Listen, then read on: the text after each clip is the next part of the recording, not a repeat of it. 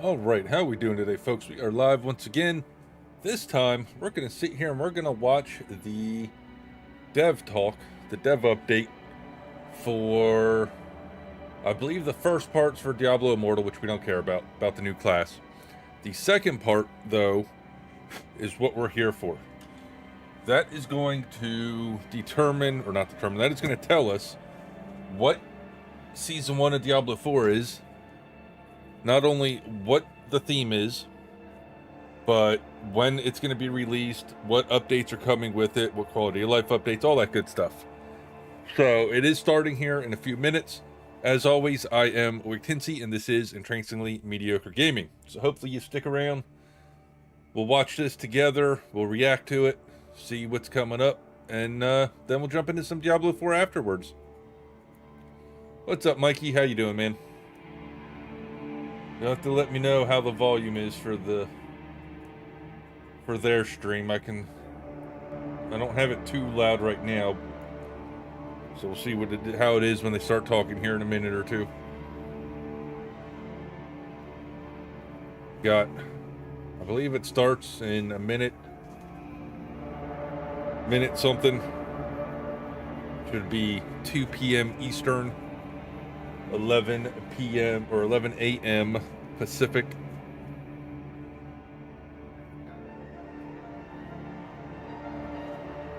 Hey, what's up, Walter? How are you doing, man?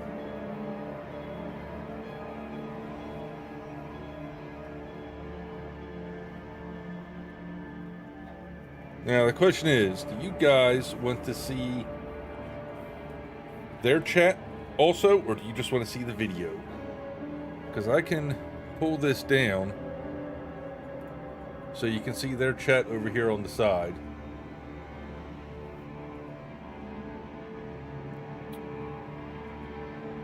Video? Okay, that's what I figured. Their chat there doesn't mean much of anything, though it would be nice to see what questions people are asking, but when they do their Q&A section, they'll tell us what the questions are. Oh, I'm doing all right, Walter. I can't complain. We're just going to watch this dev update, which should be starting any minute now. And then we'll jump into some Diablo 4 afterwards. Work on some more Renown, all that good stuff. Do some nightmare dungeons, as I'm still trying to get the equipment and everything I need for my build, so I can flesh the build out. But I am hoping to have everything set up where I can do the build video for that build this weekend and then get it up early next week. That's the game plan anyway.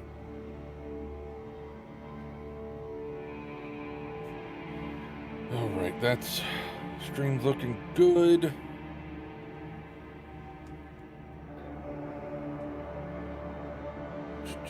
Should be any minute now. Any second.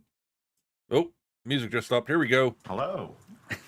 That's it? That's how you open? Hello. I'm going to do that every single time. Hello. Welcome. Well, he's not supposed to be here. Another Diablo developer update live stream. My name is Adam Fletcher. I am the community director for the Diablo franchise. We've got some wonderful people here. I don't think he was supposed to be here either. Yeah, well, you got these two guys from Diablo Immortal. He decided to insert Maybe that's what it is. Yesterday. So. And then they'll replace them with the two what is the power? Diablo 4. If you have power, you should use it whenever possible, and I've decided to. So we have Rod here, who is, of course, the general manager of the Diablo. And I'm hoping the volumes are okay and everything. If not, let me know and we'll adjust. I guess that's the best way all to say things Diablo. I can adjust myself. I can obviously turn their stream up or down. Pierre's not here now. Yeah, exactly. Nice. And of course, we have Chris Leal. Lead UX designer on Immortal. And Ryan Quinn. Hi, I'm senior narrative designer on Immortal. So we are actually starting off today's show with some Diablo Immortal conversations. Also, I do want to mention we're using new fancy mics today. We've been joking around, and I call them the Britney Spears mic. Right. Rod calls them the Janet Jackson mic. Miss Jackson, if you're nasty. Miss Jackson. It's because I'm older. Rod, but is not wearing one I of refuse. them. I refuse. It doesn't take a genius to see the size of my head, and the ability to put that little wire around this size of noggin is impossible. So therefore, I've passed. Disappointing. But he does have a really good impression of Britney Spears. I am not doing it now. Oh. I don't am know not why doing they're it. all not Okay, maybe wearing we the can get lab it. mics I'll like knot he's my wearing shirt there later, on it'll his be shirt. great. Maybe we can get it Why out do we of need during Q&A. these Someone frickin' asked that boom question mics? in Twitch chat. We'll, should all make have sure to those bring that lav up during mics. Q&A. Great. And there you go. You're just on the spot and you have to answer it. So I think it's important that Or if they had two last time you shotgun mics, clarified one what up we were here doing was the campfire, which is more and of one a up casual. here We're just kind of giving facing updates like this. You know, we just want to be able to talk to the community. yes. That would have This been is more more than of a enough for the developer microphones stream, so it's a bit more to capture official. this. Yes. But one of the things we wanted to recognize too is that, like, as a family of games, there's lots of cool stuff happening within in Diablo, and so we want to take. We don't always want to just be focused on just D4. We want, anytime there's something big or really interesting happening within Diablo, we want to be able to talk about it. You know, I could imagine we're going to have a season 29 conversation for Diablo 3 at some point in the future. And so one of the things we're going to look at, to do today was not just talk about, you know, we are definitely going to talk about season 1 on Diablo 4. And for some reason, Adam has structured this to be as tantric as possible. We'll get there, trust us, but it's going to take a minute. So, but what we really want to look at as well is we want to talk about a little bit. We're going to talk a little bit about what's the preseason before we go into season 1. Surprised they We're going to got talk different about, camera what's angles going and on with stuff in D4 this one, today, whereas 'cause the we actually have campfire some news talk they about didn't. today. Another tease, didn't mean that. And, Like that statue in the background. and then we want to talk a little bit about Diablo Immortal, because something Ferguson, pretty yeah. incredible is happening You're a in Gears Diablo fan? Immortal, which is in nearly a decade we're having our first I like the new original Diablo Gears of character class is being revealed, and we wanted to newer reveal ones it are kind of here me. on this stream. At So least to me you know, one of anyway. the great things about Blizzard is the SFD team, story and franchise, and Blizzard Video, and everything that they do around cinematics. And we thought, how could we introduce a new character class without having a kick-ass video to go with it? So without further ado, may we present to you the new Diablo character class coming to Diablo Immortal very, very soon.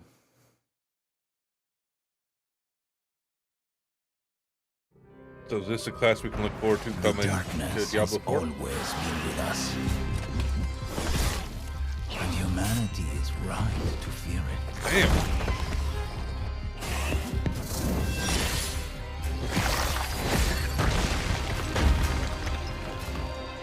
The darkness wants to consume you and all you love.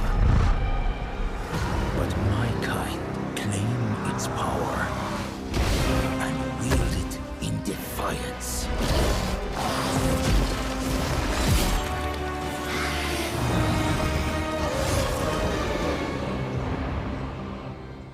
Humanity is right to fear the darkness. But I am a blood knight, and the darkness fears me.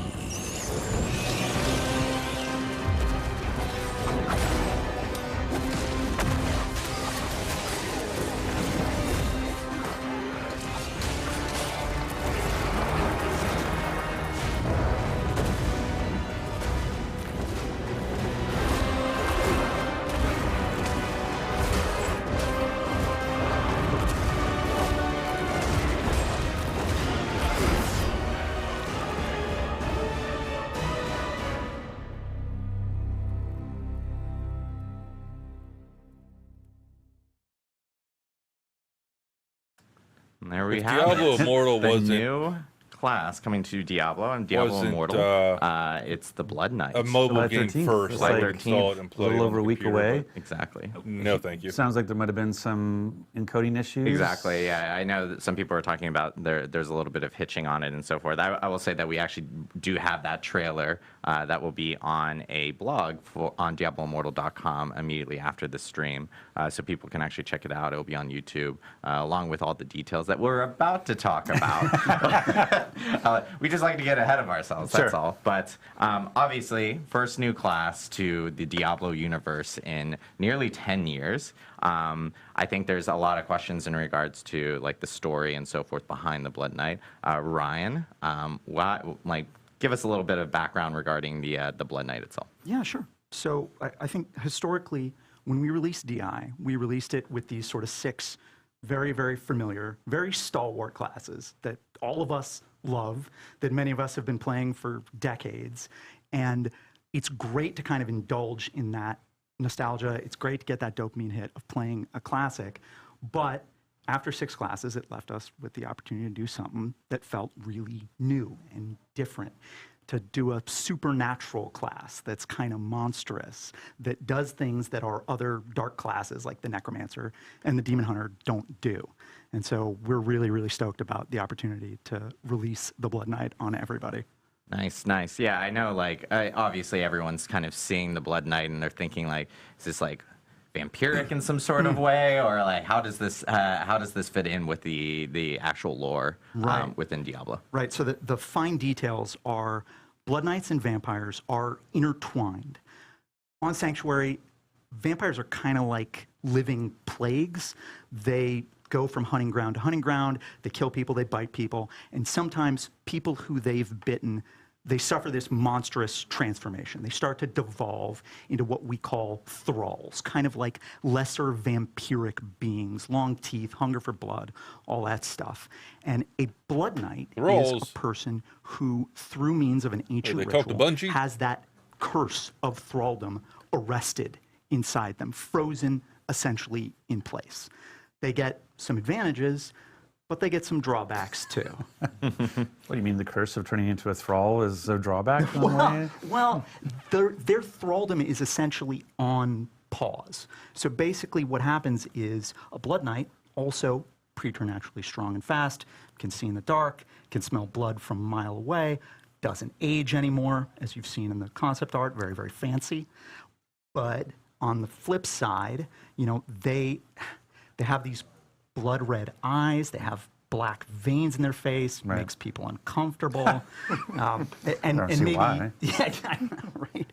And sort of more pivotally than that, you know, deep inside their soul, there is an abomination, a monstrous darkness that hungers for violence. And in order to tamp that down, in order to slow their transformation further, they have to perform a ritual. That keepsake that you saw in our cinematic character's right hand, the little thing on the chain. Oh, the chain, yeah. Yeah, that's basically their lifeline. So like a link to their past? Yeah. It's got a memento within of the last place that they were kind of truly human. Right. And so every morning, noon, and night, they're doing ablutions with this thing to hopefully continue to keep the darkness at bay. But, you know, it's a process. Right. The ritual, it's hearsay. You know, it's been passed down for hundreds of years. And for basically every Blood Knight, you know, it may fail at some point. All Blood Knights are doomed to one day succumb to their curse. And they don't know if that's 1 day, 1 year, 1,000 years. Could be centuries, right? They're very, very long-lived. What they do know and what they pledge on is that they're going to use all of the time they have left to push back the darkness. And ultimately for them, since that is such an uncertain question, it's really about their inner sense of balance. Can I do so much with enough that class good on the computer for to Diablo make 4. up for the evil that will rise when I'm gone? Yeah, I just wanted to give a shout out because we had the art up there earlier, and that art is gorgeous looking. At the same time, they're very pretty. I've been joking about it. I'm like, oh, look, they're so like pretty. this. If you were going to turn into a monster, you'd their want to stop. Well, it's funny Right. because they're very Camera. like gorgeous here, and then they turn into like the that. abomination, which is really I think that funny to looks see. pretty So cool. it's like a complete opposite Well, of what it is. I mean, you mentioned the abomination. I think we saw the Blood Knight turn into this creature during that. So what actually is going on here? Like this is I guess Chris will talk eventually about like how an abomination comes to me. But this is basically them tapping into what's inside them to change form. Yeah, they're letting the curse off the leash just a little bit. It's going to grant them extreme power in the short term. This is a Bruce Banner Hulk thing. Yeah, but maybe there's a little anime teardrop there of like, do I come back from this? Right. Okay. Got it. Awesome. Well, I know with the Blood Knight, obviously, like, it's new class. How does it fit, Chris, into the like a gameplay style? Like, what if you're playing at Blood Knight? What can you expect the style to be as a person that's actually jumping into Diablo? Yeah, so the Blood Knight is actually a melee hybrid class, meaning there's tons of up-close combat with polearms. However, they have a host No one cares of about shadow and Diablo blood Immortal. abilities Just they get can the use 4 already. Manipulate the battlefield in their favor. Show of hands. Who cares about Diablo Immortal? I think the drawback of Blood Knights might be that players that start playing it might feel that their mobility is limited. However, they have tons of legendary essences to help them improve the ability to close the gap on enemies, as well as life-stealing abilities to help them sustain themselves in lengthy combat sequences. Got it. So like in combat more often, close combat, so they're essentially taking more damage, but then they have abilities themselves to actually essentially drain, as we can see, kind of like life from others, essentially replenish their life while they're in combat. Yeah, they can do so much with that The class if kebab they attack, bring it as to I like to call Diablo it. four. The skewer. The skewer attack is my favorite thing right now. I was like, so Sucks that they brought what's that happening class there? to We a saw it in the mobile- trailer. We mobile see game. it here as well, is where they're basically able to stab an enemy, smash it around like as if on the end of a hammer. So that's you're like Chris is like, yeah, that's basically it. Yeah, That- you that define it. It's Yeah. pretty awesome. What's up, But Z? it actually has a stun as well, right? It's not just the attack on the one thing that you skewered. It actually it has an area effect. Yeah, so the Blood Knight stabs their polearm forward into the closest enemy, then swings overhead the enemy and slams it into the ground, stunning everyone in a small AoE. And there are also legendary essences that let you lunge forward or actually leap to perform the slam. Oh, nice. Yeah, it's awesome.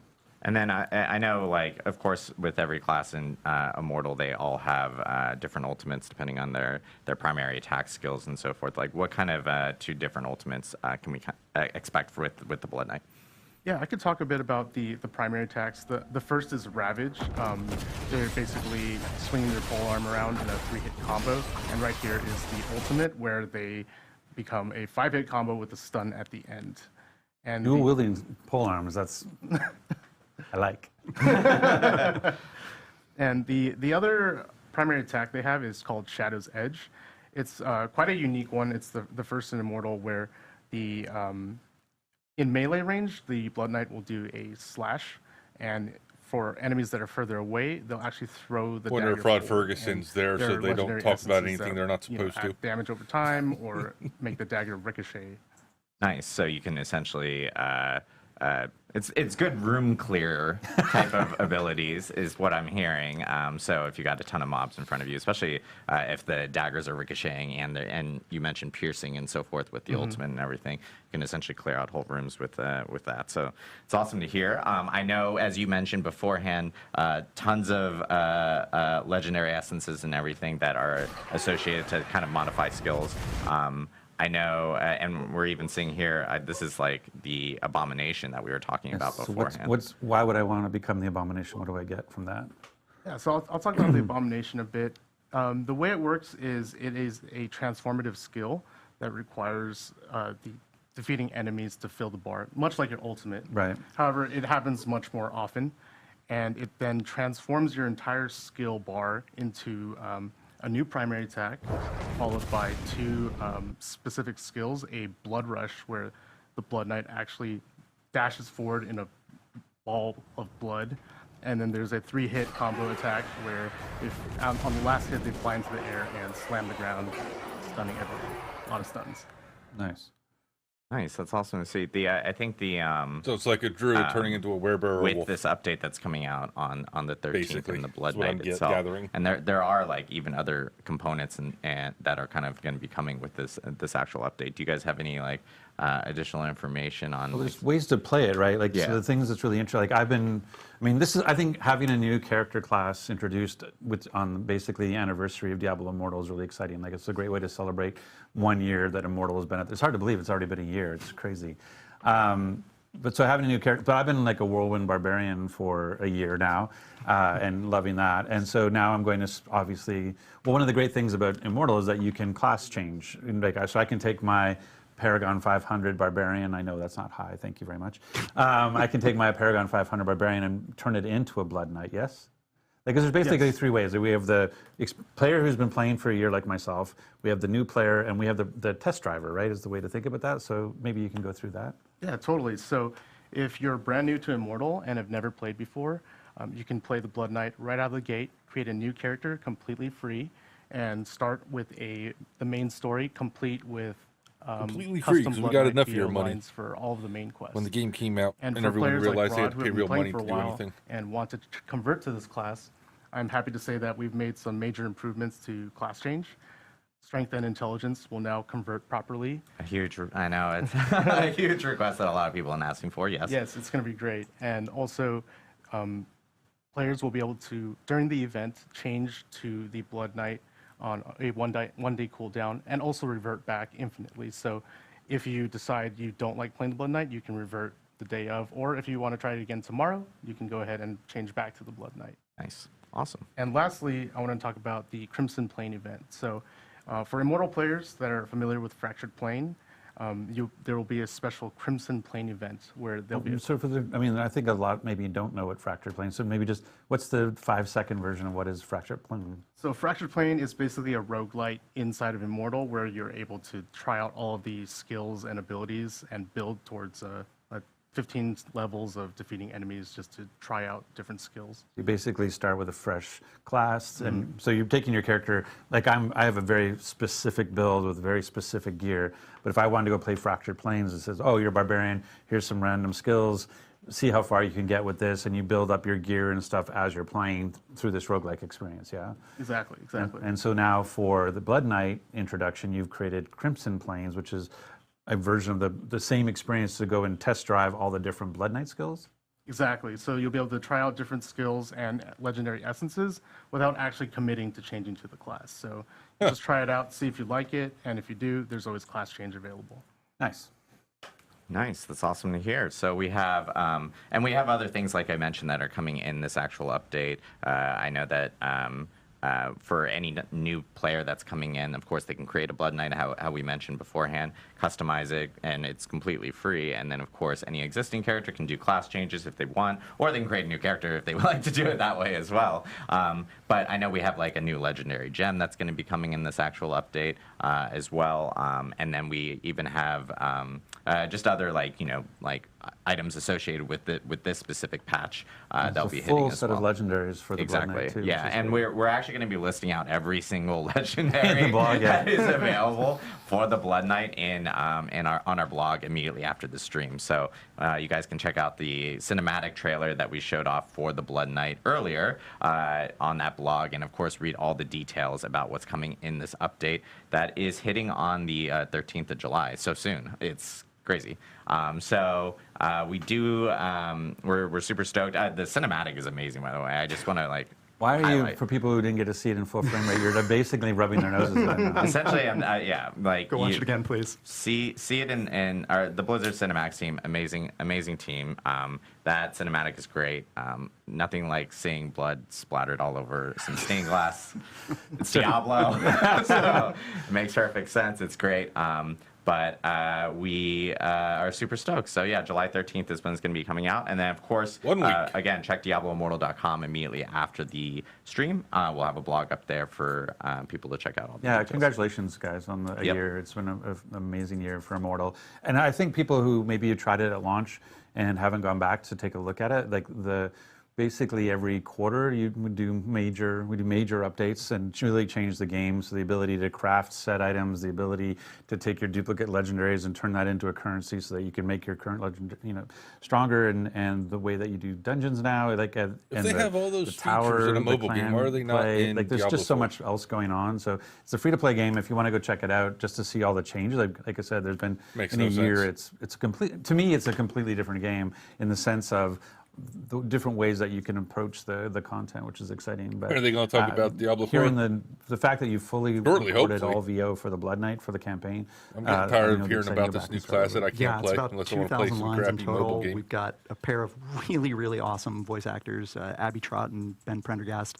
Absolutely killed it as the Blood Knight. It's just pure haughtiness and bloodlust and action all the way through. They've got some interesting takes on I was going to say the name of the villain, our Act 3 villain in Darkwood. Some interesting perspectives there. But yeah, I don't think there's ever really been a better time to re-roll, to start a new run through the main story. Awesome. Well, thank you guys very much, and congratulations. Thanks so much, thank you. Rod. We're stoked.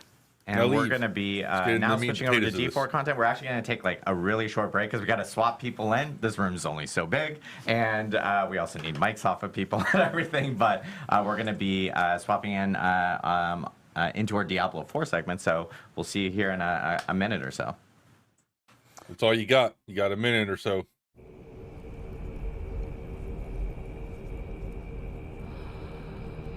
You're not going to play the cinematic again? Or what cinematic is this? Din honon exucia.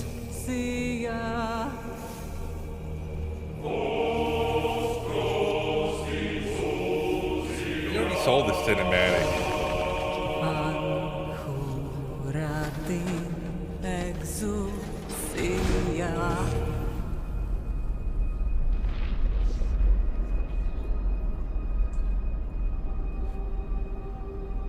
We saw the cinematic during the campaign of Diablo 4. I don't need to see it again.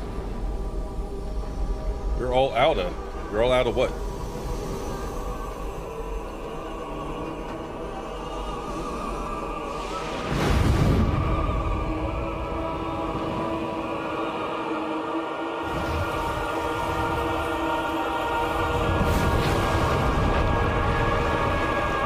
All out of what is so? I don't know what so is.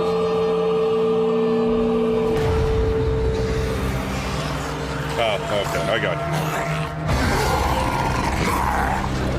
you. You're trying to make it funny. May we fight true in his holy name. Damn, that got loud.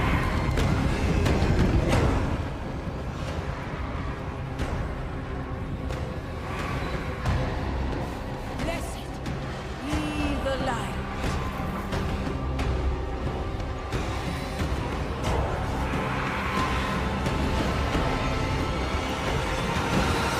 And now's when they come back.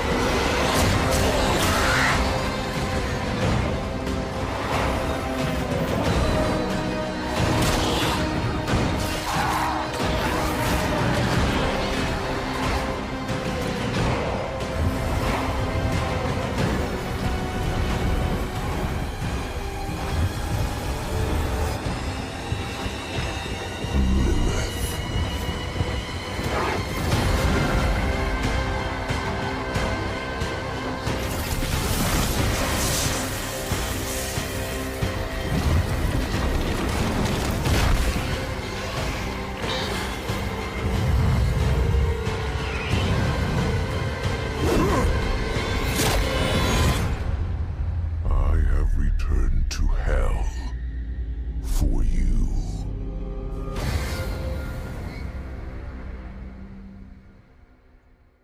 Damn, Amazon ads always popping up there on the side. And we're back. What happened to the awkward hello? You're supposed to go, hello. That's going to be my intro I'm for technically everything. not back. Wait. Well, you are technically back. I mean, you were in other streams and other times. Correct. That's true. I'm not back. I'm new. Oh, yes. Yes. Tim is new. Tim also has the best voice Oh, in thank the you. world. Yeah. Wow. So really Tim, nice. Tim is just going to talk for the rest of the stream. Wow, And- I didn't pressure, prepare Tim. for that at all. All right. Surprise. Maybe you should actually introduce people? Yes, or- I will introduce people. We are now joined by our wonderful Diablo 4 developers. We have Tim Ismay. May I introduce you? Hello, Tim Ismay. I'm one of the lead producers on Diablo 4, specifically focused on seasons. I say that because if you ask me questions outside of the seasons context, I have no idea what's going on. And you said plural. You said Wait, plural. there's more than one I season. was trying to build more than one. season. Yeah. There is more than one season. That's going to be, we're revealing Or that. that's job security right there. I'm actually just asking for it. Jobs. Wait, we're supposed to be thinking about job security? And we have a yeah. familiar face. Joey P. Yes, I'm Joe Pipora. I'm the Associate Game Director for the live service, and I'm excited to talk about Season 1 today, at last. But first, But first. Oh, but first. That's right. Because Adam has built everything possible to talk about except the season. You can never start talking about seasons until we talk about something else first. But there are cool things to actually talk about. Correct. We, obviously it's been a little over a month since Diablo 4's launched. It's only been a month. Is it? Well, if you include No, but you're right. It is. I always, the amount of feedback we get about hey, this thing, and you're like, it's been 5 weeks. Exactly. Give us a second. Exactly. So it has been a month, a little bit more than a month since Diablo 4 has wait, actually how did launched. you guys get a season done in 4 weeks? That's incredible. We started it well before the game launched. That's smart. We're extremely good at our job. Wait, so you I don't want to get in started the weeds, before the game I don't launched? want to get in the weeds to everybody, but we did start before the game launched to make sure that we could actually release I thought you were just going to say something. zombies are really easy to make, and so therefore it was. Yeah, Oh my obviously, God. that's what it is.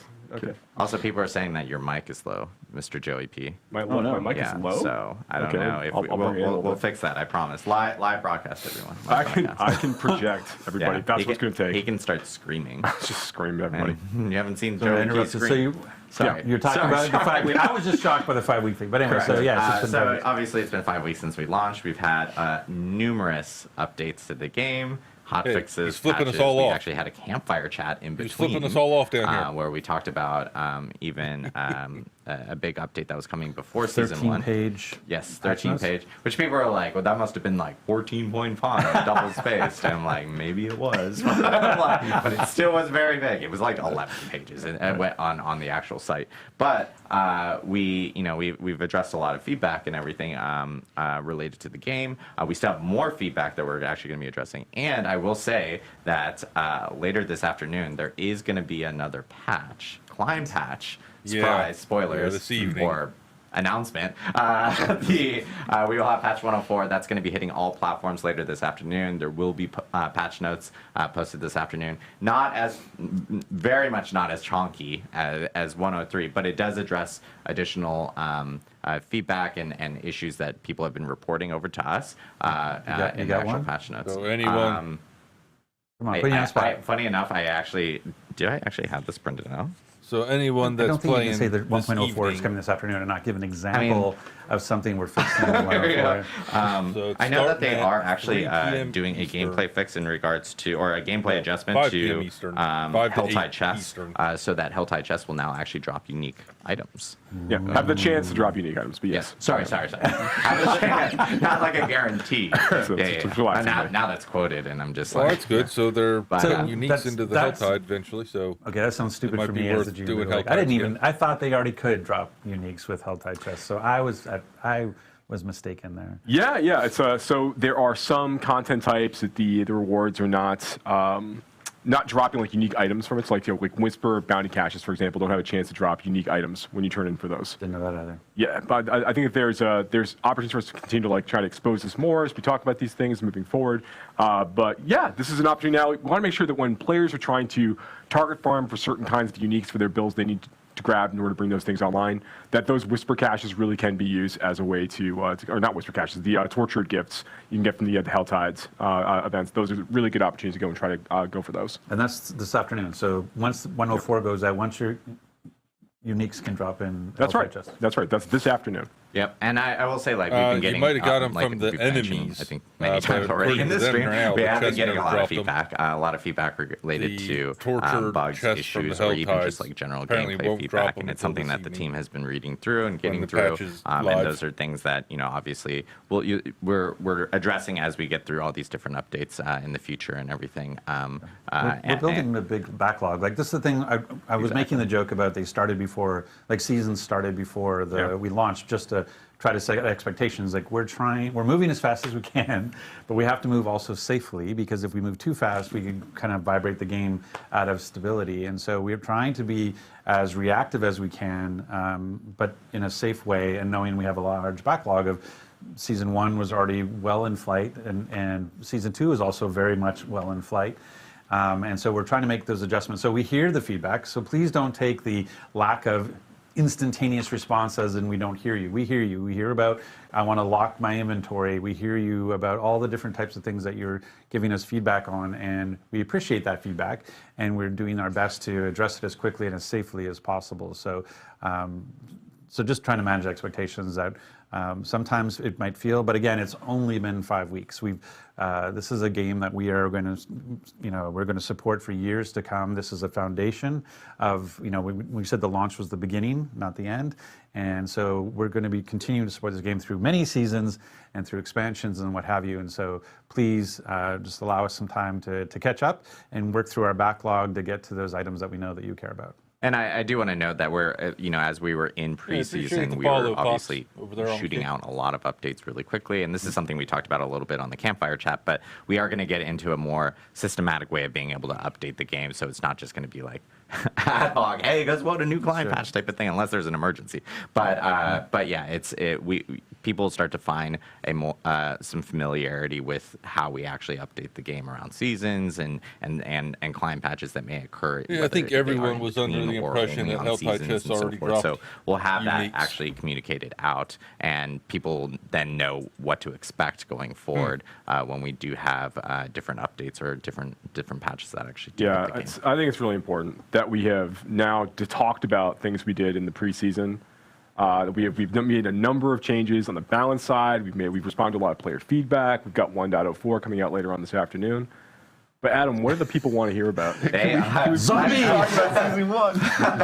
So we're actually now going to talk about. No, but we do want to talk about season 1. Season 1 is coming, and we actually have a really cool trailer to show off. Now, people actually want to hear jump about into it. So hit it, Rich and Matt. I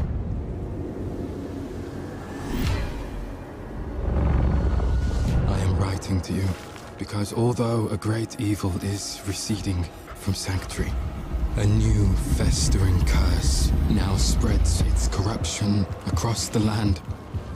More dangerous, more malignant than I could have imagined. I have found a way to stop this plague.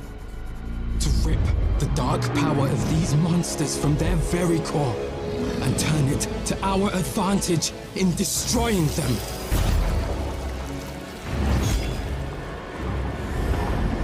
But I cannot do this alone. My allies have fallen. My strength is dwindling. The malignant are relentless and without mercy. I need help. I need you. Of the malignant. Well then. Oh, on the 20th. 2 weeks. And there we have it. The first season of Diablo 4 coming out on July 20th. The season of the Malignant. Lots to talk about there. So we're actually going to jump into it. No, I'm just kidding. But obviously, a lot of people want to know what's going on. We even teased it on social media yesterday where something was corrupting Sanctuary. I guess Tim, Joe, okay. So what's going on now? So season 1, the season of the Malignant. So our very, very first season in the game is going to basically take place after the events of Diablo 4. So after the redacted and the redacted have happened and the player has finished redacting the redacted, once all that's out of the way, that's when things are really going to kick off in the world of Sanctuary, kind of step off from that point. And there's a new threat that basically emerged in Sanctuary. There's this malignance, there's this corruption that's begun to spread throughout the hearts of the creatures throughout the world. And that's everything from beasts to humans, to demons themselves, everything in between. Can be corrupted by this malignance that's beginning to take root and fester inside inside people. And it's basically kind of it's changing them. Right, it's turning into these bloodthirsty fiends. Effectively, they're going out and trying to destroy everything. And it's threatening Sanctuary at a very, very, very high level. The player is going to come across a new character that they're going to introduce to over the course of the season, named Cormund, who we actually saw in the trailer there. Cormund is there he is. Cormund is an ex member of the Cathedral of Light. He used to be a priest of the Cathedral of Light. And he's taken it upon himself to start trying to dive deeper into this new malignant threat that's risen over the course of these days following the events of Diablo 4's main campaign. But he's finding himself maybe a little out of his depth. You say, Tim? Like, what do you think about Cormond? Yeah, he's trying to fix the problem on his own, and then I think when he's not 100% successful, he comes to the player and says, "Hey, you were really helpful in the past. Could I get a hand from you?" So that's kind of where things start. Yeah, he's very. I think that you'll find like he's a person. Everything in the room is on fire, but he's sitting there like, "I can fix it. You know, we can find a way to solve this, right?" But he's a great new character that the player get introduced over the course of the season. But that's really just where things kick off. Now, and players will start the season of Malignant actually in Kyovashad, and they're going to gain access to like the beginning of the story of the season pretty much right away. You know, so you're able to start off right at level 1, like jumping out of the gate and be able to start like following the thread of this new season storyline. And we're going to talk about the transition from the current Eternal Realm into the season afterwards. We're going to get through the season information first. Yeah. Well, then when I know people are really curious about what happens to my current character, how do I think about that transition? But we'll get to that after we get through the season details. Yeah. Yeah, that's absolutely right. So that's the kind of like the high level, like what's happening in a That's the Sanctuary. theme, right? That's the we theme, have a yeah. seasonal theme with a seasonal story, but like what about the mechanic? On top of the theme, there's usually the seasonal mechanics. So what's the mechanics that we're looking at? We're trying to add more stuff to seasons that appeal to everything that a player does in Diablo 4. So we are adding story, the elements of what you're going to find out about what is actually happening to Sanctuary, but then we want things that are new challenges for the player, things that you can fight that maybe you haven't fought before, as well as new powers, things that you can build your character in a different way, a different direction than maybe you did in any previous season, or in this case, in the preseason when you had just the Eternal Realm. So hitting all of those notes, we're starting with a mechanic around the threat. So what is the threat? The Malignant. We've been talking about it a lot. Where does the Malignant actually show up? That actually shows up throughout the entire game. When you're playing in the world of Sanctuary, anytime you encounter any elite monster, there's a chance that it will spawn as a malignant version of that monster. So that malignant version is going to have these growths on it and some additional power.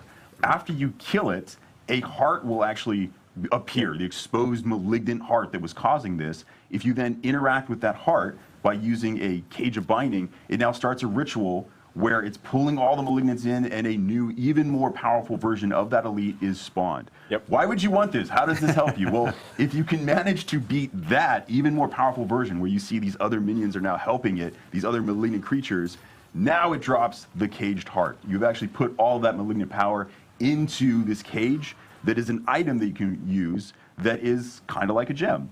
It's like a gem in the sense that you can socket it into gear. It is very much not like a gem in the sense that it has an enormous amount of power.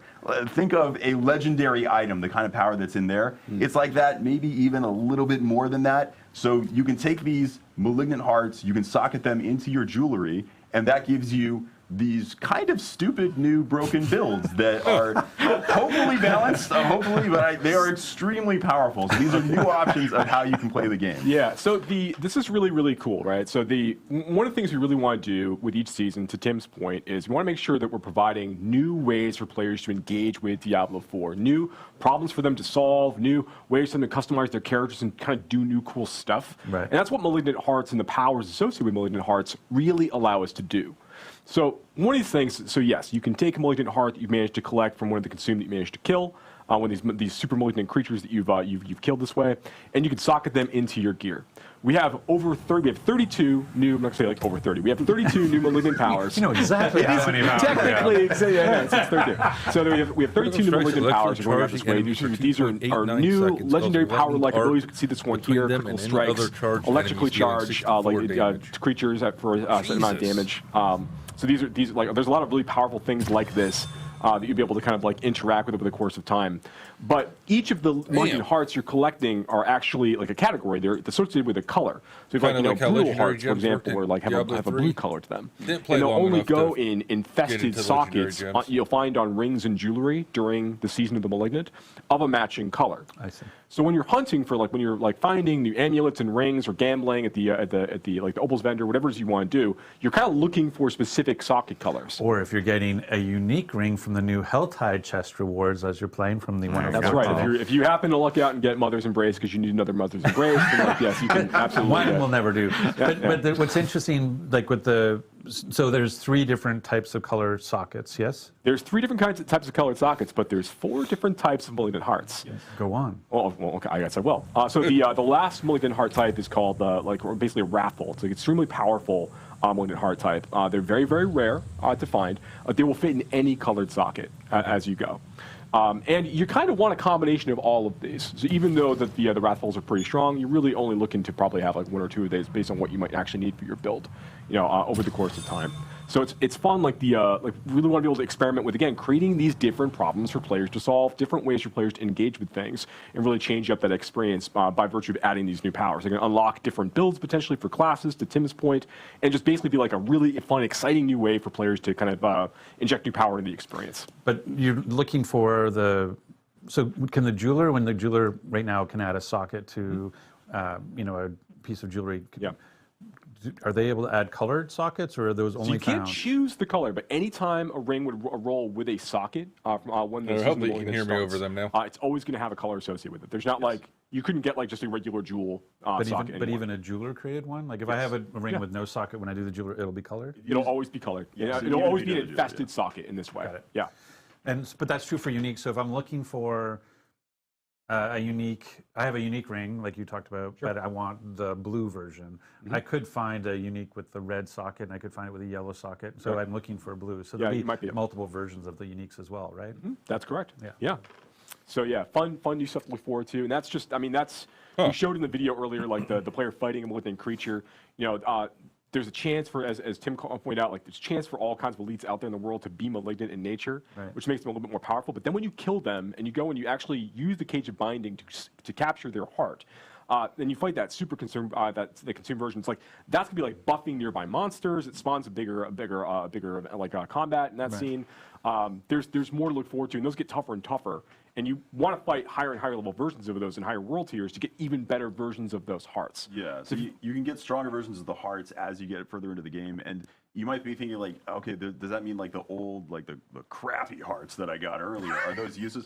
You can actually break those down at the crafter as well to get a crafting material out of them that allows you to craft new items, including invokers. So invokers are something that you can use a little bit further on once you finish the campaign of Season 1.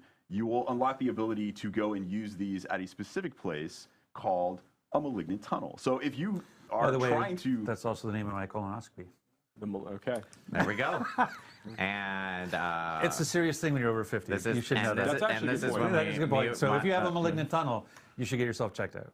So in the world of Sanctuary, when we say malignant tunnel, we mean, hey, I'm a player and I actually want to get more of these hearts, but it's just a random chance on elites out in the world. Anti. Where can I intentionally find more of them? There are these malignant tunnels. So there are actually places across the world where the malignance is manifesting in these new dungeons. So if you specifically want to go find more malignant hearts, you can hunt down these tunnels. You can go in and, hey, there are more malignant there. So there's a higher chance of finding malignant monsters there.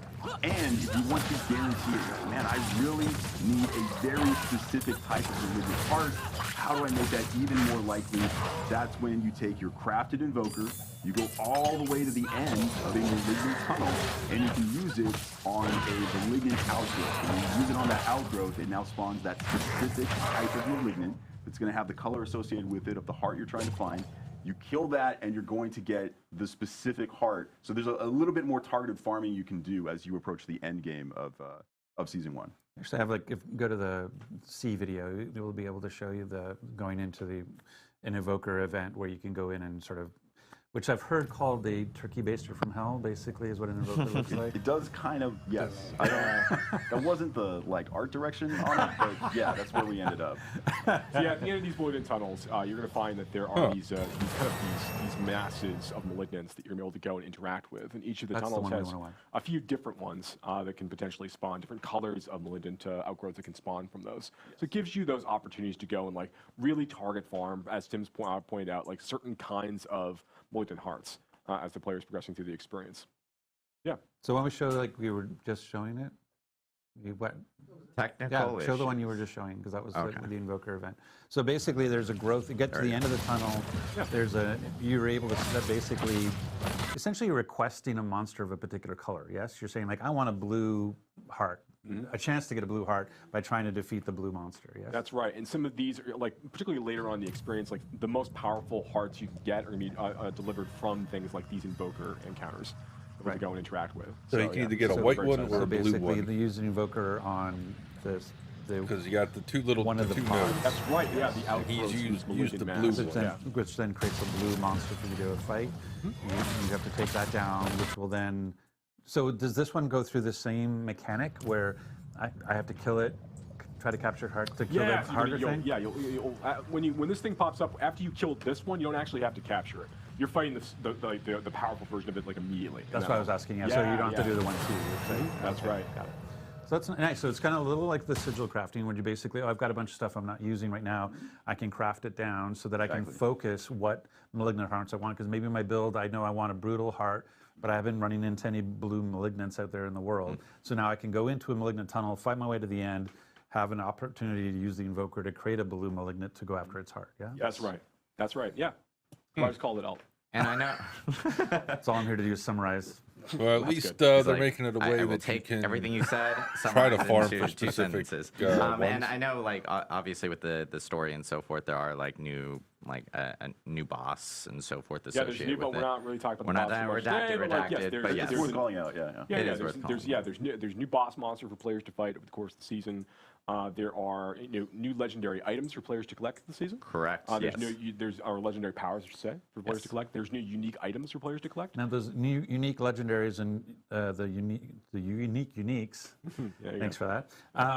Those are not just in the seasonal realm, though, right? Are those things that are also showing up in the eternal? That's right. Those will also show up in the Eternal Realm. So Exactly. yeah, if you're a player who's like really trying to continue to progress your character in the Eternal Realm, there's now a few new items for you to go try to hunt for and use to kind of augment and change your build. This is the moment where I can do the producer thing. Okay, yeah. So please. you probably saw before on the screen when we looked at the cinematic, it was awesome. And at the end, we said July 20th. Oh my God, there it is, the day it's coming out. We are actually putting out the patch a little bit earlier. So just for awareness, so everyone knows, you're going to see your game patching on July 18th. That is all of the stuff coming to you that is going to turn on July 20th. Balance changes, the new items. Yeah. So July 18th is actually anything that shows up on the Eternal Realm is there right away. If you just want to continue playing the game as normal on your existing characters or a new Eternal character if you want, July 18th, the new legendaries and uniques that they were just talking about will be available to you on the Eternal Realm, as well as any other improvements, balance changes, rewards changes that we've made. Those will be there right away on July 18th. July 20th, the season turns on. You can now create seasonal characters. It's nice that they're going back putting to the mention items expectations, I think over one to of the things we've been Eternal trying to Realm be right really away. clear about it with Seasons is that it is not a continuation of the main campaign storyline.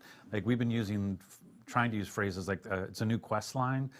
Working with Corman to solve the malignant is a big, is obviously the journey you're on, but it's not about the Anarius Lilith journey. It's not extending that story. It's sort of a side story inside the open world. Yeah, it just takes place after the events of Diablo 4. But you're absolutely right. This is a new self-contained story within the season of the Malignant, which is matchmaking. Great. Wouldn't that be nice? It's a lot of opportunities to tell an exciting story and to create like these I don't think that's going to be coming till season 2 or As later. I'm playing through that now, it would be amazing if there was some way to sort of track my accomplishments through the season.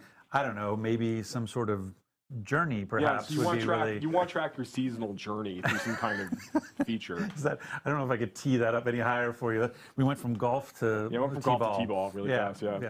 No, absolutely. So this is obviously with season 1, where we're going to bring out the season journey feature, which I know we've talked a little bit about on stream before, but I guess it's worth maybe calling out and maybe a little bit more clarity. Hey, look, it's this, but without redacted all over it now. That's right. Yeah. So this is no top secret. Yeah. So this is the battle pass introducing as part of season 1, and then going into here you'll see the season journey, and again, so the season journey is separated into 7 chapters.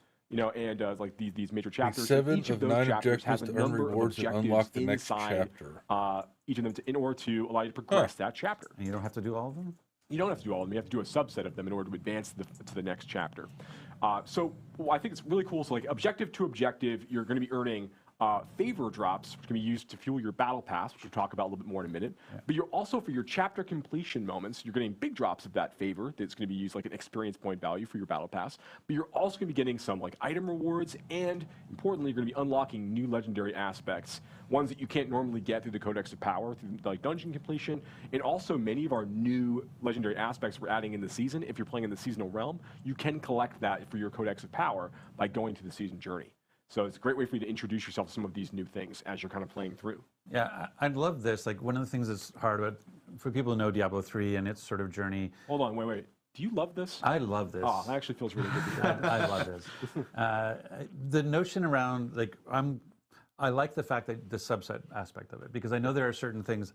I'll pick a stupid example. It's like, maybe I hate sellers for some reason. I'm a seller hater. And so I never want to complete a seller. Then the fact that I can advance chapter 1 to go to chapter 2 without ever doing what lurks below, I think that's great, because that's like, I find you get into situations. I have other games where they're like, you must do this thing that you really don't want to do in order to progress. And the fact that I don't have to do that here, that I can choose a subset of things to continue my progress, I think is really smart. Yeah, so. I think it's really good to hear. It's one of the things we really want to do is make sure nothing's that, worse than being forced to do shit you don't like to do in the game. Letting players use our fields of hatred as opportunities to kind of like progress their characters inside of the season, but we don't, and like we want to include Crucible that, and Destiny, which is the PvP content in the game. But we don't want to make that like a requirement that you must go do this content in order to progress your season journey. We want to give players the option to do this if they choose. One thing I do want to call out here as well with the season journey, and I think you're going to call it out in some other places, is that it can be confusing to players initially that you go to this Battle Pass screen, you click on the season journey button. Do I have to buy the Battle Pass to get this? No. Everyone has access to the season journey. This is a base feature that everybody is engaging with. Actually, everybody has access to the Battle Pass too. You're engaging with, even if you never pay a cent, you are engaging with the Battle Pass. You're getting free stuff. In the seasonal realm. In the seasonal realm. Yes, Ron has always reminded me, in the seasonal realm, this stuff exists. There is no season journey if you're not in the season. That's very important. It only exists there. There's no battle pass if you're not in the season. Right. Yeah, that's absolutely correct. So yeah, that's essentially the way the season journey works. Those final objectives, those final chapters are really, really tough to complete. You can get some like special like cosmetics, like special like title and things towards the end of that path. So we're excited to see players like engage with it and for us to continue to support it in future seasons. And so we saw that the season journey grants you a lot of favor to go towards your battle pass, but you also earn favor just out in the world killing stuff. That's right. Anything that's like killing monsters, completing like whispers and dungeons and things, like all of these things will be earning you favor as you kind of play through the season. Right. So anything that's getting you experience points is your chance to give you that favor as well. So if you have never played the campaign yet, like you're about to buy the game for the first time with the season, for example, right? I'll be like, okay, I'm going to roll a seasonal character. I'm going to play the campaign. The fact that while I'm playing the campaign, I'm killing stuff, and I'm still earning favor. Like, this stuff is still sort of progressing in the background, right? In terms That's absolutely correct. I just won't run into any malignant until I finish the campaign. That's absolutely right. But you will, as you play, if you make a new character, to your point, Rod, on the seasonal realm, and you're playing through the campaign, you will be earning favor as you're killing monsters and doing things during the campaign. But a lot of those, and you can also progress your season journey, but some of those objectives might require you to go and interact with season features that aren't available until after you finish the events of the Diablo 4 main campaign. And that's probably one of the big things to be clear about. I know we're going to talk about the transition later, but in terms of getting access to the mechanic, the idea of talking to core men, capturing malignant hearts, having rings with colored socket or jewelry with colored sockets, that stuff all takes place post-campaign. That's correct. And so if you haven't beat the campaign yet, you're not going to run into these seasonal mechanics. Yeah, you won't fight malignant creatures, for example, while you're going through the campaign on the seasonal realm, but you will shortly thereafter. So one of the things you can do, and I know we're going to talk about this, and we keep saying we're going to talk about this, and then we talk about it anyway. But so I would say, one of the things you can do to get ready for the season is to make sure you finish your campaign playthrough. Diablo 4, jump in. You can choose to skip campaign when you make your new seasonal character, and dive right into the seasonal story and content immediately. And that's forevermore. That's one thing we tried to say, is that once you complete the campaign on one character on your account, one character, one for every time. season moving forward, for any character you create moving forward, you can skip campaign and start off in Kyovashad level 1 off. Well, and not always Kyovashad, but yes. Is that the Foreshadowing. only thing Yeah, that the we question can be doing is- to prepare Well, for we should season get to one? Let's get to the- we should get What to happens the if you battle pass. delete So said character? favor. So you have favor flowing because That, you're playing the game. You're playing the game because you're doing your season journey objectives. You're getting even And more I was of going it. to say you're getting more, and the favor is really flowing because I'm completing the season That, journey objectives, and so that favor is feeding into your progress Completed on the the battle season. pass. Delete that whether character. you've Do you still chosen get to to just skip have the the free battle campaign, or pass, you or have whether to do you've the chosen campaign to again upgrade because it you to don't have a premium character battle that pass, did it? correct? That's absolutely correct. So can we go back to the screen because I think it's one of the things. What we highlight here. Part of the thing is kind of we use the term. Why would I want to complete the battle pass? One of the reasons you would want to complete the battle pass is you could look like this. Yeah. And by completing the battle pass in terms of the mount armor, the armor that the characters are wearing, and so. Did you want to talk a little bit about kind of the I stuff? mean, one of the things that's really cool about a lot of the items in the battle pass, there are these really exciting like armors to chase for the characters. There are like fun new emotes to go chase for different classes, and we have even things like the like what we're showing off here, like the Artisan's tunic. We have some things that are like these. And this is actually one of our free cosmetics. Actually, is this the things are like a little bit lower fantasy that we can use to kind of like role play different kind of themes out for your characters, just give you more options. And we have like our bigger stuff like this, like this is like the Awoken Cold Iron stuff is like some of like the like real chase armor cosmetics that exist at the end of the end of the battle pass.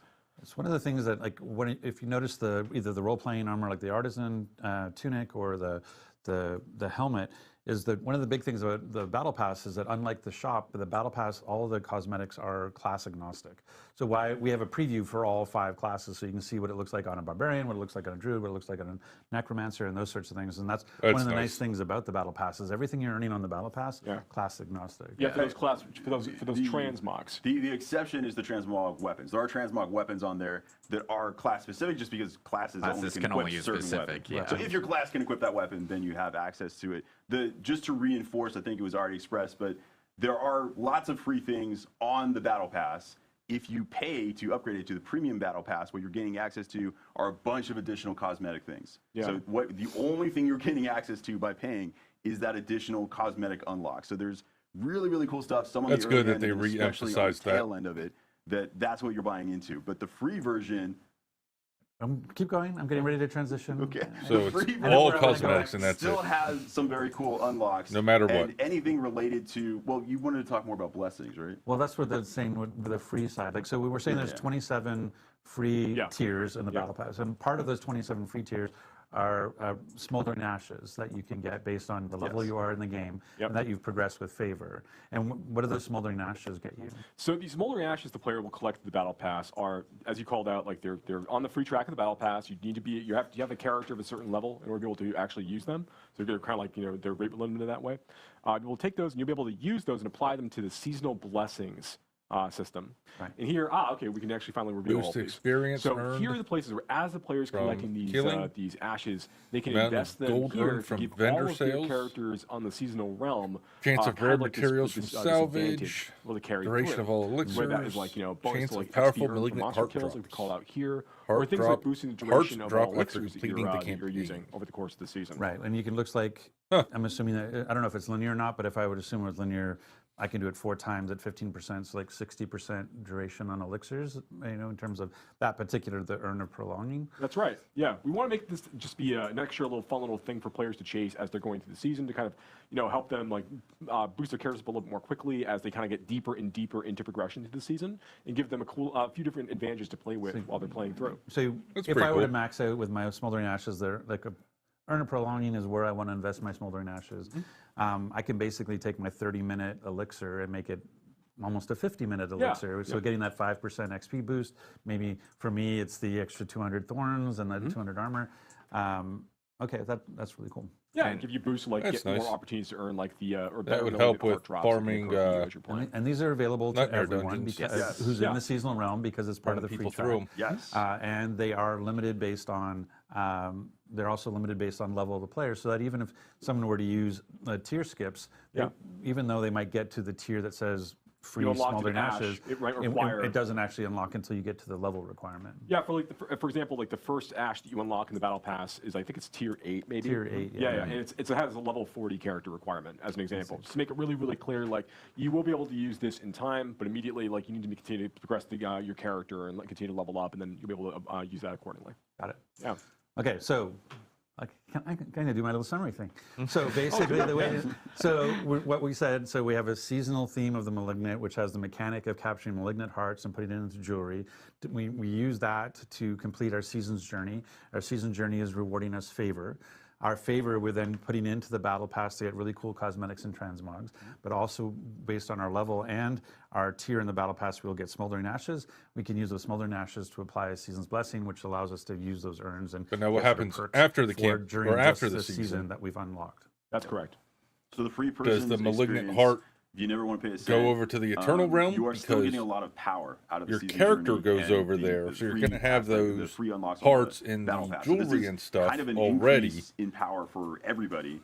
And then if So are you they putting want the to spend mechanic money, itself just after the reinforcing that, season into the that's Eternal Realm? unlocking more cosmetics. Cosmetics. And don't get me wrong, like they're amazing cosmetics. I am planning to pay to unlock them myself. But there's no power that comes from them. They are transmogs. They are not actual items. It's just a transmog you can place on your armor to look cool. They don't actually cause things to light on fire. Yeah, it's just reinforcing what we had talked about before, like even before launch and so forth, is that the battle pass itself, anything that if you do pay for a battle pass, all the paid items are going to be cosmetics, and for you, it's no pay for power. And if you bought the deluxe or the ultimate edition, you already will have a ability to make that a premium battle pass. It still doesn't. So that's great for them. So then let's talk a little bit about the transitional side of it in terms of how I go into this or what happens. So there's a couple of different things. There's like, one is like there's a need. So there's a question. I guess we should talk All right, about Mikey. Renown. Like one of the Catch big you things later, that we man. hear the most Appreciate you about hanging out for a bit. is, hey, I spent a lot of time, and I know I did too. I completed all my Renown objectives. I've got full everything. And now I hear, oh, I have to re-roll my character in season. Do I have to go find all the altars of Lilith? Do I have to go all clear the fog of war again? Yeah, so I know we've talked about this in stream before, but it definitely bears repeating. So like when season 1 goes live, players are going to be able to go basically carry over like all of the fog of war that they've cleared. So everything, all the world they've explored on their characters in each of the zones, like in the Fractured Peaks and Scotsland and such, all of that's going to carry over, as well as all of the renown you have earned from all of that, all of the exploration. So can we bring up the screen? So basically, where we see areas discovered. Yeah. Let's say I've actually. Okay, we'll say this is this person. Yeah. So right now they've got 30 areas discovered, which is worth 150 renown. Right. So what's going to happen is in the season, I'm going to have 30 areas clear inside of Kyrgyzstan, and I will have 150 renown already in the bank. And it will have unlocked whatever 150 renown will have unlocked. Absolutely right. Yep, absolutely right. So you're going to have that, and you're also going to have already collected all of your altars of Lilith that you've got from your So the same thing here. So I will have 12 will be appearing on my map immediately, and I will have 120 renown in the bank with my other 100. So I'll have 270 renown already earned. But what about the waiting for me to waypoints? claim when I fire up the season. That's absolutely correct. So these are the advantages you get to start with, and like if you look at like all of the renown you can collect from discovering all of the areas and from getting all of your altars of Lilith, it's going to get you in each of the zones, basically through the first 2 tiers, and a little bit of the way through the 3rd tier for each of the zones for renown. So you get to start with, like if you start at level 1 on day 1 of the new season with a brand new character, you'll start, and you've done all of this work with your previous characters and previous playthroughs. You'll have 5 skill points to play with, and then 5 extra potion charges. So you'll be at sitting at 9 potion charges. At level 1, you'll have 5 skill points and 9 potions ready to go. Absolutely. You just claim those things down. You're good to go for the season. And your map reveal. And your map. And your map reveal. So that goes back to what Tim was teeing up earlier. When we think about, hey, I'm excited about the season. I want to prepare for it. I've got, what is it? It's the 6th today. Today's the 6th. Okay, Yes. so I have 14 days. 14 I have days. 2 weeks. What should I be doing in these next 2 weeks? And so one was I better get the campaign done because I really want to complete the campaign. Fight them. Campaign done. Get the areas if you had unlocked. places and get to your go statues to, of Lilith like done. dig deep on clearing the fog and dig deep on finding the altars because those are going to carry into the season. Yeah, all that stuff will carry over with you. Okay, so then Tim, how do I think about? I've got 5, 6 alts, my characters right now in the Eternal Realm. We're talking about carrying over progress based on your. How do I ensure that the progress, like the most progress character, it actually impacts my seasonal character. Like, Yeah, Tim, tell us. Yeah, it's a great question. For various technical implementation reasons, we do actually need you to log in on existing characters to kind of self-migrate some of your data with this. So this is something that we implemented based on player feedback that we got.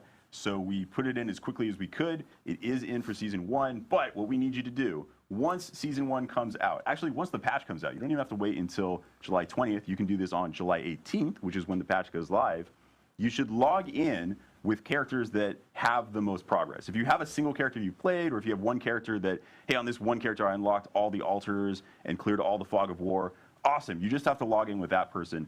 When you log in with that character, all of that progress is going to be propagated across your entire account. It'll be saved as, hey, this is just unlocked for your whole account now. At that point, any character you log on, either one of your existing alts or any new character you make in Seasons will now have all of that progress. So you have to do it once, but after you've done that, it is now saved to your account. And just to reinforce, the experience you're going to have if you have unlocked all of these things, it takes a little bit of work, but if you've unlocked all of that, when you start that new seasonal character, wow, is that a lot of power. You are going to level pretty fast, because extra 5 skill points, extra 5 potions, you are ridiculously overpowered when you first start playing. Like, that is a lot of extra power. So, which is why the altars aren't carrying over between that is alts a big and caveat. stuff from Like, what I've we been will hearing. be reminding everyone. I'm going to be like literally screaming from the rooftops. I know we will be posting it in So our come 12 patch days, notes on that it come out should for the patch start on the carrying 18th, everything just over to remind between people characters. that yes, log into your characters beforehand. Even if you log in, like if you jump into the season later on, you can log into those characters with the most amount of progress. Well, and that's so forth. that's the two things we should, because there'll probably be questions. But one is, I don't do that for whatever. I go on vacation. I'm not playing. I come back. The season's started. I can still log in my Eternal Realm character and have all that progress brought to the season. Yes. Yes. Even after the season started. So it's not like, oh, you only have 18 to 20 to get it those 2 days. It's there forever. Functionally, from this point forward, anytime you ever log in on a character, it will just check like, hey, does this character have any progress that's not already credited on your account? Cool, I'm now crediting it to your account. Right. And so and that's for the seasonal. So if I think about the Eternal Realm, like for example, my Necromancer has everything. I've got the full bar on Renown on all 5. Not humble bragging. That's a point of fact. Humble bragging. Not humble bragging. Absolutely. So for the next 5 minutes, we're going to talk about So this. let's talk about how good my Necromancer is. No, what all I'm saying is I have a Sork that has not had the same level of progress in the world. So after the 18th, when I log in my Necro and all that progress gets put to my account, when I go to log in my Sork next, even on the Eternal Realm, my Sork will now have all the progress that my Necro Correct. has. Absolutely. That's exactly right. Yeah. And let's say, like, just to dive really deep into this. So let's say that you've got, I know, you've got 2 different we characters. should do some sort of you've dev got- stream where we can talk and go deep. That's true, actually, yeah.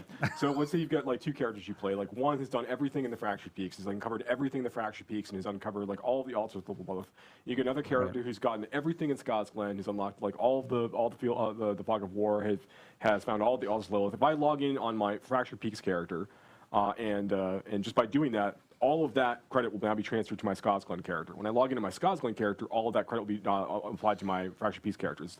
At that point, all of the credit of the progress I made on either of those characters has been propagated to the entirety of my account. Right. So it becomes an and. It's not just like it's and. It's not like the one account that has the most stuff, and then I want to log into that one. No, you want to log into every account that might have like tons of progress if they've made in different directions. Right. And I think to just again, hey, let's talk about managing expectations. So if you Some have of multiple you characters, might be log saying, into like, wow, your multiple that sounds a little characters clunky. And I think the to make point sure you that get all Tim your was trying to make progress was transferred hey, over to everything. prior to season 1, we had actually talked about that you wouldn't have any Renown progress carry over. You would have to go find the altars of Lilith. You would have to go clear the Fog of War.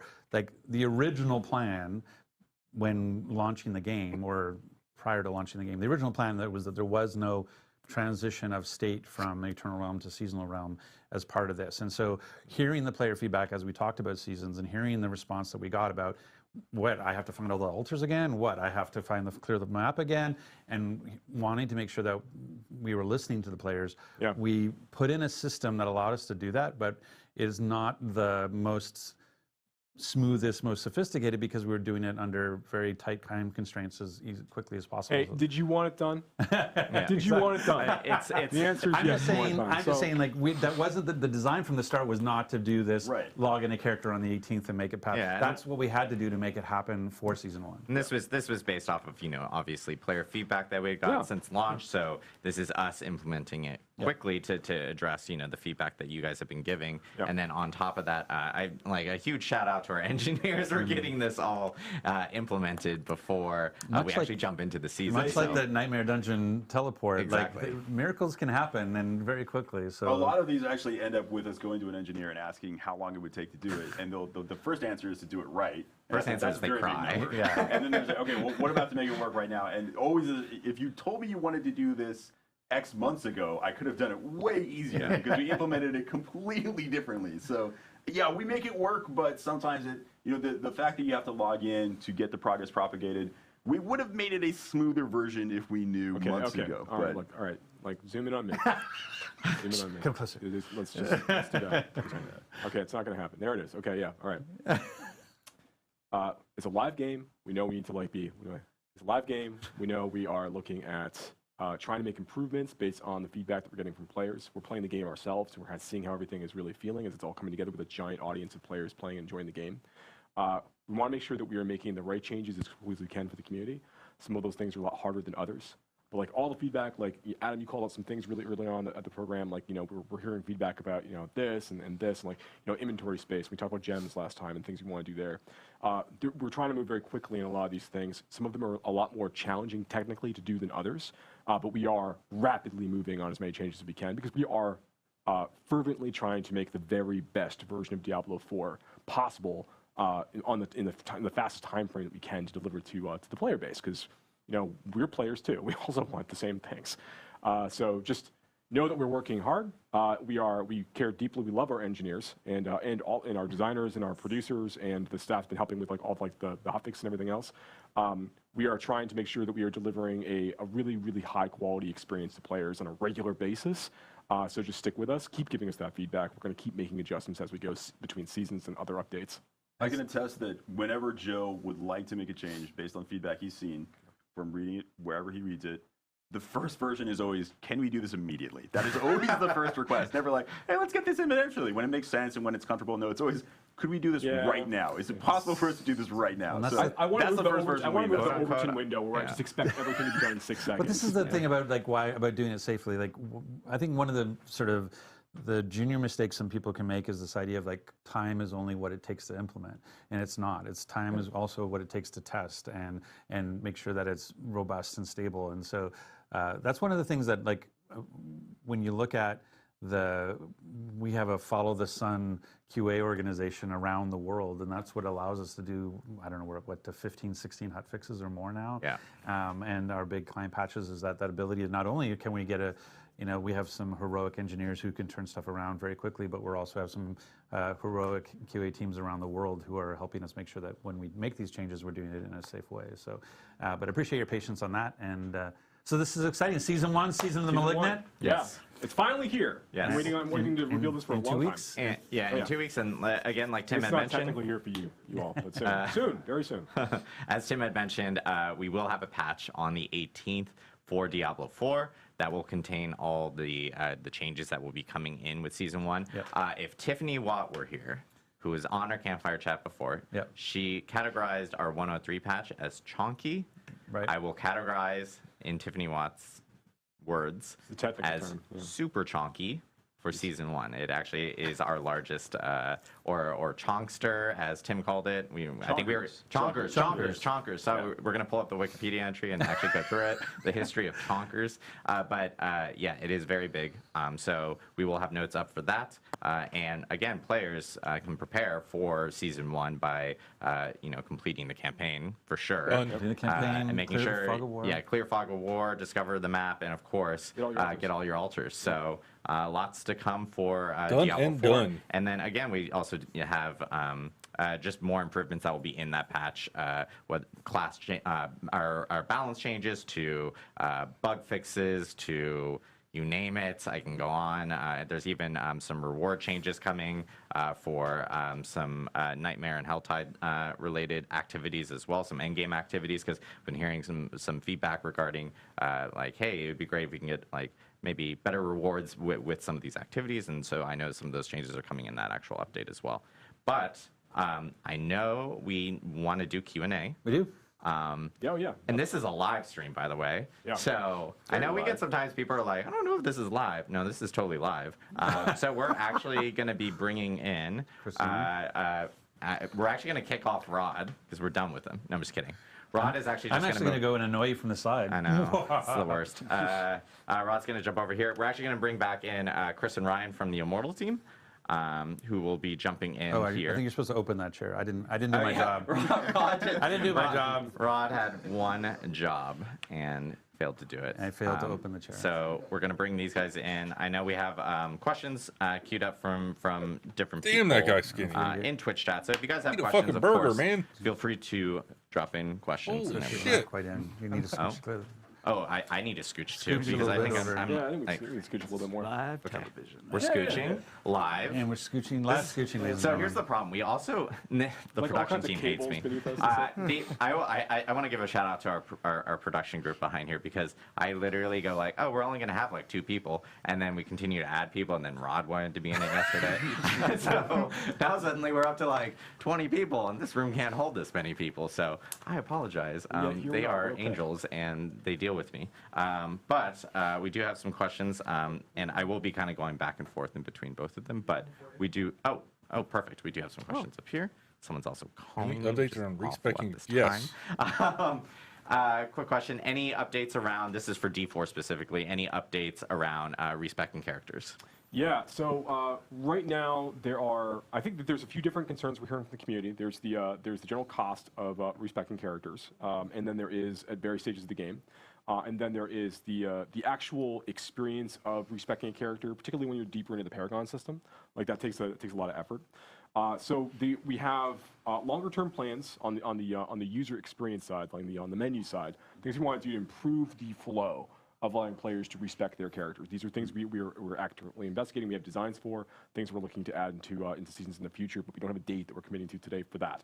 How much is the season? Seasons are free. The actual price of that, we're evaluating things on like they the, have a the free gold economy. tier We're and a taking paid look at, like, tier. what players are doing on a regular basis. The free We're not tier, making you get any access to the fundamental seasonal structural changes, content. Today, at this time. I think But we 20 are something. satisfied with where things feel like in the 1 to 50. One thing we will be adding though is as part of seasons, there's now a new reward that you can collect as you're going through the season journey at the end of each season, called the Scroll of Amnesia. Which once you collect a Scroll of Amnesia, you can use that one time to basically reset the entirety of a character all in one go. Oh, wow. For no gold cost at all. So these are going to be like pretty fun things you to bring back with you to the Eternal Realm if you want to use for future playthroughs or for that character or another character. But you So can. we wanna make sure that There's we're, like, 20 slowly, something adding a few of these levels as the players on the progress battle through the pass experience that's and make free. that a little bit easier for players The to season And itself that's is what free. Amnesia is. If you want Everything to in pay it. All for your the skills, upgraded all your battle skills, pass, everything I goes believe together it's there. like $10. Awesome. For And Immortal, then you'll we get have access questions to from, the I'm reading everyone's names. rest 8 of Miles the West. How battle much will pass the Blood Knight cosmetics. cost? I know we covered this, Battle pass early on, only but has if you guys cosmetics. They wanna reiterate. reiterated that Blood about Knight 3 will cost times during nothing. this stream. The Blood Knight is free.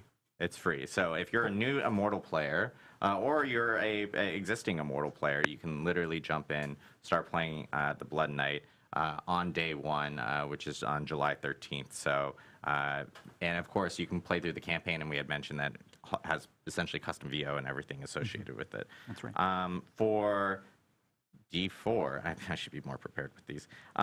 That's usually that's That's a usually- safe statement all the time. Is you should be more we prepared. have Rod judging me off screen right here, and I'm just like, awesome. Perfect. Little side story real quick. So we have a thing in design called design armor, where like as you're about to like talk about an idea with someone, you're like, this might be a really bad idea, but and that's you putting up your shield saying, this is my design armor. Saying, I know that this might be really, really bad, but we're talking about it anyway. So yes, I should probably be more prepared, but here we go. That's your design armor. Question from Fig Larna. You committed to saying the names. Fig, I know I did. We don't want anyone to suggest that these are not gold questions. Yeah, from Fig Larna. Will seasonal mechanics be added to the Eternal Realm after the season ends? I think that's something we didn't actually clarify very well. That is a great question that actually gets asked internally as well a lot. Like, hey, this is awesome. Are we going to keep it around forever? Initially, no. Like, initially, the version of the Malignant mechanics that you're seeing are not planned to show up in the Eternal Realm. However, we are reserving the right as developers that if we see something cool and we think, wow, this is just fantastic, this should just be part of the game, that we will just make it part of the game. So it is absolutely an option. Some mechanics you might see in future seasons might be that way right away. We might be planning that, hey, this will show up in Eternal Realm right away. So if you don't Others play will the evaluate season, them as we play them, if you don't and then play see season 1, if this is working really well, you're not going to have access to those Malignant Hearts. Hearts. Yeah, I want to So stay on this just 1 second. whatever Let's not Malignant suggest Hearts that we're you not gonna get be, during as part of season 1 will seasons, carry over. intentionally using those update opportunities to create content. But there will for be the no base way game, to like get stuff the that will hearts persist after beyond, season 1. The end of the season. But we really do want to hone in on the idea that we're like, Malignant Hearts are very powerful, as we talked about before. They're really, really cool. They're very exciting. We can't add something exciting like that every season if it's expected to all last, because the game's going to be a complete mess. Right. So we're not going to do that. What we would end up needing to do is all of those things would be extremely incremental in terms of what they offered to the players over the course of time. And it would make the game extraordinarily dense in terms of what the players expected to do on a regular basis. And to understand. We know that there's opportunities to extend things like add more endgame features. We know that there's more content that we want to add to the game in general that like everybody's going to need forever, and we're going to be looking at those opportunities as we go. But things like Malignant Hearts, we don't want to have something of that size in season 1, then add something of similar size in season 2, and then season 3 and season 4, because the game's going to get very extremely dense and difficult for players to really navigate. We want to be able to like take these things away, introduce new ideas, but having known what worked really, really well with Malignant Hearts and what stuff we could maybe have improved upon, we get to take all of those ideas forward. It's also part of the cool factor of the season is that when you're going in, these Malignant Hearts, it's there for the season. So even, let's take a player that, let's say, doesn't like to play alts except of the same class. I just love playing Barbarian. And, you know, I have 3 different Barbarians already on Eternal because it's the perfect rogue class. player and all you play is rogues and all you do is build rogues. There might be a lot of those too. But let's say a Barbarian, that's my hypothetical, I'm sticking with it. So I'm a Barbarian lover and I've made all these Barbarians. Season 1 is still an exciting time to make a new Barbarian because we have all of these new Malignant powers that allow you to make radically new builds that are completely different from Barbarians you played in the past. Your endgame is going to be very different. So that excitement goes away if we just say like, oh, all of these powers just exist in the game forever. The whole idea is that no, every season is a fresh new experience that gives you builds that did not exist previously. So the idea is some of that stuff is always designed to go away. Yeah. So Joe, I mean, one of the things. This is Rod off camera speaking. Rod off camera. Hey, yeah. voice Right. Joe, yes. maybe speak to the fact that everybody starts at the same place of the season as one of the benefits, so that people aren't like a year behind when they go to play season 4. Yeah, that's an important part of this as well. One of the reasons we really like the idea of letting players start back fresh and have like an economy reset, players really jumping back in the experience at level 1 with characters, is it allows us to focus on making sure the entirety of that journey is really engaging and exciting for players to go through. And we want to make sure, like by the end of the first session, for example, like you're getting exposed to like the new features and content available that we're introducing in that season. That everything feels like it's balanced in such a way that players can really enjoy the new things that we're adding in the way that they're kind of intelligently mixed with the rest of the features in the game itself. So that we think that experience is part of what makes a Diablo game anyways, like making a new character, getting those item drops, like building up towards the end. With regards to like the way that we decided to conduct our efforts in seasons for Diablo 4, we think this is a really, really like the prime example of the way that we can make this work. But I wanted you to hit on the point, the fact that if somebody buys the game. Yeah. They're not like fundamentally behind. Yeah, if somebody, before. look, I'm gonna mess with the camera people. Can you? Yeah. You can't even do it, can you? You can't even get there. All we can do is I can just have my talking stomach. Oh, hey, what's going on? The notion of the thing that we're talking about is that we want, again, the game is a live service. The game's gonna live for years. We want somebody who buys the game a year from now to not feel like they're a year behind when it comes to. So one of the benefits of seasons is, in season 4. On day 1, you and I are both level 1. I bought it that day. You have owned the game for a year. We're in the same place. We can play together and have fun together. And so as opposed to everybody from this moment on is now falling behind, seasons allows us to have that fresh start for everybody, right? Yeah, that's actually, I couldn't put it better myself. That serves hell as of a good opportunity for us to make sure the feature to players have to keep the game fresh too. When you want to come in a little bit later into the game experience, if you've taken a season or 2 off because something else came out, we want to make sure that it feels like, the most important thing for us in seasons, like kind of going off script in a different way now, is that like when you're playing seasons and you're playing Diablo 4, you're having a great time. And when you've reached all the goals and done the things that you think are really, really important, and you want to go like take a break to go play something else for a little while, that's fine. Yeah. That's fine. We do the same thing. You don't all fall right? behind, But yeah. when a season rolls and there's new things for you to come check out, that's a great time to come back. Particularly if you had a good time playing before. That's exactly when you should come back and check out Diablo 4 fresh. Okay, I'm out. Sorry. I'll be honest, when the next WoW expansion comes out, there's a non-zero chance that I'm going to play WoW for a while.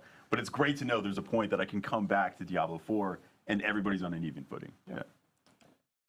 Question here from Jeffrey Allen, and didn't specify the D4 or DI, so I'm actually going to ask both because I think this is relevant to both. Also, Why do you have a new mic? I actually don't know. But yeah, 2 mics, guys. I'm very Adam. I'm too mic Adam. you have me in stereo.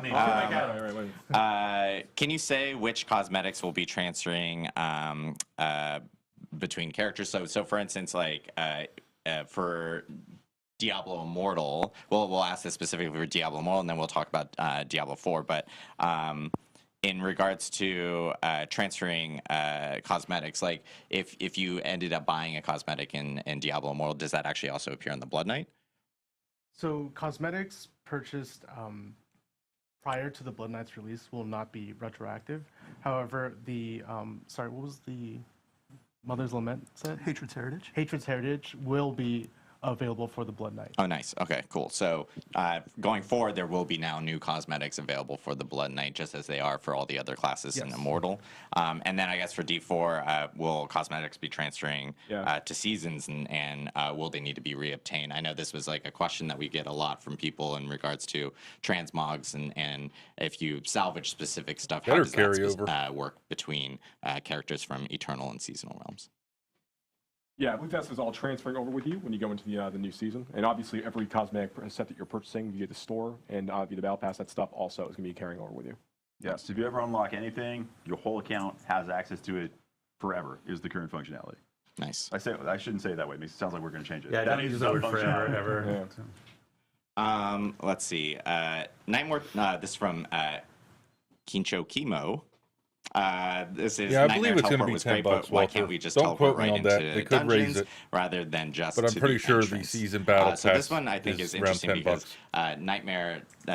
We obviously incorporated the teleport here in 103. It was another thing that we had talked about where it was community feedback that we had gotten, and the team jumped on it really quickly to implement it in a specific way. We have been seeing a lot of feedback in regards to players having to teleport outside of dungeons and kind of go through like a couple load screens. It was a quick, implementation from the team and everything. So I know it's something that we've been hearing from our side, and it's something that we're going to be looking at more here in the future for optimizing and making sure that we can implement maybe in a better way. Only problem is if they spawn you into the dungeon, you can die from a dungeon on mechanic Immortal, we have before you realize. Was there some sort of Castlevania inspiration with the Blood Knight?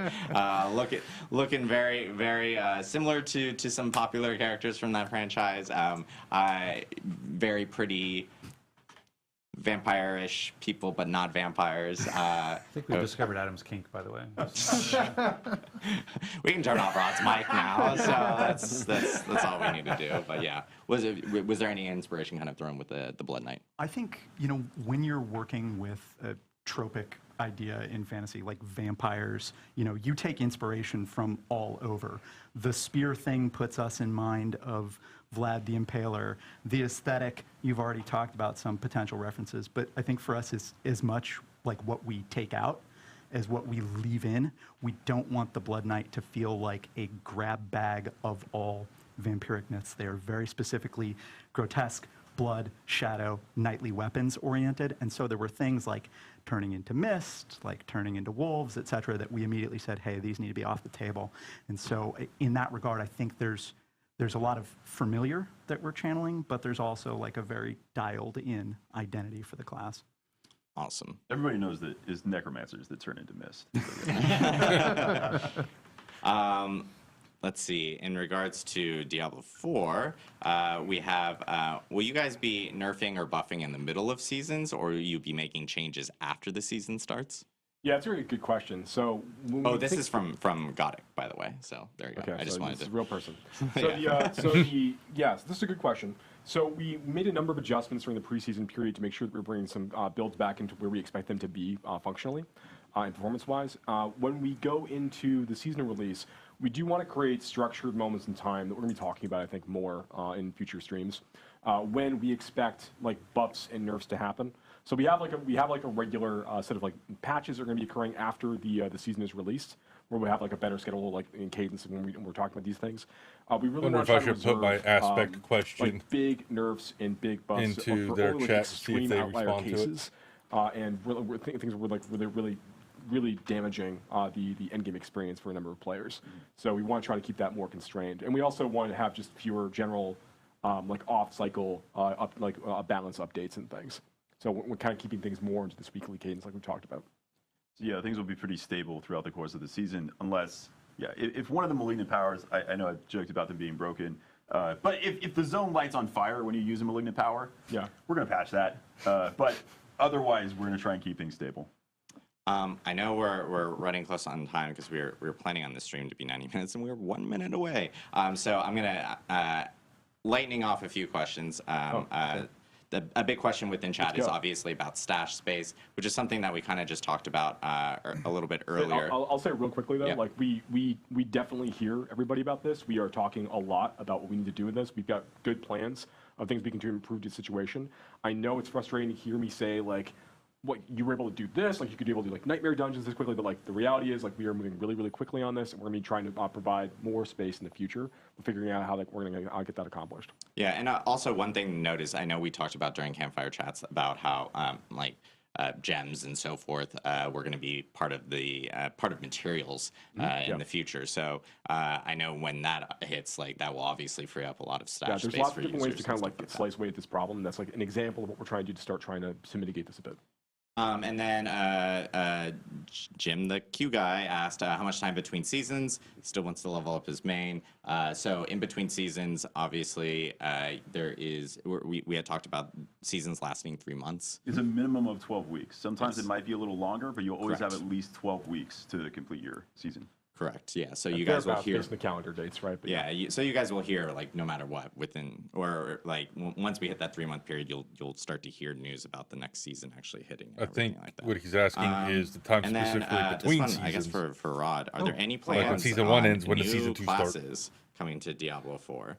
We've just heard about the Blood Knight, so they're we have nothing to announce at this time. Oh, wow, that was very strange. Yeah, Rod sitting off camera can answer that perfectly. So, yeah, I think we're gonna wrap it here for today. Obviously, we talked a lot about all the stuff with Diablo Immortal for the Blood Knight coming out on July 13th. We also have for Diablo 4 Season 1, Season of the Malignant, which is going to be the patch will be on July 18th. And then the actual season starts on July 20th. We do actually have 2 blogs, one on DiabloImmortal.com and one on Diablo4.com. They'll be going live either right now or immediately after this live stream. That'll have all the details and information that we just talked about here on the stream.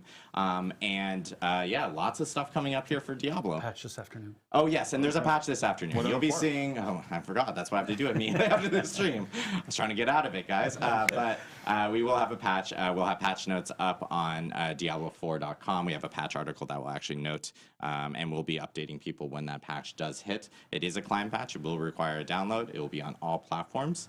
Oh, And, I was hoping I could find out lots how of much it Diablo was stuff for you. coming up here in the They have next a few buy weeks. Really excited. option. Happy Diablo family.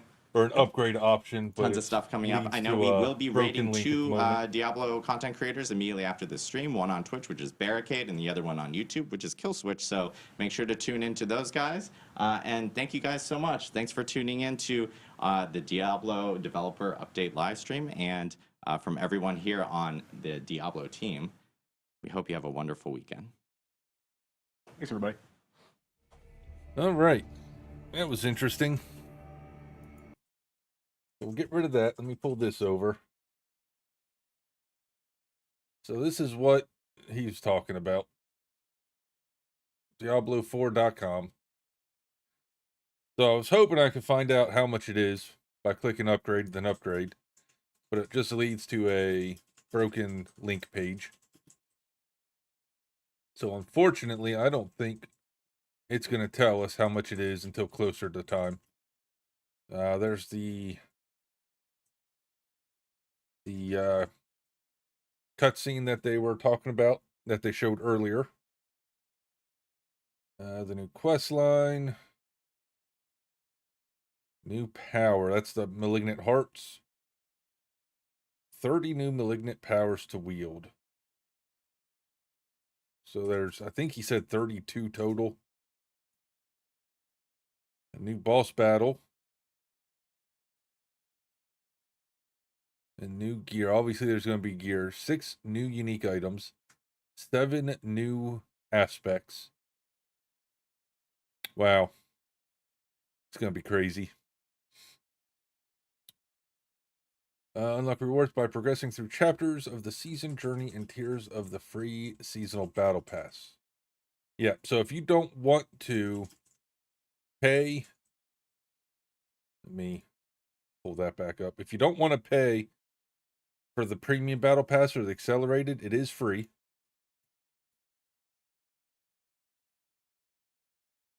You get 27 tiers on the free, 63 for premium.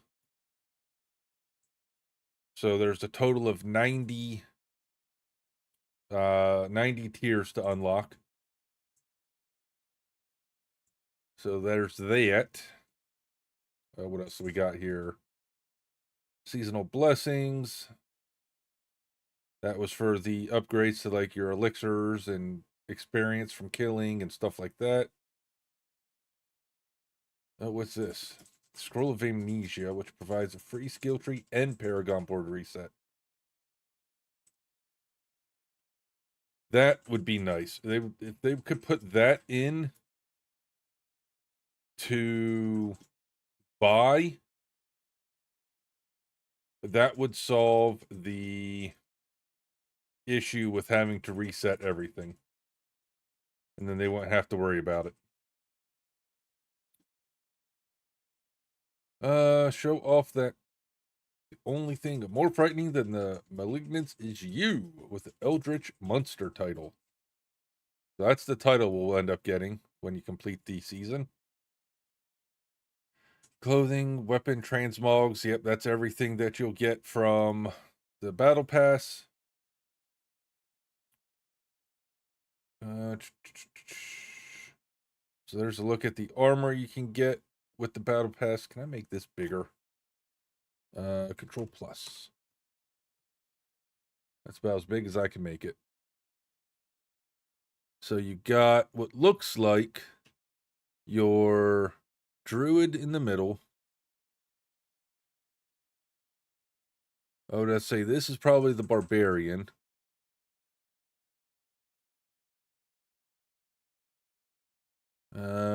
One of these two is going to be your sorcerer.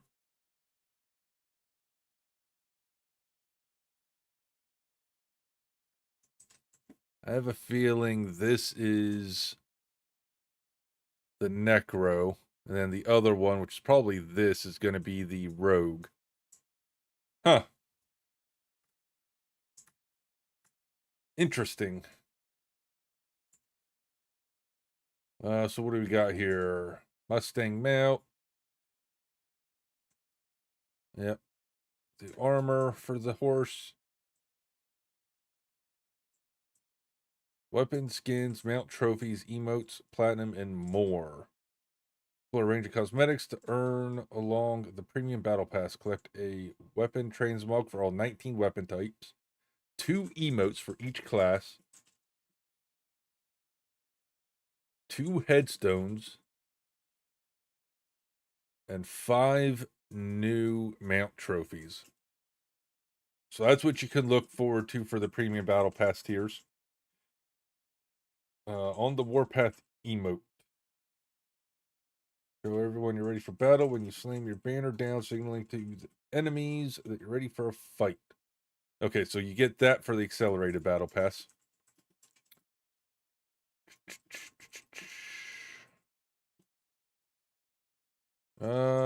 What happens to my character progression after the season ends? Character in progress on that character is transferred to the Eternal Realm, so you'll still be able to play him. So I didn't get that wrong, at least.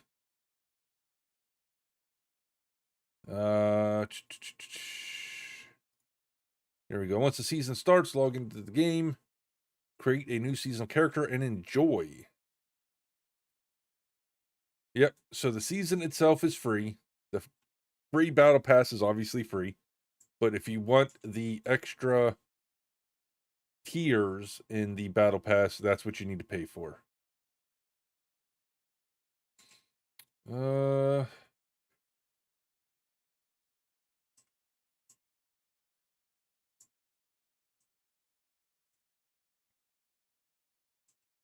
Okay. So that's that. So let's load the game up. We got 13 days and 18 hours. So let's load the game up. We'll jump in to some Diablo, and hopefully it does not kick us out with the patch. I'll say hopefully that didn't just freeze my game or freeze my OBS.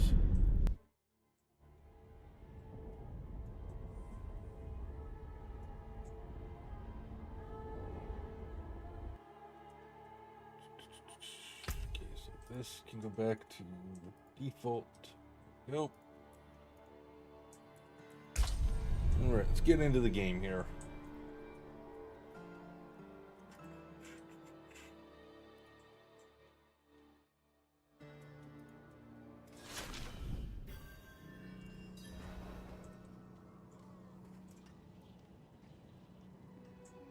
All right.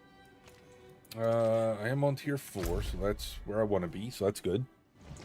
Let's go work on some more Skazglen Renown. I still have 12 more dungeons I can go run. Try to get this up. Obviously, you got a boatload of quests to go do. Let me pull up my map so I can continue to mark off dungeons as I go do them. And the first one we're going to go do is going to be this one here.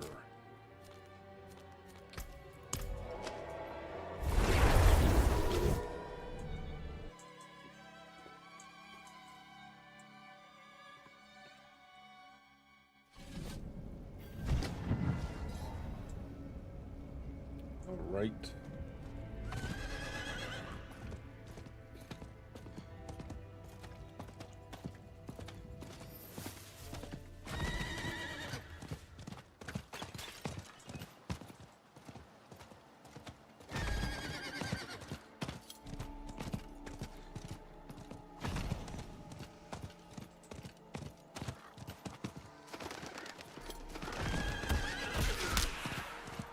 Oop, right there. Over yonder.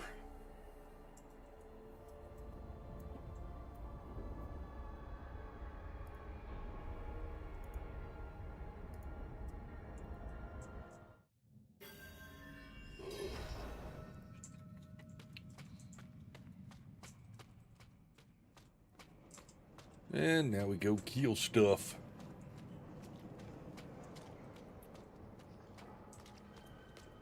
Hello? Hello? Oh, there you are.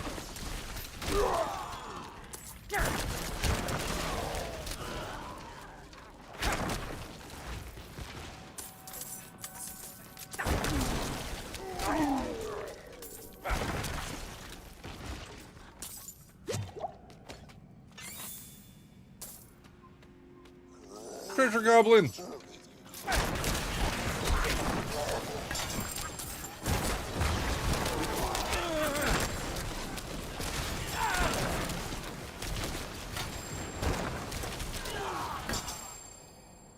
Is that it?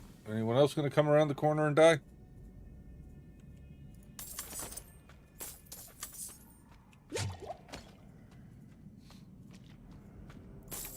Yeah, I'm really looking forward to the season after watching that. I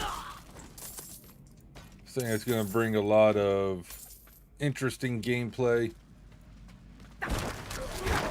along with some much needed changes.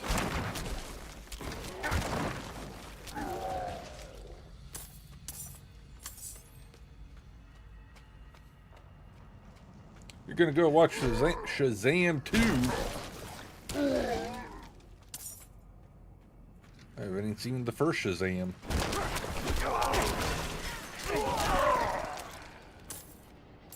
Alright, Walter. Have a good one, man. We'll catch you later. Enjoy your movie.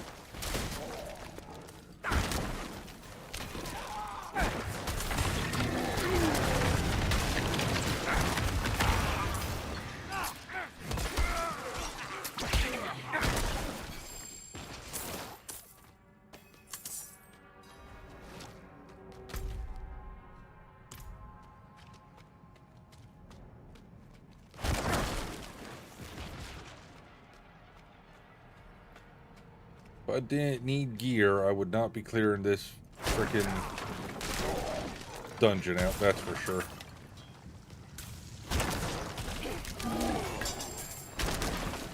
But since I'm looking for gear, I better clear it out.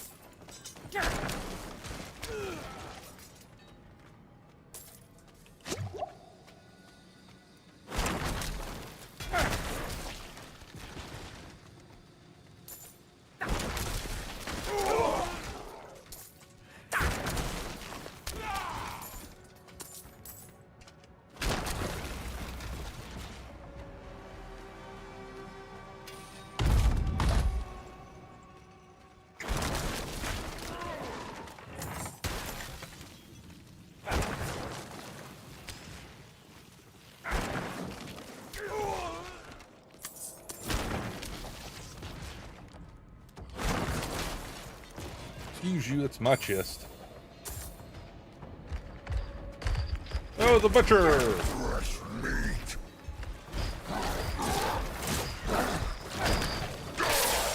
Sorry, buddy, you're dead. I think all the times I fought him and killed him, I would have got his cleaver, or the trophy, or something. But I haven't got shit.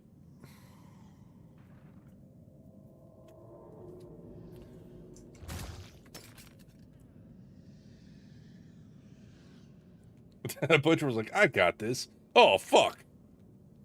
What's up, Bo? How you doing, man?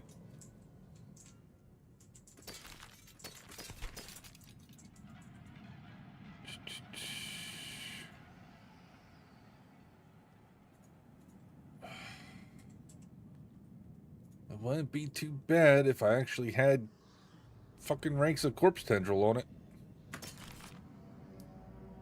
It was like 3 shots, yep. I hit him a couple times with my bone splinters, just because.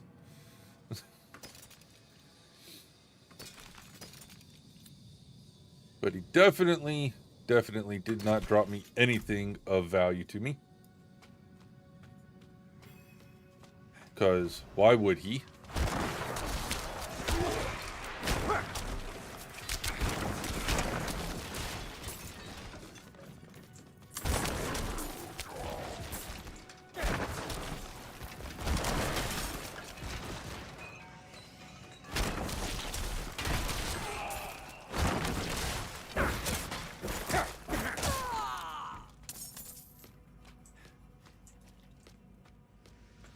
If you want to work on Renown again, Bo, you're more than welcome to join me, man.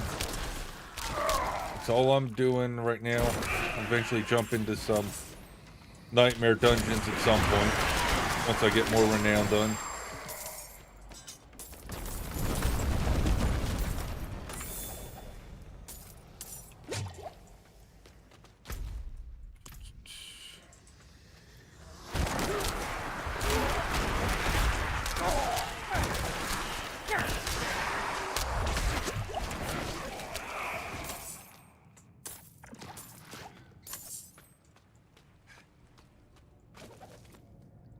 I guess I could put myself into the Discord chat like I normally do.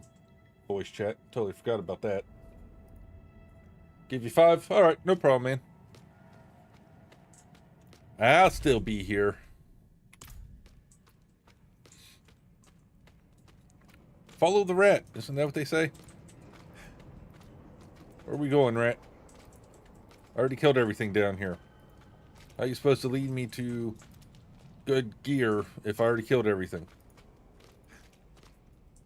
Oh, now he turned around.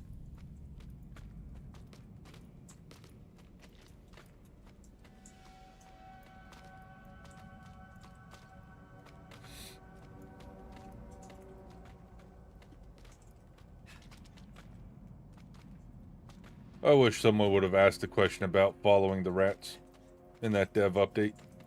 It would have been hilarious to watch the devs laugh their ass off.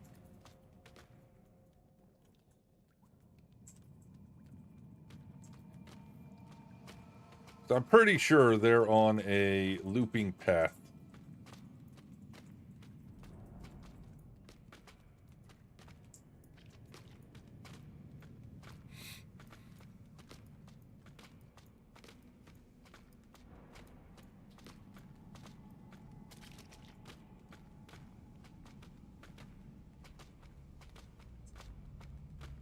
Yep, turned around, then he's going to go back up and go off to the left down that dead end.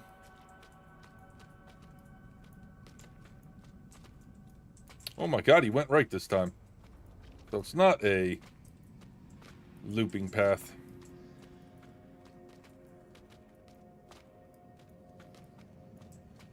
Oh, I'm not going to sit here and follow a goddamn rat. Do absolutely nothing.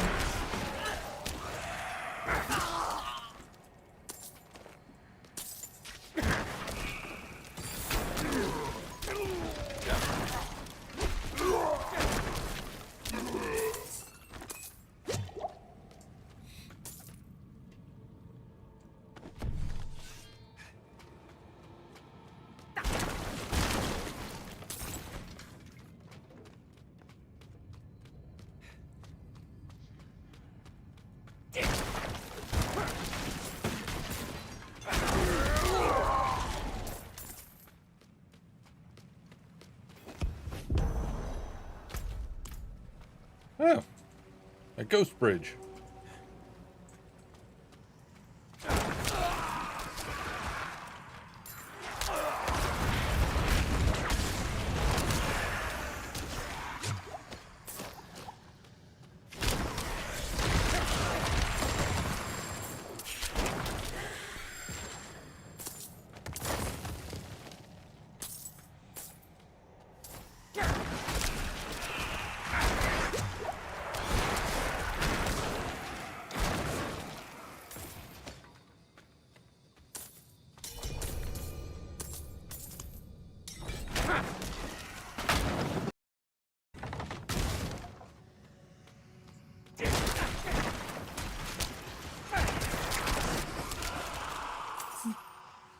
What up, player? What's up, man?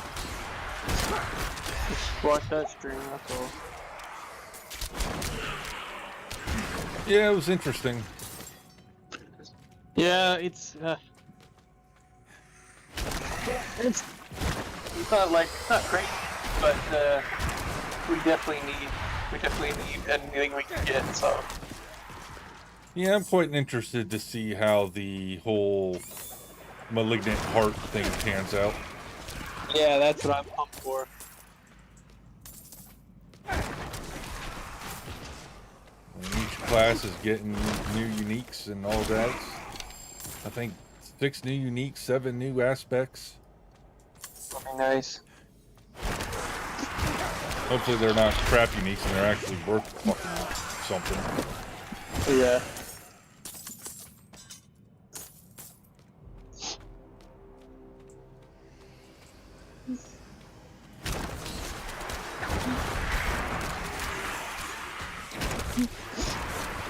Found out that attack speed does work on a barb. That's nice. Oh, nice. On Whirlwind, somebody online did a test. Basically, what he did was he put 20 weapons on with no stats, and then he went down in world tier. Right. And then he just whirlwinded with like the worst weapons and tested all the ticks. So that was pretty cool. Yeah, it's nice that people take the time to do that shit. Yeah. So what he did was he switched from his white two-hand weapon and then switched to his 2 one-hand swords that hit faster. And it was like over the course of like 30 seconds or whatever, it was like 11 more hits with the 2 one-handers. Yeah.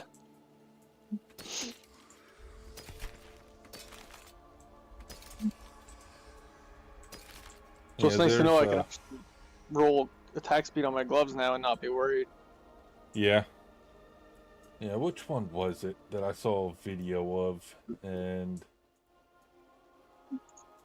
attack speed really played a factor in it in one of the skills? I forget what it was. Was it?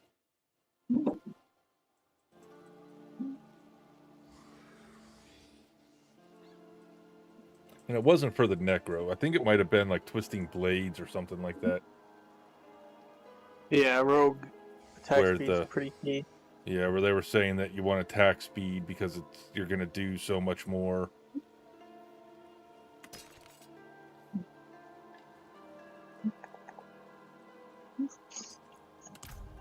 Okay, we're doing Renown, huh? Yep. Well, I need that waypoint by you. Okay, give me 1 second and I'll head there. I want to head out to the outside of this other dungeon before I teleport there and sell crap.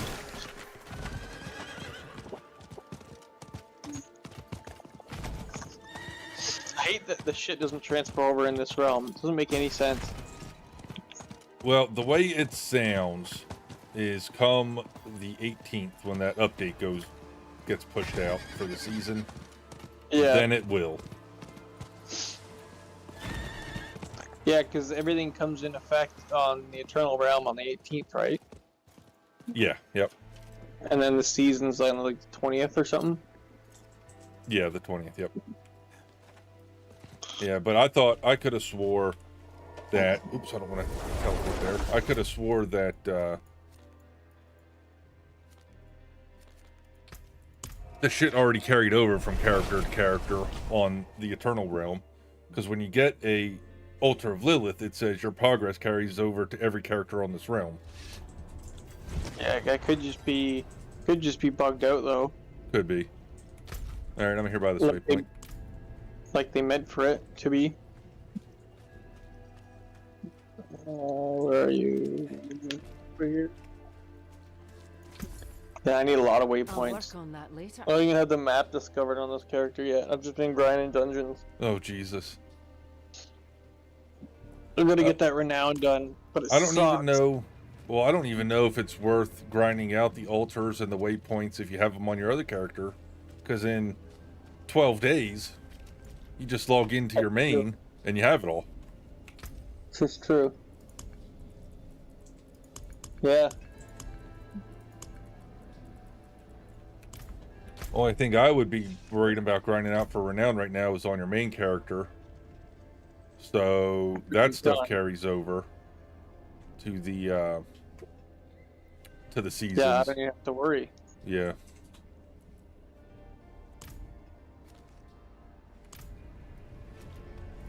Get back to this dungeon.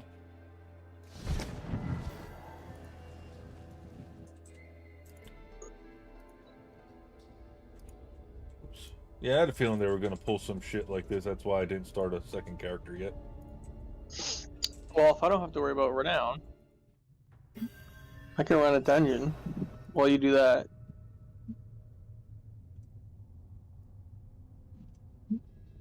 Unless you need the Renown on your main guy, but you're already at level 100 on your main guy.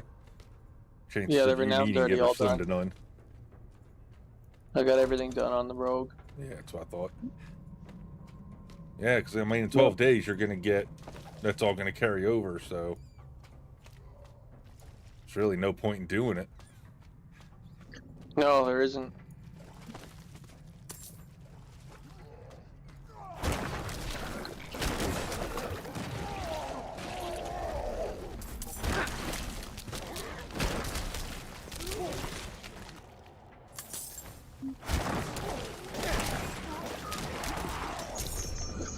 I'll run this one.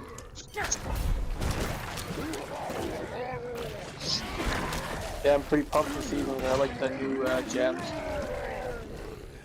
Yeah, I can't wait to see 32 of them. I can't wait to see what all they're going to do.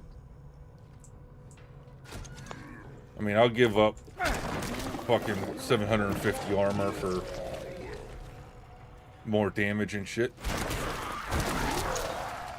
Yeah, we'll have to see what all the all the gems look like. So, do I really need more damage on this guy?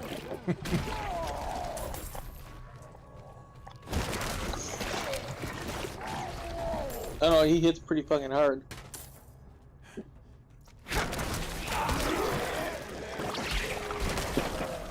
It's going to be the only thing that sucks playing a different character come season 1. I gotta fucking learn goddamn rogue and get that build up to do ridiculous damage. Yeah.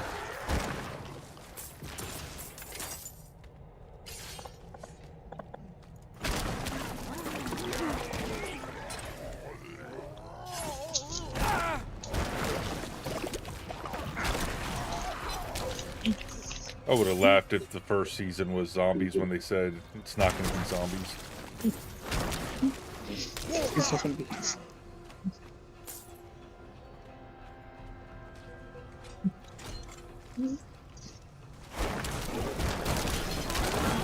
Yeah, I know Z's going to be asking all sorts of questions when he gets on. Like, Blood Knight looks pretty fucking cool. And, Oh my god, yes. Portal. Damn.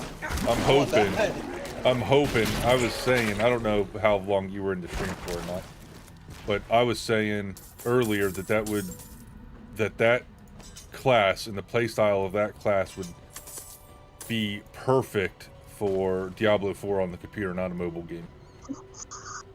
Like, that class looks sick. Yeah, if fucking Immortal wasn't a mobile game, I would have jumped on that class in a heartbeat. Why are you not letting me into the boss fight?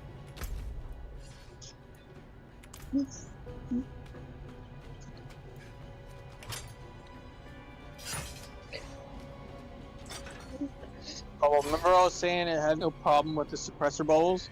Yeah. Yeah, it's a problem. Uh-oh. The problem was, so I hit them, like if I go from outside to inside with Whirlwind, but it doesn't do damage. So I'm hitting them and I hear it, and it makes them vulnerable, but it doesn't do any damage. What? Yeah. How weird is that? So you got to use your Whirlwind inside for it to do anything, because if you do it outside, it registers as you still being out of the bubble. That's stupid. Yeah. Wow. That's why I was like, I don't know why these people were complaining, like, why they have to recast it inside the bubble. I'm like, I'm having no problem getting through the bubble, but then I realized I wasn't doing any damage to the actual mob that was inside it. It just keeps saying vulnerable. I'm like, what the fuck is going on? Oh, I think I bugged out another fucking dungeon. You're pretty good at that. I am. It's not like I try. You should be one of their testers. It's the dungeon tester. Fuck. As many fucking times as I bug them out. Yeah, I've only bugged like maybe 1 or 2. Yeah. Slay the plague ship rower, but I can't. It says join fight in progress. I don't know how there's a fight in progress when there's no one in here but me. Oh, it's the rats. The rats did it. Them bastards. Fuck you, rat. Fuck you, rat. The rat's not dying. See? Told you. Yeah, stay on the spikes. Oh, he ran.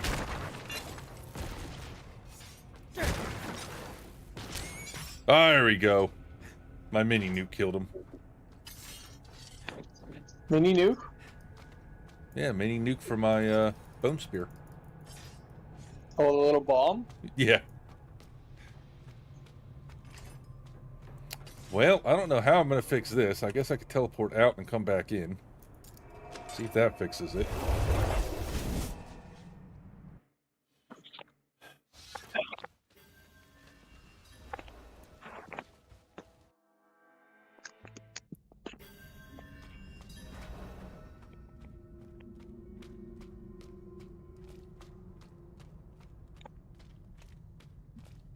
And if this doesn't work, then I'm going to have to go back to the character select screen and come back in to reset this fucker.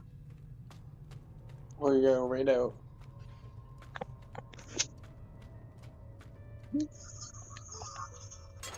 Thankfully, I didn't make this a nightmare dungeon, so I'm not losing much of anything. It's just, yeah, still can't. Fight in progress. I crashed so many times last night. Lost so many sigils. Ooh. That sucks. It was like getting so bad, like I would click the sigil and click use, and then my game would crash. Oh. I don't know why I was crashing so much last night, but They have to do something about that. Fix the crashing, fix shit being used and lost when you crash. yeah, like your sigil shouldn't disappear until you use another one or defeat it. Right. It should always still be there. Yep. There's no reason that should go away. I agree. All right. Like you leaving right now, if you had a dungeon up, it shouldn't have gone away.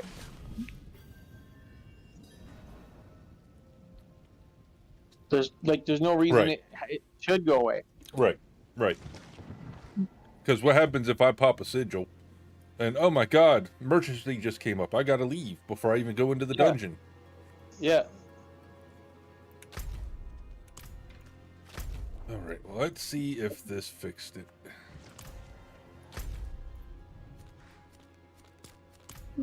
Or your internet cuts it. Yeah. That's the main reason I have not started a hardcore character. Oh yeah, I won't fucking do it, man. Look how many times I crash. Yeah. You crash and you fucking lose your character because you crashed? No, fuck that crap. Yeah, it's not worth it. Not to mention all the people that were supposed to be on that thing and apparently aren't getting put on it. And like, there's a lot of them too, and like, they're really fucking mad. Yeah, like but that whole statue thing was a fucking gimmick to begin with. But like, still, to do that to some people and then not give them that. Some people were up for like 5 days fucking without sleep. Well, what pissed me off about the whole thing is like there's a guy that is known and that he was like the 16th or 18th person to reach level 100 on hardcore. Like, it's pretty well fucking known because he was streaming it when it happened. Yeah. And he's not on the fucking list. Like, what? Like, I get it, 1,000 people is not a lot of people. But, like, you guys gotta keep track of this shit.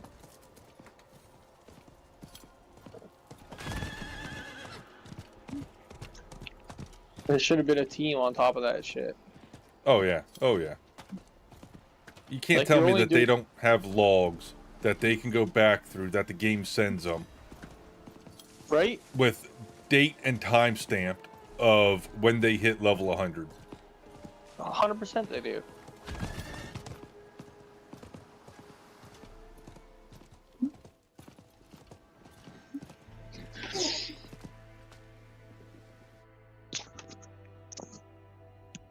Yeah, I'm so looking forward to the season. Just for the hearts. What's that? Do I get renowned if you complete a dungeon? You should if you haven't completed this dungeon before. I don't know if you. I don't think you have to be in here. I don't know because I still get the dungeon complete screen, but I don't know if I get the renown. Well, have you ever done? What fucking one is this?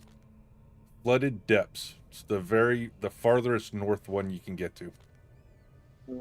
Up in that stronghold. I do not. Okay, let me get to the boss before you join, and then we'll have you join. We'll see if you get it or not. Okay, well, just send me an invite when you're ready. Yeah. And I'll let you know. I'm just trying that because I was in here when you joined, so I don't know if that bugged it out. Yeah, maybe. Or I'm sorry, I was in here when you started the Nightmare Dungeon, so I'm wondering if that bugged it out. That's what I meant to say.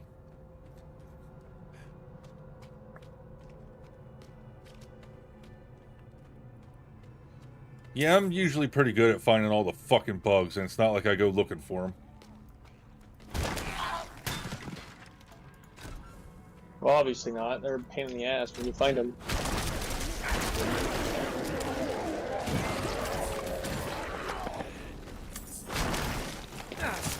It was a running joke there for a while when we were playing Destiny that I'd find all the fucking bugs. Oh, and that you found them on there too? Yeah, oh yeah.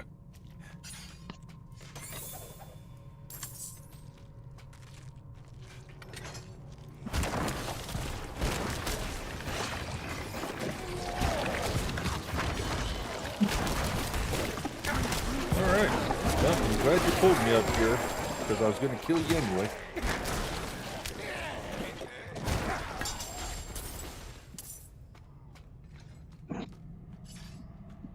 Hey, what's up, Victor? How you doing, man? You'll have to watch this live stream back. The first, I don't know, what was it? An hour and a half, 2 hours? For the dev update. You can skip the first half hour of the dev update. Unless you care about Diablo Immortal.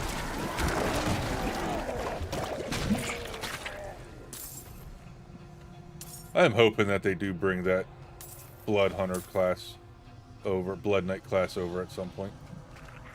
Okay, so I'm in here now, so let me invite you to the party. Check your Renown. And see what you're at. And then I'll kill this fucker, see if you get it. Okay, so the Renown for Skog's. Skog's, yep. Okay. Good to go. Alright, fucker's dead. Oh, was this not the boss fight? Oh, this was the intermission room. So that logged me out, or it blocked me from the intermission room last time, not the boss fight. That's stupid. That's even weirder. Yeah.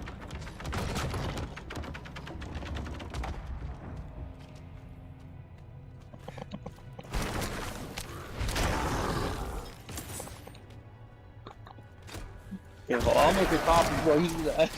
Yep, go ahead. It's gonna be a couple minutes.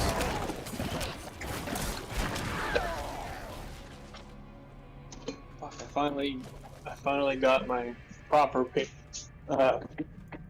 pay, so I need to get some chicken wings maybe. Hell yeah.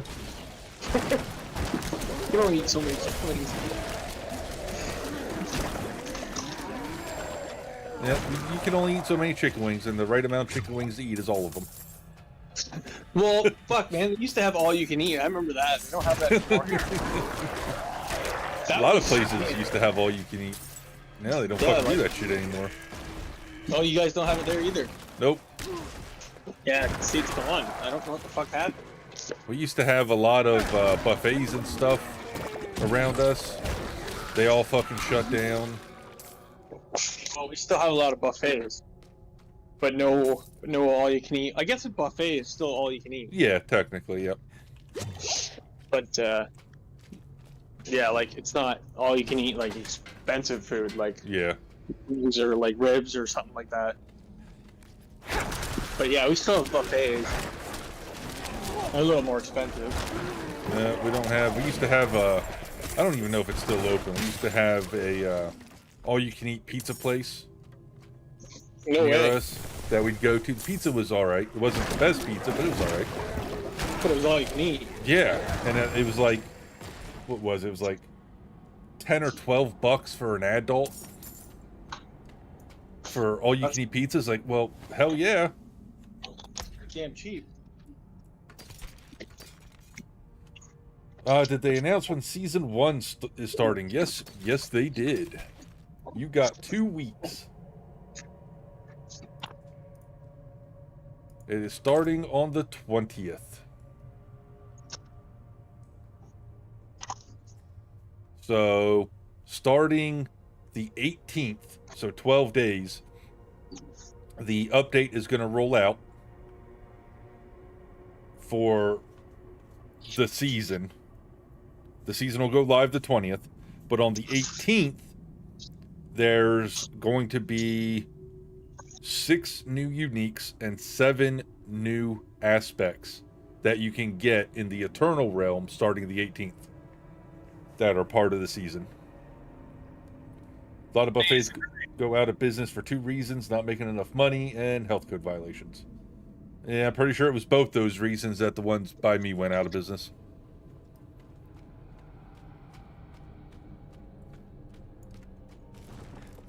Though we still have the world's largest buffet, probably about an hour from me, hour and a half from me. I don't think that's ever going to go anywhere. No. If you ever look up Shady Maple Smorgasbord, the fucking thing is huge. They got everything there? Oh my god, yes. And it's in Amish country, so they got a lot of Amish, like German food and stuff like that. Oh my god. That's pretty cool.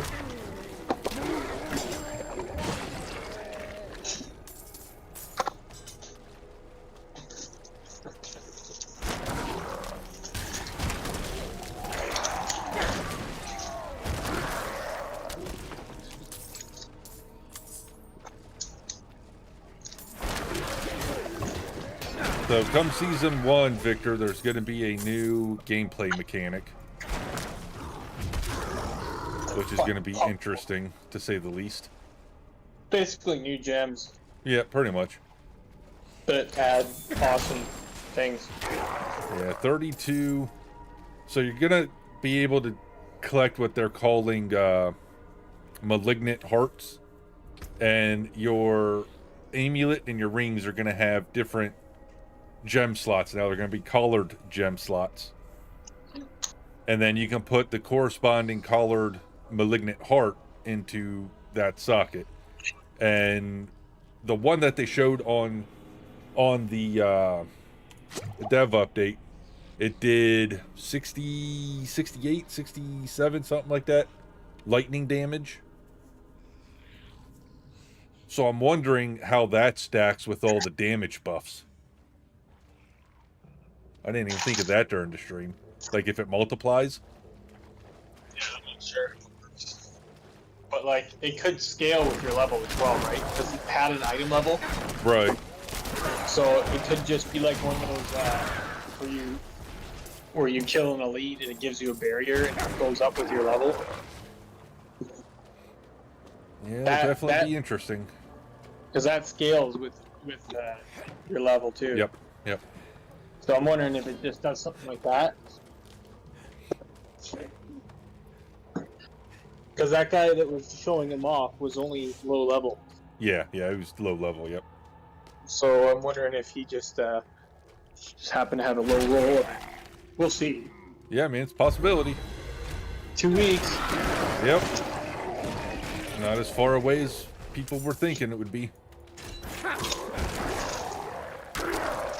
People were saying it would be like the 21st or the 27th.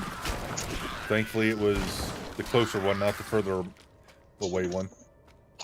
Yeah, 20th is pretty damn close. Oh, yeah. Like, some people aren't even, like, done the campaign. Some people aren't done their Renown. You're not done your Renown. Not completely, no. But you got 2 weeks, so... But I've done enough Renown that I'm going to get the max benefit for the season that I'm going to get. Oh, perfect. Because in the stream, the only thing that's going to carry over for the Renown that they were talking about is your areas discovered and your altars of Lilith. That's it. Those are the only 2 that are going to carry over. And he said with those 2, if you max them out, you'll get the first 2 Renown blocks done, and you'll get a good bit of the 3rd one done, right off the bat. So what about the strongholds? Strongholds you'll have to redo. Side quests you'll have to redo. Waypoints you'll have to go back and not necessarily rediscover them, but reactivate them. Yeah. And obviously your side dungeons, you'll have to redo all them again. Waypoints aren't such a big deal. Nah. The Altars of Lilith, I think, was what would have put me over the edge to not ever dick with the Renown system again. Yeah, same. Like, I don't even want to do this one. Right. I'm not going to, because in yeah, 12 days you won't have to worry about it. Yeah, exactly.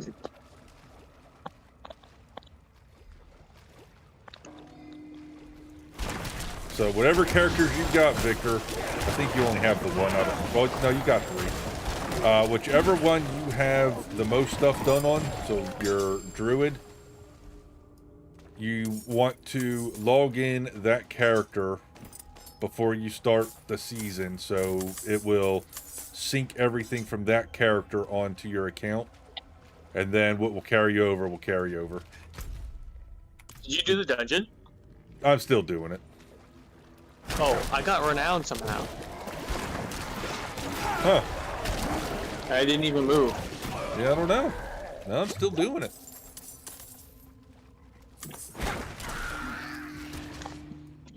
Let me check that again. I've got 2 more things to destroy yet. Wondering if I was looking at the wrong region. Oh, I was looking at the wrong region. Sorry. Oh, okay. I've done that I don't know how many times. I just happen to be the exact amount that the dungeon gives you over on that. Oh, shit. I'm like, what the hell? Yeah, no, we'll help you out with your Renown, Victor.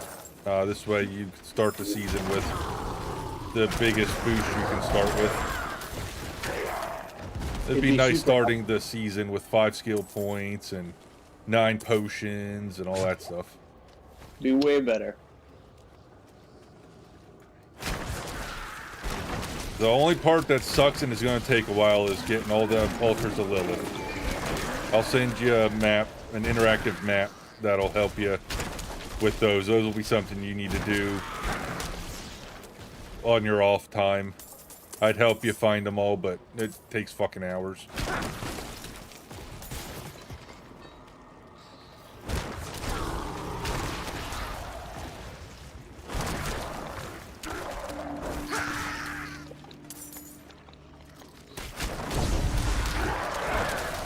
Well, apparently I decided to join an event that I didn't know was an event.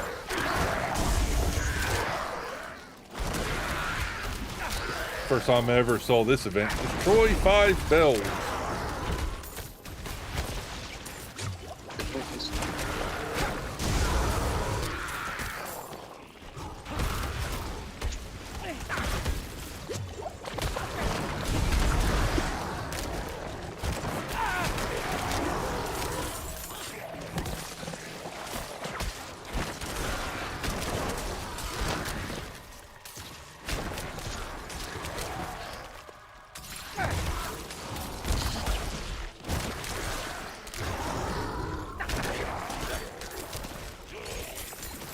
Any news on on a Necro minion buff? Nope. Did not say anything about that today. So Lord knows when or if that's ever going to happen.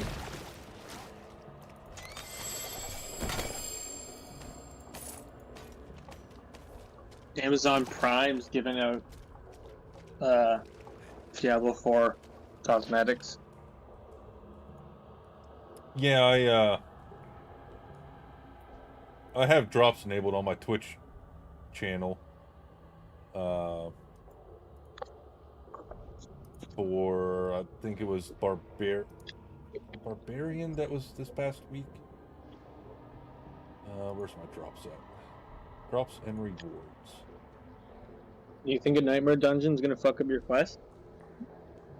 It shouldn't now, no. I shouldn't have any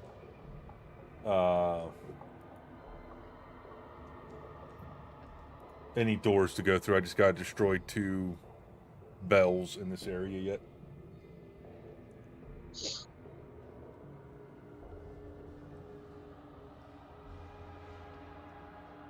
Oh, yep. So the drops themselves for watching are done for. But I wonder if Prime Gaming has anything for Diablo at the moment.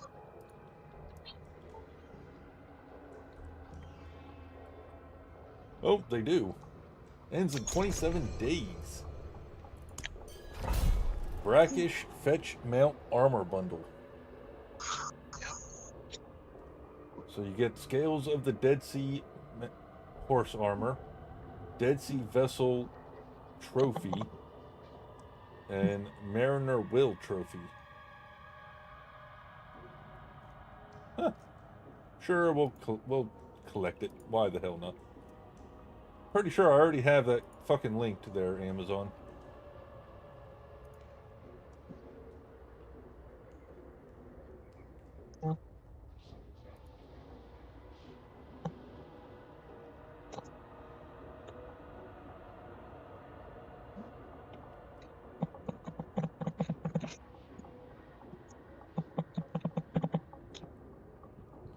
Alright. Well, hey, you got Amazon Prime. You get yourself on Prime Gaming and you can get some cosmetics. Yes, sir.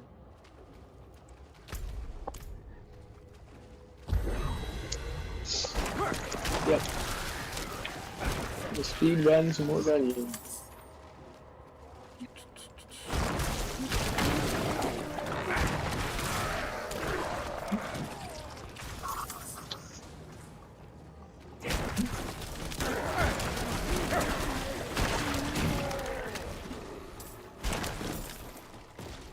And I should have a build for this come the beginning next week, Victor. I'm going to try to work on the video this weekend. It's a pretty decent build right now, so what little bit I'm missing shouldn't really impact it too much more.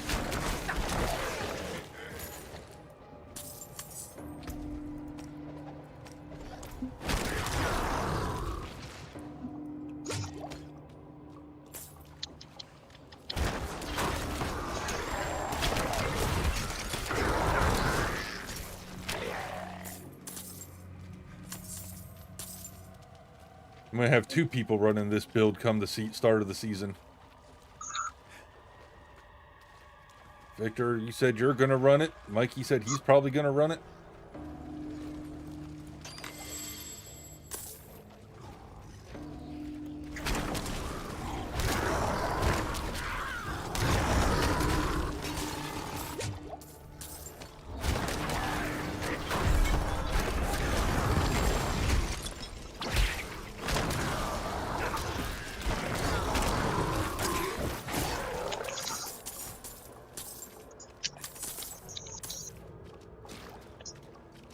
Alright, well, check your Renown. I finished it.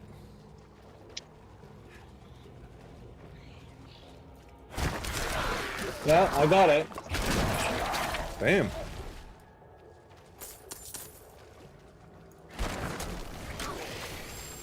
That's way easier. Hell yeah. Did you It's get easy. the aspect also? Yeah. Jesus. Well, that's the way to do it then. Get a group of 4 people, each go pick a different dungeon. Yeah, that'd be quick. Fuck yeah. Damn. Now we know. Might as well do that come season. Hell yeah.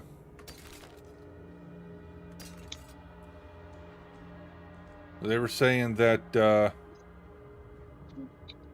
come the start of the season, if you get the Renown to get that boost, it's going to be one hell of a bump as it is already. Because you're going to be level 1 with 5 skill points, 9 potions. So they're saying you'll level quick as fuck.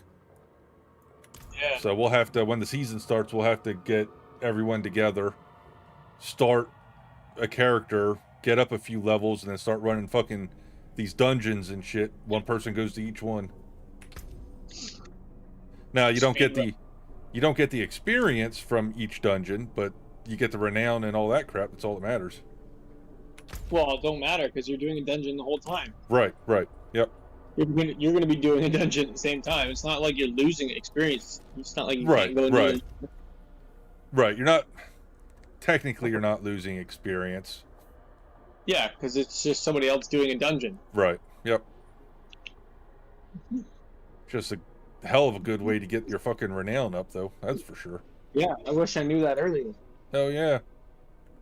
I would have been in a group of 4 doing dungeons, fuck, way long ago. Yeah, here, I'm going to send you this link, Victor. I don't know if I sent it to you. How much do you get per dungeon? What do you mean? Experience-wise? 30. Yeah, 30.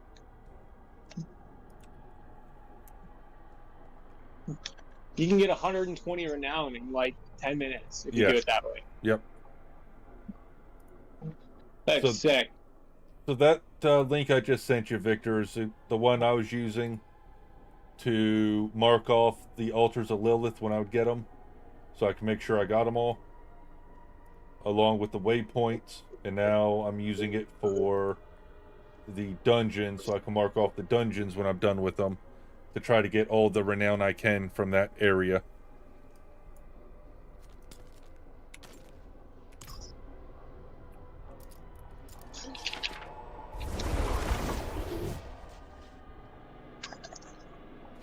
I gotta figure out which dungeon it is I'm missing down in fucking Hawazar. Doesn't fucking tell me. I'm missing 1.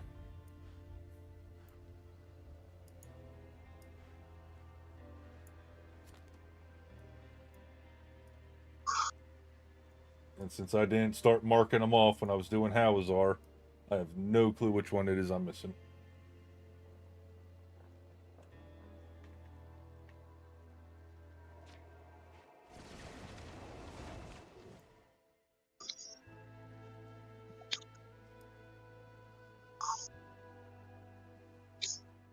Sure, if you want to help. Nothing up there anyway. Wait. I can barely hear you. Butcher! Butcher! Coming. I gotta get to the town so I can teleport to you.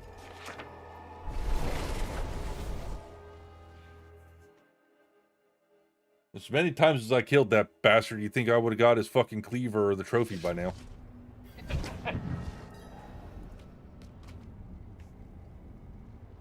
Coming, I'm coming. I'm loading in now. I got no single target DPS.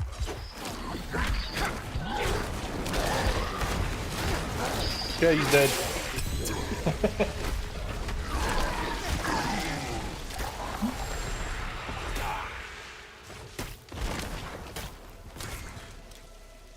Well, imagine that. You think I got the fucking cleaver or anything? Fuck no. Of course not.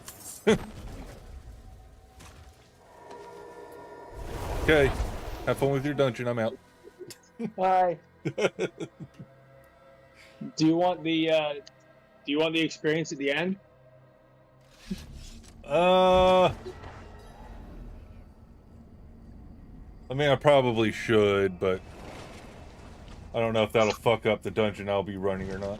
So I won't be able to teleport back to it.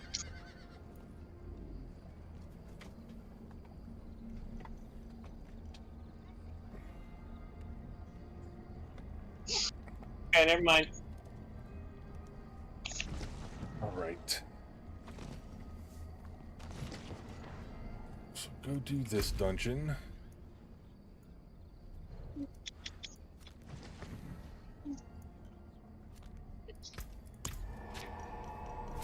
Yep, they didn't make mention about any binding your town portal to a certain town or anything that people have been asking for. There's a bunch of stuff they didn't talk about.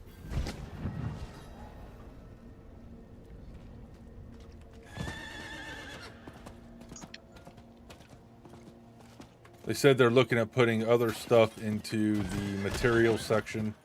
I don't know what that means outside of gems.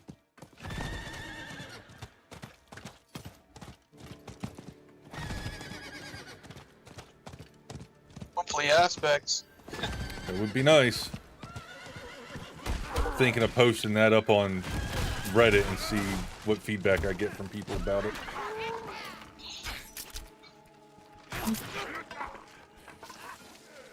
I'm sure it would piss a lot of people off not knowing what the roll is before you put it on the weapon or something. Yeah. But oh my god, would that save so much room? Treasure golem or goblin, whatever the fuck you call it. Get him. I did. Kill him. Before I even finished the sentence, he was dead. Yeah, the bone spear is strong as fuck.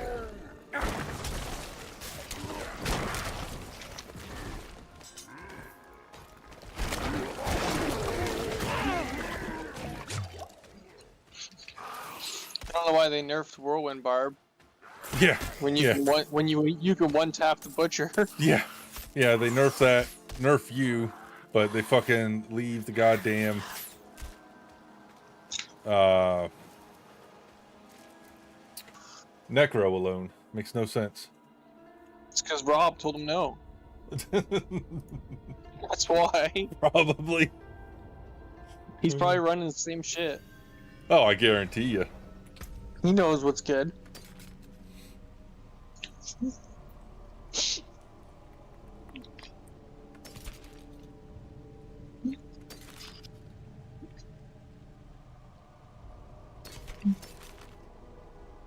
I think I've already ran this dungeon before. There was a way to find out.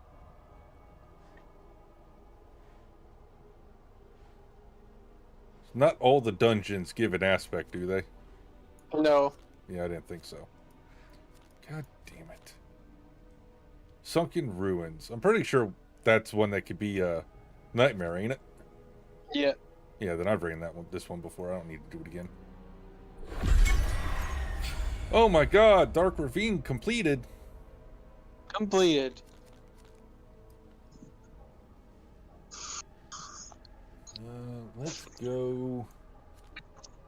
Let's go do Penitent Cairns.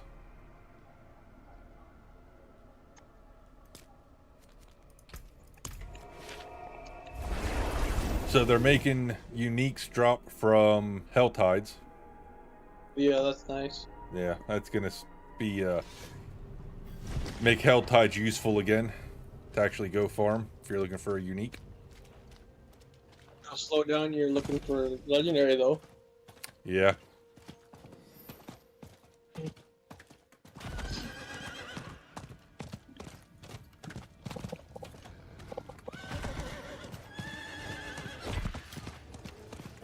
I like the concept of the Hell Tides, but once you hit a certain level, the Hell Tides are fucking useless. Yeah.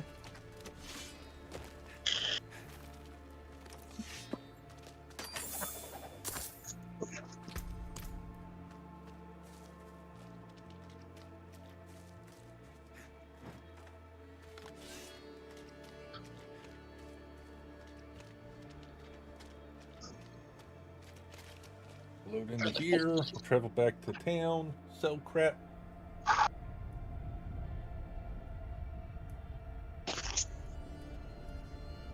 They need to make the world bosses spawn more often also if they want people to actually do the fucking world bosses.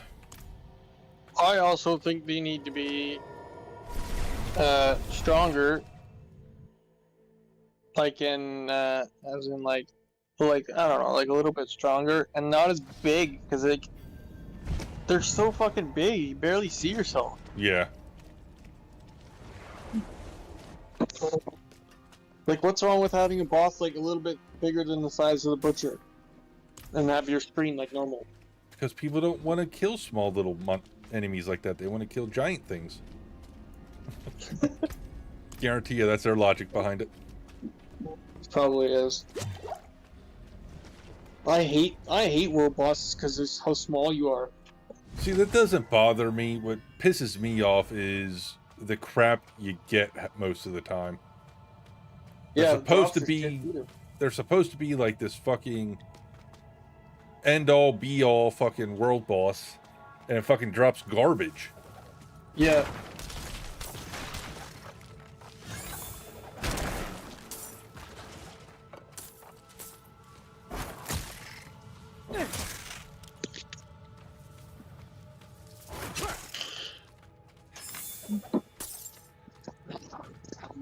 Couldn't have made it without you. You saved my life.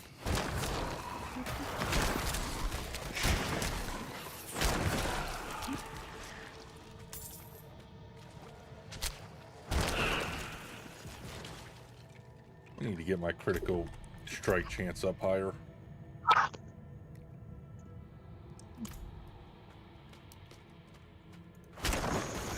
Mine's not too bad. You saved my life. Mine's not bad, but I know I can get it up a lot higher than what it's at. What am I at? I think I'm at 40 base. That's about what I'm at. I'm at like 38. Yeah, 40. And then I've got all my skills that add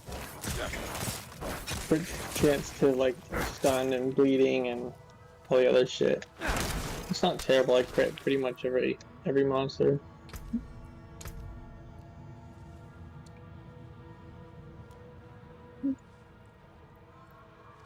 Yeah, I only have...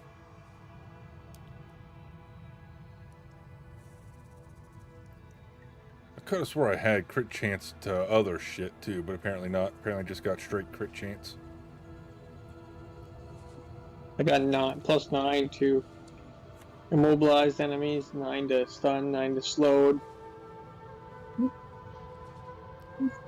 What else do I got?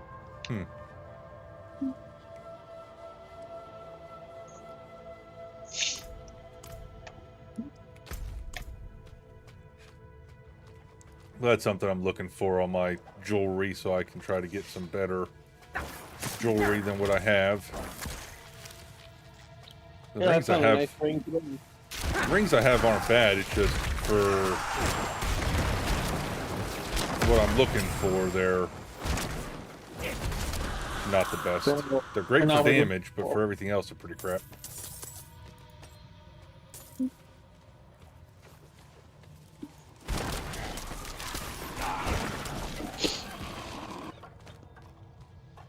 Oh my god, I can't pick up any more rawhide.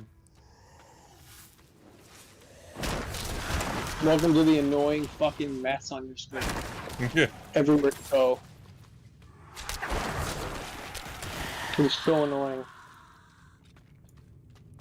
With the video at 360p, your necro really looks like a rogue. Well, why the hell are you watching at 360p? Yeah. I mean, I have to watch your videos at low quality. For some reason, they won't load in high quality. What? I don't know why. I don't know if it's too sucks. detailed. It's too detailed for my phone or something. Well, the max I have is 1080p. Oh, it won't go that fucking high. Not in a million years. I don't know why it does it. Yeah, I'm playing in 4K, capturing in 4K, but downsampling to 1080. So it looks better for people watching at 1080.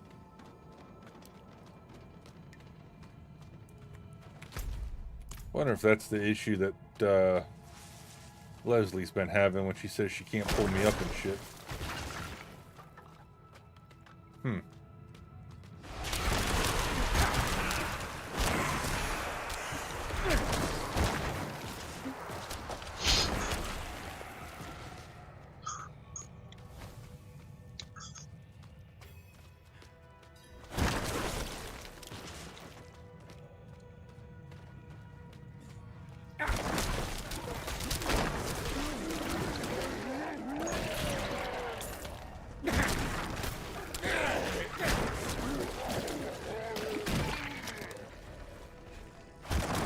I'm kind of glad they said that the seasons won't contain zombies. Fucking zombies are starting to get overrated. Ever since Walking Dead, they kind of fucking shoved zombies down our throat again.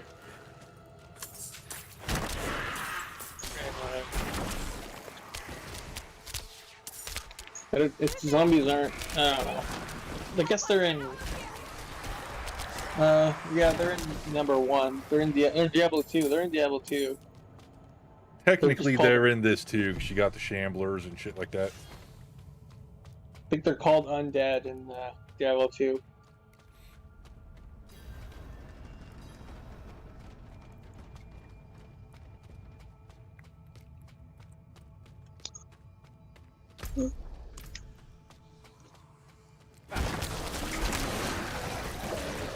Yeah, I can only take so much zombies nowadays. Seems like everyone and their brothers. Zombie this, zombie that. I guess you technically summon zombies. Skeletons. But I guess technically they can be considered zombies. Skeleton zombies.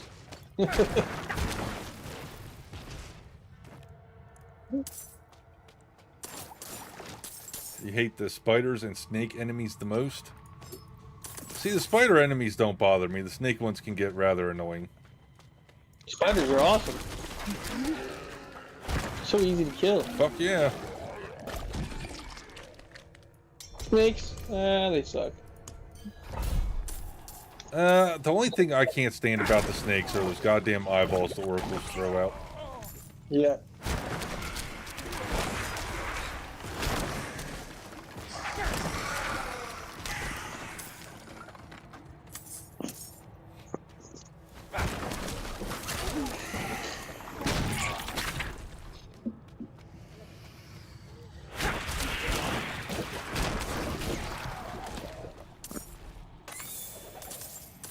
I don't understand this fucking max roll. Yeah, I tried following a build on max roll, and I gave up on that site.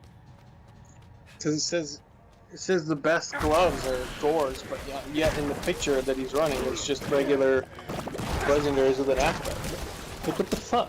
Yeah. Which is it?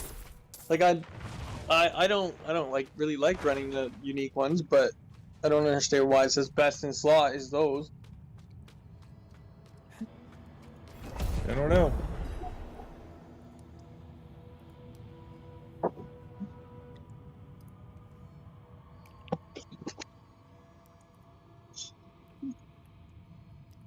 Only thing I don't like about the spiders is the spider host enemy type. See, they don't bother me, because when I kill one, I just use its corpse to pull the rest of the fuckers in and kill them. What bothers me about them is when they explode when you kill them. I don't know how many times that's killed Z when we've been together, because he fucking forgets and gets right on top of them.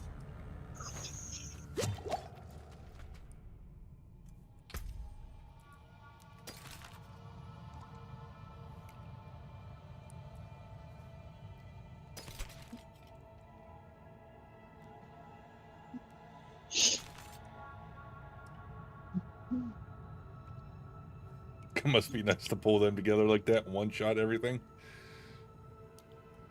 I mean, you're not wrong. It is nice.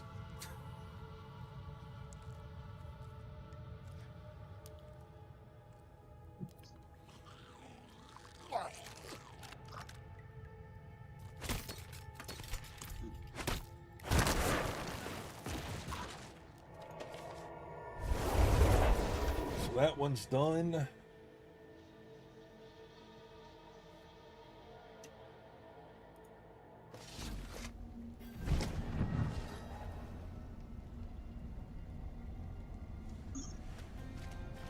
Is Necro the only one with an ability like that? The only one that I believe has a pixel pull, which is what the Corpse Tendril is. I know Rogue has a trap they can put down that'll pull them in, but it's nowhere near as good as the Necros. Outside of that, I'm not sure if the other ones have one or not.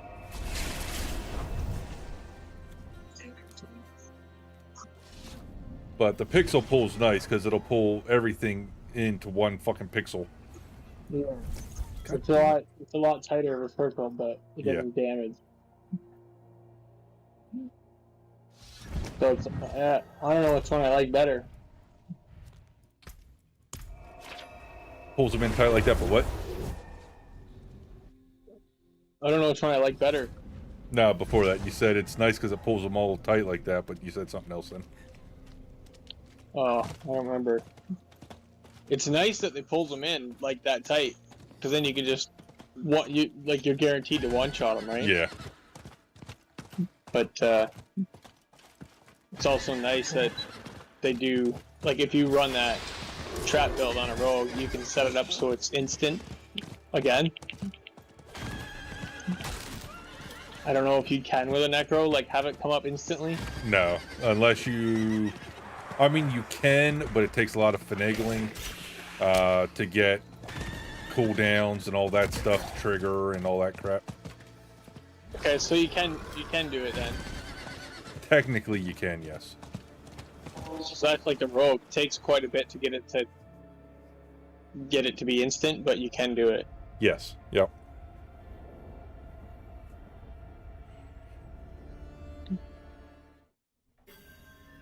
So Necro literally plays like the rogue, just better. Yes and no. With the Necro, you don't need to move around as much as you do with the rogue. Because like if you're doing a twisting blades build or something like that on the rogue, you should be constantly bouncing around so your blades are chopping everyone. Yeah.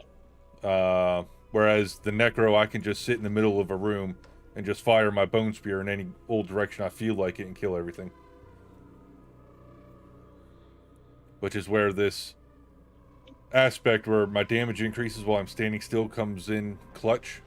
That's a extra 30% damage if I stand still. That's what you meant by better? Rogue, you're constantly on the move to avoid damage? Yeah. Yeah, the Necro, you can get it set up where if you have enough damage reduction on your gear and enough health and armor, you can fucking tank just about anything.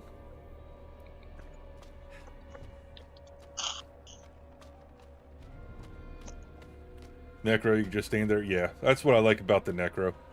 I can just stand there and fucking mass murder everything. It does a shitload of damage, that Necro. Fuck yeah. Look, are you hitting for 2 mil yet? Not yet. At least not that I've seen. It's crazy that it one-shot shit. Like, it's almost like it ignores target's defense or something. Yeah. Like, it's stupidly strong. Yeah, I know for a fact it's going to get nerfed at some point, which is why I'm trying to enjoy it while I can. Like, you killed the Butcher in, like, 2 shots. Yeah. I don't even know what tier that was or what level he was. I just went in and started firing. I think it was tier 37. Alright, so he was around my level. Yeah. Nice thing, there's an aspect, I don't know if I put it on or not, where when I corpse tendril and they take damage from it and get pulled in, it increases my, let's see if I have it on, it increases my critical strike chance against them and gives me, I do not have it on, and gives me, what is it? Gives me like 30% extra critical strike damage against them or some crazy shit like that. Where's it at? Here. Here. Okay, so you gain 10 to 20% increased critical strike chance for 6 seconds when I cast Corpse Tendrils. And then on top of that, I will deal 30 to 60% bonus critical strike damage to enemies damaged by Corpse Tendrils. Huge numbers. Yeah.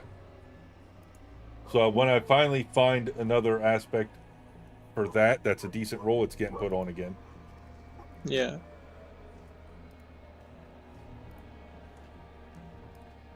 Because, I mean, I'm constantly corpse tendriling everything. And I'm cursing them. I do extra damage against cursed enemies. So I think there was a 1.4 mil damage. So I think if I combine both of them, it should push me up over 2 mil. Great. And with the Paragon boards I switched out yesterday, I'm doing a boatload more damage when I'm healthy. So as long as I keep myself healthy, I'm getting constant mill hits again. That's the fucking glyph I'm working on right now. Yeah, it's fucking crazy. And nice thing with the barb, with that glyph, you're constantly getting fortified, So you're constantly staying full health.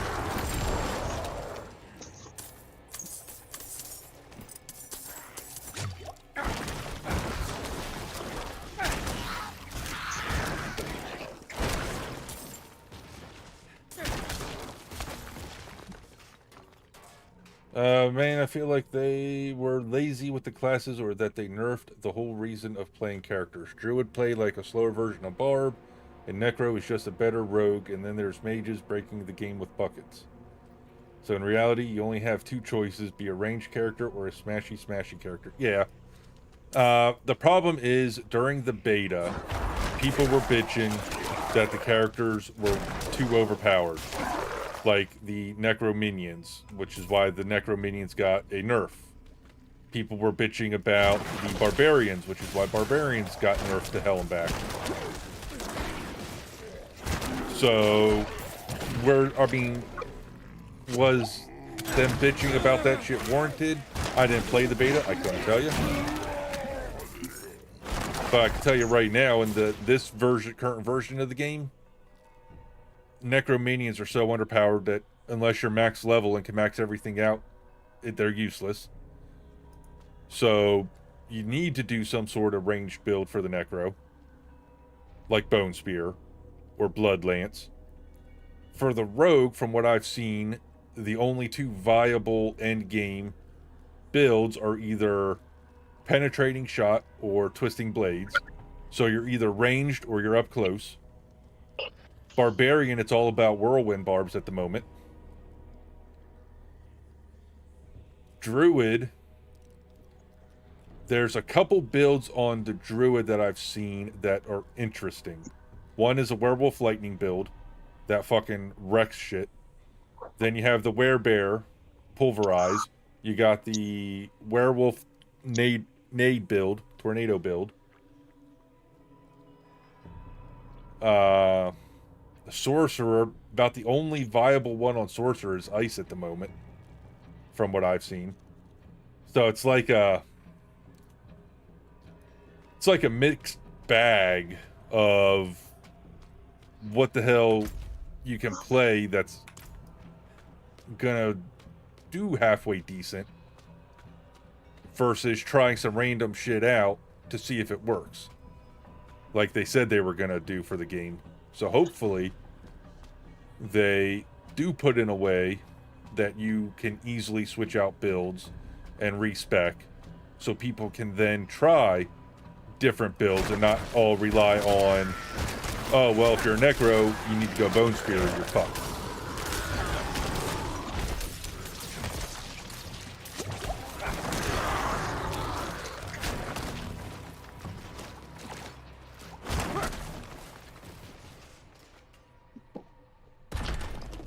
I say let all the classes be OP and just up the difficulty a notch. Not like Destiny though. We don't need an impossible patch like they did. Yeah. Druid is the only one with flavor builds. Yes.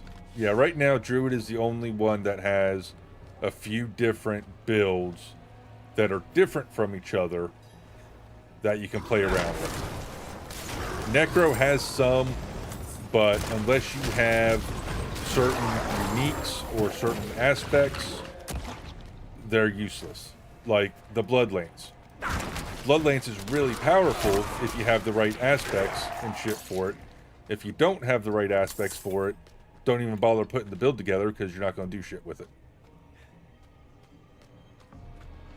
Whereas Bone Spear's nice because it doesn't really rely on super rare uniques or super rare aspects. The one aspect it relies on, the splintering, I couldn't tell you how many of those aspects I've gotten since I've been playing this Necro.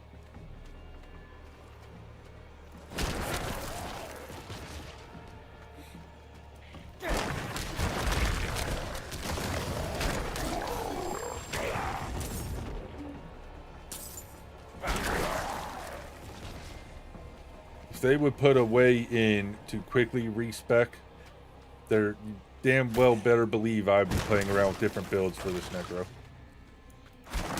But as of right now, since it's too much of a pain in the ass, better off just sticking with one.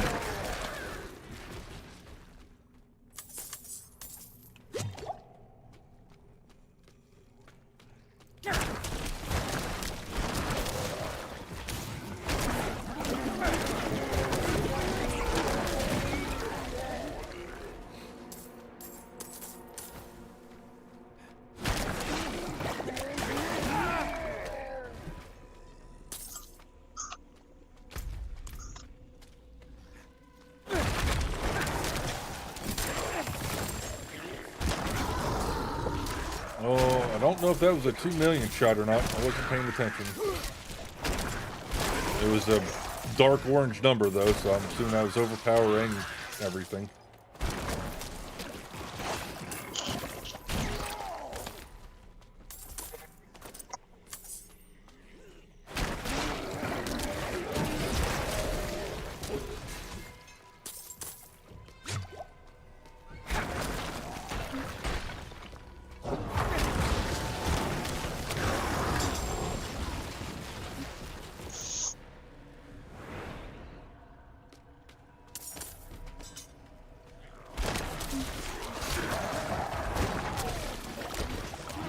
There's a 1.6 million hit.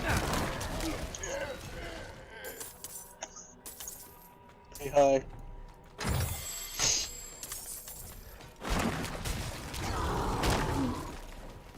Fortunately, the state of the classes in the game is fun, no doubt, but it just doesn't have that addicting factor to it. I can go days without playing the game and not feel like I missed anything.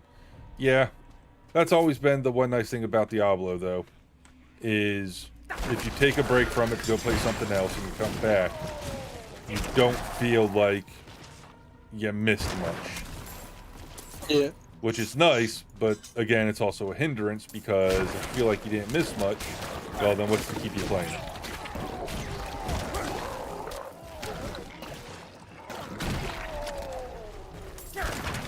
But that's their whole philosophy with their seasons also, with having to start a new character every season. This way everyone starts off at square one, and people that might have not played it for the last, oh, I don't know, 2, 3, 4 seasons can still get back into it and not feel like, since they haven't played it for the last year, that they're missing out on much.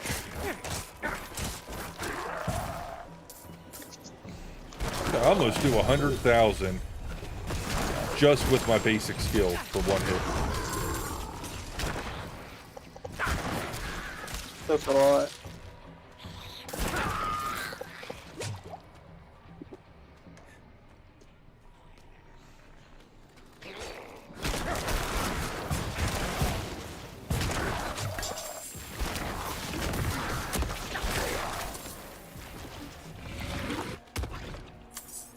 Not like Destiny, at least, where if I miss a weekend, or God forbid a whole week, yeah.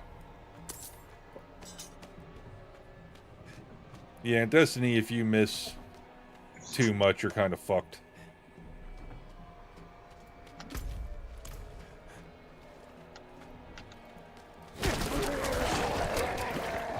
But that's also where I like Diablo better, because if I miss a week or 2 or 3, I don't have to worry about never getting that exotic, because it only dropped during the season, and since I didn't play that season, I'm fucked. Now I'm at a disadvantage no matter what I do, because I don't have that certain exotic.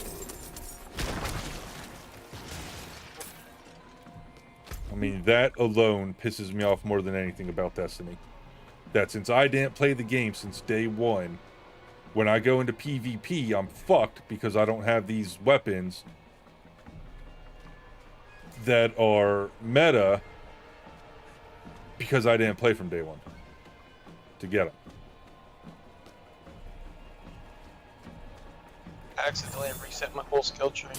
Oh shit. I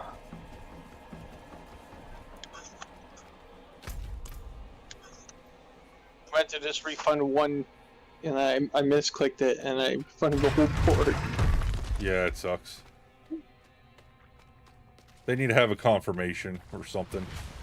Yeah. Oh well.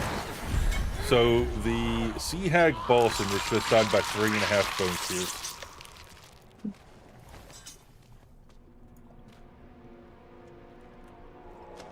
I fired 4, and the 4th one killed her with the direct impact, so the ricochets didn't have a chance to kill her.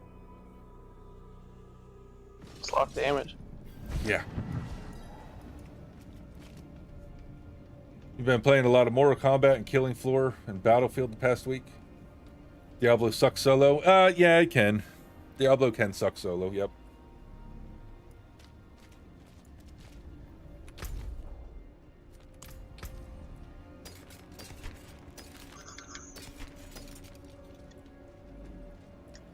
you got to remember, Victor, though, all these games like this, and like Destiny, I used to play solo.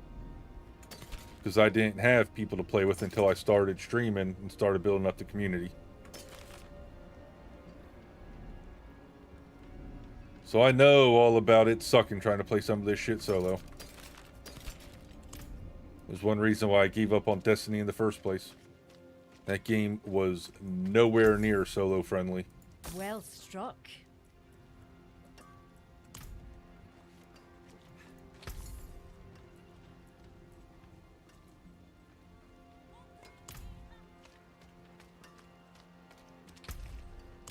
Alright, so that one's done.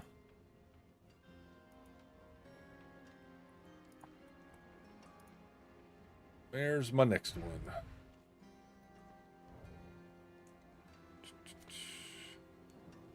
Stockades. I'm pretty sure I've already done Stockades. I've definitely done Wraithwind.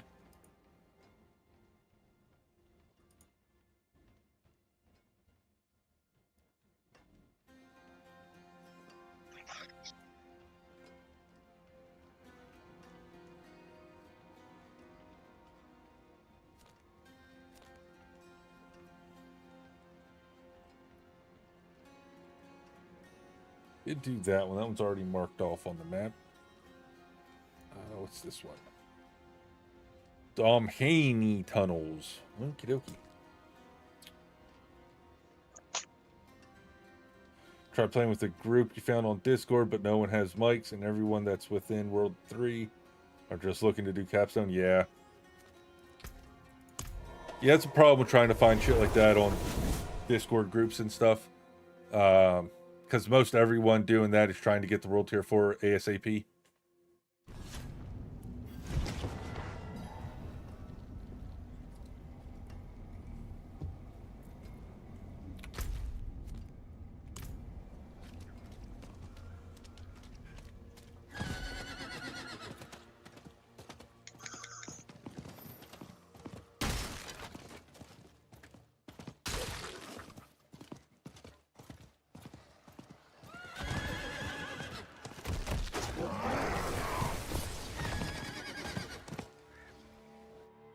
What's up, Alston?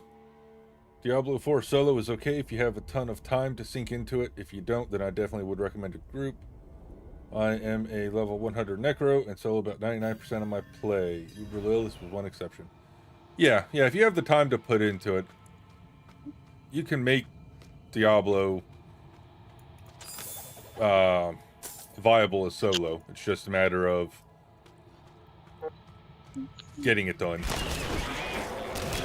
So, like I said, my whole Diablo experience has been solo.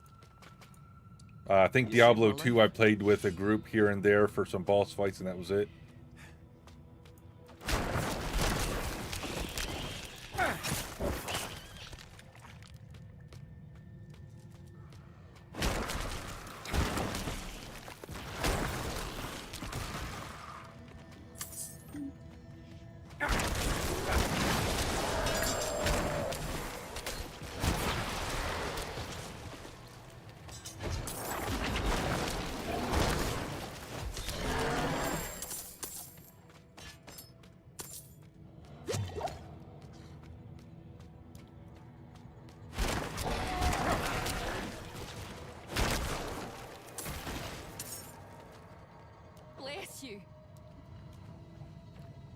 Bless you. Did I sneeze? I swear, my character must keep sneezing in this game.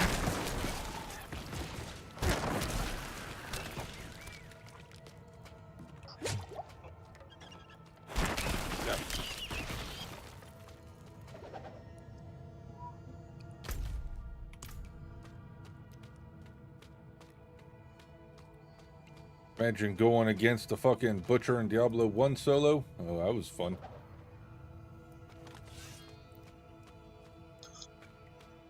I don't have shit like that anymore. Now you can find groups for everything.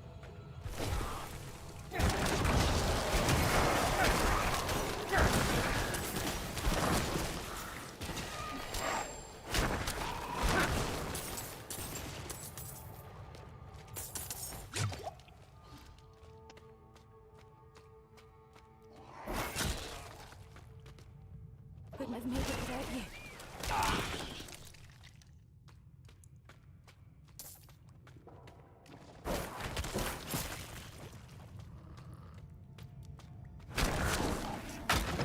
So what build are you rocking on your Necro there, Alston?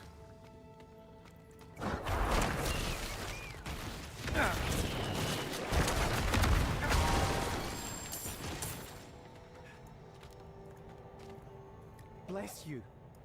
Yeah, must have sneezed again.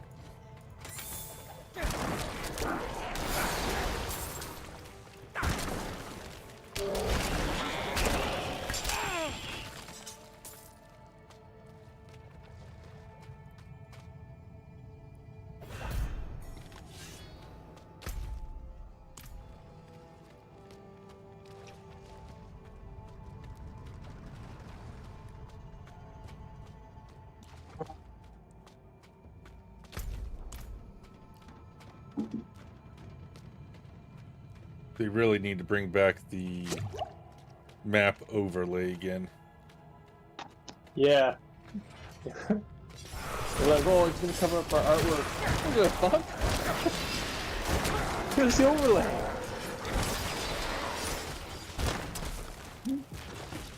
Yeah, nothing pisses me off more than having to go into my fucking map and risk dying just to see where the fuck I'm going.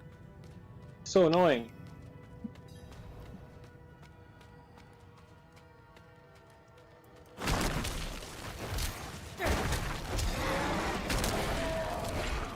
Rockin' Bone Spear. I was gonna guess that. There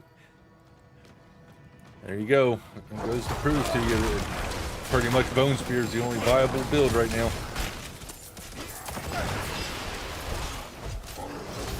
Okay, can I please get unfrozen? No. I'm unfrozen again. Every time I can only spit out one Bone Spear so you get frozen. Fuck out of Pretty here.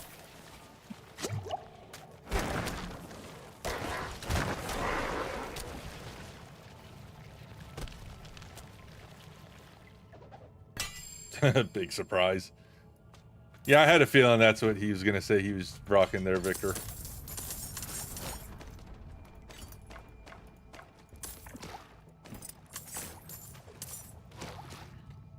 Can't blame him, though. When it does as much damage as it does, be a fool not to run it.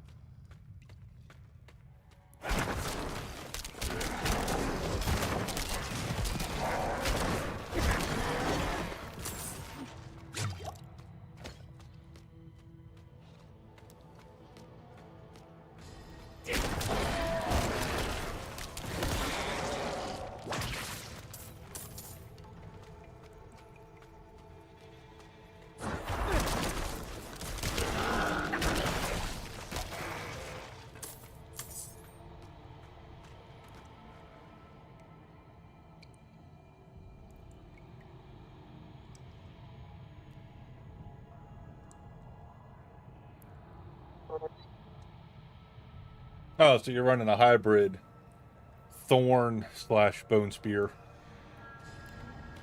Yeah, I'm not following any particular build.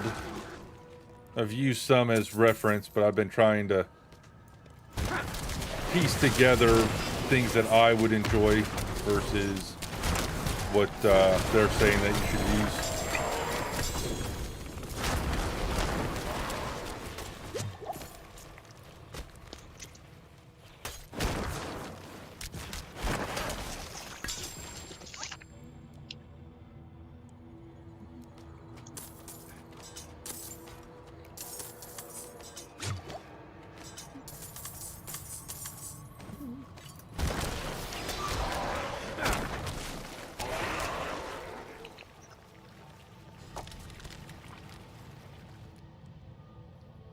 fun to stand in a crowd and let enemies kill themselves when they hit you.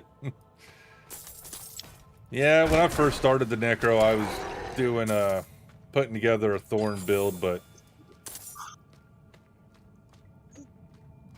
I then relied on my minions to get through the campaign and then switched to Bone Spear shortly after.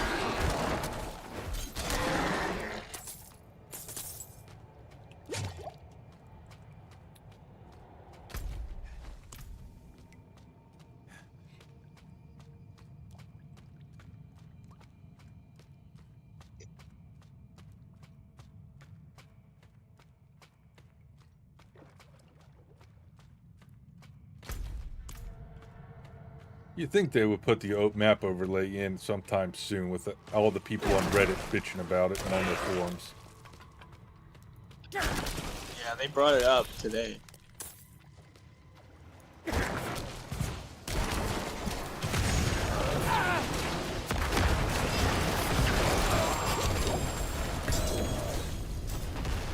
Right, move, please. Holy fuck.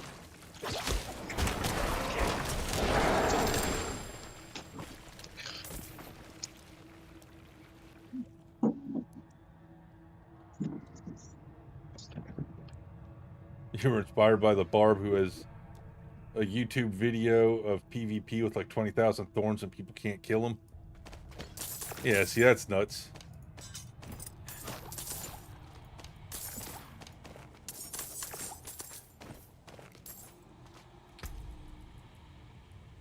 I don't know how many of these fucking Howl from Below gloves I have got.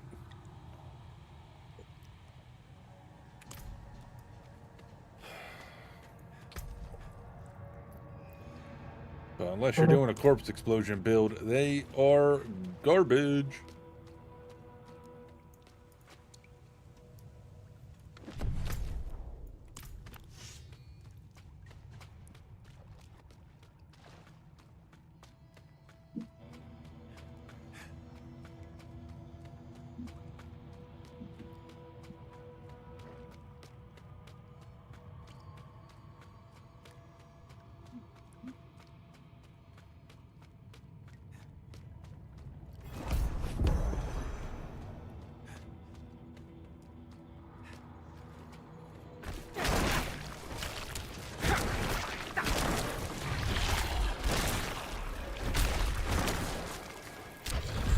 Oh, that one took 5 bone spears to kill. That one must have been a little tougher. A little tankier.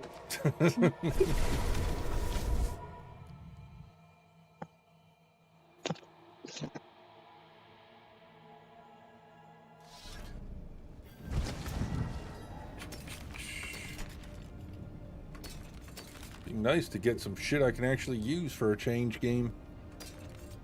No, that's asking a lot.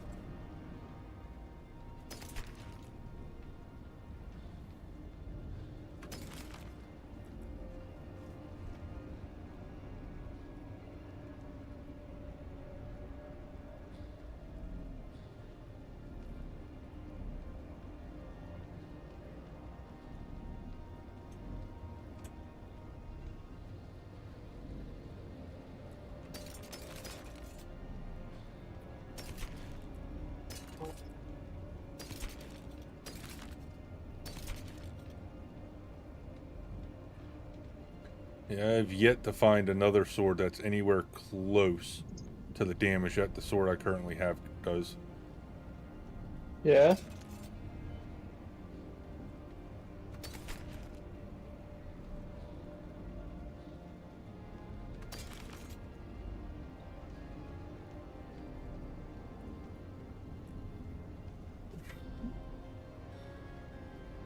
What the hell, game?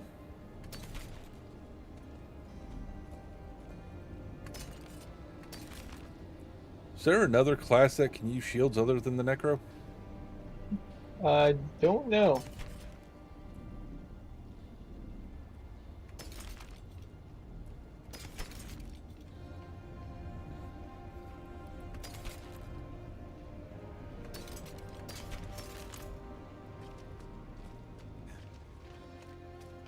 Do a quick Google search. That has me curious.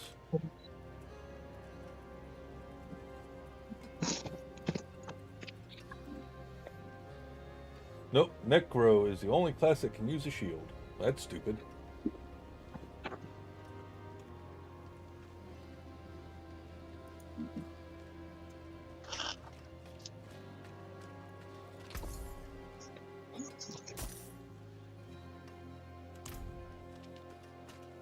Give one of the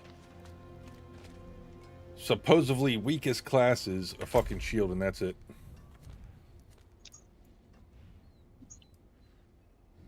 I don't know any game where the Necro is the fucking tank.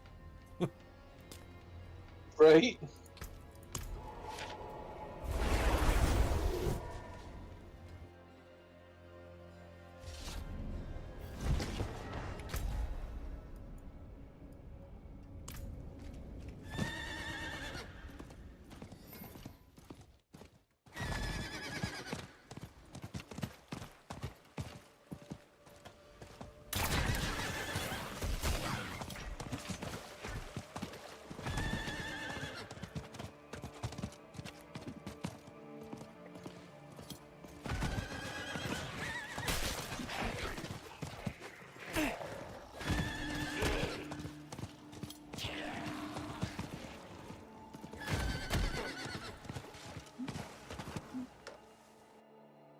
Right. Oh, is that this one?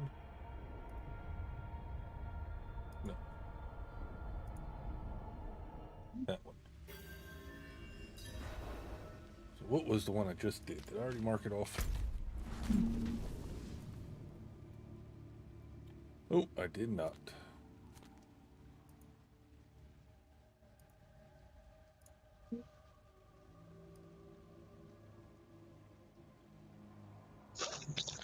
That's crazy. You're getting fucking renowned and you're not even in the fucking dungeon.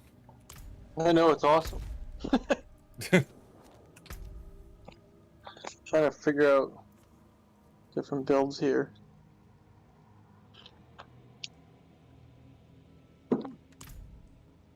I don't understand this one skill, the way it's worded. What does it say? Well, it says steal yourself, gaining a barrier that absorbs 60% of your missing life for 5 seconds. So, like, it absorbs 60% of the damage you take over 5 seconds?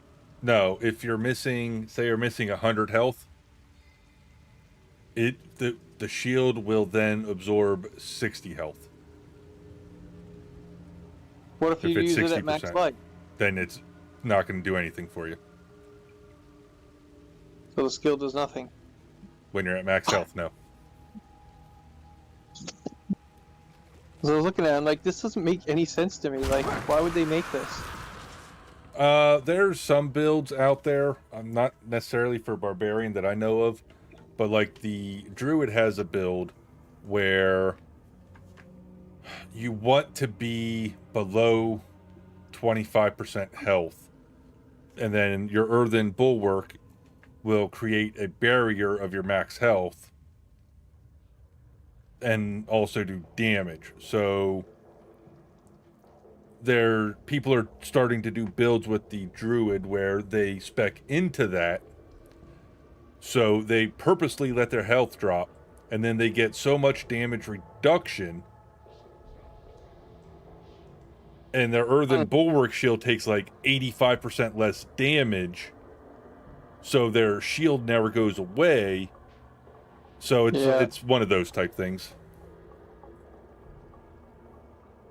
Huh.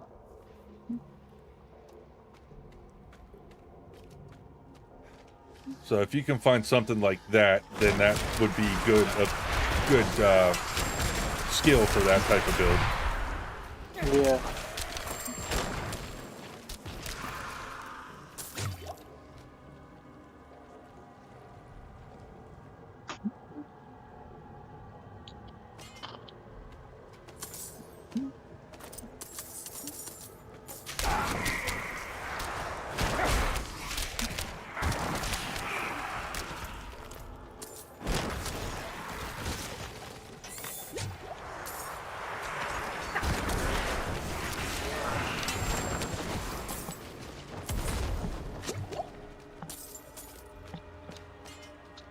There's also gear in the game that the devs definitely put in just the troll players. I don't think they put it in the troll players. Because any piece of gear, if you sit down and think about a build that you can put around that piece of gear, is going to be viable. It's just a matter of getting a build together to make it viable.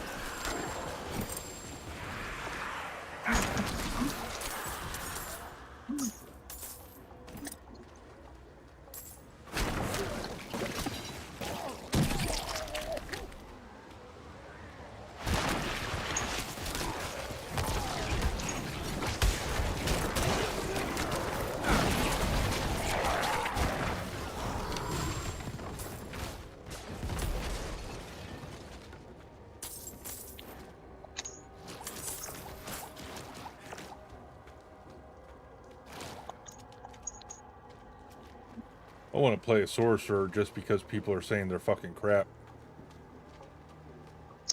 That's what I'm doing on season.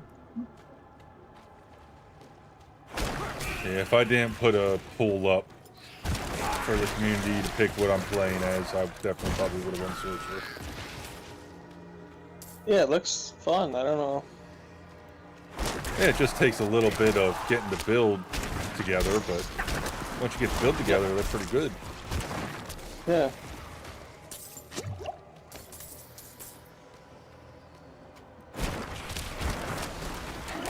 Hey, what's up, Craig? How you doing, man?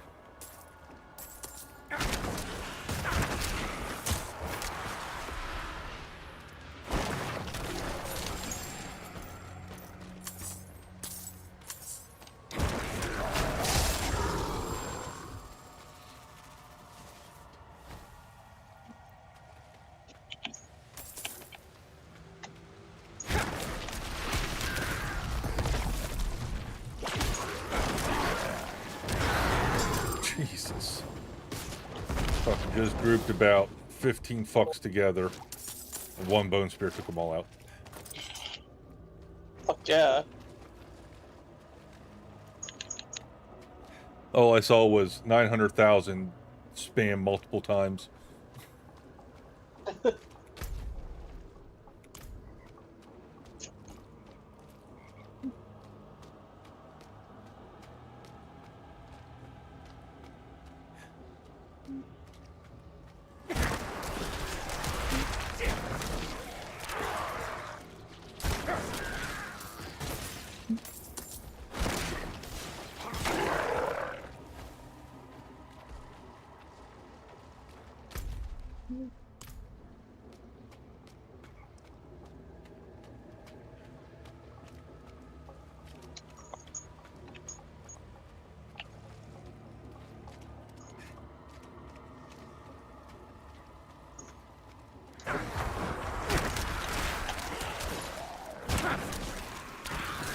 If I take an aspect off an armor that's higher, does it ruin that piece if I put it on one? What do you mean? Like if I take something off a level 95 armor Right. and put it on, put the aspect on something I'm using, will it make it level 95? Yes. Even if it's not a scaling aspect? Yep. Fuck's sakes. Same way with high level gems. If you put a high level gem into a piece of gear, it then locks that piece of gear to whatever levels required to have that gem. So annoying. Yep. Like I just want to use that aspect, but Yeah, and then there's a bug that if you put the aspect on it and you realize, well, fuck, it just made that level 95, so I'm screwed now. So I'm going to replace it with the lower level aspect so I can use my weapon again. Nope, it stays level 95. Of course it does. Why wouldn't it?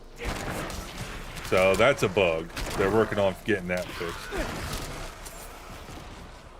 But yeah, anything that you put on that's a higher level than the weapon itself is going to make the weapon or gear that level.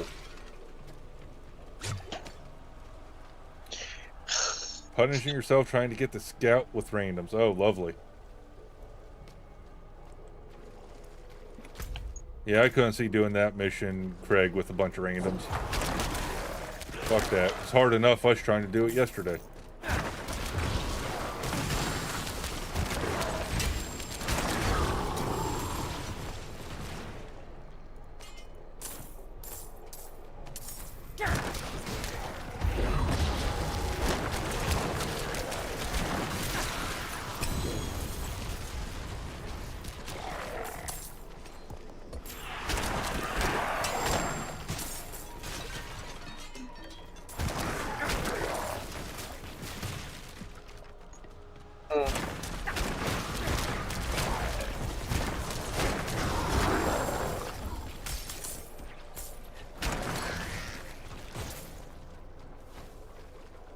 Well, this dungeon's all but done.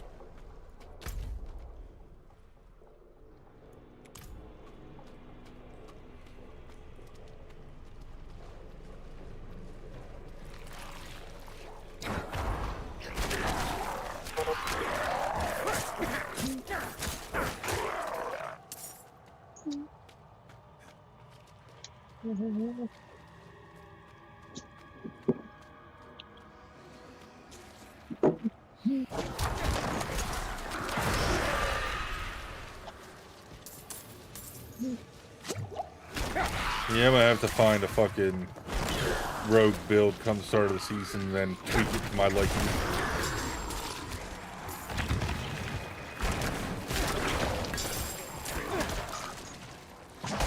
You got me interested in doing a twisting blade freezing build.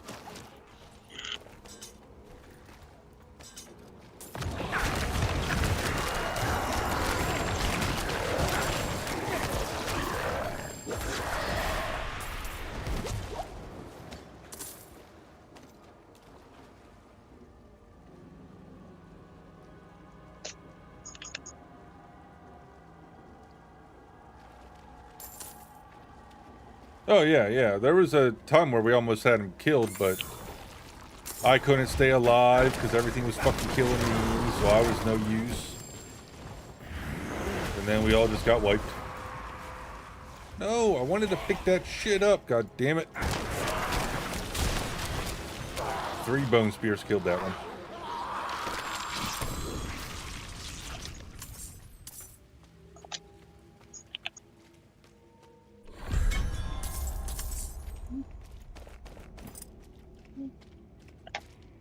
Overcharged aspect.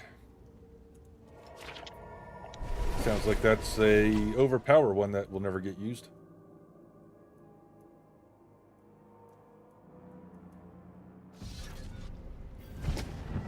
Well, let me pull this up. I believe Z said he was going to play this tonight. Let me see if he has a stream set up yet.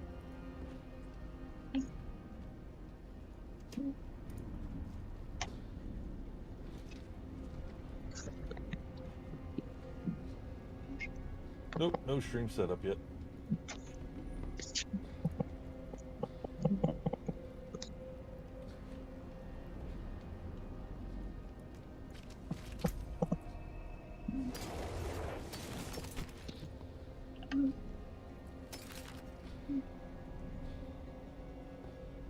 Yeah, every two-handed sword I get is around 750 item power and is always like 600 or more less damage per second. Yeah.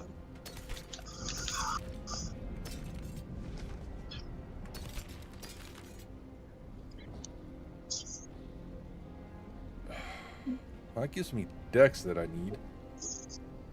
Pair of boots, 42 dex, 17% movement speed. 2 ranks of corpse tendrils, I wish it was 3.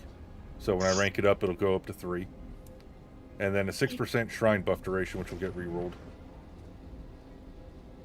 To replace 7.4% dodge chance, 4 ranks of Corpse Tendril. So I'll lose 1 rank of that. 10.3% essence cost reduction and 48 dex. So basically I'm losing a rank of Corpse Tendril to gain movement speed. I don't think that's worth it. Movement speed is nice though. It is, but then I gotta hope to reroll that shrine buff to essence cost reduction. Yeah. And if not, I'm fucked. Yeah. I need a better roll on the Corpse Tendril to make it worth it. Fuck that.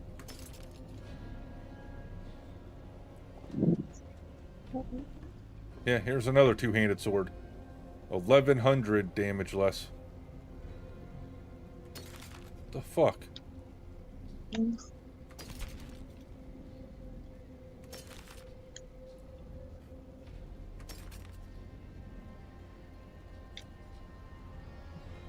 Ooh, ooh, ooh. Here we go. I think I just found me a new pair of gloves. So, the gloves I currently have is +4 ranks of Bone Spear. 5% chance with Lucky Hit to restore 13.5% primary resource. 27% critical strike damage with Bone Skills, and a 7.5% critical strike chance. The ones I have now that I'm looking to replace it with, base is 12% primary resource regenerated every 5% chance with Lucky Hit, so that's going to end up being higher than the 13.5 when it upgrades. 3 ranks of Bone Spear, so that'll go up to 4. 13 to all stats and 35 dex. So I'd probably re-roll that dex and try to get critical strike damage of some sort on it, so I'm not losing damage output. Ooh. I'm gonna have to see if I can't roll that before I make the decision.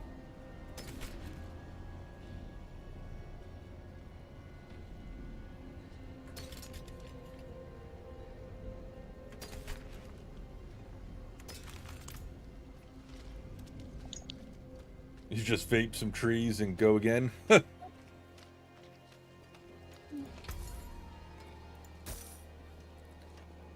Problem is, that mission was pissing me off yesterday. No matter how much I fucking toked up, I would end up fucking passing out before we finished it. This is what I wanted to do.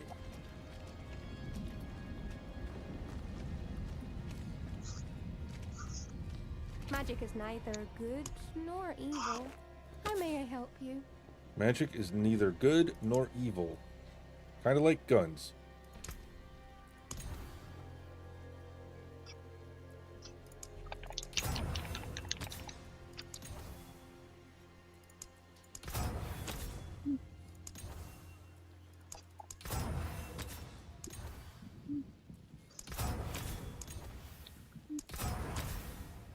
Oh no, I'm out of Forgotten Souls. Fuck. Me too. Is there a Helltide going on right now? 20 minutes there will be. Looks like it's time to go farm some fucking souls in 20 minutes. I need souls too.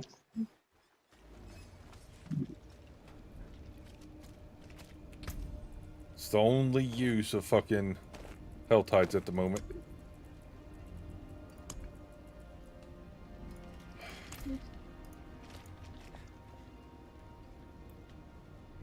Well, I'll be right back. I'm going to go hit the bathroom while I wait for the Helltide to start. All right.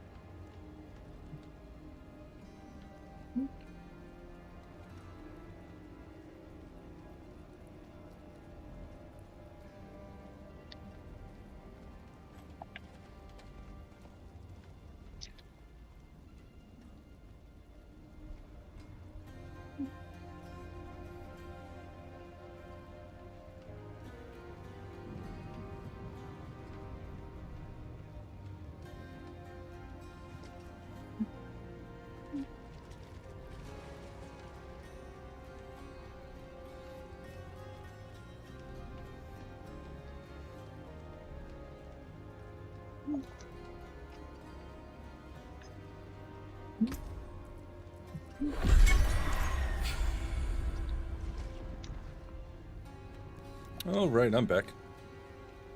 Welcome back, welcome back, welcome back. I was going to ask if you wanted some help with that dungeon while we wait, but you just finished it. Yeah, I was just screwing around with different builds and shit.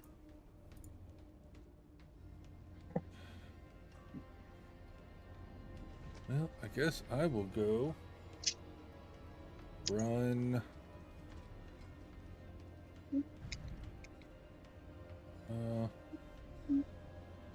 That's that one. Where's this one?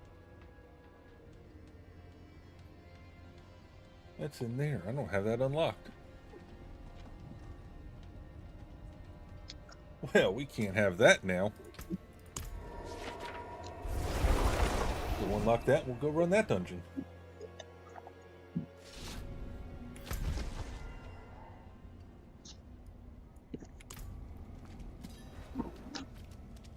Go burn through this one real quick, and then hopefully by then the Helltide should be starting.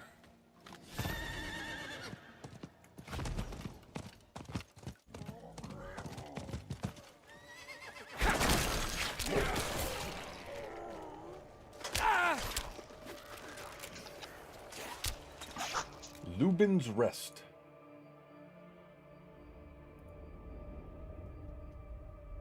I wonder what the patch tonight's gonna add.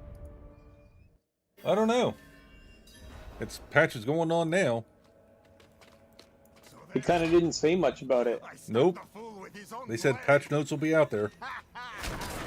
Oh no, they said one thing. The uniques. Other than that, they didn't say anything else. They said the what? Like the uniques are coming to the Helltide chest tonight. Oh, yeah, yeah. Yeah, that's the only thing they said.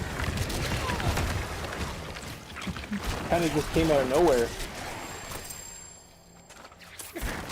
Yeah, I didn't even know you couldn't get uniques from the Helltide chests. I thought you could. Yeah, it doesn't make any sense because the one grandfather sword, somebody said they got in the Helltide event. I assumed it was the chest.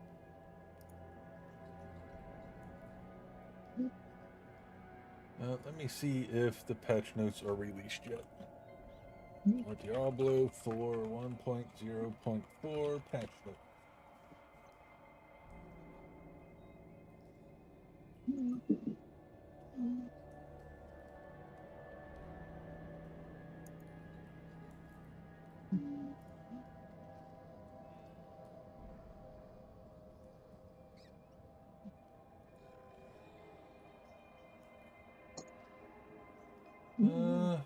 Oh, that's not telling me anything.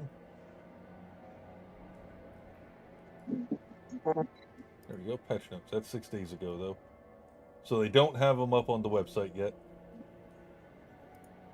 Pull that open and see what this article says real quick.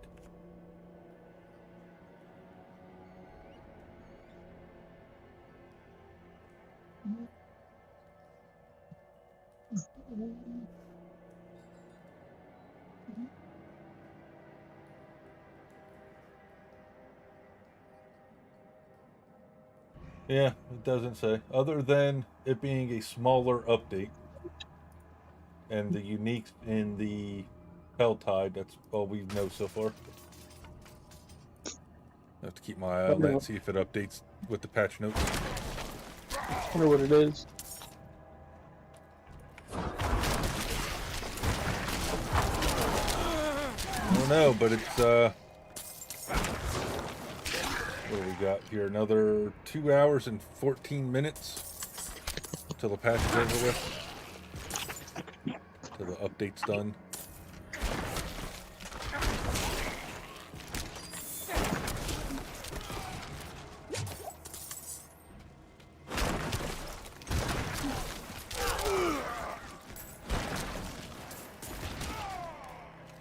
God, my fucking bomb did 86,000 damage itself. Shit.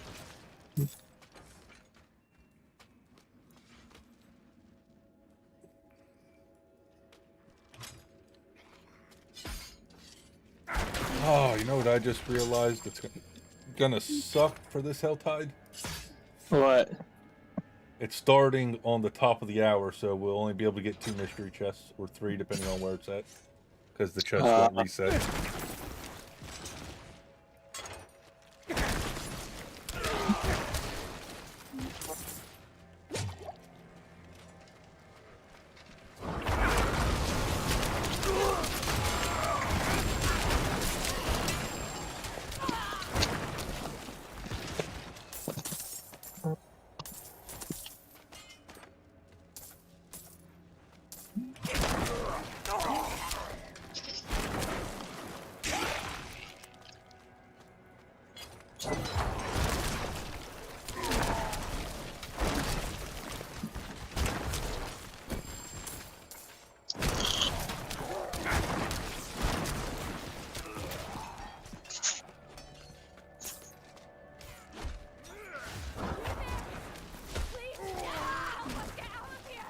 You there, please help us get out of here. Nope, you're on your own, lady. Yeah, nope.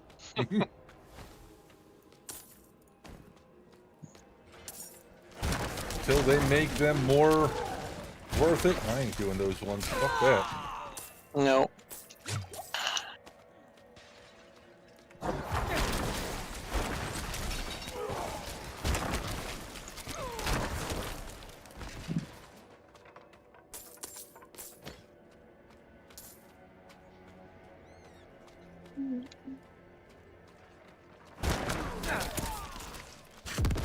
Oh, of course that chest is crap. Why go on the bench?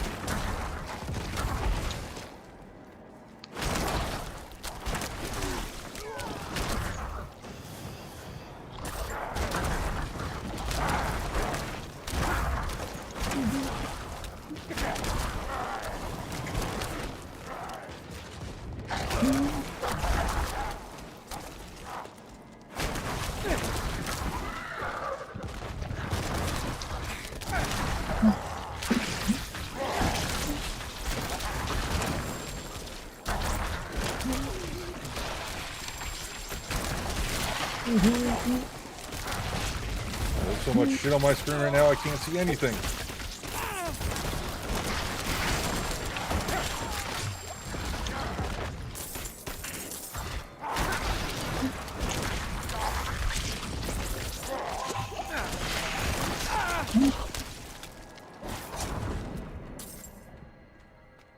Jesus. What the fuck is rawhide used for that I can't pick up anymore? Yeah, I can't use it anymore either. Haven't been able to for a while. Sucks.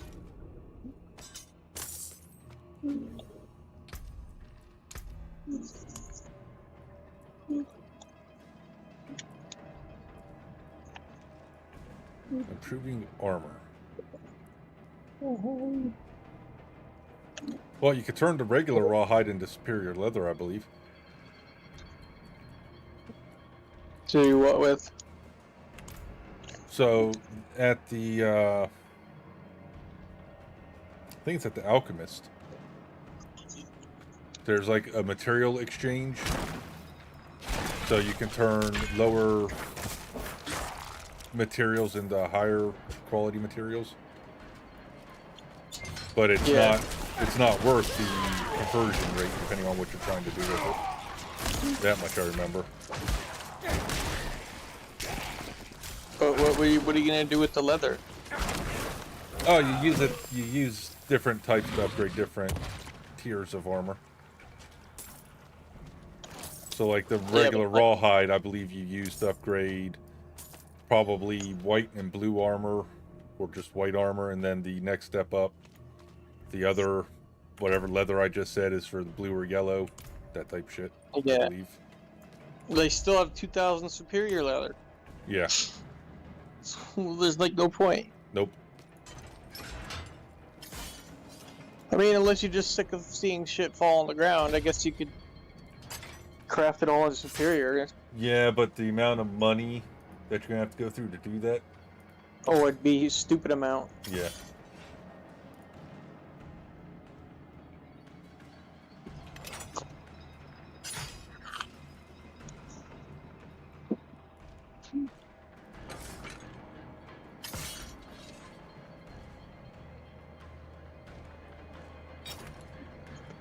Oh, we did not do this one. We did that one. There we go.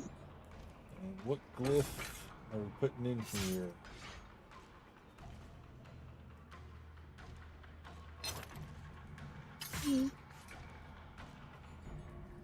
I think that might be one I have leveled up. It is. Deal 2% increased damage up to 12% for every close corpse. Well, good thing I'm constantly creating corpses then, huh?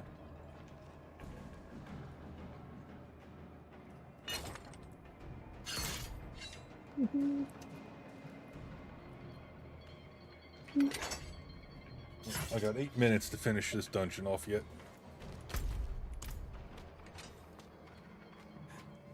Gotta stop dicking around with my armor. My Paragon board. Quit dicking around.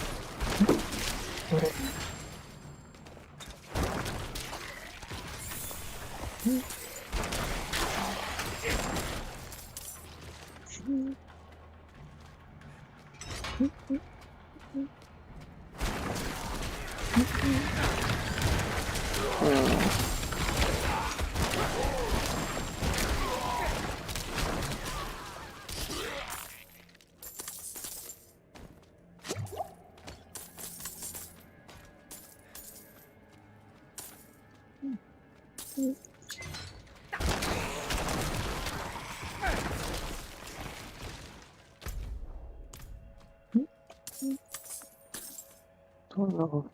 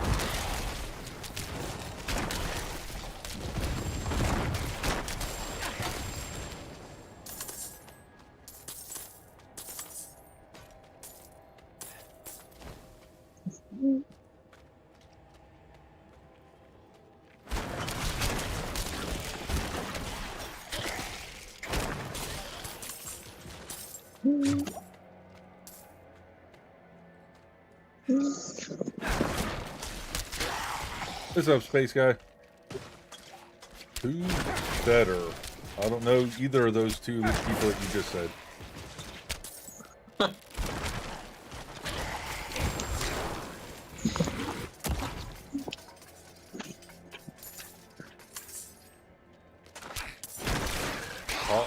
Holland or Mbappe? Means nothing to me, man.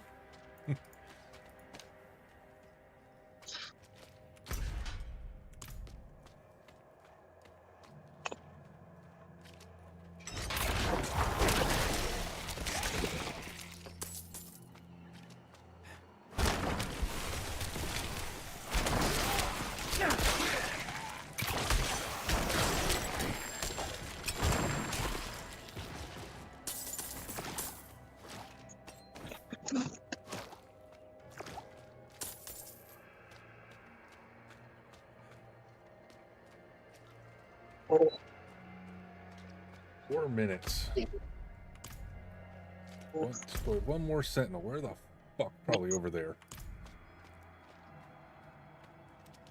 Of course, it's got to be on the completely opposite side of the dungeon.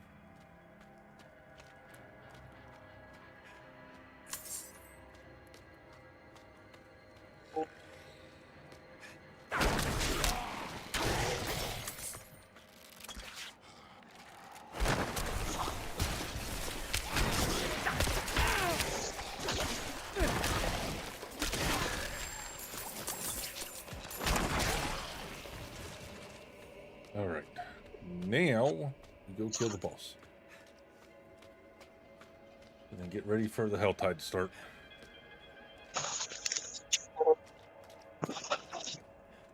Yeah, I need Forgotten Souls. Yeah. Alright, so how many bone spears for a Tomb Lord? 6.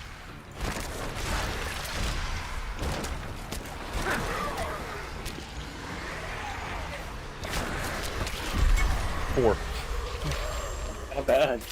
Would have been 3, but he teleported after the first one. Fucking sneaky bastard. Okay,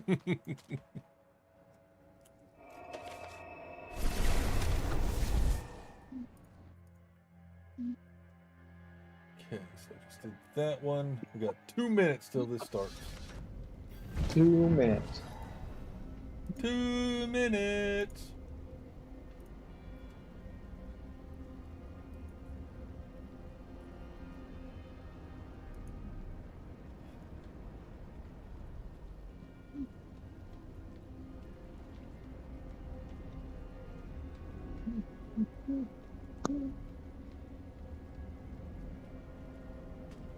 Right, let's go through my gear real quick.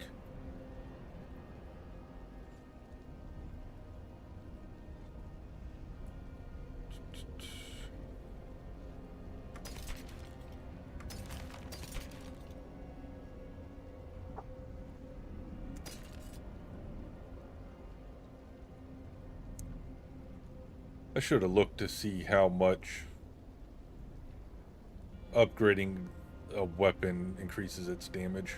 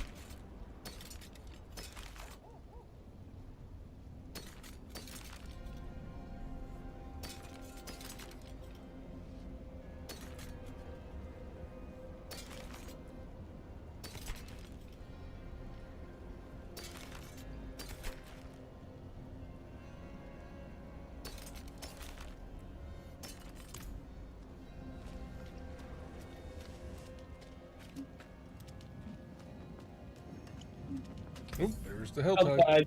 This will do nicely. Where is she at? Oh, Fractured Peaks.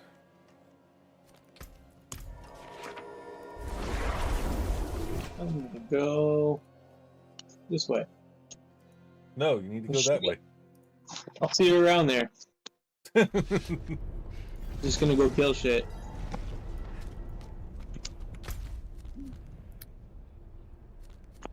Okay, so you're going down there.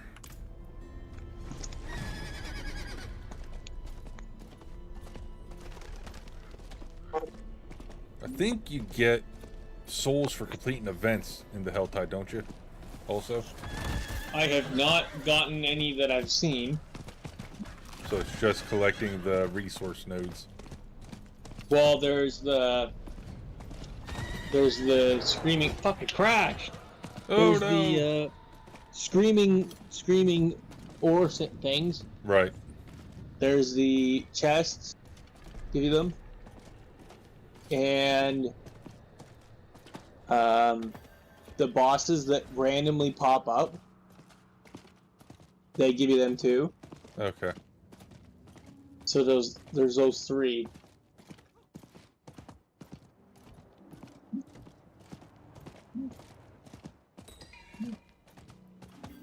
So I buy a lot of the 75 Cinder ones because they give you Forgotten Souls regardless. Mm. So that's why I try and buy every chest. I can usually get around 40 to 50 Forgotten Souls per run. Damn. But I burn through them quick, so.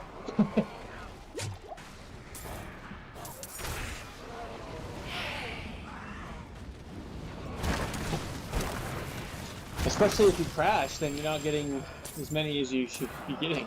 Yeah, thankfully I don't have that problem. Oh, and now I have to update it. Oh, Jesus. Oh, fuck. Oh my god. I think the game just said, fuck you and whatever you were trying to do. It did. Hey, well, I'm updating now, so. Exiting Helltide. Can't have that now. Are the patch notes up yet? They weren't when I checked a little bit ago. Nope. Damn. I don't even know what I'm getting then.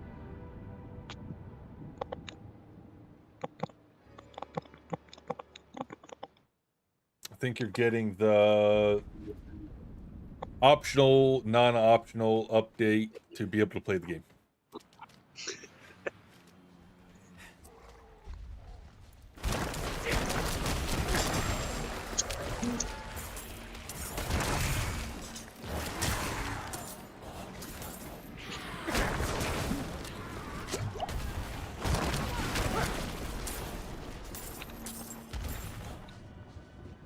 Got a couple from those, the fucking boss that spawns from those fire pits. Got 3 of them from that. Yeah, when they just pop up out of the little circle. Yeah, out of the fire pit circle shit. Yeah. Yeah, any little boss that pops up, it'll give you a Forgotten Souls. What I'd like to find is that the big Helltide boss and see if I can't kill his ass. Fucking, I bet your thing would do some work on him. I usually skip him because he takes so long. But yeah. I'm curious on your bone spear. You and me both.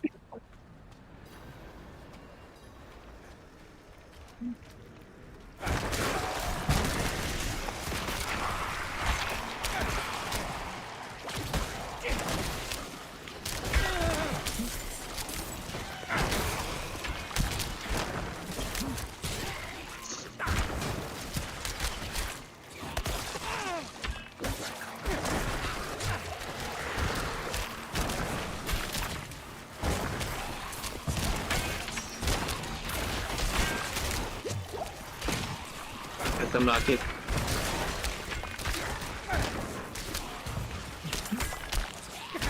Sucks.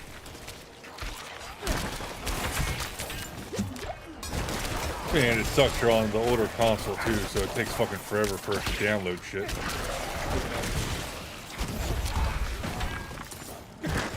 Alright, let's see if this gave me this golden chest for this event with Wing Souls. Nope. Not that I saw anyway. I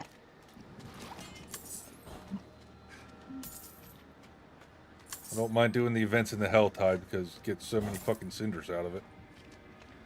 Yeah, that's the only reason I haven't do them is because of cinders.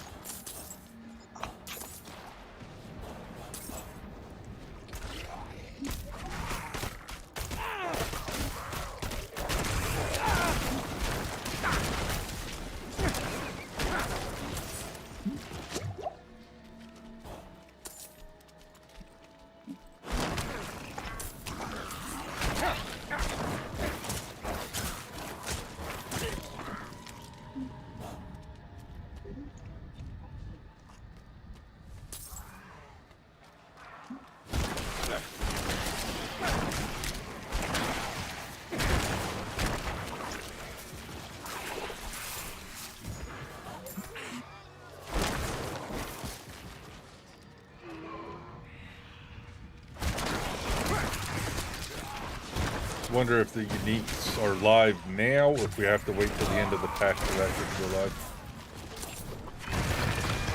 I don't know. Mine's downloading. Only at 17%.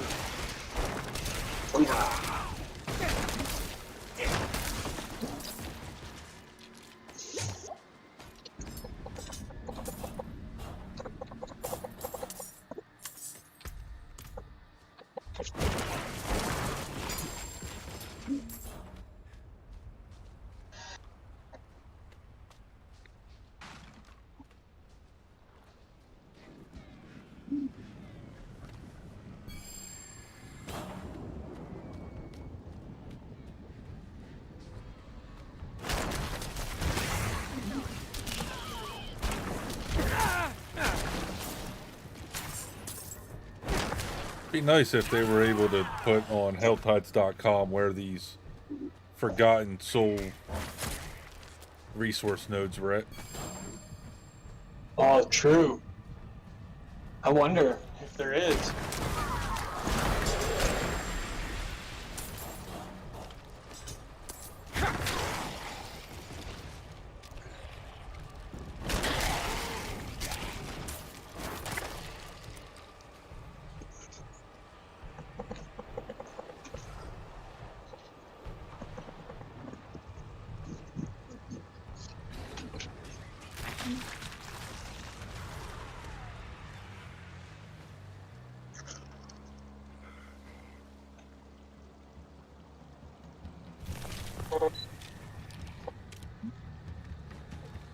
Well, I don't see anything on D4 Planner's map about it. I know it's not a thing on Helltides. Be nice if they could do that, though. It would be.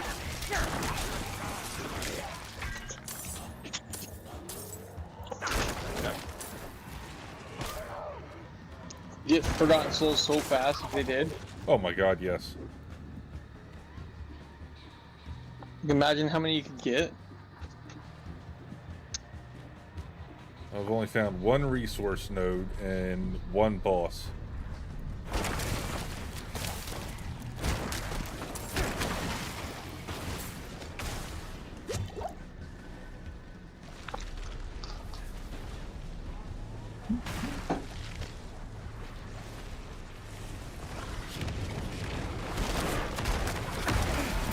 Boss number 2 dead. I'm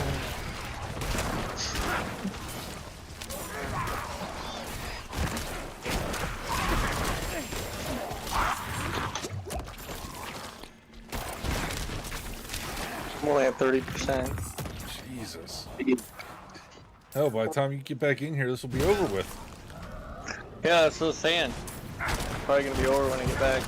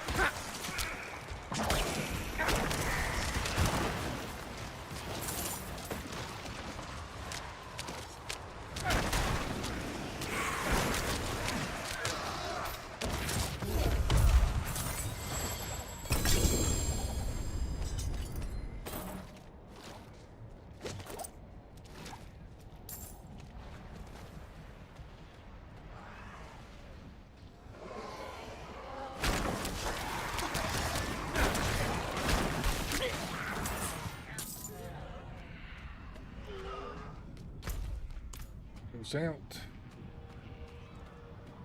So far, I only found one resource node for the souls. Those damn Like things the tank? definitely are far and few in between, it seems like. Yeah.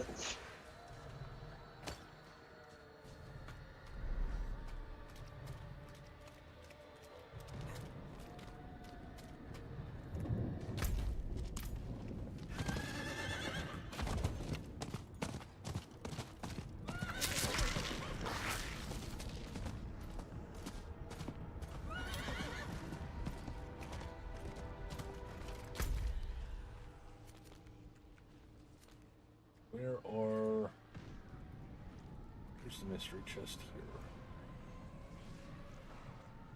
Yes, and that's it.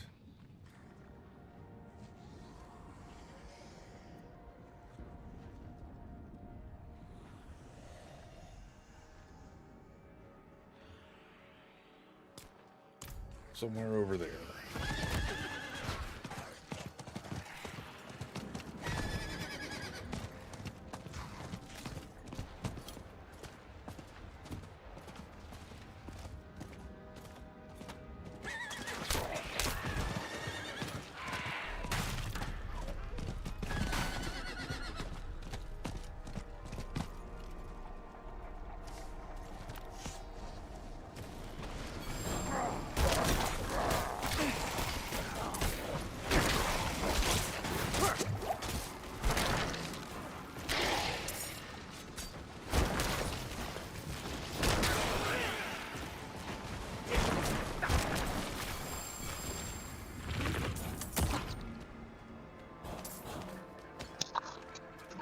That 50 attack. Jesus.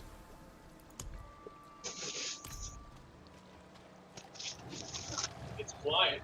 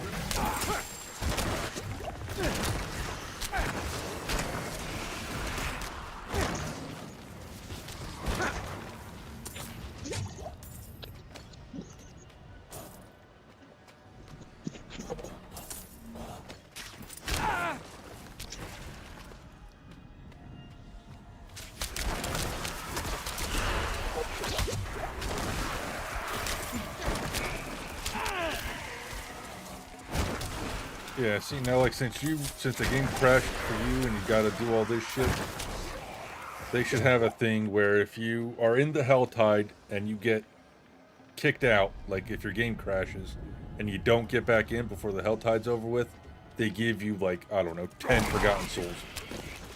Yeah, at least something. Yeah.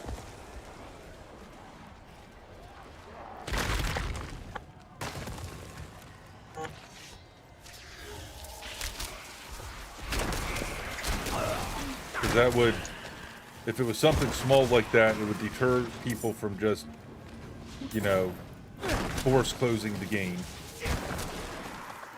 to benefit from it, seeing that you got kicked off during the Helltide. Yeah.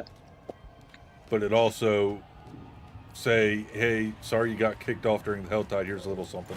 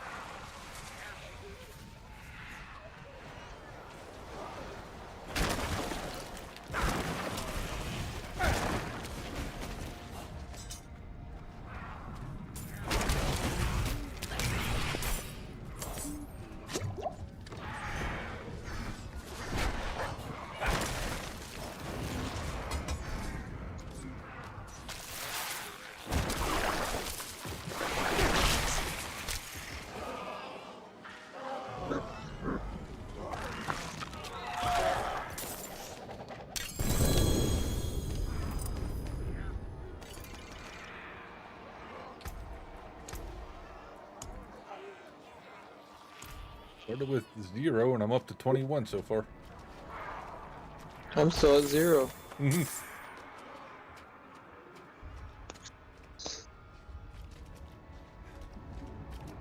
I'm surprised you can't trade resources. I wish you could trade anything. For some reason, they don't want you to. Well, I can understand not trading certain things, but most of the stuff in this game should be tradable.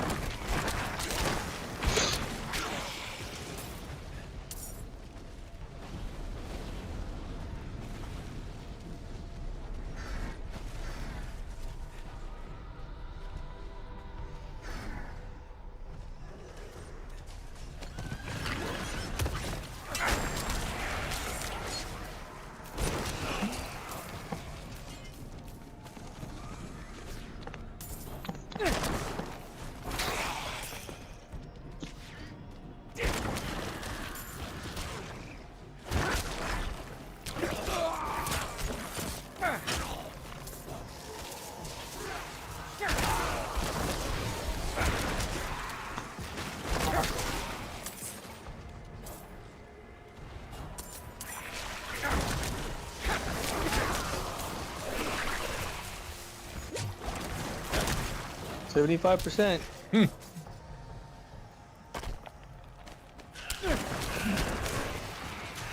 Got 39 minutes left.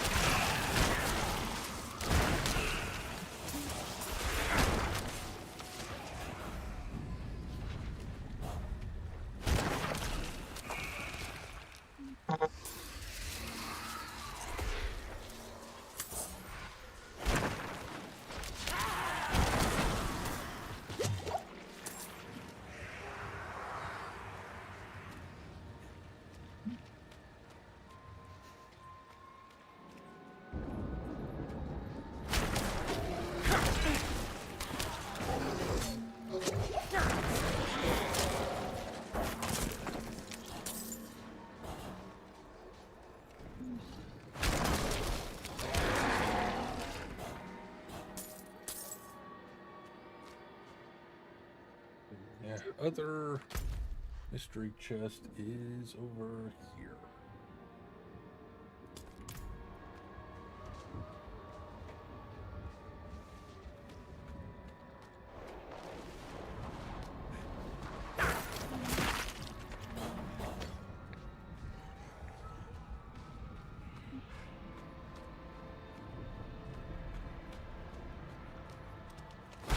Yeah, I only seen the boss for Helltide like maybe twice.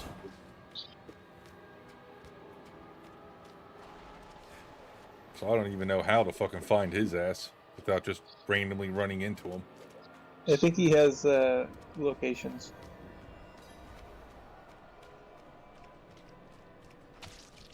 Like designated locations. Right.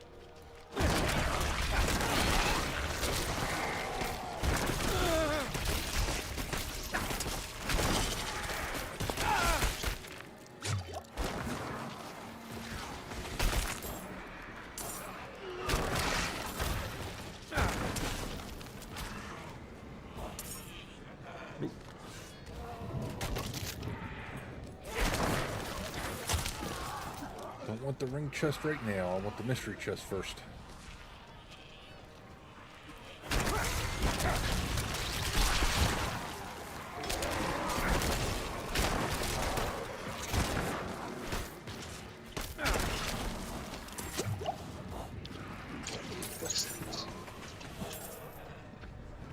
It'd be nice to work on my fucking build if I could get in.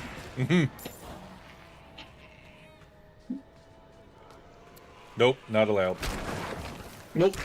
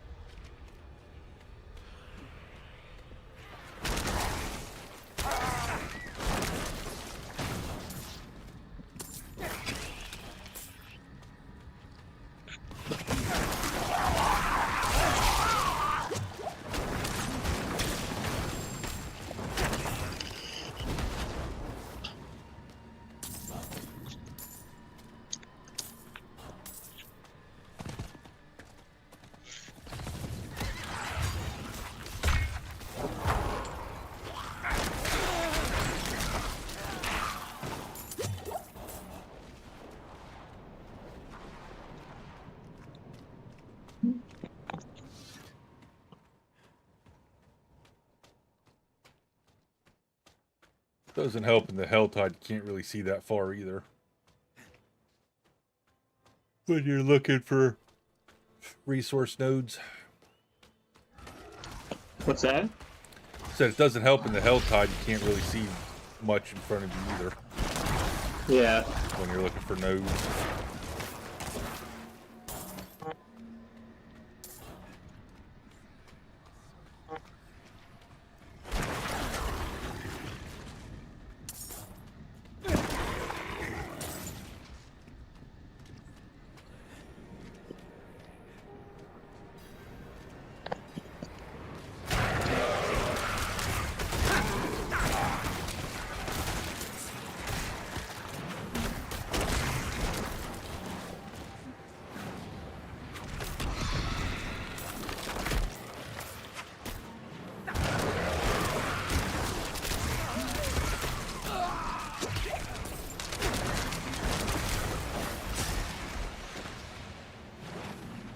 Yeah, this all Z got on the game. Diablo? Yep.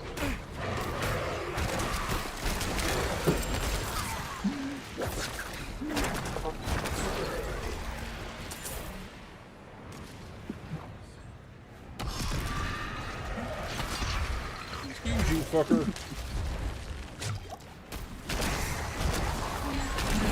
Fucking butcher wannabe pulling me in.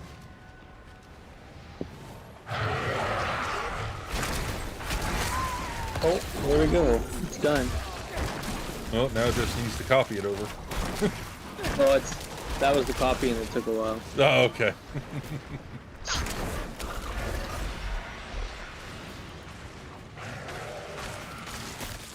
I am, however, going to reset my Paragon board, I think. I don't really want to, this is a lot of work. Yeah, I did that yesterday, day before yesterday. I went through and had to fucking manually deactivate everything. Such a Sucks. pain in the ass.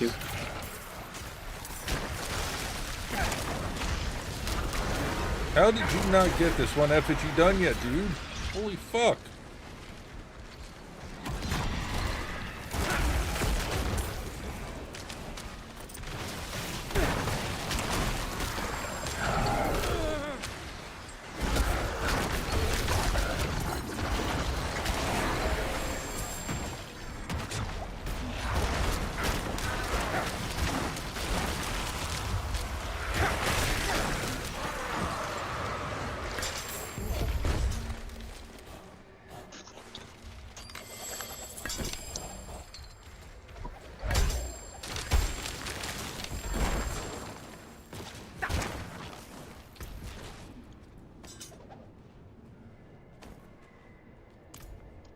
Yeah, of course, I'm fucking full of items now.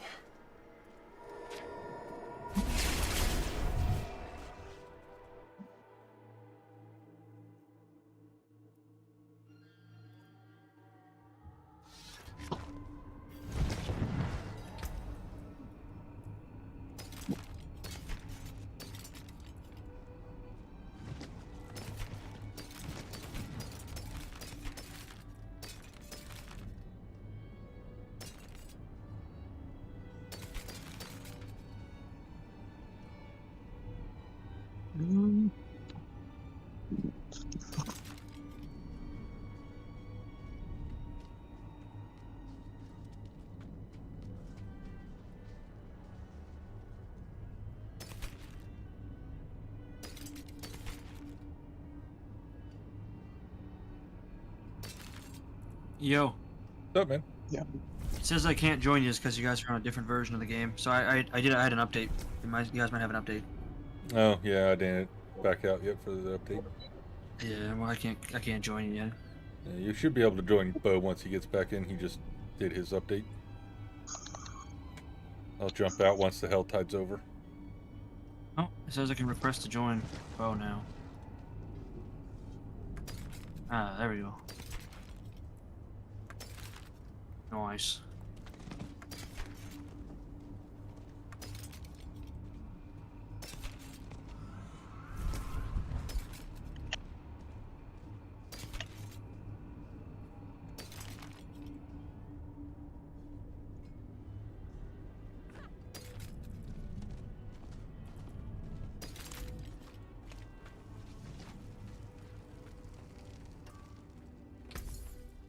Anything else?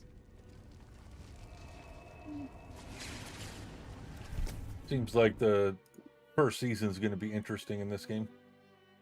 Yeah. Any good? Does it sound any good? Yeah. You know anything on it yet? Yeah, they talked a good bit about it today. Starts on the 20th. Okay. Update will be out on the 18th. So 18th, the update will go out.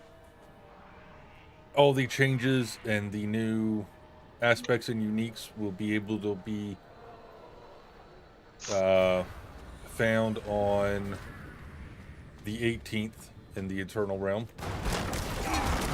So I think they said 6 new uniques and 7 new aspects or something like that. Okay.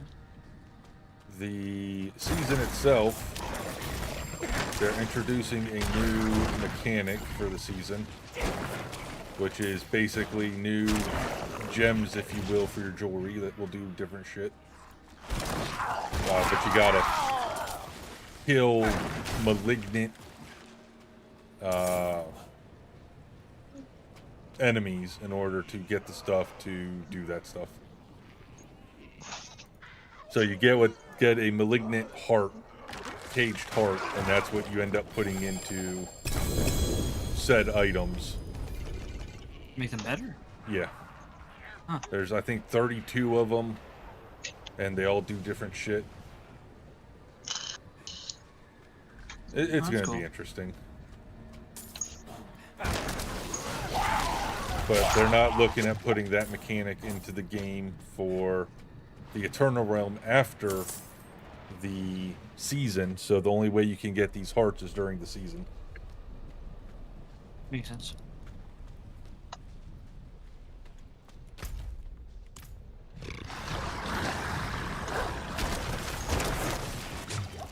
Oh my god, I'm finally level goddamn 70s.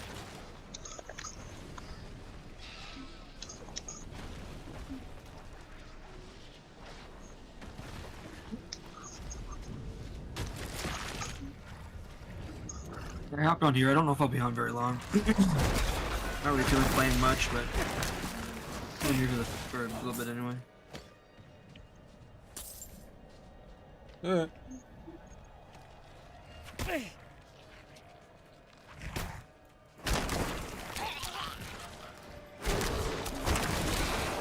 I saw you tried to call me earlier on Discord. Yeah, I was on my lunch. I didn't think you'd be awake though.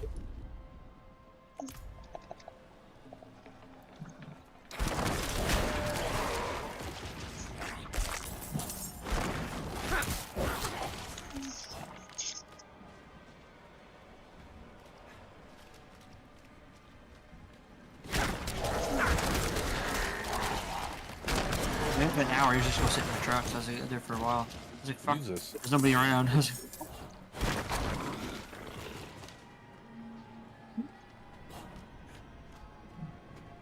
Lucky if I got a half-hour break at some of my places I worked at. yeah, I get 2 15s in 1 hour.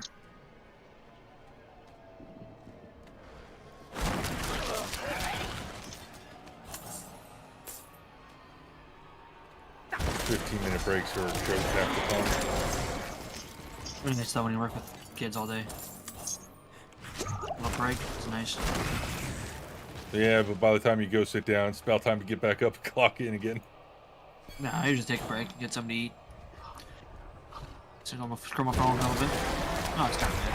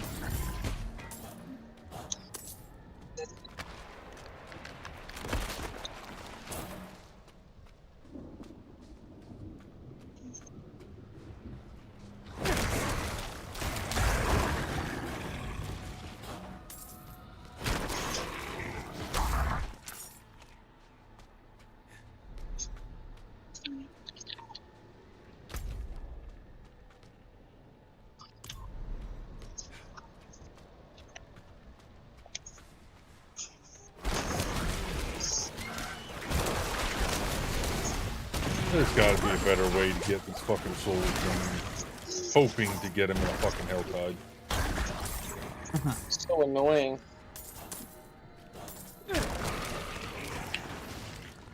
I can't find any. What are you trying to collect? Souls? Yeah. What's that for? Rolling Upgrading. stats.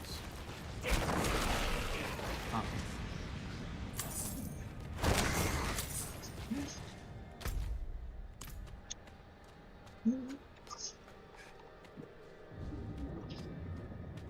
Oh, I found one. Oh my god.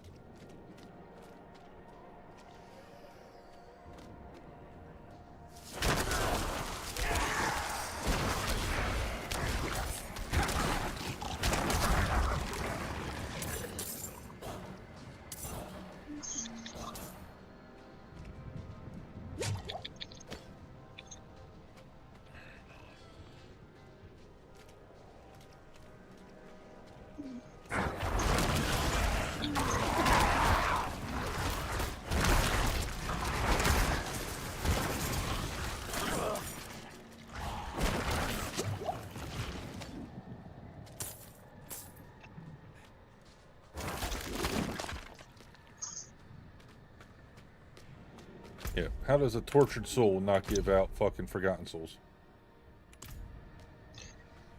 I don't get that either. That should be the one thing at least.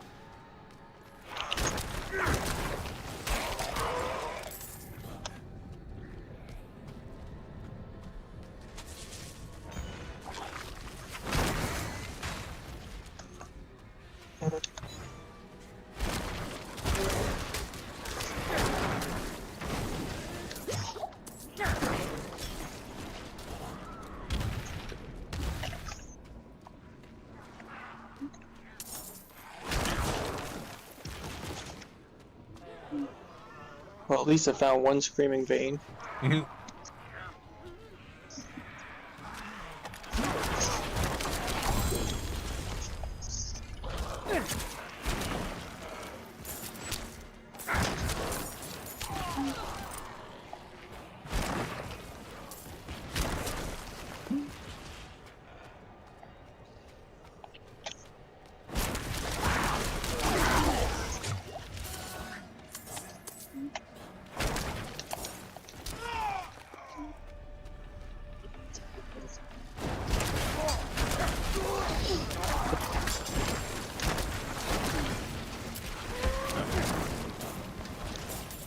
gonna play some Battlefield Gamer.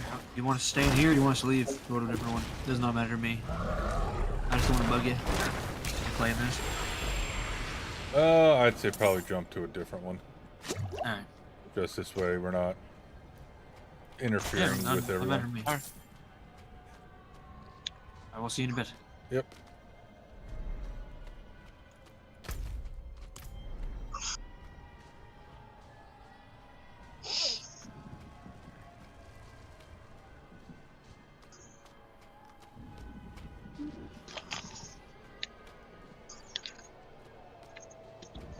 I tell you, those 20 Paragon points would really be helping out. From Renown. Yeah, it's the only reason I've been trying to do the Renown, because I could use them extra points also.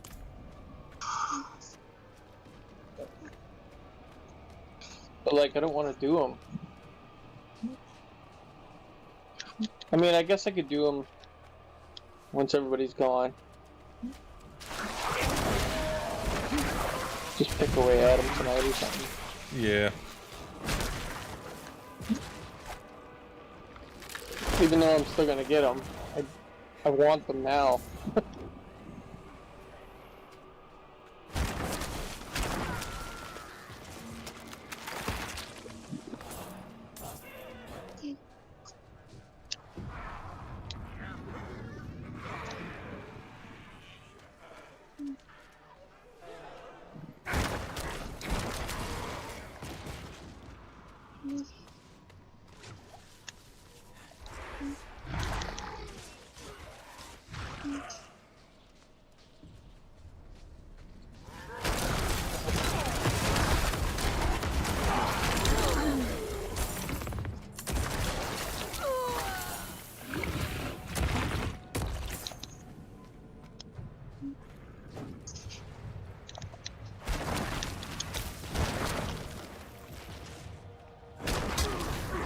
Nice, found another resource vein.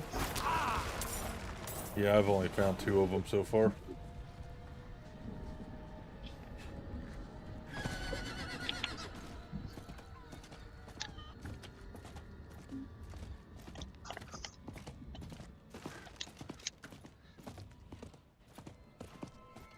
Lots of fiend roses.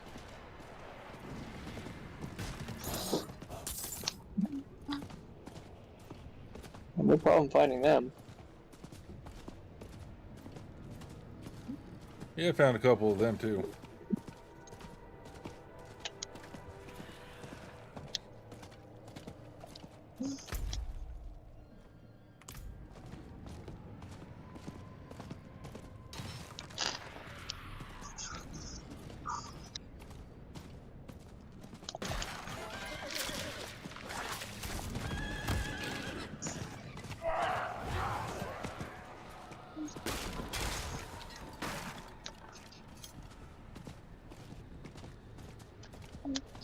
Well, at least I got some Forgotten Souls. Wasn't a complete waste.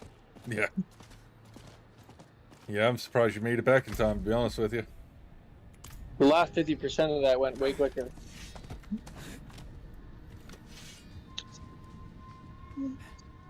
Oh, I found that fucking big boss. Oh, somebody's already killing him. We're not even on the same instance at this point, because I don't have the update, so wouldn't make a difference. You don't? No. I gotta jump off here once this hell tide's over and... Update it? Update it, yeah.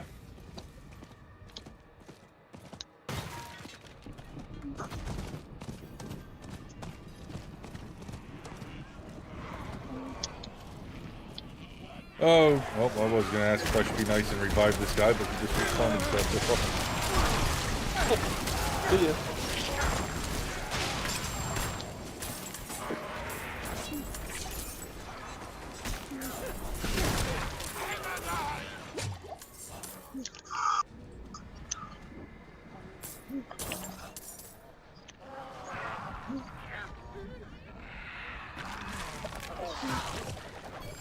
I found 5 Fiend Rose plants already.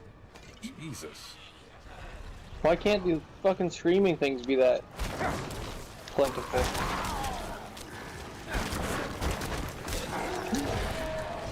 Because that would be too easy.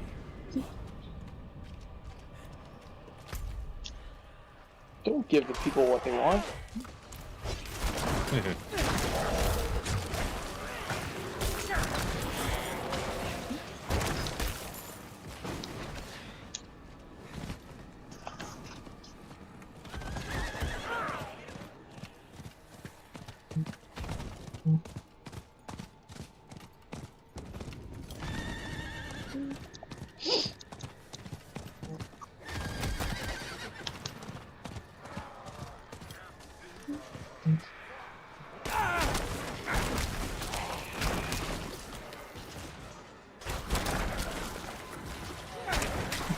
No uniques yet.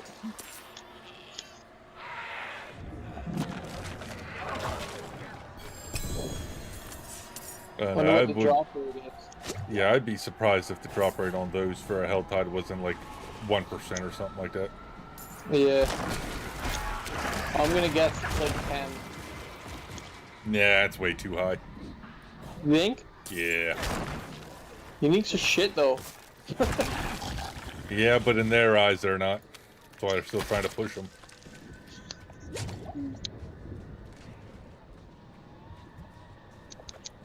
That's gonna be. Well, I guess. For Helltide for me. Like you can still get the super rare uniques. There is that chance too. Yeah. Well, hopefully there's that chance. Yeah. Might not even be in there.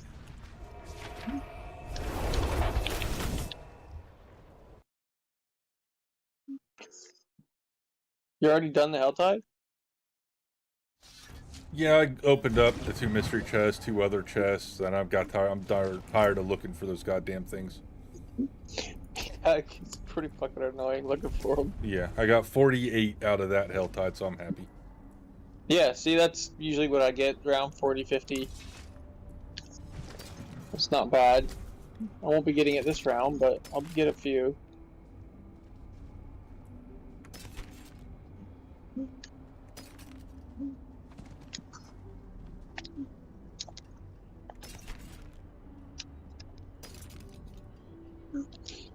This is a pretty cool run. There's 2 chests side by side. Nice. Never seen that before. I had 2 that were fairly close to each other. Yeah? They weren't side by side, but it was like right around the corner. Yeah, that's like these ones. They're like, yeah. I can almost see them both on the same screen.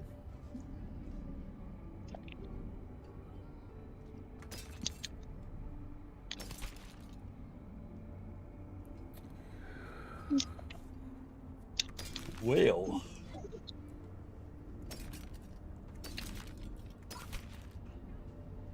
Any patch notes yet? Give me a second, I'll go look.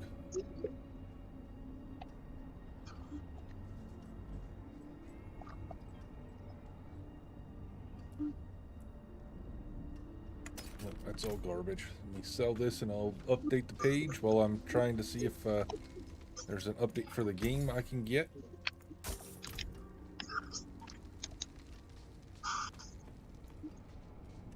Alright, let's do this. Exit. Switch over to just chatting for the time being. This is impossible. Yep, that's why I gave up doing it for the time being, Craig. Let's see here. Patch notes. Oh my god, there's patch notes. Read them out. Oh my god, they need to fix the date. June 6th, 2023. June. Yep, Junly. June 6th? L is nowhere near N nor Y, so I don't understand how they did that one. Well, they meant to put July. They meant to put something, that's for sure. Was there anything important on there? Or is it all just bug fixes? Let me start, see if there's an update here real quick, and I'll start reading these off. Well, it's not under scheduled, so I have a feeling I'm going to have to force this to check. Whoops. Probably. Where's it downloading? Nope, it's already downloading. Okay, well, while that does its thing, let's read this out. You over here. Over here. Over here. Why do I not have a display capture for my just talking? Well, we'll have to set that up later. All right, so let's see here. Bug fixes, gameplay. Fixed an issue where the damage multiplier for enhanced frozen orb wasn't applying correctly. Fixed an issue where enemies with the vortex affix would deal damage through immunity. Oh, that would have pissed me off. Fixed an issue where the elixir of expertise was reducing resource cost by 10% instead of the displayed 20% value. Oh, shit.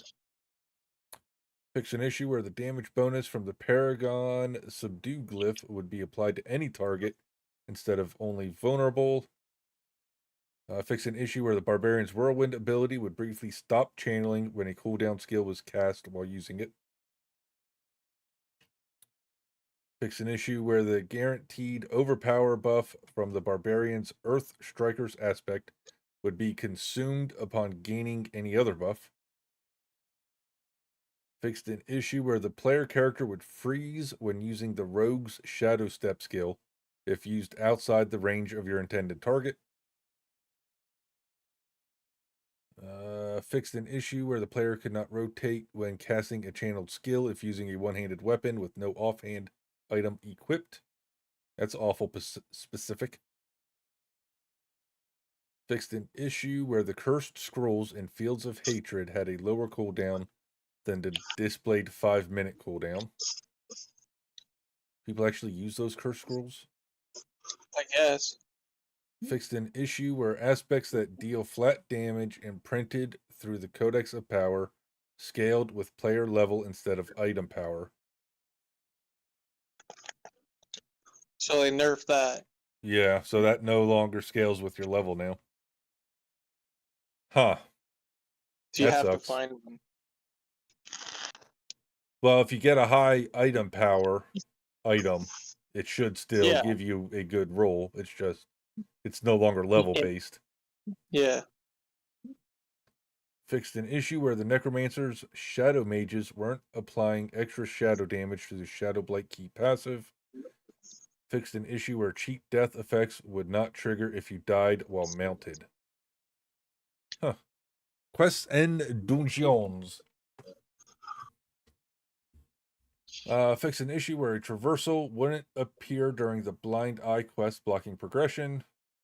Fix an issue where the Mother's Judgment enemy would spawn before the player entered the encounter during the Whispers from the past quest.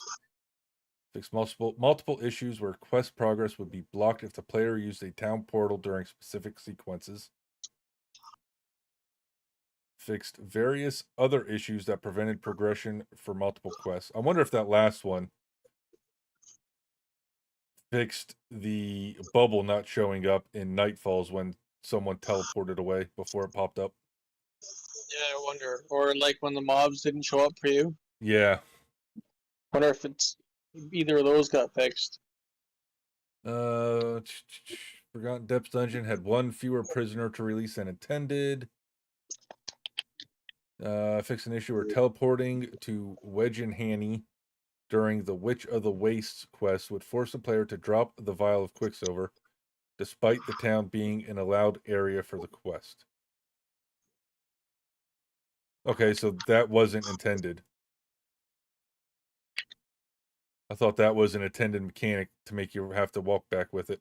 Apparently not. All right. Fix an issue where the Cultist Refuge, Howling Warren, and Lubin's Rest dungeons could be completed if the Butcher appeared and was not killed. Couldn't be completed if the Butcher appeared and was not killed. Huh. Fix an issue where Treasure Goblin slain in a Nightmare dungeon with the Death Pulse affix would deal significantly more damage than intended with its post-death explosion. Oh, that would have been cool. Well, I saw a guy who got killed by the treasure goblin because of that on his hardcore character. That's probably why it got fixed. I guarantee you. Fixed an issue where the Mirage quest couldn't properly be completed. Imagine getting killed on your hardcore character by a treasure goblin. Oh, that would piss me off. You'd be the only one, though. I'm sure it's happened more than once, though. When it happened to that guy, he did about what I would end up doing. He put everything down, looked at his camera for a few seconds, got up and walked away. Yeah. All right, UI. Fixed an issue where the QR code used for account linking on console was improperly sized, which made scanning it difficult. Fixed an issue where the imprint cost for legendary aspects would be inaccurately displayed. Fixed an issue where players on console would be unable to navigate the shop after using the Buy More Platinum button. I got a fix for that, just don't buy Platinum. Fixed an issue where the upgrade glyph tab wouldn't close after moving away from the awakened glyph stone. Fixed an issue where a skill unlocked by item contribution did not have an assigned skill button in its tooltip. Fixed an issue where trading a partial stack while playing with a controller would display a full stack in the tooltip. Fixed an issue where the weekly reward cache for defeating a world boss would display as available if there was an active whisper for defeating the boss, even when the cache had already been claimed previously. Oh, so you only get those caches from the world boss once a week? I didn't know that. Yeah. So it's only worth killing the boss once a week, and that's it. Pretty much. Miscellaneous. Fixed an issue where the NPC Arlo couldn't be interacted with. Fixed an issue where the Fields of Hatred killer cosmetic set was missing helmets for Druid, Necromancer, Rogue. Fixed an issue where the cost of the Sturdy Saddle cosmetic from the stable vendor would scale with the player character's level. Well, that sucks. Fixed an issue where players could lure the Seething Abomination boss in the Alzuda Fields of Hatred zone to a location where they could damage it, but it couldn't damage them. Fixed an issue where mount cosmetics would not properly display if applied while actively mounted. Fixed an issue where the camera would pan from the point of death back to the respawn point instead of instantly moving for players in local co-op. So people do use local co-op, huh? Fixed an issue where the player and NPC would disappear during a dialogue sequence if the player was actively under the effect of a conduit shrine. Various localization fixes, various other interface and accessibility improvements, further stability, performance, and visual improvements across all platforms.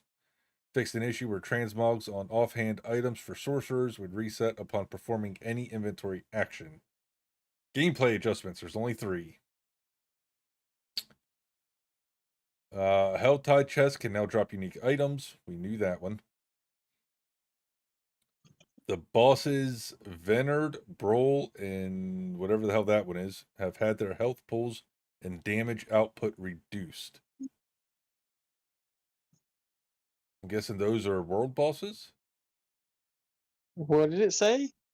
The bosses Venard, Broll, and Sarak have had their health pools and damage output reduced.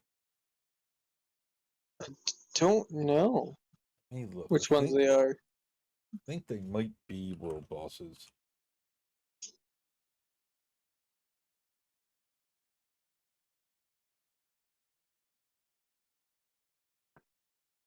Oh, nope. Partial encounter towards the beginning of Act 1 once you reach the Black Lake during the Cost of Knowledge main story quest. So they must be campaign bosses, all 3 of them. Huh.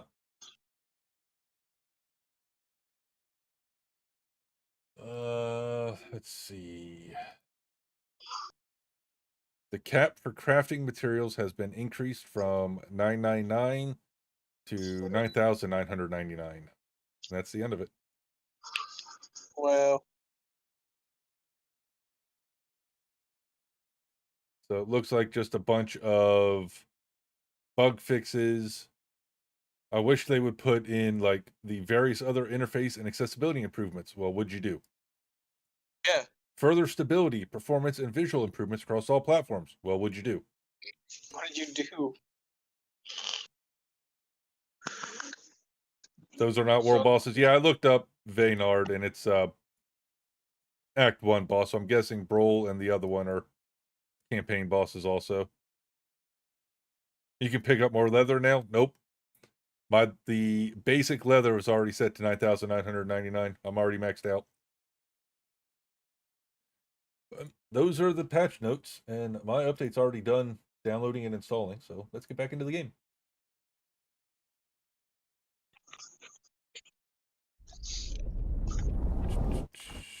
Game.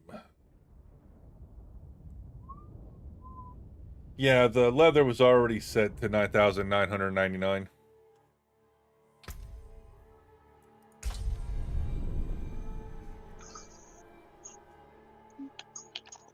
I looked at that earlier when it kept telling me I was maxed out and come pick it up to see what it was set to. Where's it at here? Right there, rawhide. 9,999. I think the other ones that they're talking about are like these things, like the plants. The ore I think was already at 9,999. But I think a lot of this other stuff, monster parts, I think a lot of that stuff was only set to 999. Well, now I can go back and roll these gloves before I put them on and see if I can get a better roll on them. Well, I'm sorry, I can do that 48 times before I'm out of fucking souls again. I can take common, turn it special.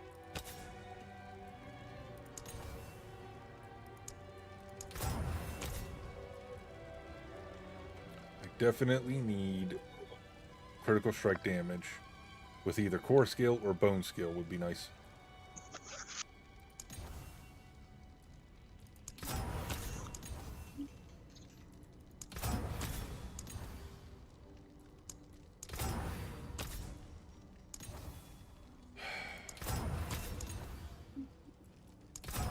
Ooh, I found a nice ring. But I just need... I'm gonna need another aspect to use it. I hate that. Oh, I'm now out of money. I can't roll anymore.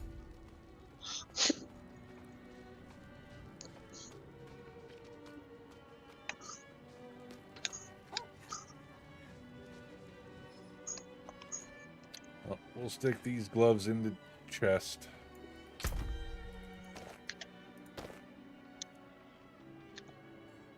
Probably get rid of these other ones I have in here that I'm not going to fucking use.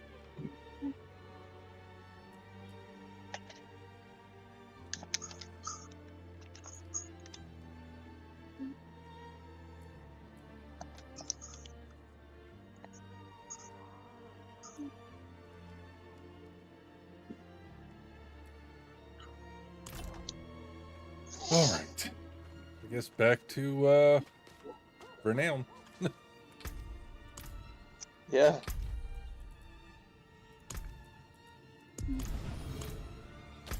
Should be able to join now.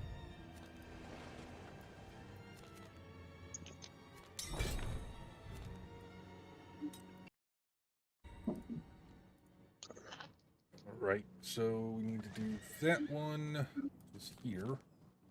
Well, Alderwood, I know we definitely did. So we'll mark that one off.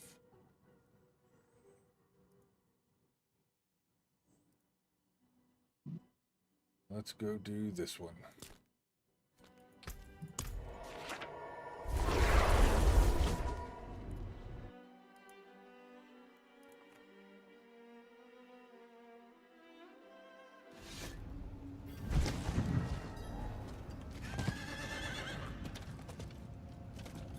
Me out.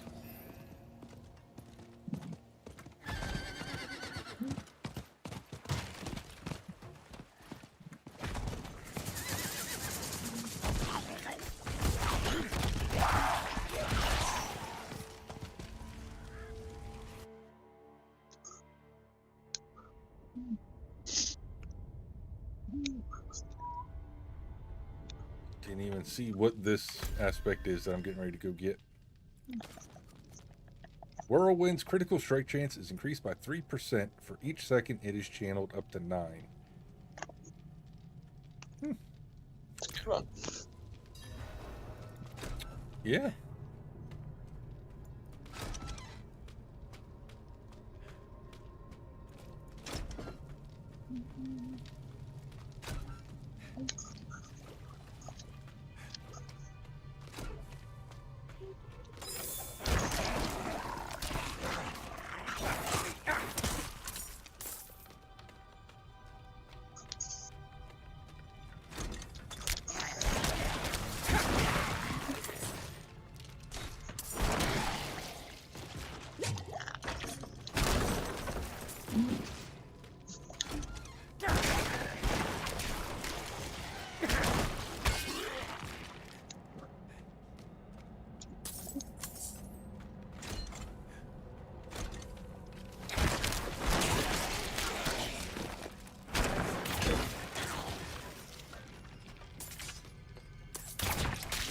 Jesus. Fuck you, Ballista.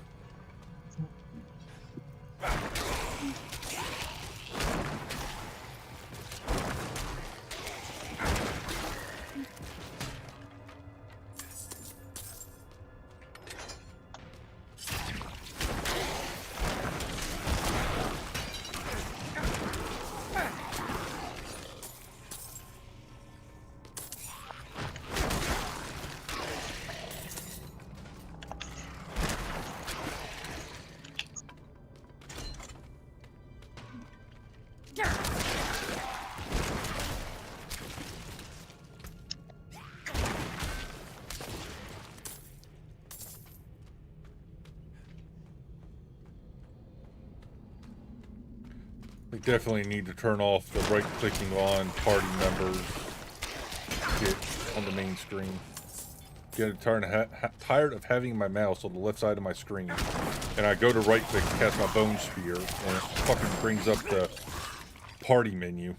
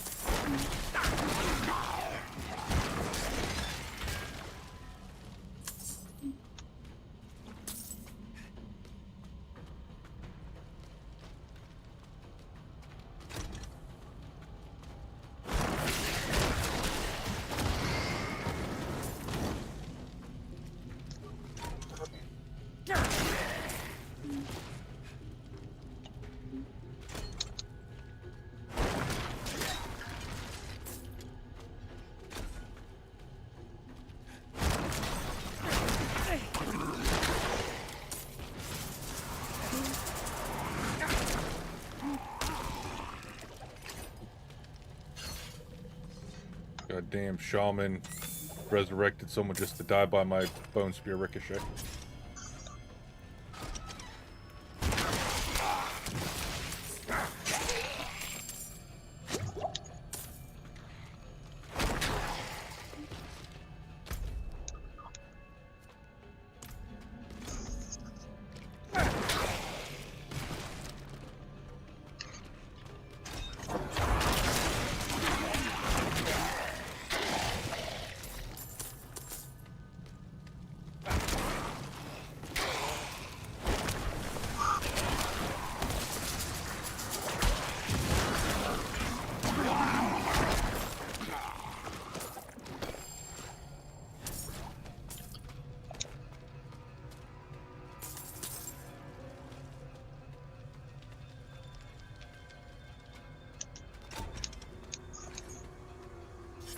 Glad this game keeps telling me I got crossplay enabled. I wouldn't know if it didn't tell me. Yeah, mine keeps telling me that too. It's pretty annoying. Like, I don't care.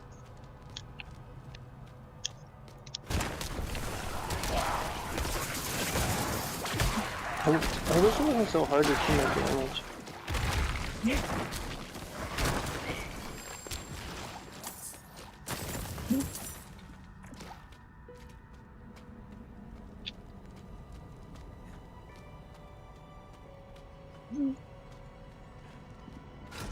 Yeah, unless you're paying like pretty good damn attention to it, you fucking miss a lot of damage numbers. Yeah, like I can't see any of it.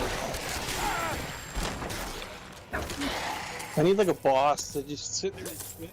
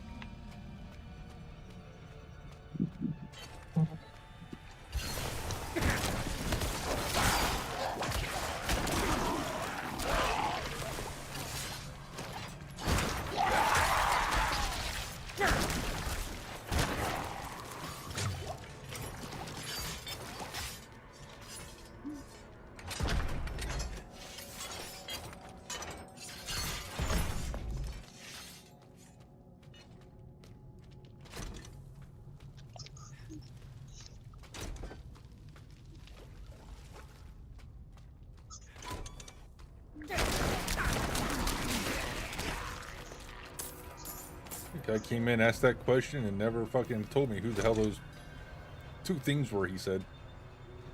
Never replied after you said that? Nope. He's like, fine, I guess this guy's not gonna give me the answer I'm looking for. Who's better? I'll figure it out.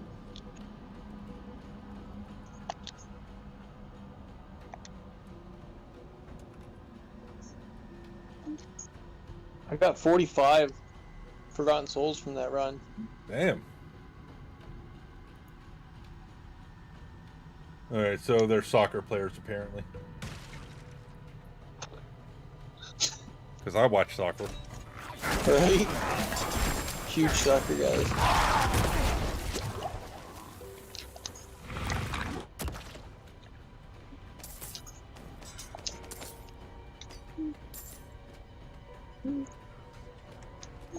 I'm American. Ain't many Americans that fucking watch soccer, that's for sure. America. America! Fuck yeah!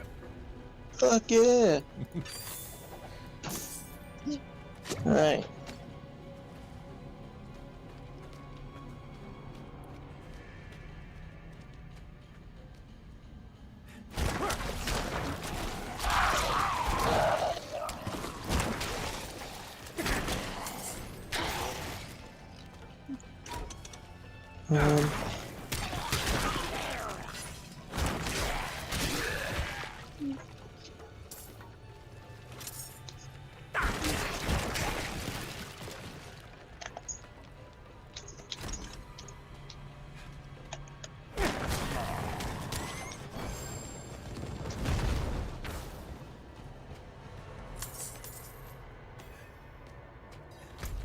Who's Garen and why did I have to collect his key? The important questions in Diablo. The question is, when am I ever going to find another ring with that aspect? Never. Once and done. Like, just like I'm never gonna see another one of the super rare aspect I picked up. This sucks.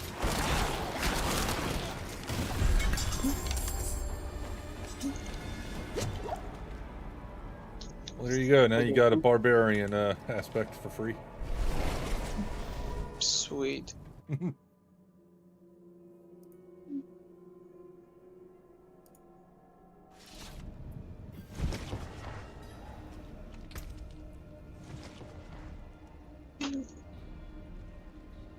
436 damage less. What the fuck, game?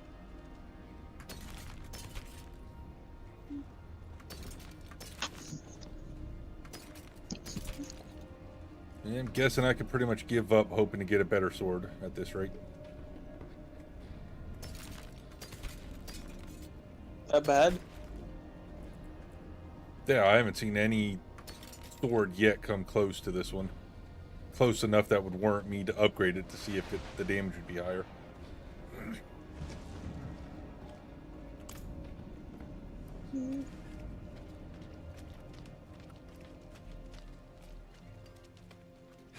Up closer at a distance. I have weapons for any engagement.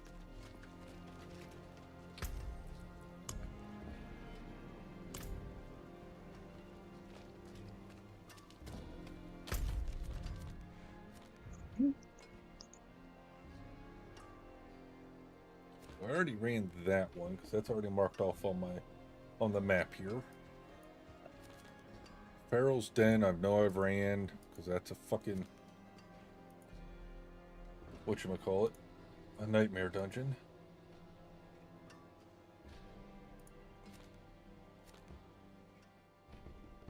Rogue aspect. When you cast dash, a shadow clone is spawned at your location.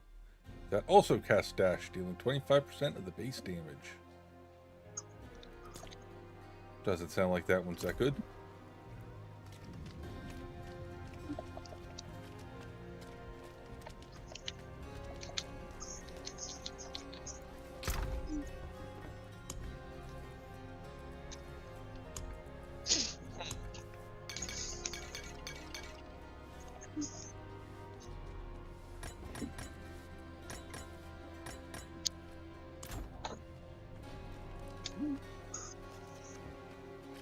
Yep, doing all this to get all these dungeons, to get the max renown, and none of these aspects are going to carry over to the season character. Does it feel great? Oh, it feels wonderful.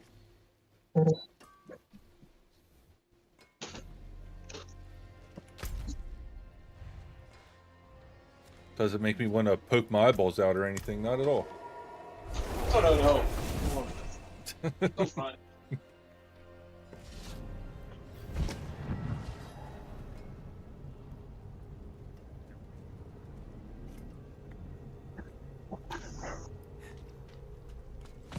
I understand they don't want to give people an unfair advantage come the start of the seasons, but holy fuck, it's going to get annoying. What's that? I said, I understand they don't want to give people an unfair advantage when the season starts, but holy fuck, is it going to get annoying, have to do all this shit all over again. It drives me crazy. Well, at least we know we can do it 4 times quicker this time, though. Yeah, the dungeons at least.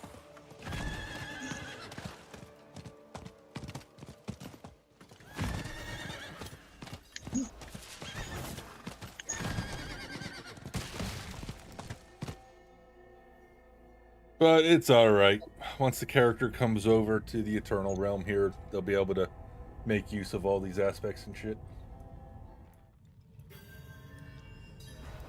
But the problem is, by the time that happens, I'll already have the aspects I want on that character anyway.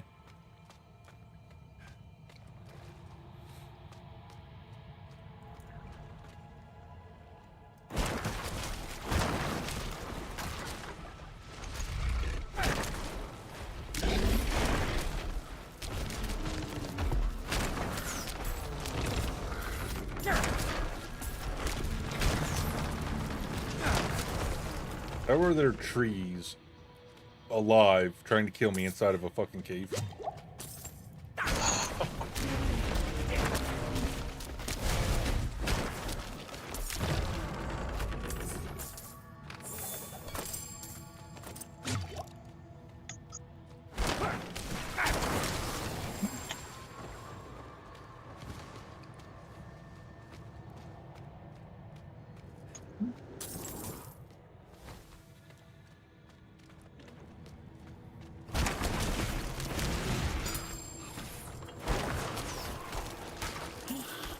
'Cause that's what I wanted to bring up, game. The fucking party menu. Yep.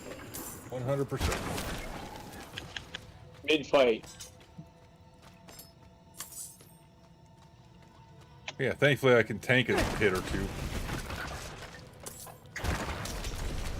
No, it piss me off from dying all the time from stupid shit.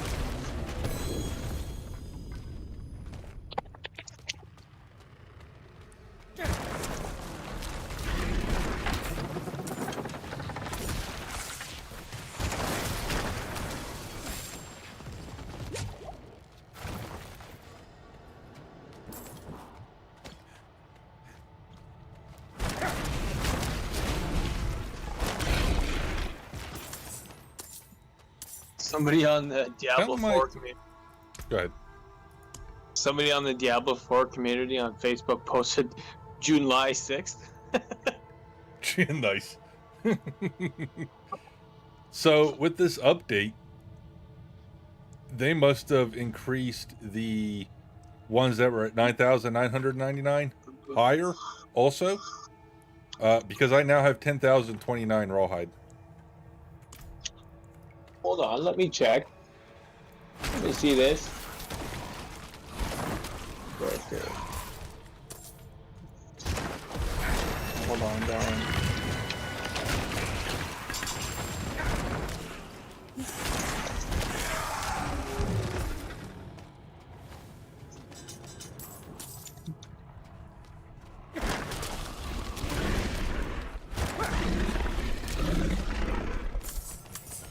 Yeah, it just happened to be picking up rawhide. I'm like, why am I picking up rawhide? I thought it was full.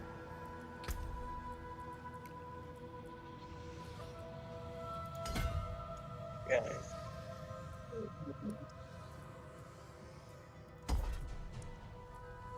Yeah, 10K.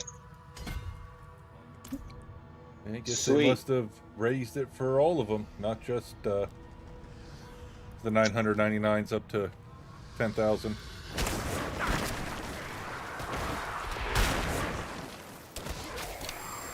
That's good though. They'll stop all that shit from laying on the fucking ground. Yeah.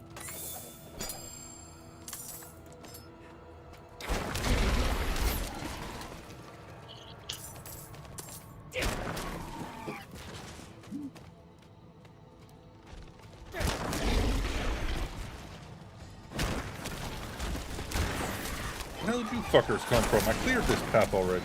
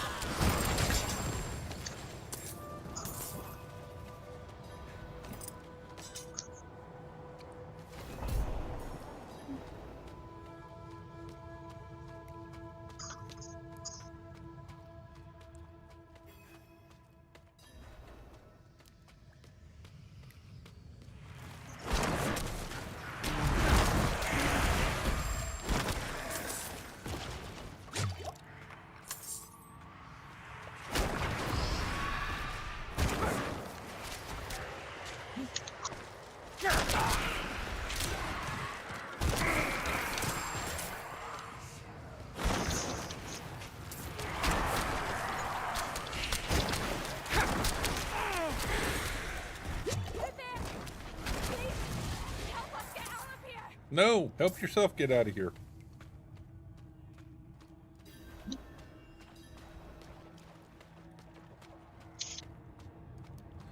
Event joined? I think not.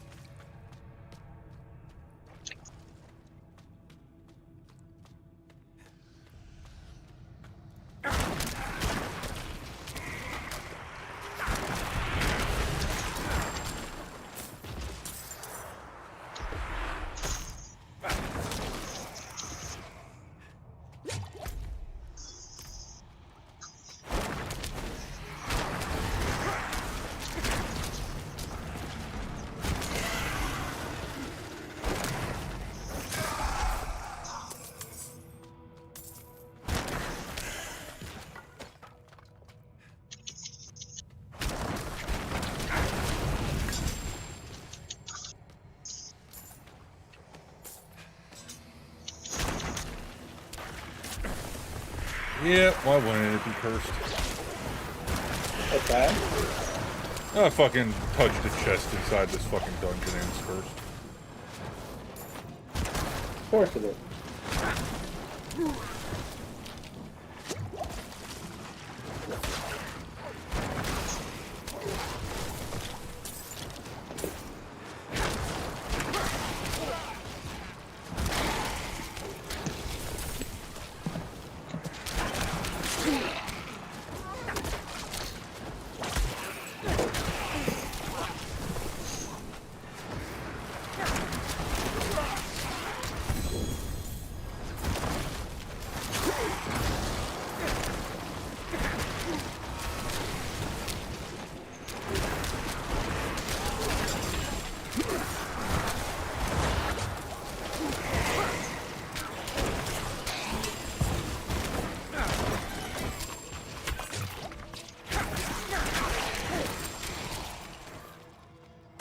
Oh, the game was trying to play a funny joke there.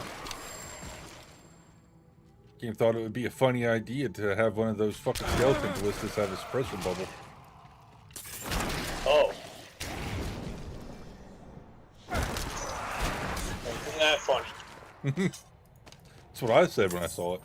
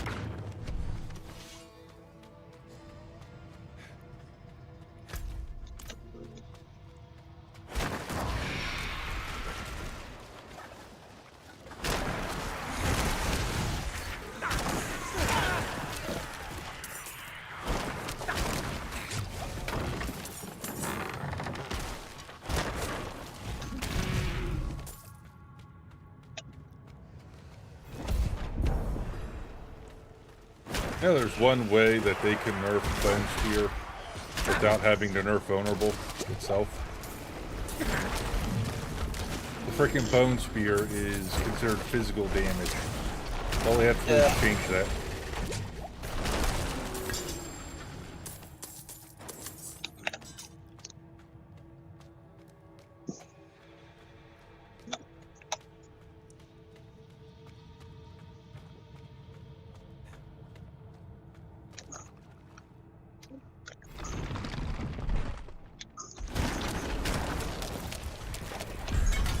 Two Bone Spears, I just killed the boss in this one. Two? Two, yep.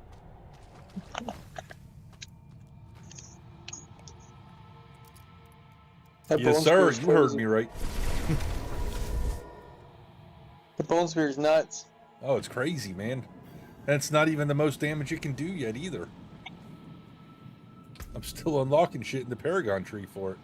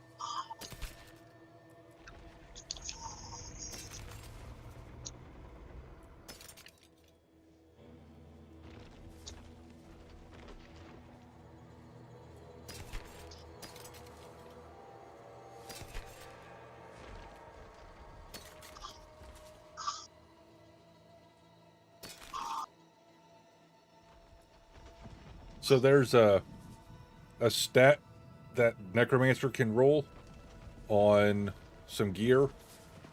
your minions inherit X% of your thorns. So doing a thorn build with the minions is a viable build option for endgame for this.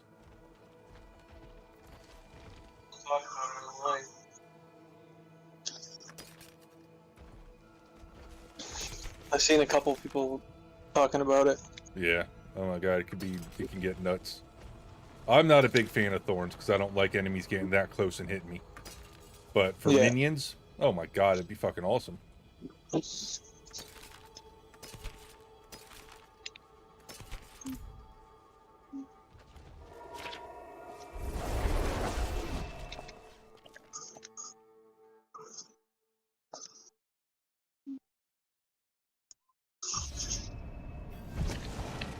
Oh my god, we got 6 minutes until the roll ball spawns.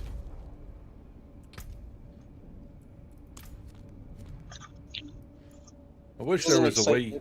What's that? It doesn't excite me. No. Oh, there it is. How did I not kill a boss this week? I thought we killed one the other day. Maybe it reset? Expires in 1 day, 9 hours. So reset is tomorrow. So it didn't reset then. But it's saying I can get the weekly bonus spoils. I might go fucking do the world boss when it spawns just because of that. Well, let me check if I get it.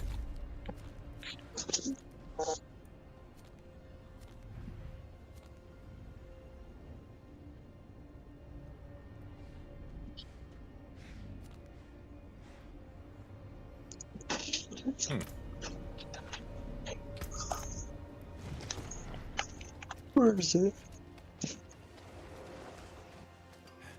Sometimes no, I don't get it. Oh, it sucks. Let's get you offensive.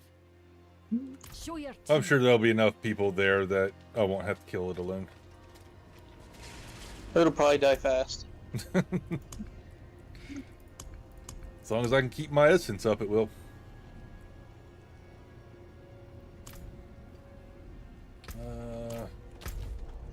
Okay, so that was that one done.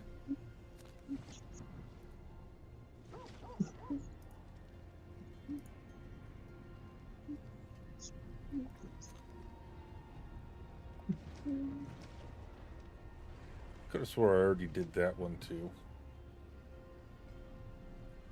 But we'll go run it again, just be on the safe side. Lala's vigil.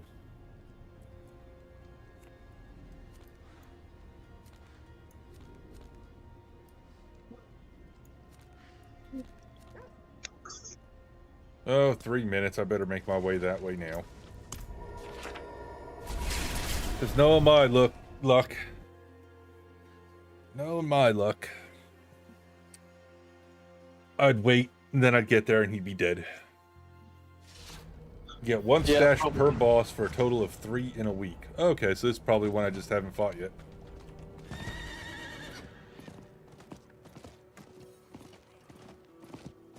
Guy behind me's got a moose. I don't like this.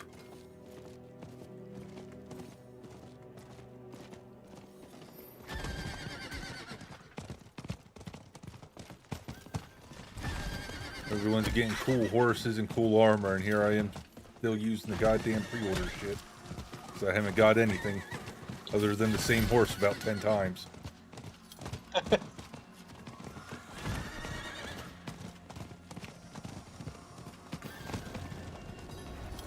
Oh yeah, this fucking boss is gonna be dead. Greetings. 1, 2, 3, 4, 5, 6, 7, 8. Greetings. I make 9. There's a 94, a 95, a 92, a 97, a level 100, another level 100, 98. Oh yeah, this fucker's done for. Greetings. That'll be a quick one. Oh yeah.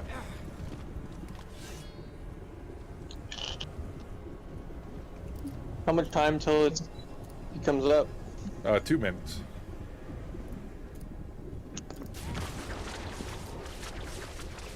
The fuck?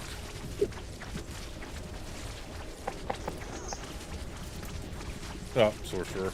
That explains that. That was pretty cool, though.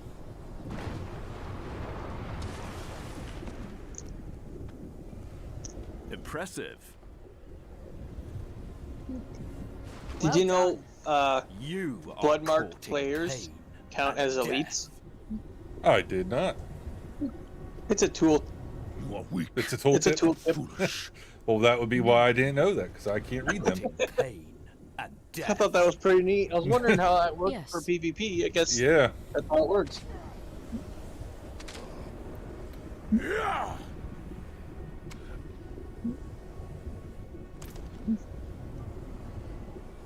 One minute. Surprise. And look at all the people here. I wanted to see how fast he dies.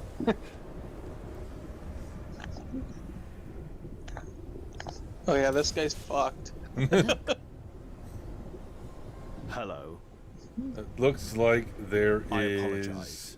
I could use some assistance. one other necro here.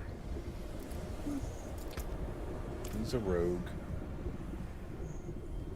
He's a rogue. This is the Necro 78, right? Yeah, I don't see any other necros here besides me and him.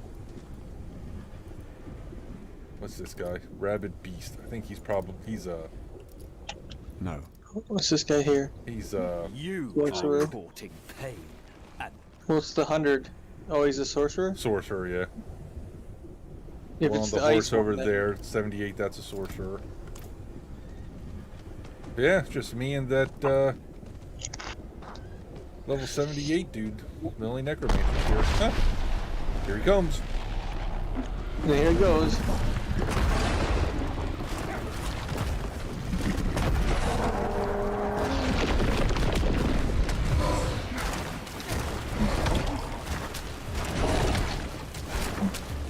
Nope, I'm out of essence.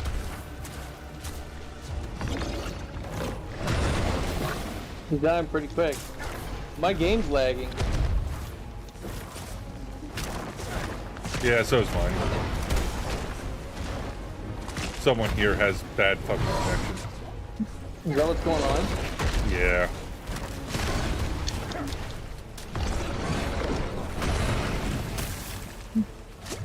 Someone's doing some chunky fucking damage.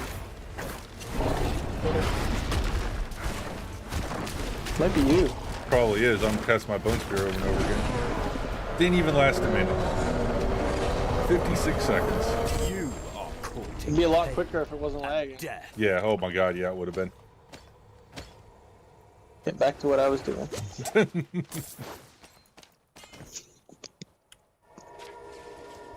Get out of this laggy nightmare now. That was brutal. Yeah, it was. I think that's the quickest I've ever been there that the world boss died. Yeah? 56 seconds. I think I've seen like 30 seconds Damn. before.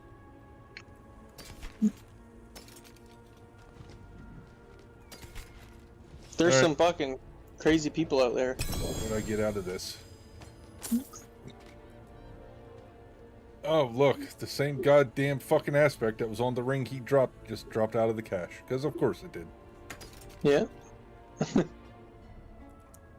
Fucking game. I ain't getting either if it makes you feel any better. I guess at least I got something out of it. I'm telling you, even with those caches, it's like, it's not fucking worth doing. The best of everything. Yeah, no, it's not. Like, I lost my portal to where I was in the dungeon, so Yep. even that was worth more than that shit I got. Yeah. Yeah, because now you got to go back and walk from the very beginning to get back to where you were at. Yeah.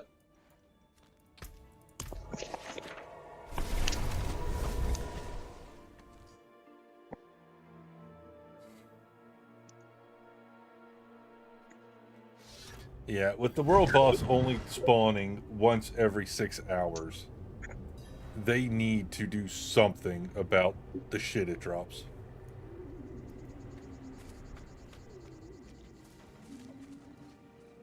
They either, one, need to increase its spawn rate for what it's dropping, or they need to make it drop shit a hell of a lot better than what it's dropping. It is done. Yeah. Collection of chest plates, chaos, or gauntlets.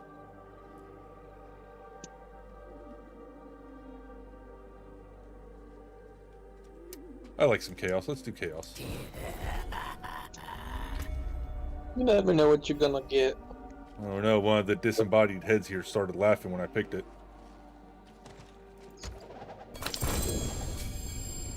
Look. Well, I got a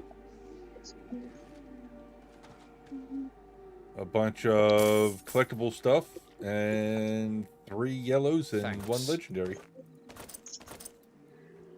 Alrighty then.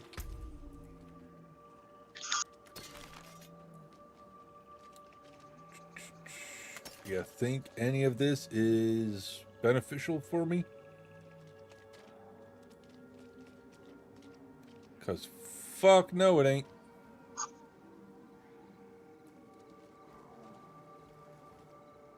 Two helmets I got. The aspect's garbage on the one. And the stats on them are not worth replacing my Deathless Visage. So fuck and fuck. Okay.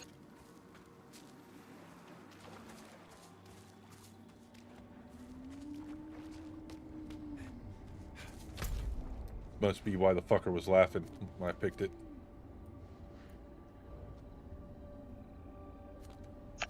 You ain't getting shit. Yeah.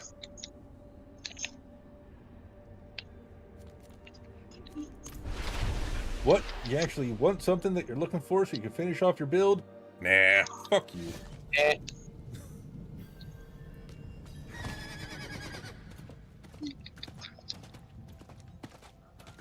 I swear the game looks at what you have on and they're like, we'll give him everything opposite of what he's wanting.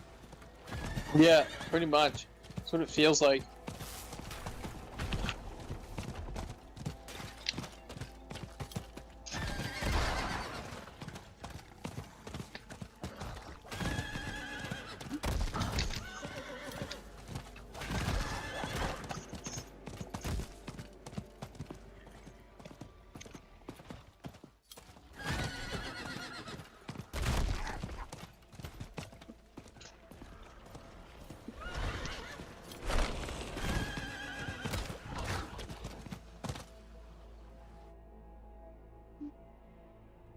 This one off because I'm getting ready to do it.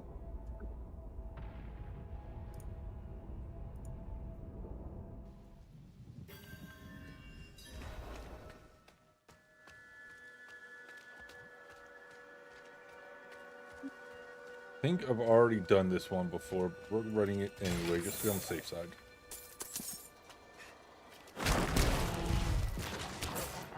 What pisses me off is if I want to get all the dungeons done in Hawazar, I gotta run them all over again until it gives me credit for the one I didn't run.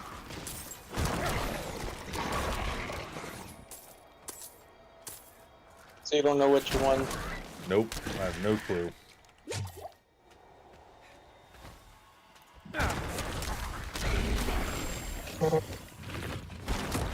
And since not all of them give aspects, I can't use that either as a way to tell because there's none down there left to give an aspect. And my dumbass didn't check them off as I was doing them the other day.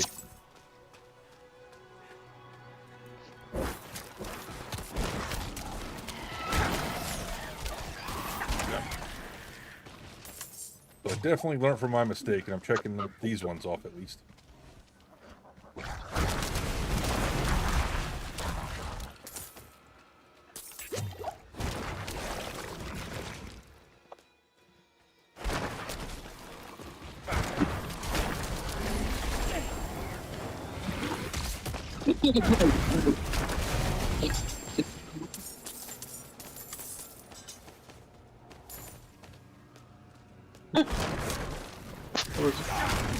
It's stuck in an ad.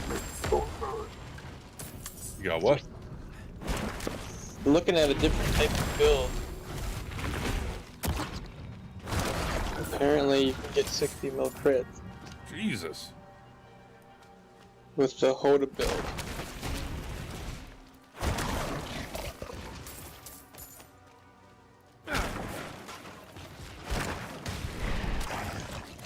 That'd be nice. That'd give you your single target damage at least. Yeah.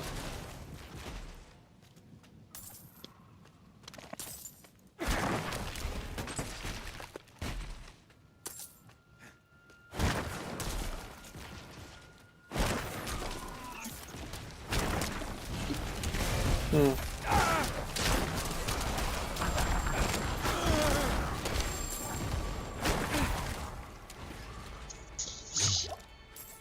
Hmm.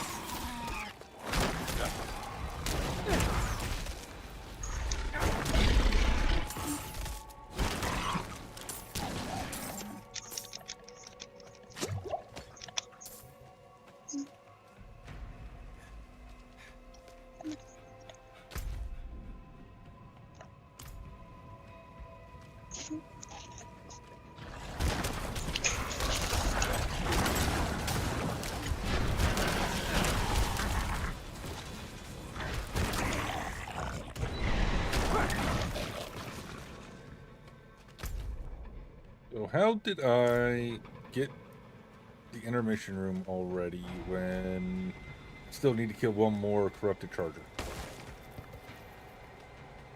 Hmm.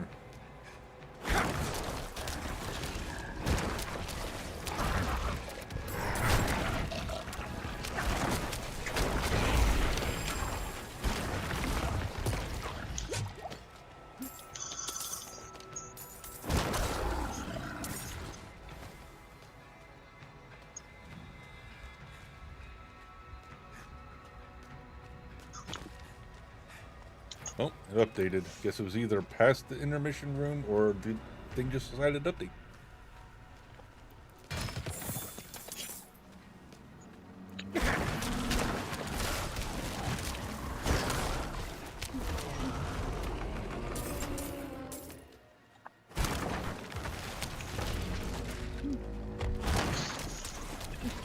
I'm gonna go smash it with this.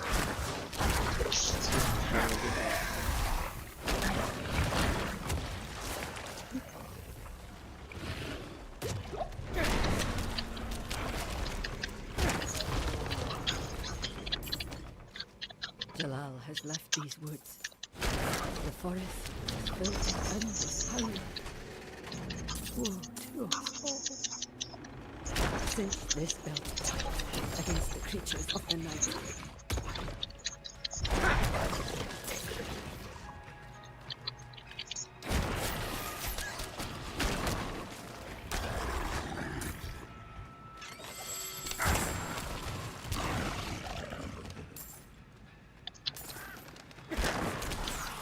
I have to watch some things you wish you knew before starting this game and see if the dungeon crap's in there. Like being able to multi-farm these for Renown.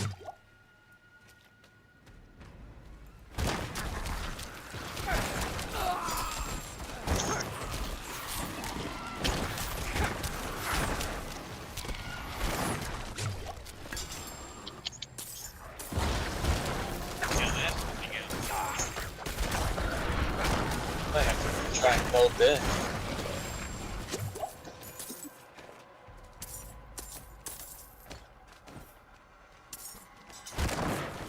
Do it before you fill out your Paragon board, or you're gonna be clicking for a while.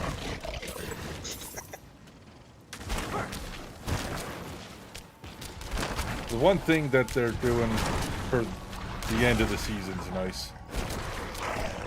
At the end of the season, you get a Scroll of Amnesia, which will reset your Paragon and your skill tree back to square one. Yeah, I seen that. I don't know why they just don't make that like purchasable from someone in town. Yeah.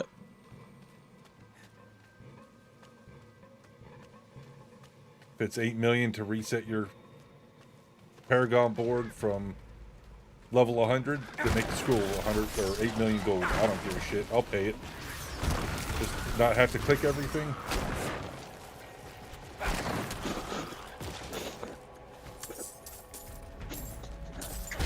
Nice.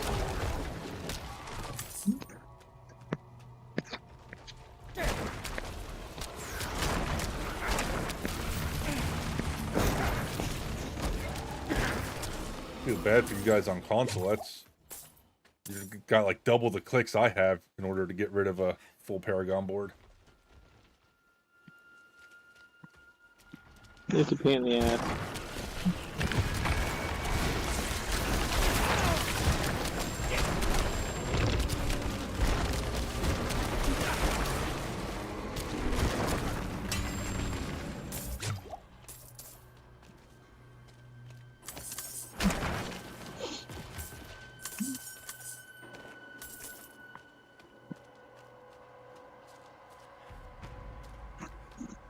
Alright, see how many bone spears it takes to kill this boss. Bramble again. I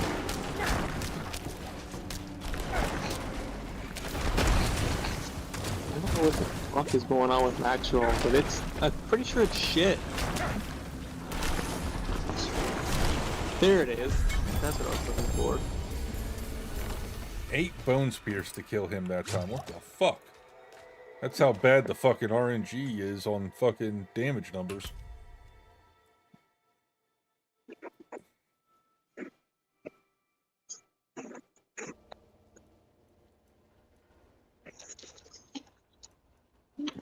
Okay, so I need...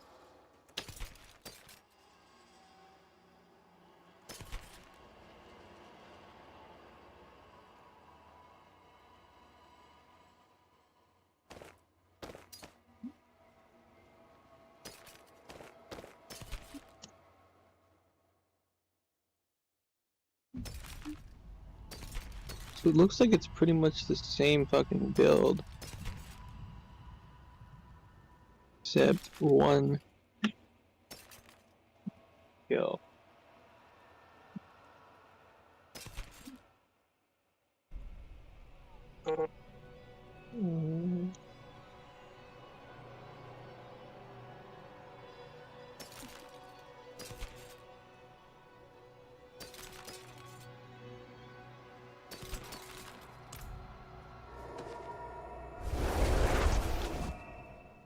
Yeah, I want to say most of the barbarian builds are pretty much based all around the same core stuff.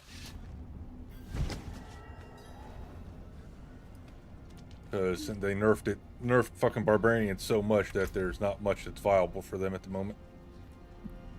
Yeah, I'm just gonna try a different build now, so I'm not going crazy.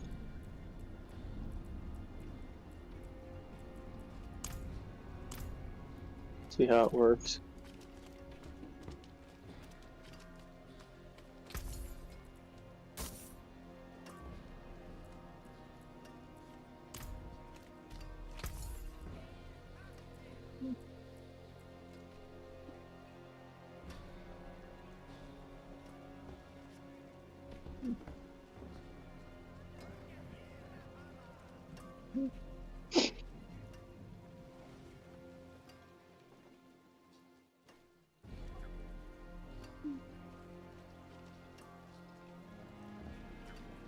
Huh. Wonder if these pants might be worth swapping over if I upgrade them.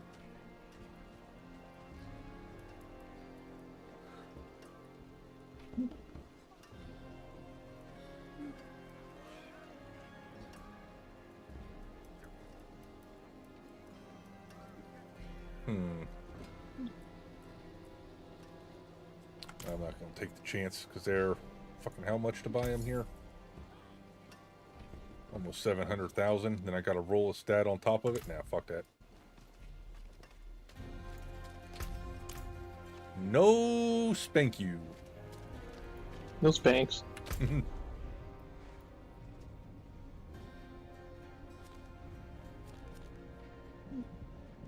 Well, Whispering Pines I've already done.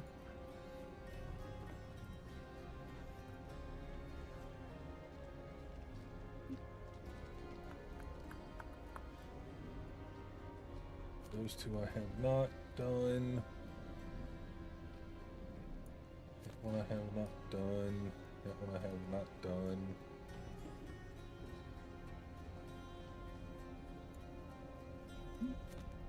Demon's Wake I know I've done.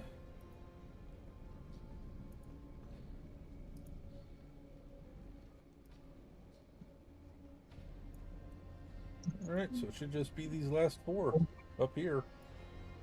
Then the dungeons are done. Let's do this one first. I wonder if the that one that heals everybody heals me too. I don't see why it wouldn't. What's the actual wording on it? Heals allies 1%. Might not then.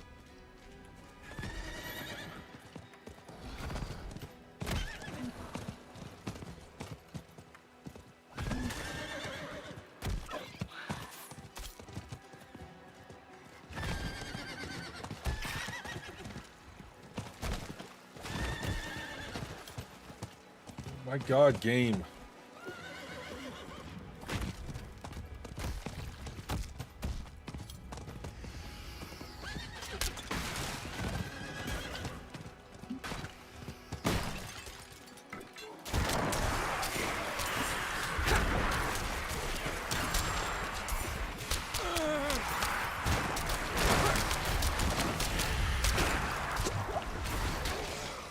Fuck, I'm too. Hey, you want to loan me $1 million or $2 million? If I have it. Fuck. Let me look once I load in here.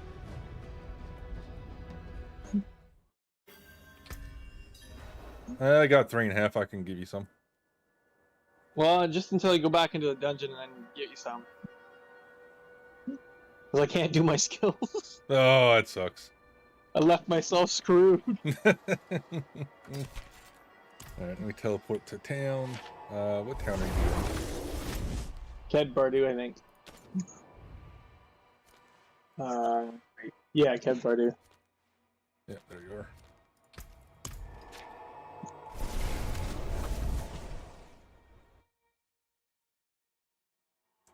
What do you want? 2? Yeah, 2.5? I just 2 is fine. I just gotta redo all my skills. This will be my first trade. Oh, Jesus.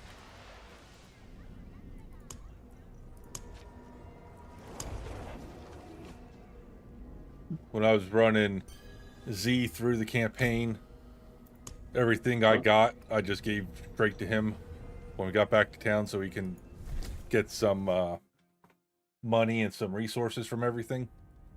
Oh yeah. So he was pretty much getting like double the loot because I didn't fucking need. I would just was just gonna sell it anyway. Yeah. So I said, fuck it, you can have it. Salvage it for extra resources, sell it for money, whatever. I don't give a shit.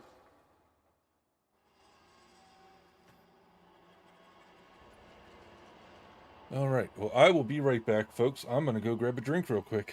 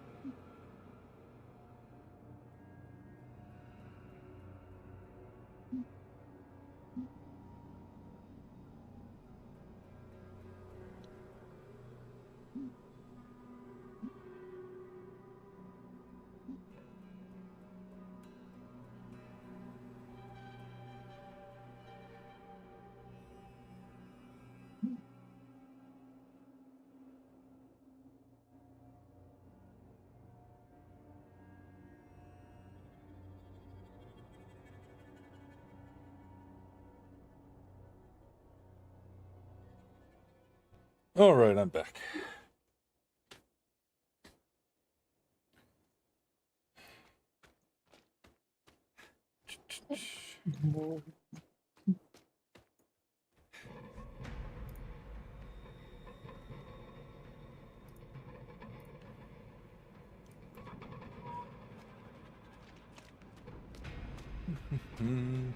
For those that are watching, if you haven't yet and you would like to, down in the not in the description, over on the community tab for the channel, I do have a poll running as to which class I will be playing come the start of Season 1. So far, Rogue is winning. I believe Druid is a close second. And the other two are, like, not even close, so... I highly doubt I'll be playing either Sorcerer or Barbarian. But the other two, it's a close race, so if you want to see a specific class come Season 1, make sure you get over there and vote. Because that is what class I will be playing come the start.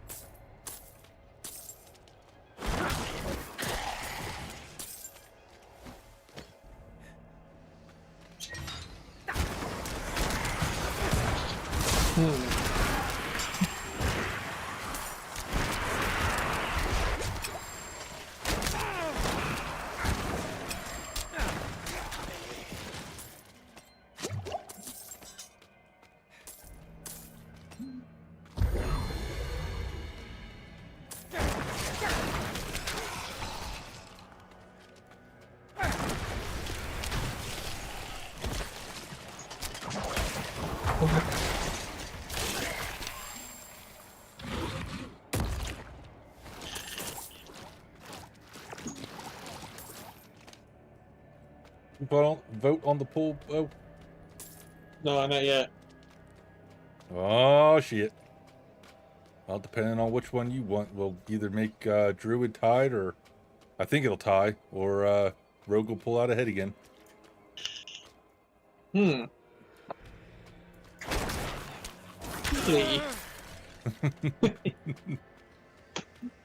I can help with gold if you need. I have over 100 million. What? Oh my God, I'll take all the gold you want to give me, man. I'm fucking trying to roll gear and shit, and I keep going through all my goddamn gold. Man, I had a pair of those bubble pants, and I don't fucking know where they went. There they are. I was about to say, probably in the square receptacle. They are required level 94. I'm not wearing them. Oh, that's another thing people were complaining about. Having sacred gear shit still drop at whatever level you are, so you can't farm for gear for your other characters. Yeah. Which I agree. Sacred shit should be capped at the most 70. Yeah, it's a bit crazy.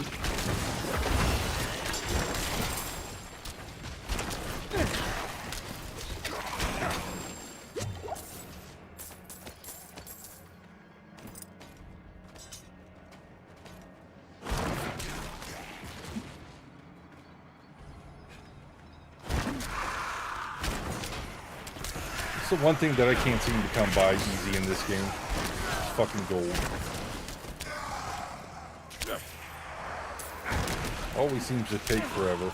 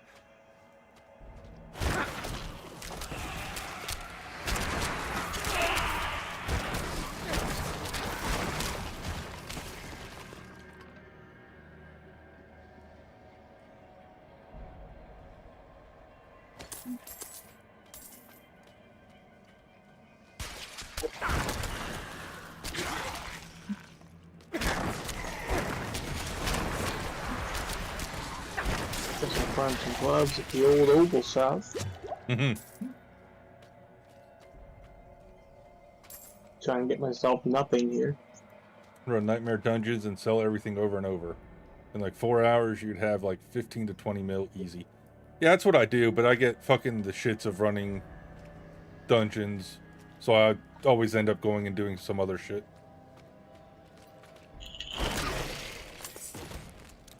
Like, I'm gonna eventually get the shits of working on this Renown crap. And I'll eventually go back into Nightmare Dungeons. And I don't pick up anything that's under a yellow.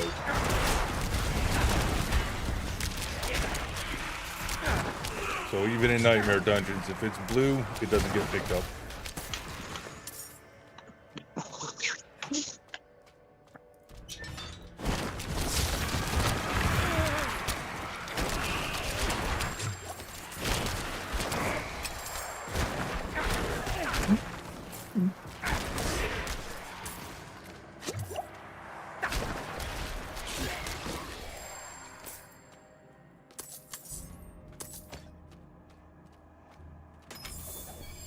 I've got a couple nice pair of gloves actually. Nice. As long as they roll nice. Yeah, that's the whole thing. Yeah.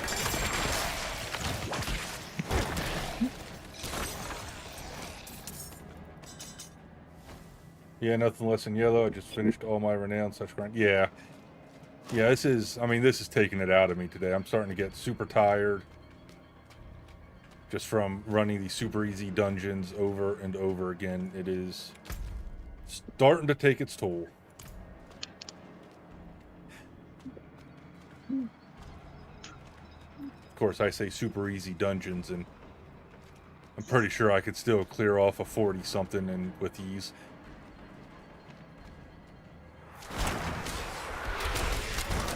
That's what I'll do. I'll go see what the highest Nightmare Dungeon is I can run. It's always something interesting.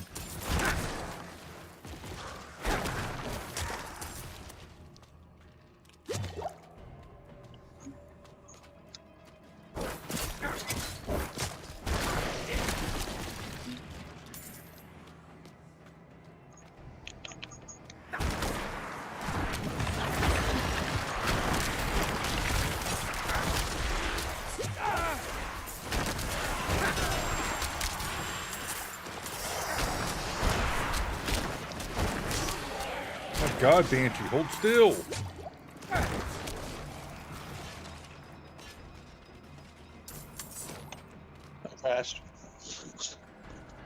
40 to 50 until 95, and then you should be able to do 50 plus after 95.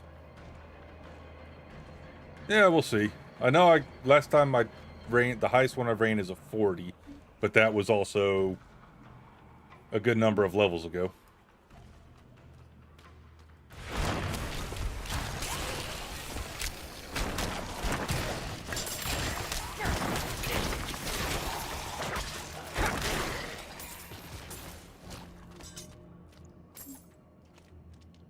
If I can get that grasping veins aspect that I've been looking for again, that'll give me even more damage. 30 to 60% more damage times when they're damaged by my grasping vines. Or corpse tendrils, whatever the fuck you want to call them.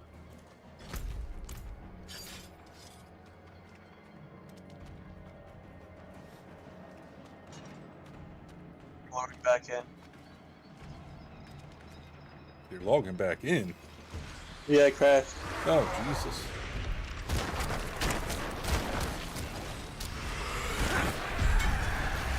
Well, 3.5 bone spears to kill that boss.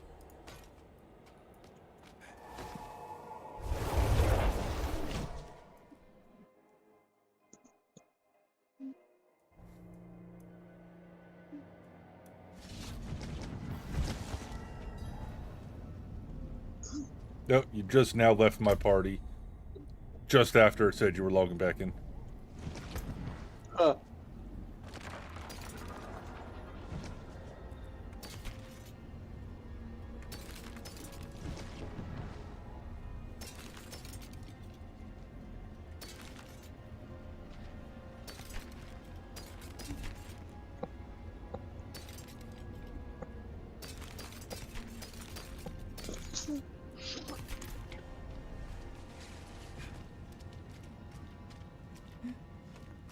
Finish off this area Show your for these dungeons. That should hopefully finish off the renown for this area too.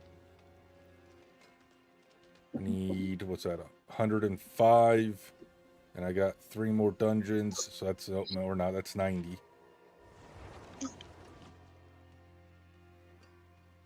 So I'd have to do a side quest or something afterwards to finish this area off. It's alright.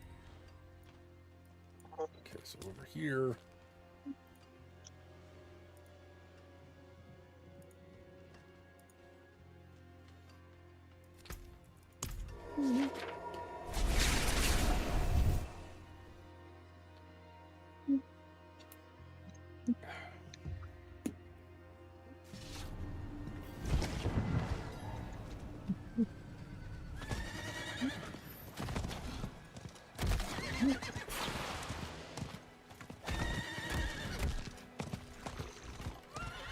Oh, this should give you almost all the dungeon in this area also.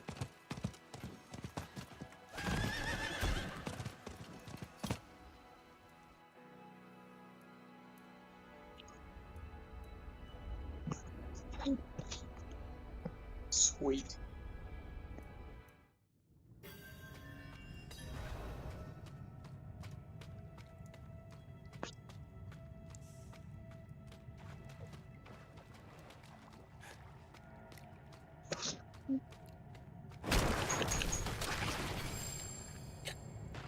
Just one shot a spider mini boss. Fuck you, spider mini boss.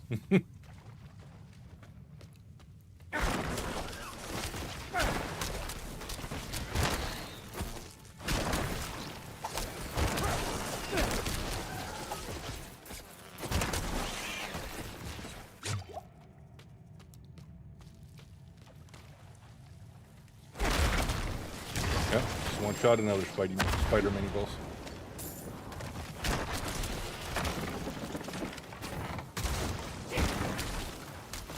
I wish you could make these dungeons harder to get like better drops and shit. Yeah. I don't know why they limited it to like a very small selection of dungeons to be nightmare dungeons.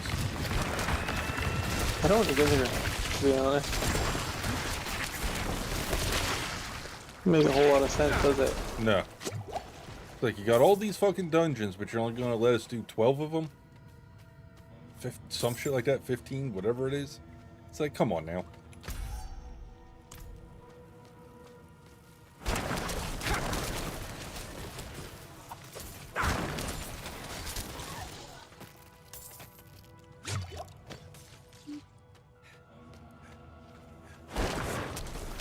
Well, no, Spider-Man, you both did die by one.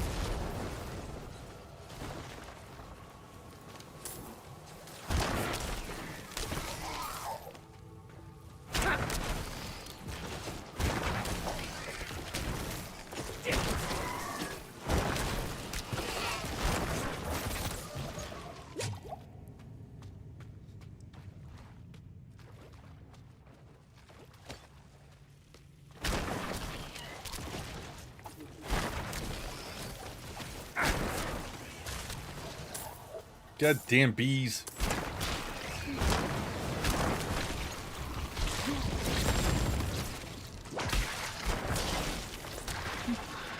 Bees.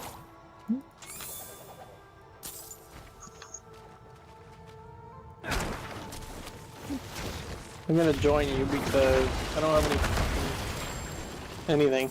So. Well, actually, yeah, I'll join you. Just give me a second here.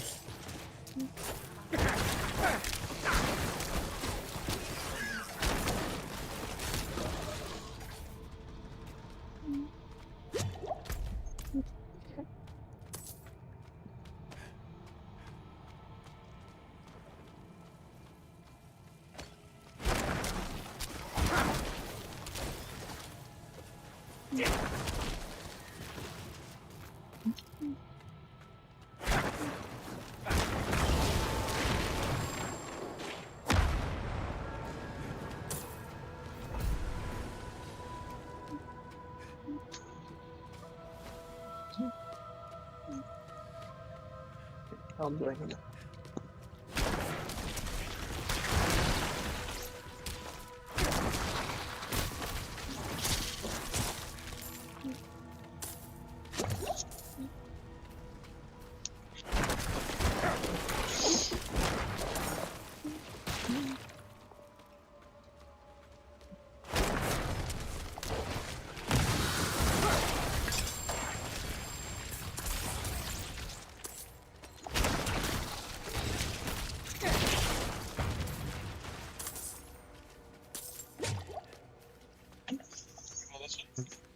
No, I didn't go that way yet. So if you want to kill shit, you better get in front of me. I can't see how much damage I do. I have a hard time seeing.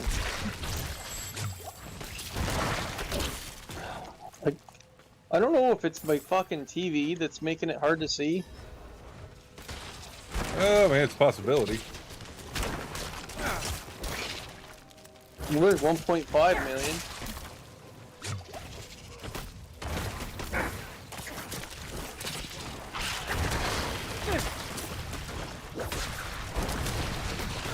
I couldn't tell you a whole bunch of damage numbers altogether. This definitely does a lot of damage, but how do I group them up?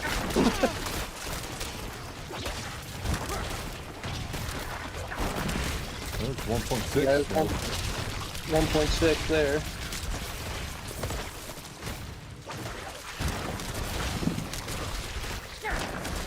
I can't see shit.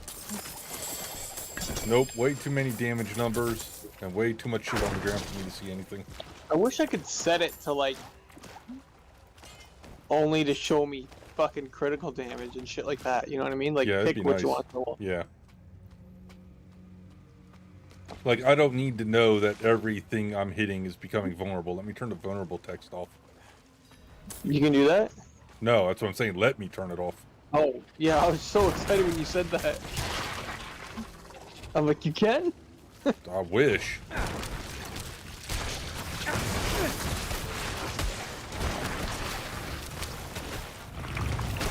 $1.7. Too much chaos going on right there. I can't see crap. 1.9.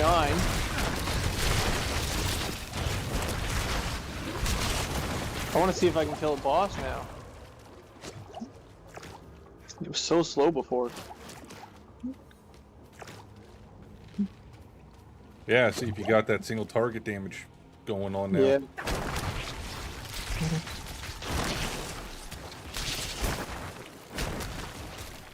Which I think you should be alright with that build.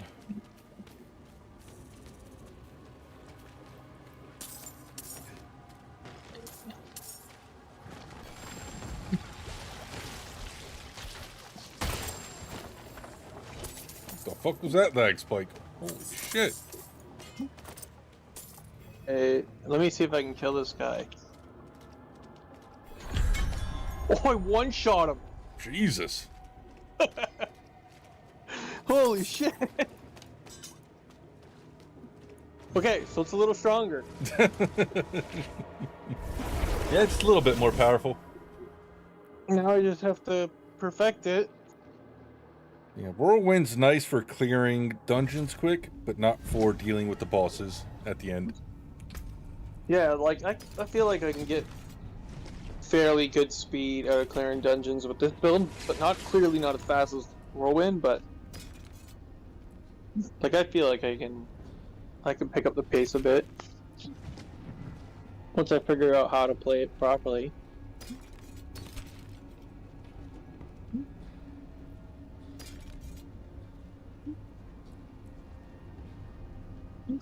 Like, I haven't even done my Paragon thing yet, like wow. my Paragon tree yet for That's this build. crazy. So I think it'll be good once I get it set up. Yeah, you just gotta figure out how you can pull them all together to make those hits land. That's just it. I don't know how I'm gonna do that. Okay, so that one and that one are done. So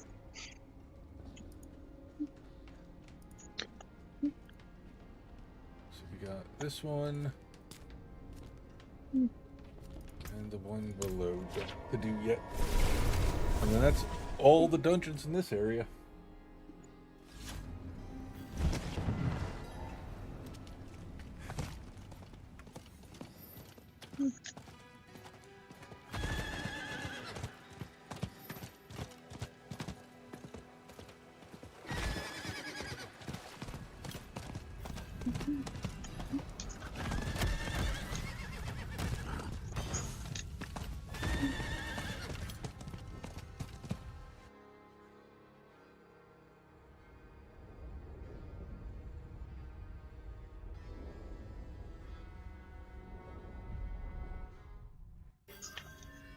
I think before I log off for the night, I am going to have to try tier 50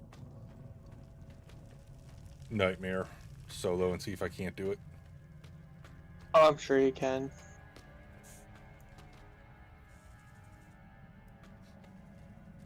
And depending on how easy it is or how hard it is will determine on if I go higher or not tomorrow. Yeah.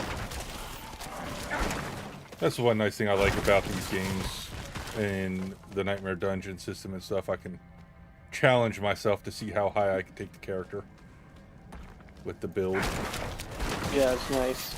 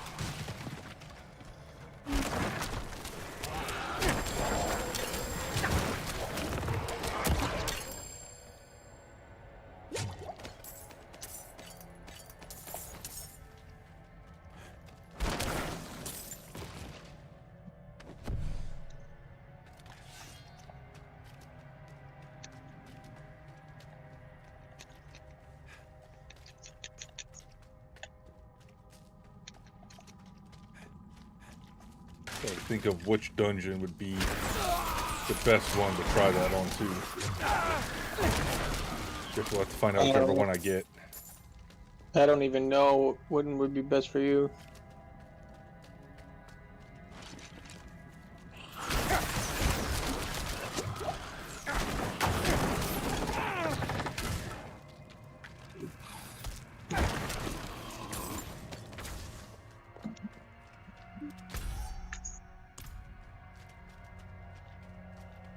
If I can get like Cultist Refuge, that'd be nice. Keep everything contained. I prefer Slime Burrows, but there's also a lot of poison there. But I mean, that's pretty much all there is poison. Yeah. Is that still my dungeon up, or did you? Nah, it's still yours. I didn't put one up. Oh.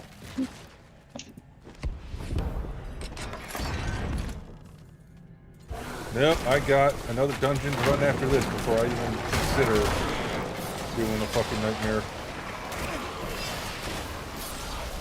Trying to keep my priorities on task and not get sidetracked. Yeah.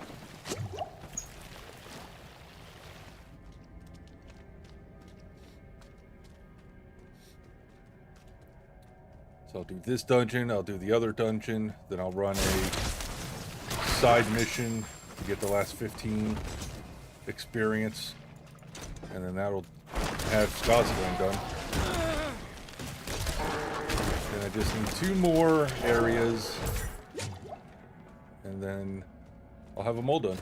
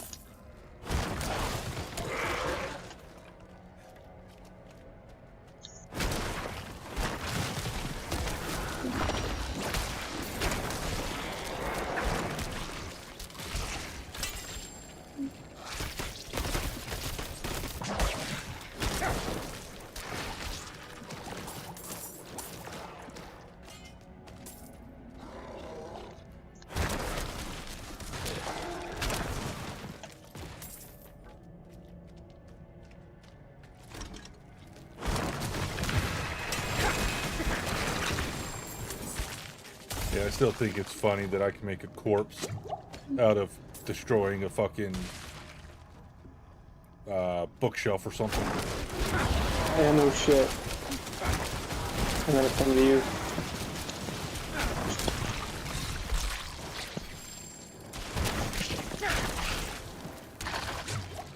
I don't know what the fuck is... Well, I shouldn't say I don't know what the fuck's going on with the lag. They finished the patch half hour ago, so it's probably still trying to settle.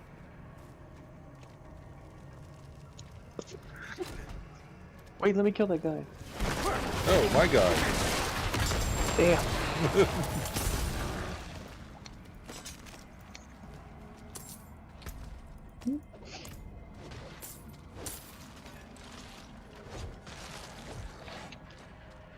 A little more fury generation somehow. Oh, they took that ring off, screwing me. Yeah, it's the one nice thing about the whirlwind. You're always getting fucking fury, so you don't have to worry about it.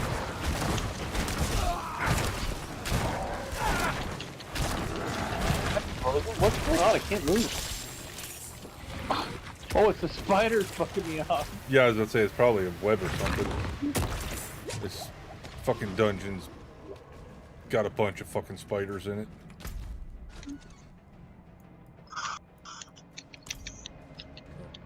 I'm gonna go this way, even though this is probably the... Nope, it's an event. Fuck that. Never mind, I'm gonna go this way. I see my numbers a little easier in this dungeon.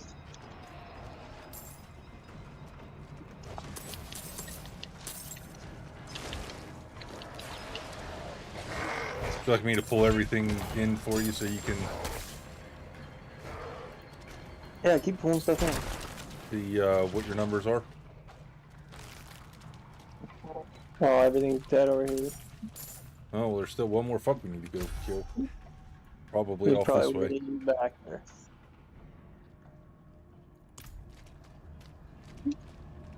Oh, that's stupid. Why can't they just let us kill stuff in dungeons instead of doing this? Yeah. Yeah, if every dungeon was a kill everything dungeon, I would be happy. Yeah, I wouldn't be dreading going into them. Because then I know I have to clear the whole dungeon, not this fucking running back and forth bullshit. Yeah.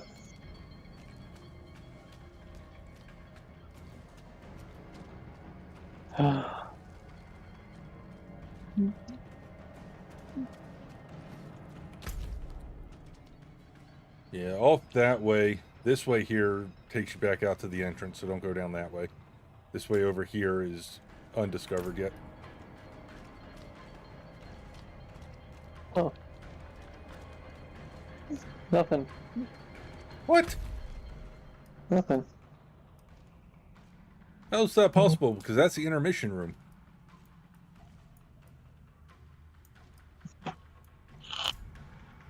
The fuck? Well, that was a fun dungeon. I'm leaving. Jesus. I mean, there's a section back here I didn't go into yet, but that's on the other side of the intermission room. It shouldn't matter. No, but you shouldn't. Fucking A.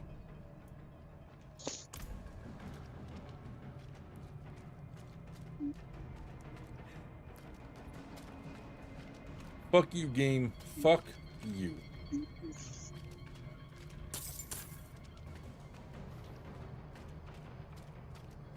Well, I guess just for shits and giggles, I'm going to go all the way back through here and see what happens.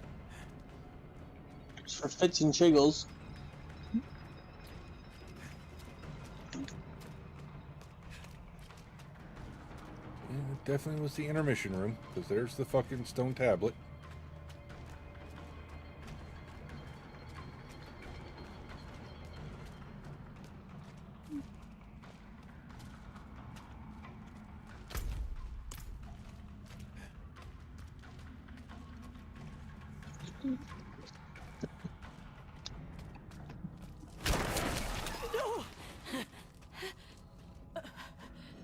Yeah, absolutely nothing over here. Other than a couple things to kill.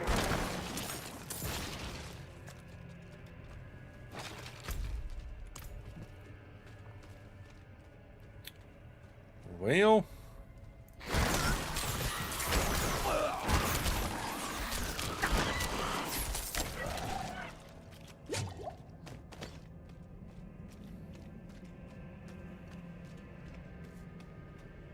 back to the second section and see if I can't find this fucker I need to kill yet. See, like this shit. If you're down to the last one and it's been, oh, I don't know, a minute or two since you've killed anything, put it on the fucking map for me. Oh, shit.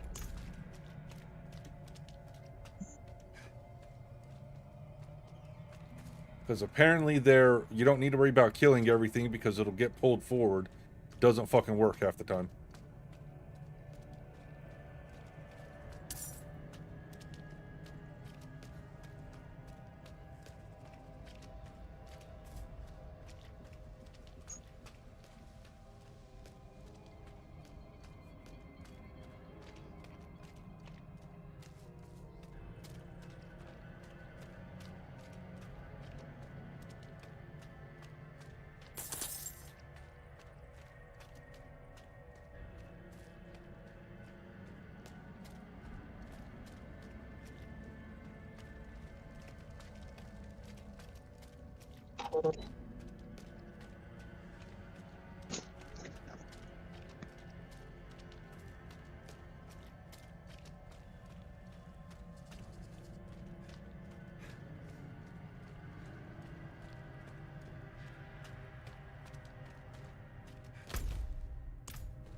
All I gotta say is If the fucker's not here, I give the fuck up. This is the second dungeon that would have been bugged. Probably getting pretty fucking annoying, isn't it? Yeah, just a little bit. I can't leave my friends here. It's that bad. I'm doing the fucking event just to make sure that it's not part of it, which I know it's not. Well, it could be bugged to the point where the game thinks it is. Yeah, it is true. It's pretty buggy. Oh, come on. AAA developers wouldn't release a broken game. I couldn't even say that with a straight face.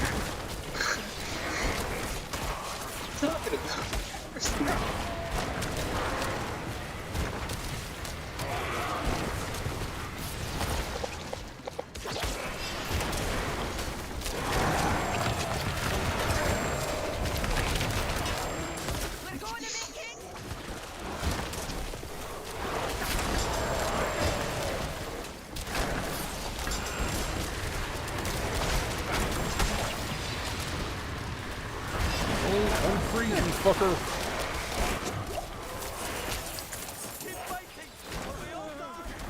Well, I don't know how I fucking mastered this event, but sure, I'll take it. I kept 2 out of the 3 fuckers alive. Yeah. Yeah.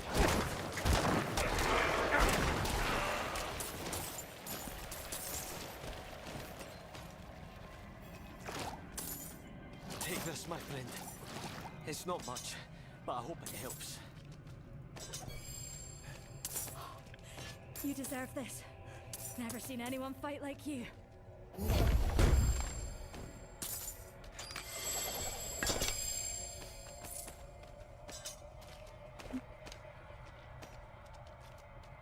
Alright, well, that event's done. Didn't fucking update anything for the dungeon, though. So it's broken. Well, I didn't check everywhere yet. I'm still looking. But yes, I'm leaning towards the dungeon said fuck me. Yeah.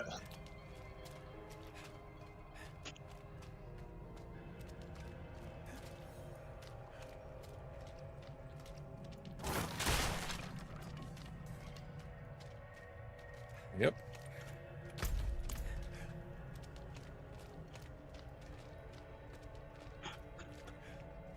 Do the cursed chests and shrines usually count towards this shit? None of that shit should. I didn't think so.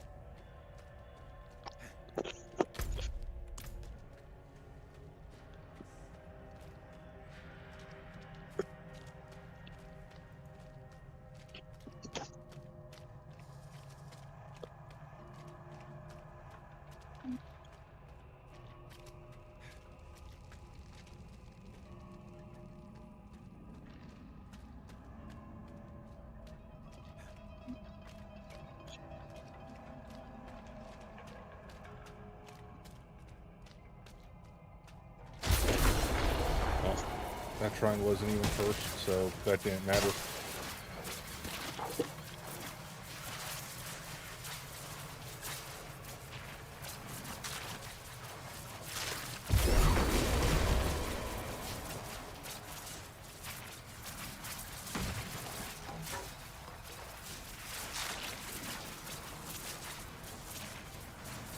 Well, I guess fuck this. I'll finish these 2 tomorrow.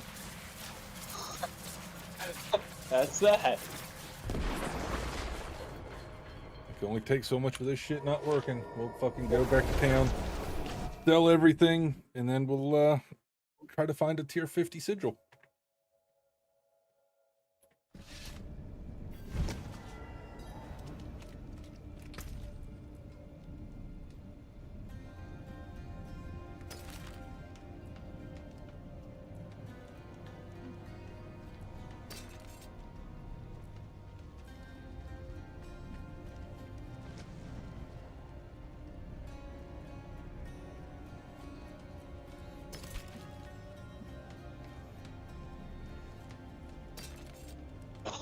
I'm gonna finish this one then. Well, I guess you gotta solo it. Yeah, I know want if to it's try hard. to. Yeah, I want to try to solo it. And if it's too hard, I'll let you know, and you can come in.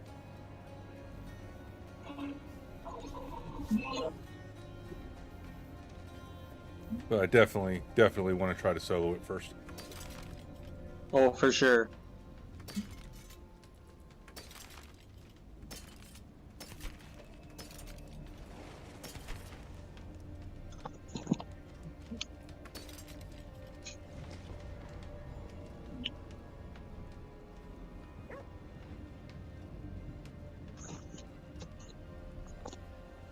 God damn it. Every time I think I get a good ring and I read the last goddamn affix. And nope. Always. That's with most gear, though. Nah, most I can tell right away if it's crap, but I got like this ring I got. The ring I would replace it has critical strike damage on it, critical strike chance, lucky hit chance, and vulnerable damage. The ring I would replace it with, 85 life regeneration while not damaged recently. I was like, okay, I could roll that to something else. Vulnerable damage, it's 0.2 higher than my fully upgraded ring, so which means it's going to be even higher when this one's fully upgraded, so that's a no-brainer. Yeah. Damage to crowd control at enemies. Well, I'm always crowd controlling with my curse or my tendrils, my pull-in thing. And then I read the last one. Skeletal warriors inherit 6.2% of your thorns. It's always that last fucking stat.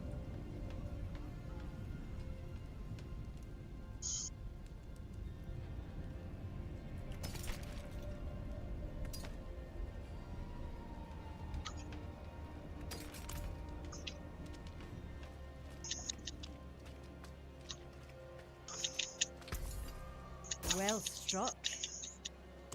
I'm still looking for that mythical Buy armor. 800 at the shop or legendary at the shop. Yeah, I sold mine. I got a 795 and a 790. But they both got crappy stats on them. Protect you. Stash. Let's see what I got in the stash. I don't think I have any tier 50s in the stash.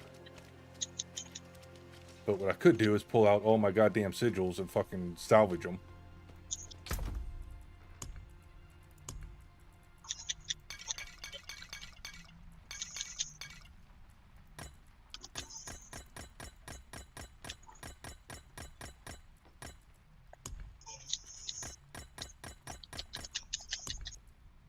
Probably should keep the ones that are worth keeping. The good dungeons. No matter their level. What do we got here? Dark Ravine. Nope, that's garbage. Ancient's Lament. Garbage. Core Dragon. Garbage. Champion's Demise. Garbage. Slums. Garbage. Shadowed Plunge. Man, garbage. I'm lagging so hard for some reason. Oh, you are? Yeah. I think their servers are still having issues. Another Slums. Morgan's Works. That's a decent one, ain't it? It is. Put you down there. Actually, we'll put you back in there. Abandoned Mine Works. Garbage. Whispering Pine. There you go. What's up? Nothing. Figured I'd come see what you guys were doing. I'm getting ready to get rid of all my sigils I have that are crappy and grab a tier 50 sigil and see if I can't solo it. Oh, yeah, you should be able to now. What are you at 90? What, 90 something? 92. Oh, yeah. Tier 50, those level 100. Okay, yeah, that might be a little higher then. Just stay back and use your long range crap. If you're, yeah, the Necro, you should be able to do that. Okay, Mulwood's good. Save you. Wraithwind is good, ain't it? Pretty sure that's like a S tier. It is. Lost Archives. A tier, we'll save that one. Earthen Wound. Garbage. Secret Slayer, we'll save. Crusaders. is A. We'll save. Cultist Refuge. Sunken Ruins. It's an A tier. Canals is good. Dreams of Demise, garbage. Wraithwind will save. Onyx, got rid of. Shivta, get rid of. Okay, what else do we got in here? Ancient's Lament. Garbage. Onyx Hold, Ancient Lament. Dark Ravine, garbage. Slums, garbage. Black Asylum, oh my god, it's the best one there is. Garbage. Best one, he says. As I then say, I it's know garbage. that one.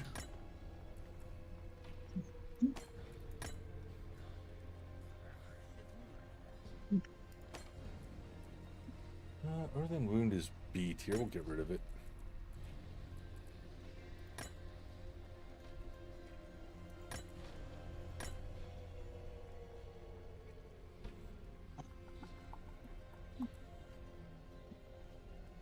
Crusaders is A. We'll save that one. Prison. I haven't seen that one in a while. Garbage. Garbage.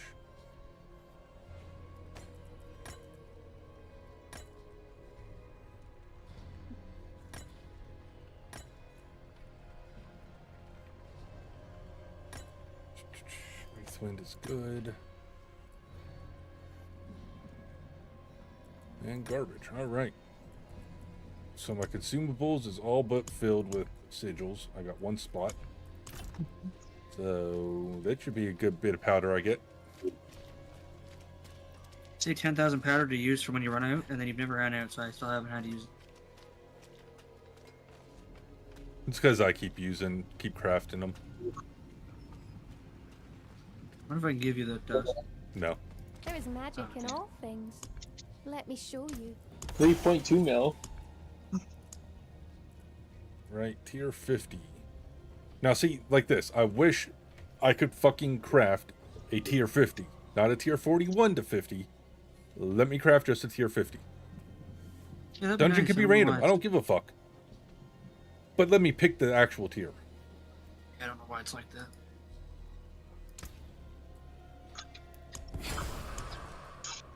$44, 43, 44, 41, 46, Jesus, 48, back to 42. Impeccable. I'm gonna go through all my fucking powder before I find a tier 50.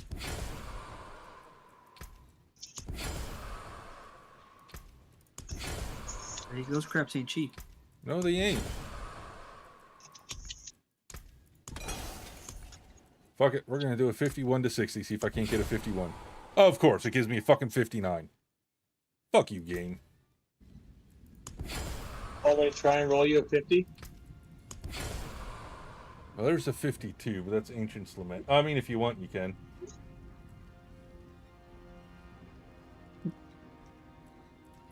May as well. You gave me $2 million bucks. It's worth a try. Sublime. There's a Blind Burrows 51. I think I'm gonna run that one.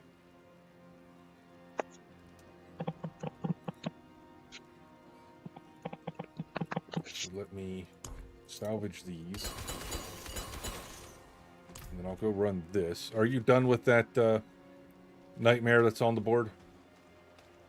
I was just coming to town to get you a sigil, but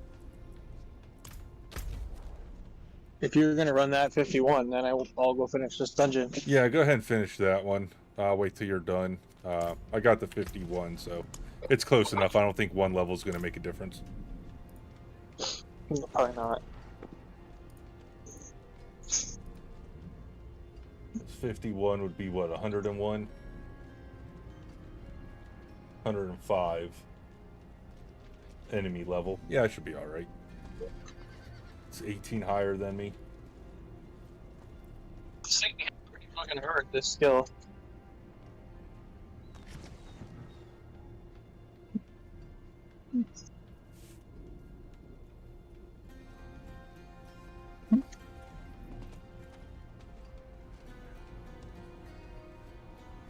Yeah, just let me know when you're done with that dungeon, then I'll pop this one. Okay. I don't want to fuck you over.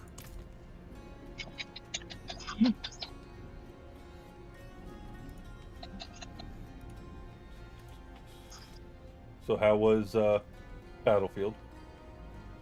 Good, wrecked a lot of people. Nice. Got a couple clutch wins. I don't know how the hell he fucking managed to live through, to be honest.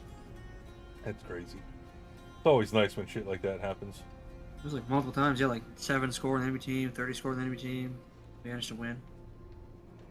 Off of revives and zone control over one map. Did the bigger sectors.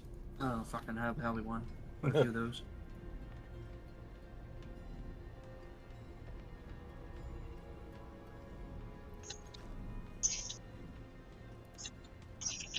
Yeah, I gotta get back into playing that game again at some point. As much as it pisses me off, I do have fun in it. It's just the fucking vehicles are so fucking annoying. Yeah, but I hate the vehicles too.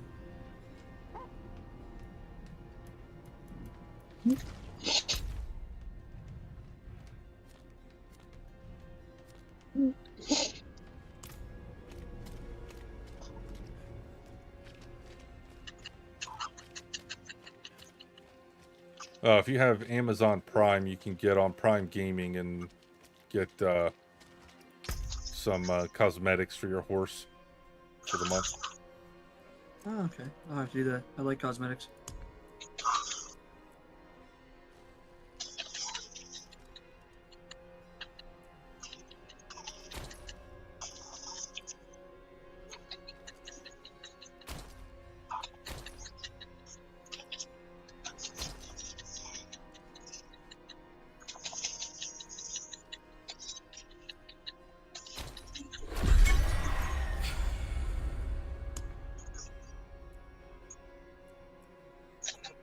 Yeah, this dungeon is done. Alrighty.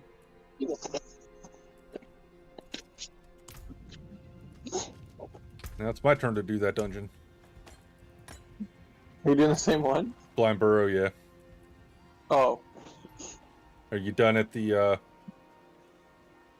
sigil experience thing? Yeah, oh yeah. Okay.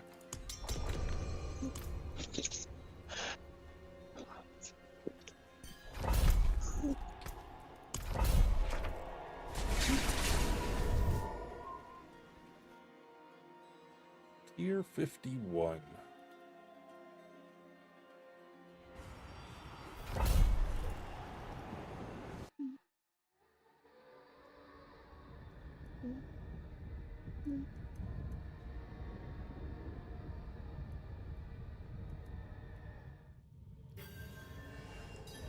Oh, hell, this one has that stupid lightning storm bullshit.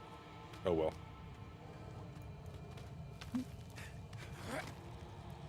It's a crappy-ass mechanic I gotta worry about, but at least I'm solo. You got this.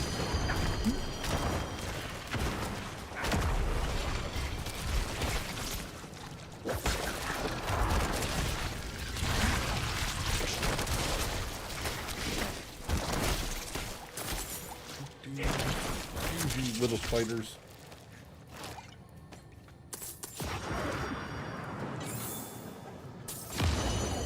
Guess I probably should put on a... Oh, I don't have an elixir on me. Oh, I do this one, though. Increase damage against spiders, wildlife, maggots. Yep.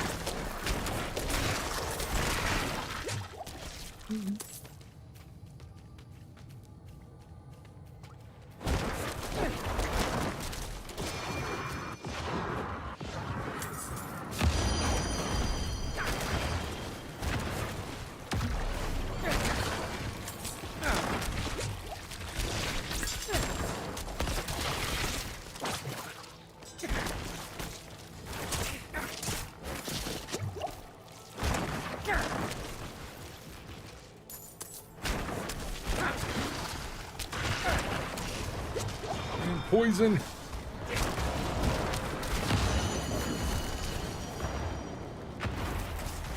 Nope, I just died. God damn it. If I didn't have to worry about the goddamn bubble, I would have been alright.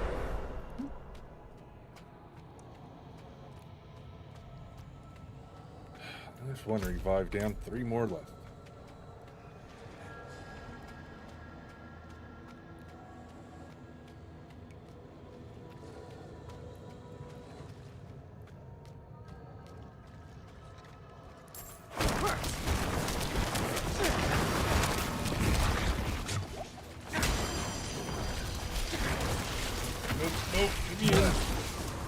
Wow, I was inside the fucking bubble game. Let's see how this dungeon's gonna go. Fuck this lightning storm.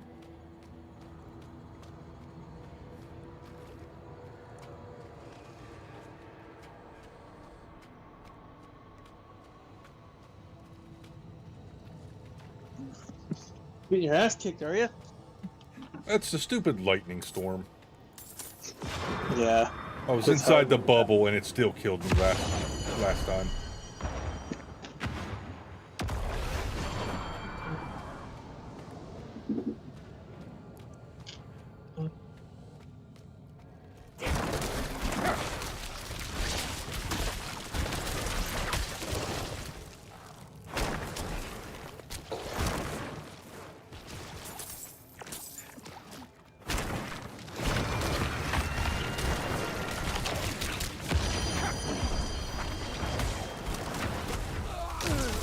Fuck you.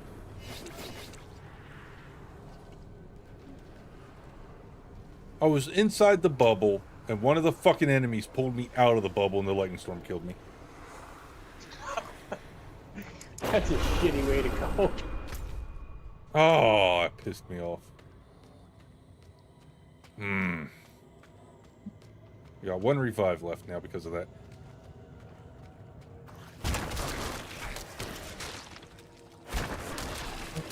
I don't even know what it was that pulled me out of the bubble. I didn't think anything in here could do that. I didn't think anything could either.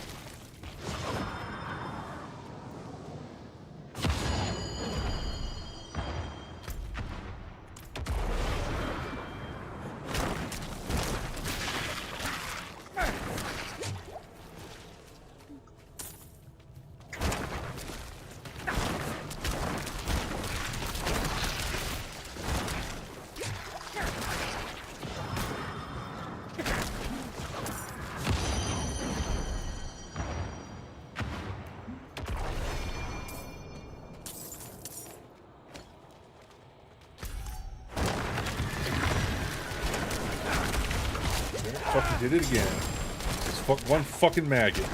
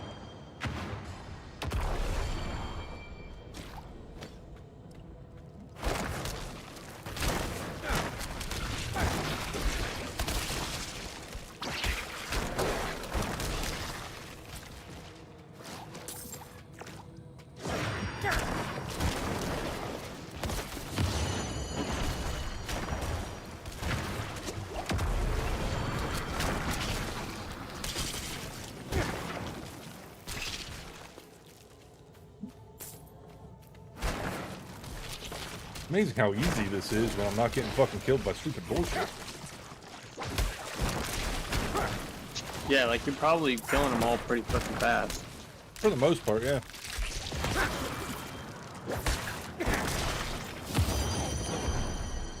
And every time I use my corpse tendril, I make blood orbs, which heals me. So I'm constantly healing myself and staying full on my potions.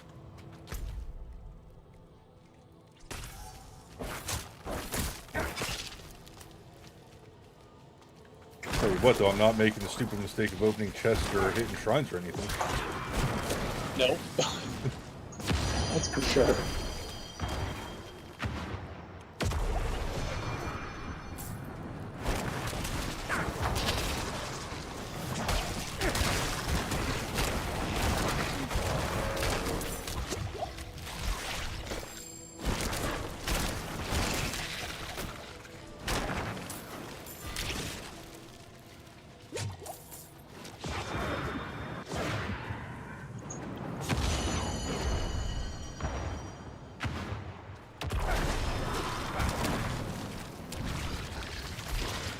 Spider hosts take a little bit to kill. I guess they're just tankier than the normal spiders. Yeah.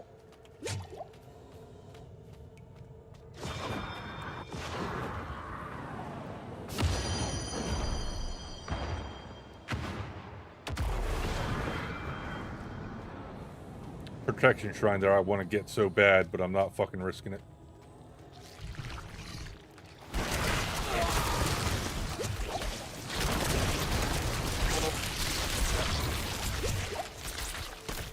Oh my god, get the fuck out of there.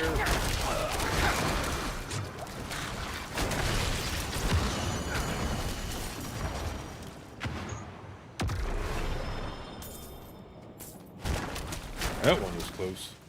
Fucking got surrounded.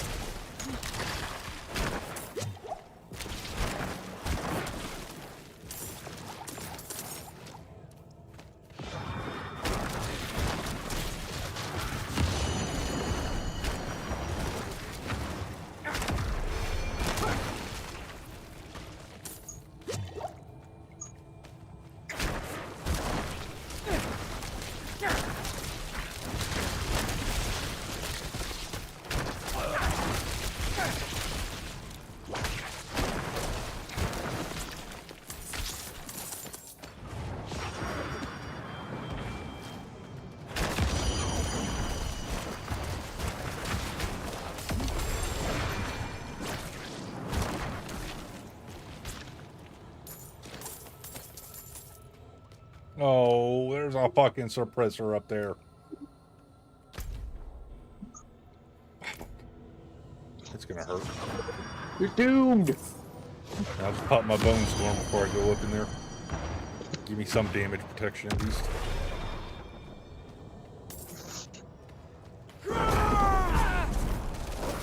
Can I fucking move, game?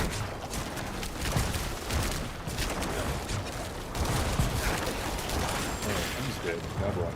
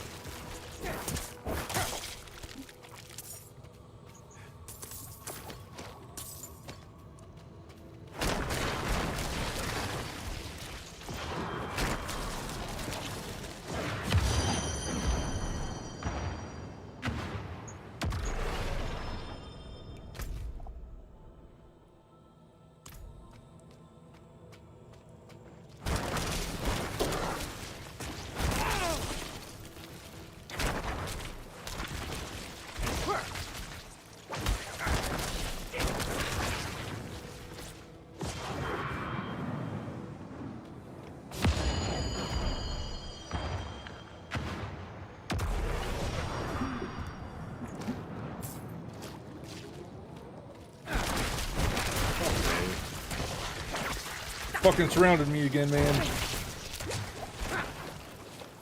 I don't like that. Oh, resplendent chest. Should I risk it or not? Nah.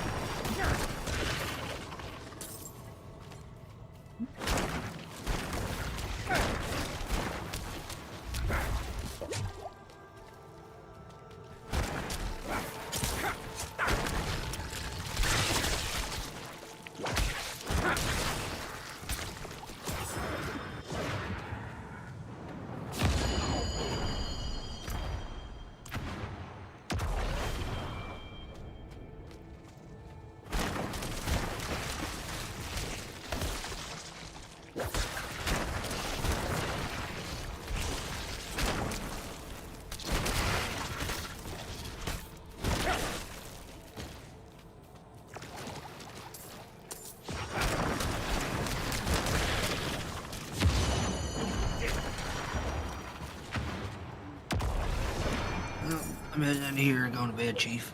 Alright, man. Catch you tomorrow. I'll be on to play something all day tomorrow. Alright. Alright, have a good one. Yep, you too, man. See you, Bo. See ya. Alright, so that's an event. So I'm not going that way. One more area to check. That's probably where this last fuck to kill is. There's a second area to this dungeon, ain't there? I can't remember.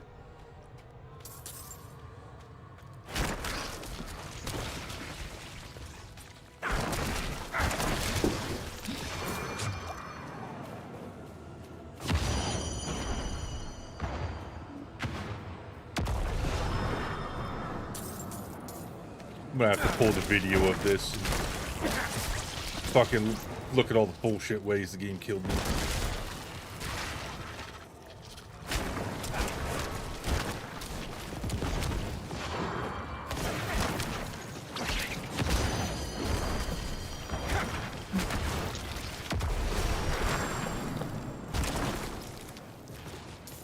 Jesus. What's up, Life? How you doing? Travel to Midnight Haven. Yep, second area.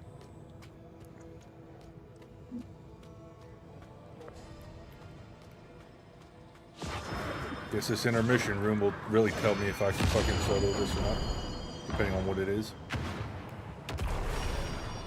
Yeah, I guess so, wouldn't it? Yeah. Oh, a whole bunch of fucking spiders and shit. Go figure.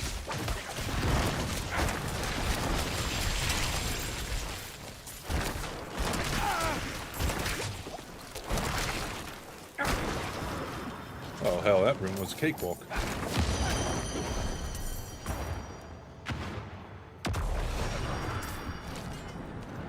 You're doing good, that's awesome. I am right now currently doing something 18 levels higher than me.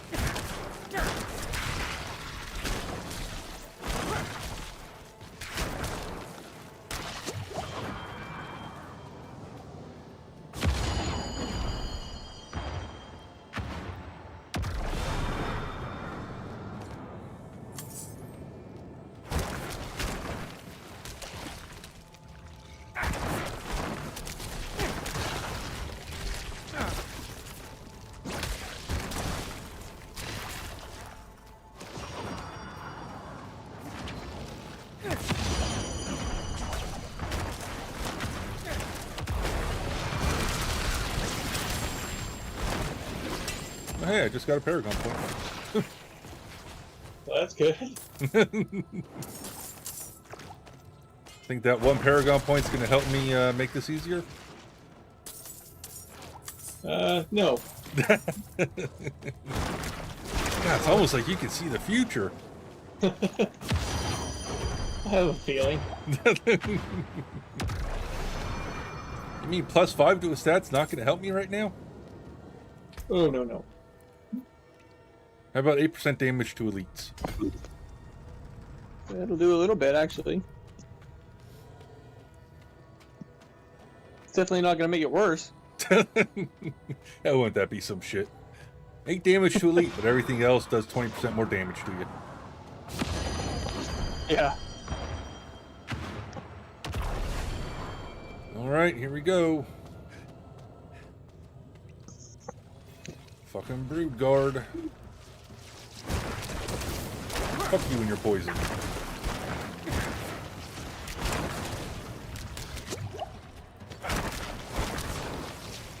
Oh, you're lucky I ran out of fucking essence, fucker.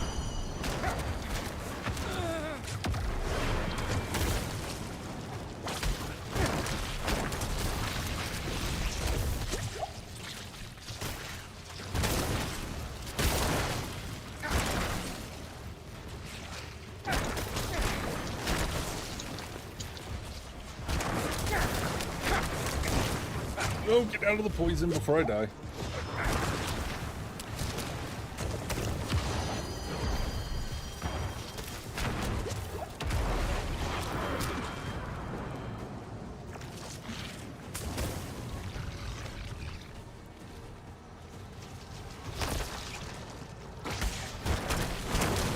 God damn it, stop putting your goddamn poison on me. Leave me alone.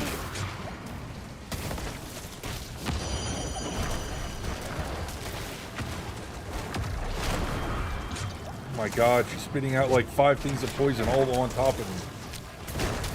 Can't fucking move without being in poison.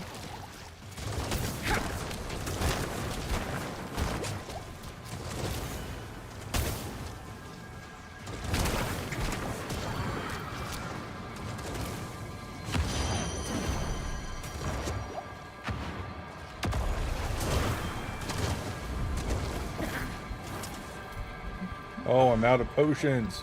Just realized that. Fuck.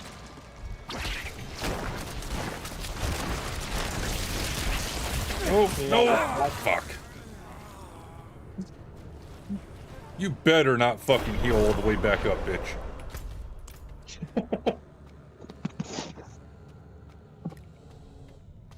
This is my last revive.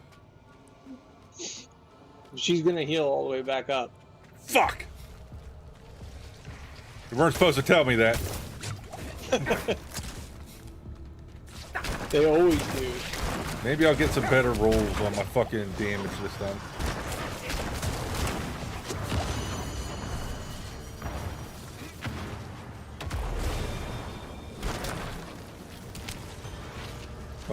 Can I fucking move more than a snail's pace, please?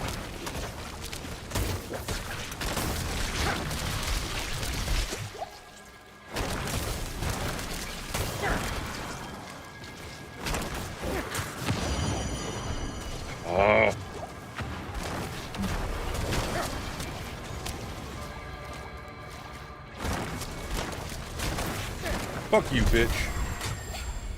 I got better rolls on damage that time. I see she's dead. She's dead. Fuck.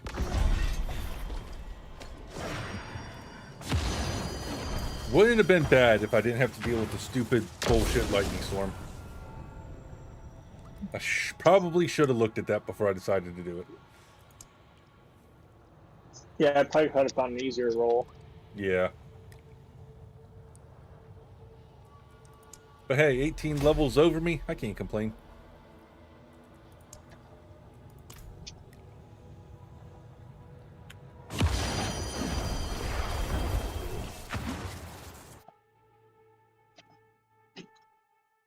And it didn't take me that long either. No, it didn't.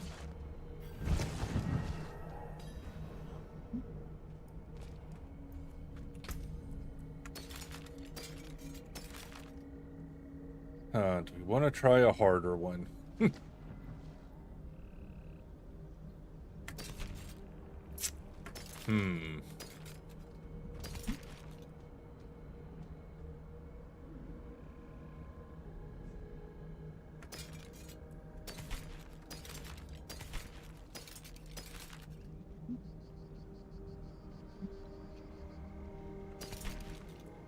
I ordered a burrito bowl. Burrito bowl? Yeah. Fucking sounds good. All this build doing made me hungry. So I got a unique out of that. You think it would give me a unique I haven't got 20 times before and sold? Fuck no. Of course not. They don't give a fuck. I got sharp, blunt, sinister. I need to get to level 96 before I can use my pants. Oh, Jesus. That to you then. Alright, let's see. I got another 51 blind burrows. Lightning storm, fuck that. Alderwood, cold, fuck that. And there's a blind burrow with Avenger, 52. Resistant breakers, I'm not worried about. Avenger, as long as I kill everything quick, doesn't make a difference.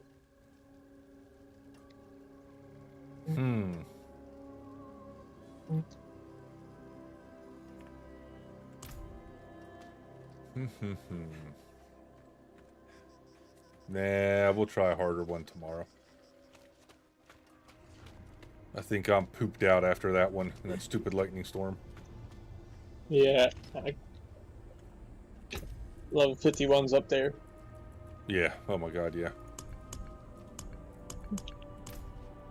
Yeah, all of a sudden it's like you should do 40 to 50 until 95, then you should be able to do 50 plus after 95. If you have a group, you could run 50 plus now, easy. So I take that shit as a challenge. Yeah, might be harder with a group when you're still. Yep. Like I wouldn't be able to do it on this barb. Now the more people, the harder it is too, which sucks. Yeah, like I could do it on my rogue, but I couldn't do it on the barb.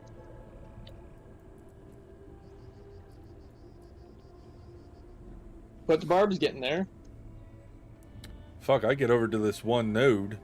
That's 50% increased damage to injured enemies, plus 15% critical strike damage. Critical strike damage is probably going to be more damage than the injured. Oh yeah, easily. I got to figure out a different way to get Fury in this.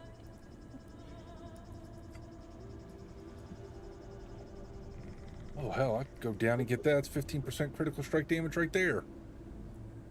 Why? The fuck? Well, I hit 3.2 mil crit. Damn. Well, that's pretty good. Yeah. It's just a really hard skill to work because I never have any Fury.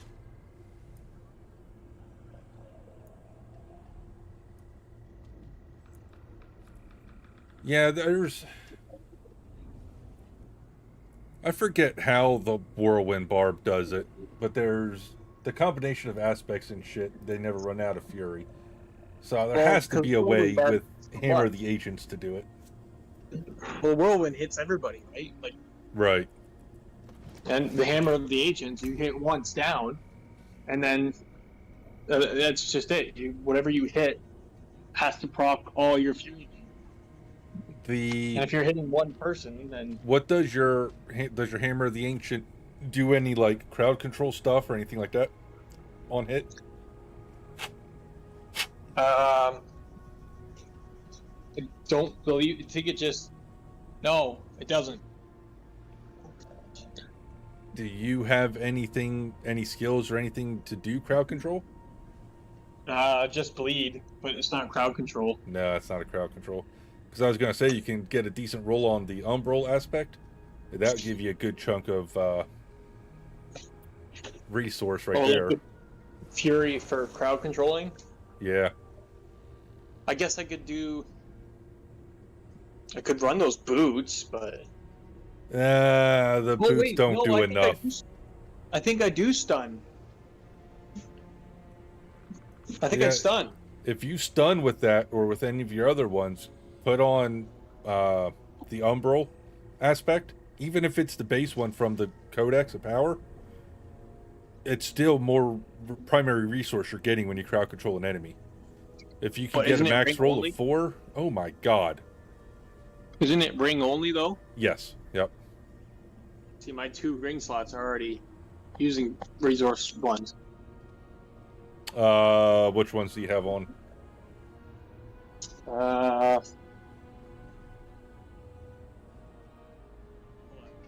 Wait, can I inspect you? That'd probably be easier. Nope, I can't inspect you when you're not here. God damn it. Wait, there we go. View profile. Shout skill generates 4 fury per second while active. Whenever you cast a shout skill, its cooldown is reduced by 1.5 seconds per nearby enemy. So, I mean, you could switch that one out for Umbral or another resource one. But it all depends on how often you need your shout for that cooldown. Well, I have to use my scopes 24/7. Okay. Yeah, so you're pretty much fucked then. How you doing? Good, how are you? Not bad.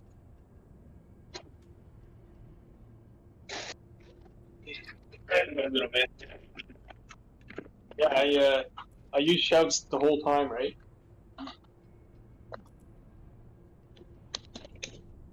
You there? Yeah, I'm here. I'm just looking at your aspects and stuff here real quick. Oh. Yeah, so I'm using what I got here. Whenever you cast code skill, its cooldown is reduced. I guess I could take that one off. I like that one though. Yeah, it all depends on how long you have to wait for your shout without it. Yeah. Your one on your pants, you can definitely get a better roll on that to help you survive a little bit more. For the barrier. That's the only one I have. Check the Codex of Power. You might be able to put a better roll on it. That's from the Codex of Power. Oh, that one is okay. I have better ones, but I can't use them because they're from my robe. Yeah.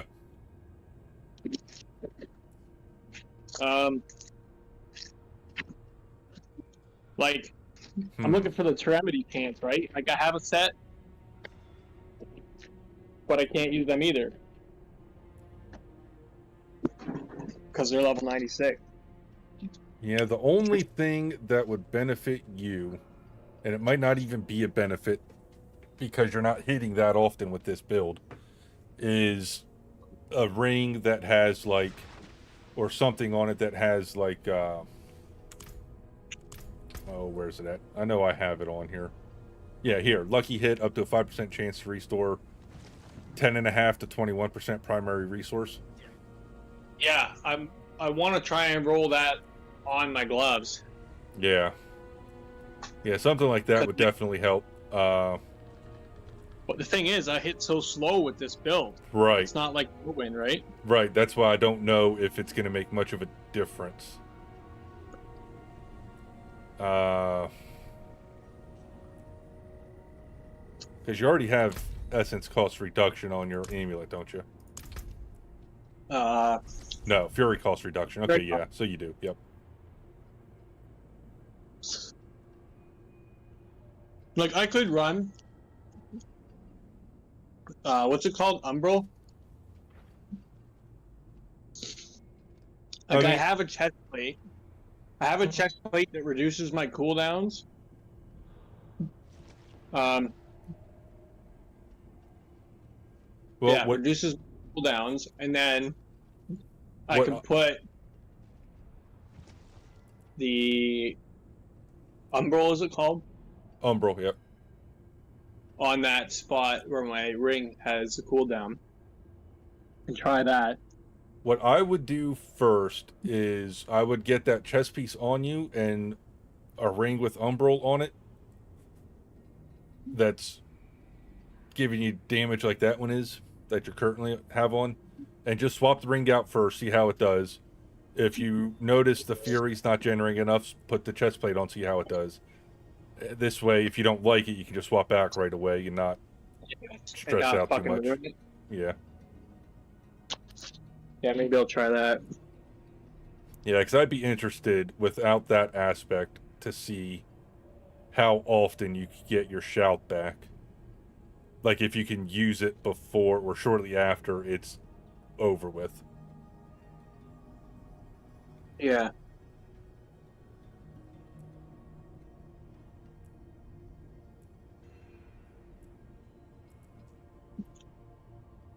Your cost reduction on that, which is nice.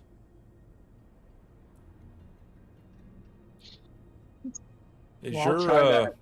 Hammer of the Ancients your ultimate? No. That's my core. Okay.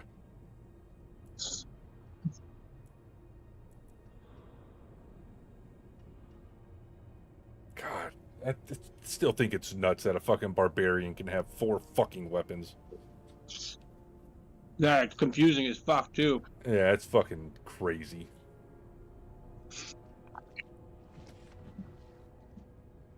It's weird coming from all the other Diablo games where that wasn't a thing. Yeah. I would have if I could have had 4 weapons in Diablo 2 on my barbarian, oh my god, I would have loved it. No shit, eh?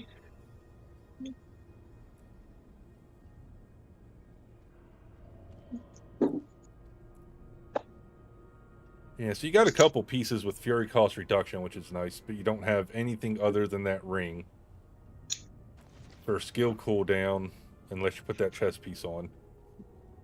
Yeah. And you have nothing but your other ring for Fury generation outside of hitting shit. The problem is with that Umbral ring or whatever, it only happens once. So when I stun him once, unless it happens twice per person. It's once per crowd control effect. So if you stun, that's once. When they become unstunned and you stun them again, it'll proc again. If you can stun them and slow them, well, that's two procs right there because it's 2 different crowd controls. Even if, so your boots can chill. If you have those penitent greaves, they can chill. But I forget what was it, sorcerer or something that can also chill with a skill, and the skill is a higher chill percent than the boots are, so you can stack them. So that's pretty.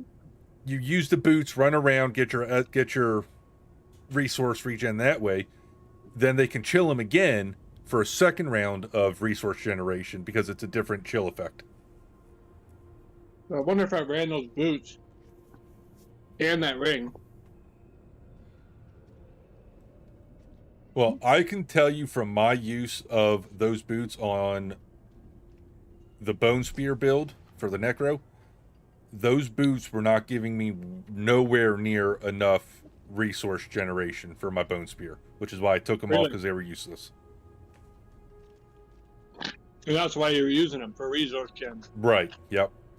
I was not moving around enough to hit the enemies with it to then make it give me enough resource.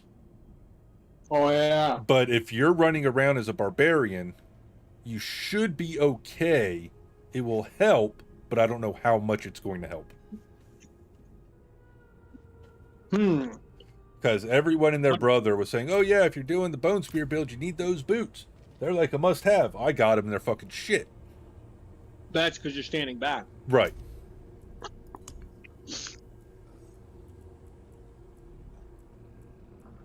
Might be onto something here. But yeah, if you have a pair of those boots you can throw on the barbarian, I'd definitely give it a try. It ain't gonna hurt anything. I think I'm gonna.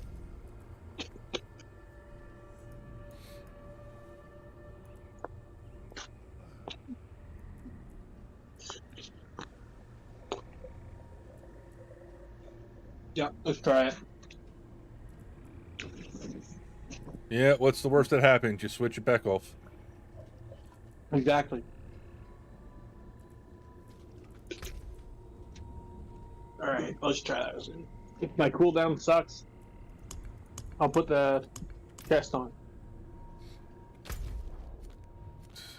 Now I gotta find the fucking thing. I lost it. 4 stashes full.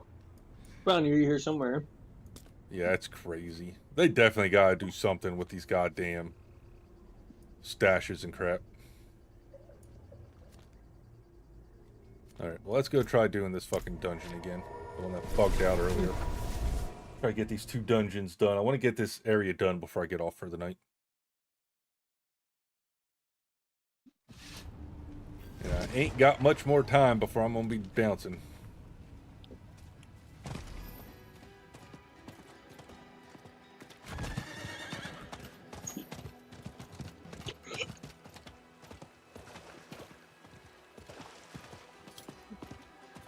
Do I not have that ring?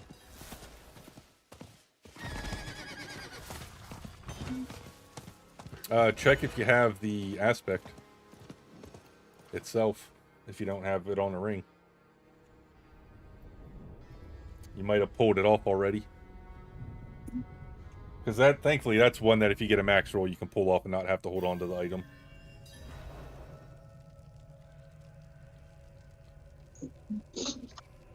I was sure I had one. I had it on a ring, then I took it off of the ring and put a different aspect on. When I had it on the ring, I would get it at least once a day. I would see that aspect drop for me. Since I put it back on my ring with a roll of 1 instead of the max roll of 4, I have yet to see it drop again. Really? Yep.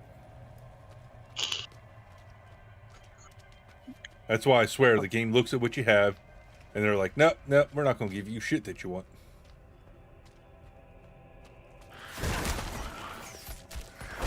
Does that one only roll on ring? Yes, yep. Yeah, resource aspects like that only roll on rings, that's it. I swear I seen it today.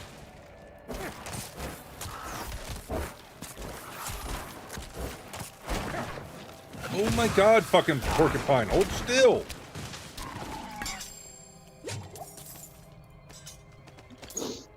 Jesus. I didn't want to waste my corpse tendril on one fuck, but I was about ready to.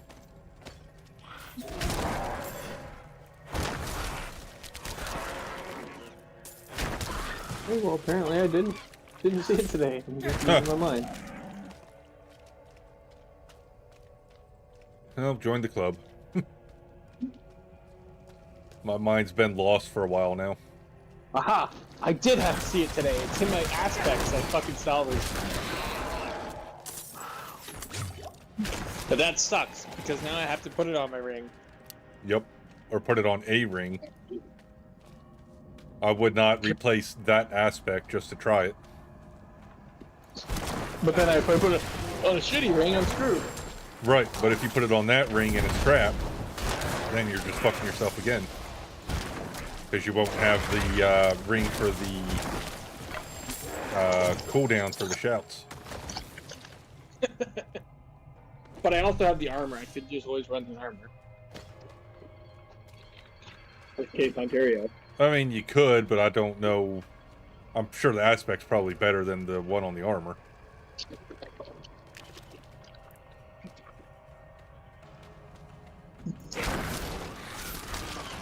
It is and it isn't. It is, but it isn't. Yeah.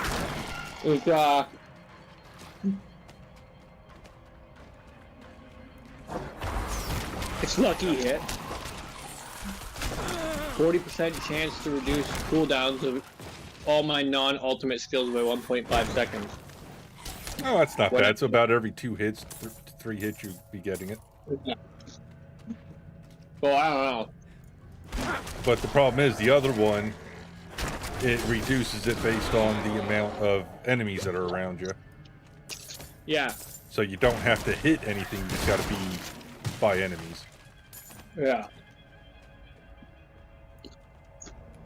I don't fucking know. Yeah, the enemy part sucks. Or the hitting part sucks.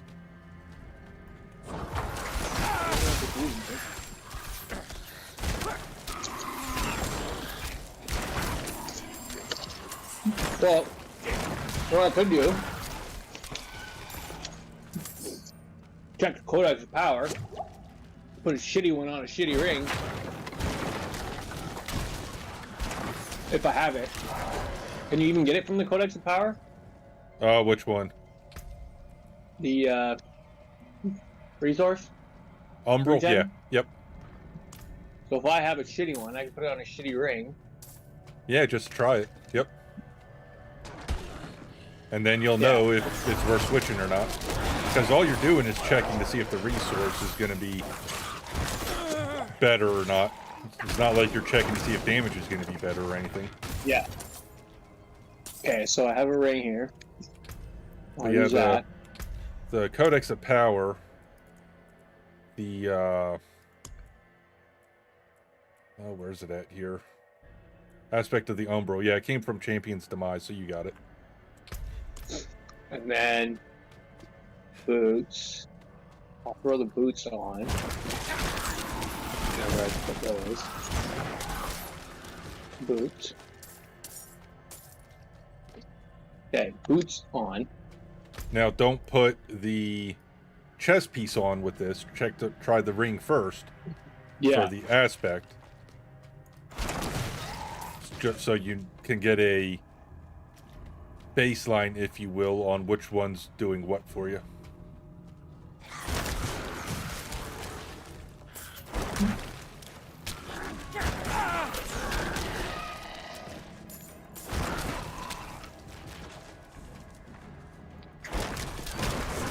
But yeah, the Umbral's real nice for the Necro because my Curse slows them. My Corpse Tendril slows them before it pulls them in and stuns them. So I can get 3 rounds of resource regen on 1 pack of enemies being pulled in by my Corpse Tendril. Quite a bit.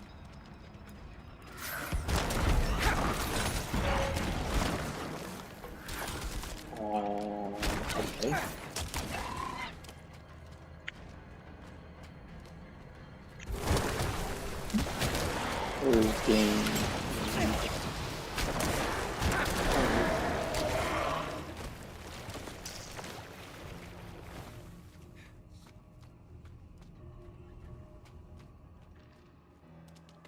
There's a shitload of fucking aspects. Oh, yeah. Thankfully, you can sort by your class only, so it makes it a little bit easier, but still.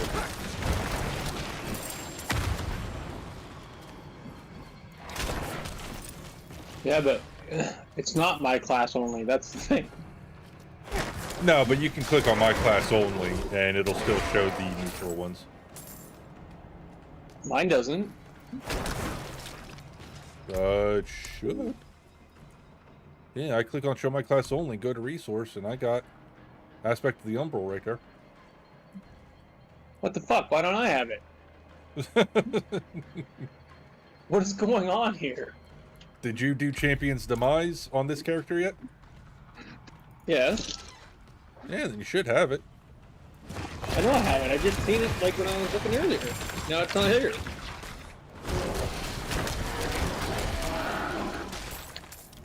What's going on?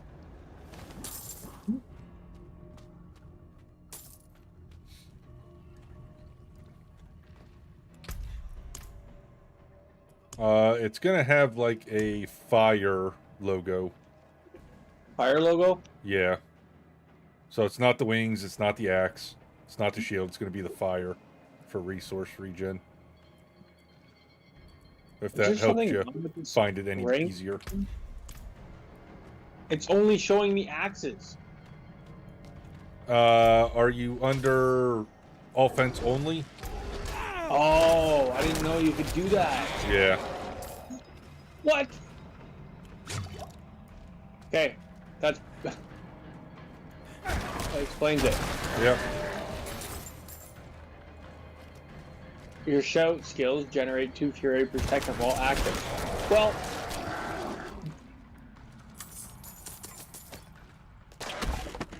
well, hell, that's better than the fucking one you currently have on your ring. I think the one you have on your ring is what, 1.5? No, it's 4. The cooldown is 1.4. Oh, I was thinking of the cooldown one. Yep. Yeah. I didn't know that that one was in here. That's nice to know. Okay, so go over here. Nice thing is, I think I told you this already before, though. The aspects that are for your class only will still work for other classes as long as they don't make the piece of equipment class specific. Yeah. So when you're on your rogue, if you have an aspect that will benefit your barbarian, but it's a rogue one, you can still put it on a piece of equipment and give it to your barbarian. I don't know how many people know they can do that.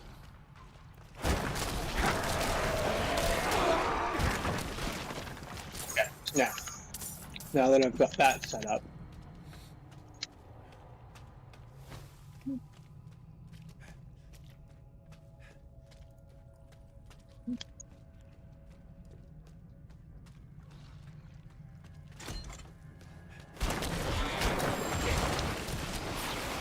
Let's replace.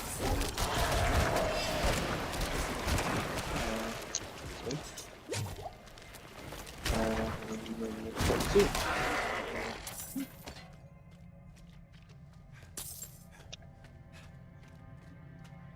Are you in a dungeon or anything I can come to? Yeah, I'm in the dungeon, yep. I'm trying to do that one that fucking bugged out on me last time.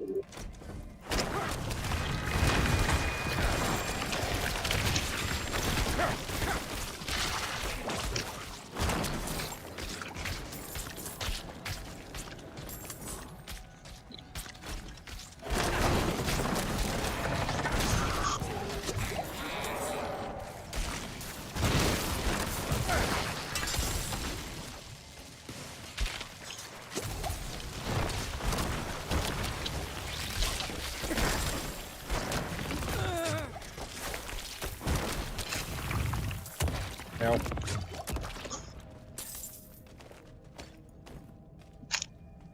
I'll let you kill the boss so you can see how it's working.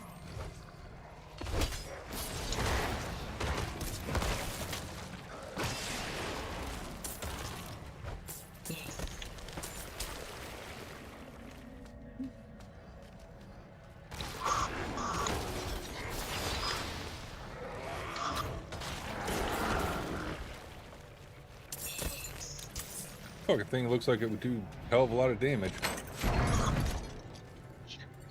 It's hard to keep fearing it.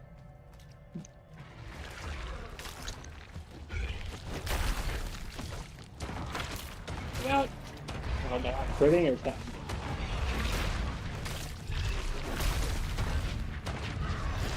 Doing like no damage. I mean, you're doing no damage. You've gone down halfway already. I can't even hit him because the Furies. I can't get any Furies.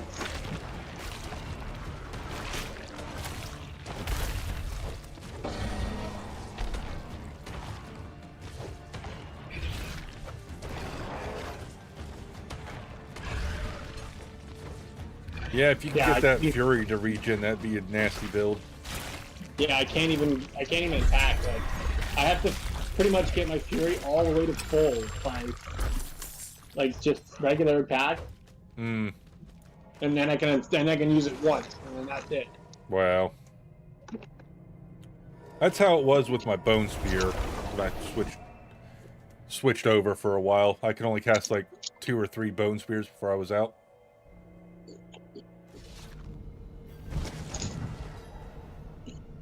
What's your lucky hit chance on that?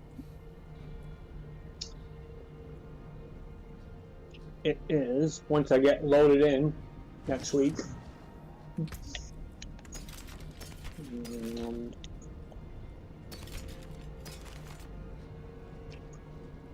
The hit chance is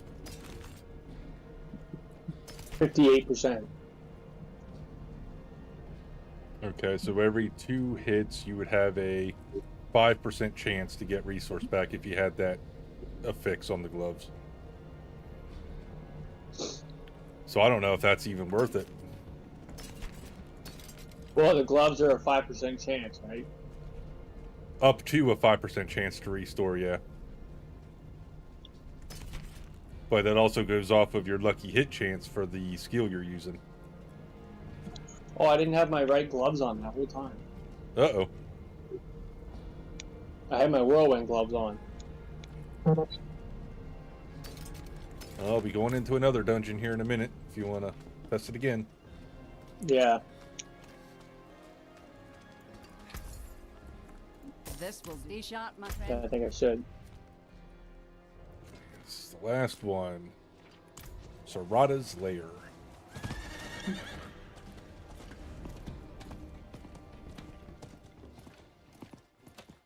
Then I need to do one stupid side mission, and that should finish off the Renown for this area.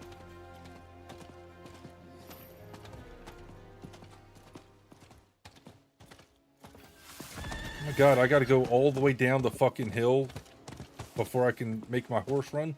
That is so stupid. I don't know why they don't let him run anywhere. There's people bitching about that too. Let me have my horse run in town. Which I agree. Why can't my horse run in town?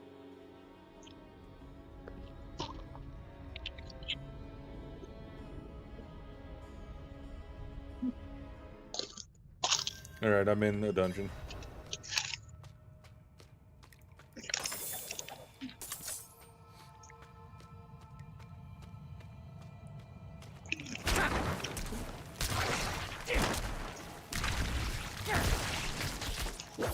No, man.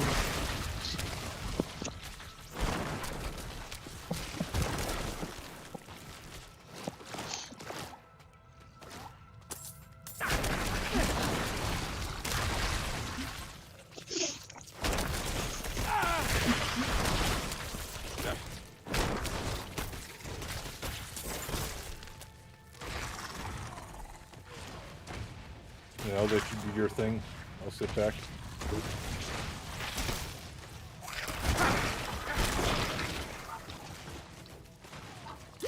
Crazy that the fucking, when I cast it, it uses an entire bar. Yeah, it's rough.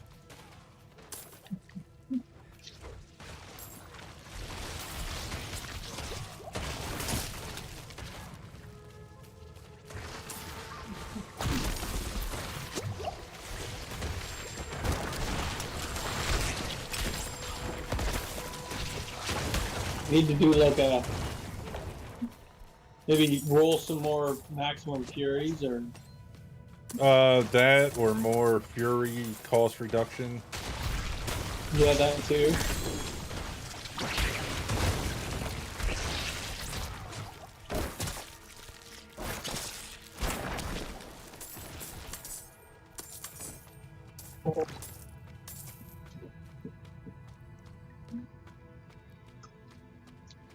I hit things so fucking much with one bone spear that lucky hit affix is fucking phenomenal for this build.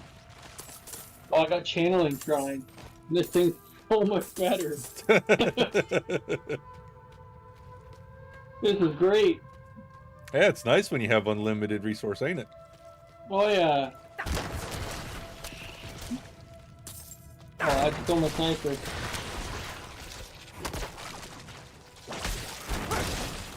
I am hoping that one of the, or two of the new aspects that they're putting in with Season 1 are resource generating ones. God, I wish. It's like the biggest fucking problem with this game. It is, yep. Yeah, they give you all these cool skills, but not enough resource to use them all. Not even close.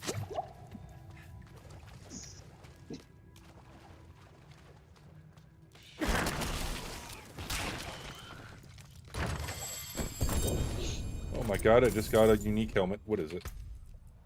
Another Deathless Visage, but I think it's going to be better than the one I currently have. I'll have to level it up and see. Kick their ass, Seabass!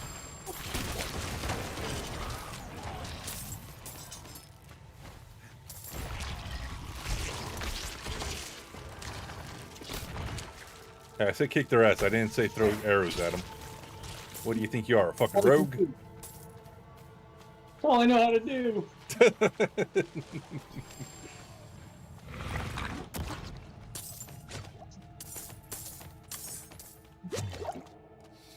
It's gonna take some getting used to this build. Oh yeah.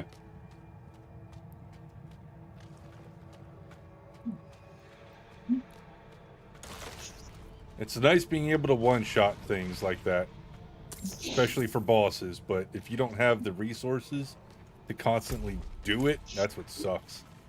Yeah, it's a pain in the ass.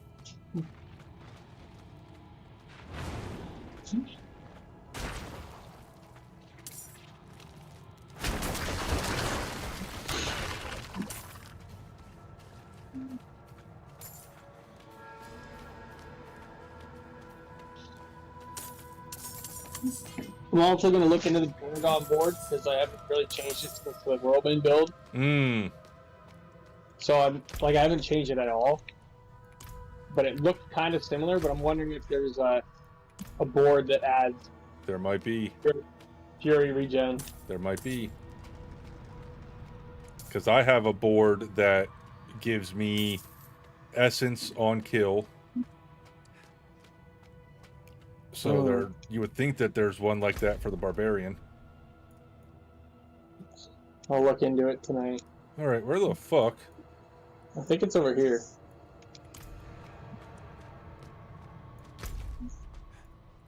Unless it's in the middle. Because there ain't no other offshoots that we haven't been to. Yep, in the middle. Oh, it's the middle. That was one bone spear. Took him halfway down on his health in one bone spear. Probably could have one-shotted him if I put him at the edge of my screen so all my splinters hit him.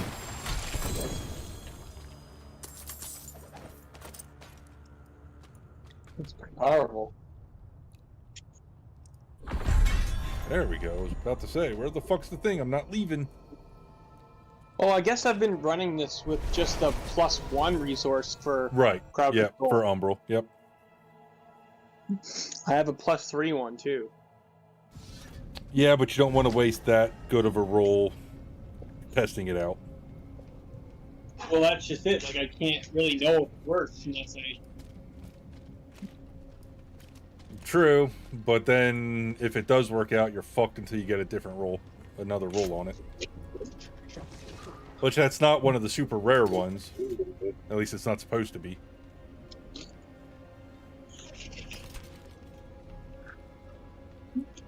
I mean, that's for you to decide if you want to throw it on and test it. I can't make that decision for you.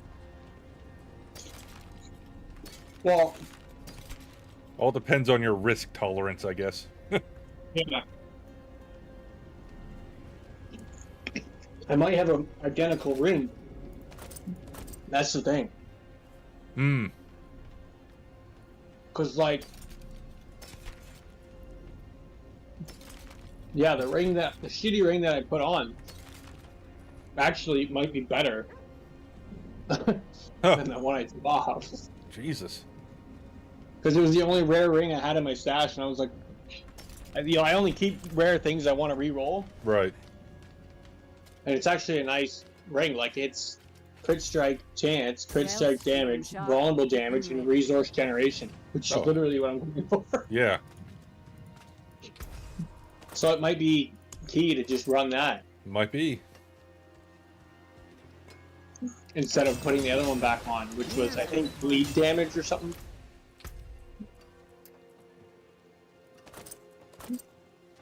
Yeah, you'll have to decide which one is better for you, because you do have a lot of stuff on for doing damage and stuff, and there's people bleeding near you.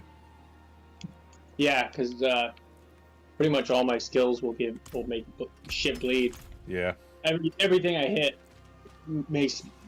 does bleed. I'll take it. Show your teeth. So, yeah, I'm gonna look at that ring and see if it's 15 points away. God damn you, game. All right.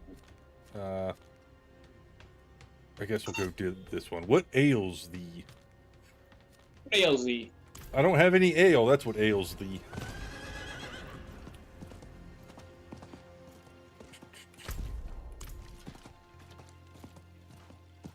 Yeah, I think I'm going to put it on the ring that I'm currently now using.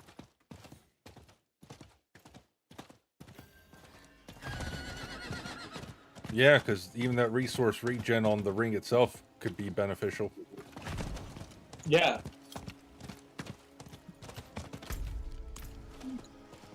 Am I missing out? Yeah. Your thrice damned wardstones didn't do much to... Ah, you spoke to Corey. Oh, and look at that. Just like that, I'm done. What'd you do? I just went and talked to someone to finish off a quest. Oh. So now I got four Paragon points I can put into something now. Ooh, do we go down for 15% critical strike damage? I don't have enough willpower to get the bonus, so it's just 15%. Or do I make my way towards the 50% damage to injured and 15% critical strike? What was the options? I can make my way 1, 2, 3, 4, 5, 6. It's 6 nodes away. I got 4 Paragon points. But the rare node is 50% damage to injured enemies. That's with the bonus. And 15% critical strike damage. Or I have just enough to get to this rare node, which is 15% critical strike damage and 4% potion healing. But I don't have enough willpower to get the bonus on that. Why don't you go to that one now, just so you have the damage for now? That's what I was thinking. You can always change it after.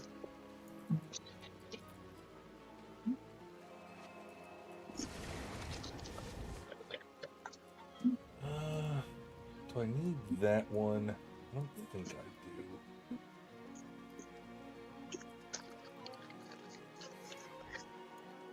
What else could I go to that might be beneficial? Oh, I still have my fifth board I could put on. I forgot about that. Let me slap that board on with one of these real quick. Bloodbath. That was the one.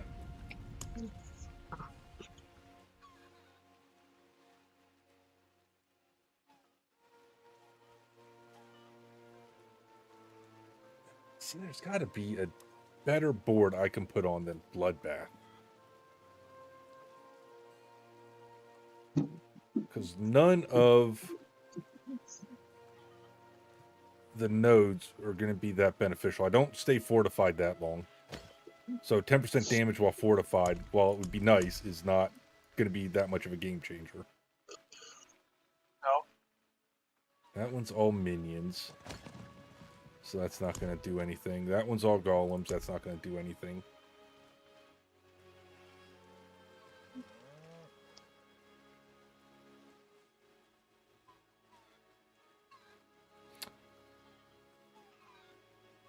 %10 damage for 4 seconds after picking up a blood orb.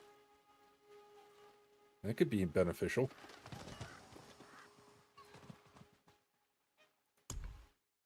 It's Bloodbath Wither. What does Wither do? It's all shadow damage crap.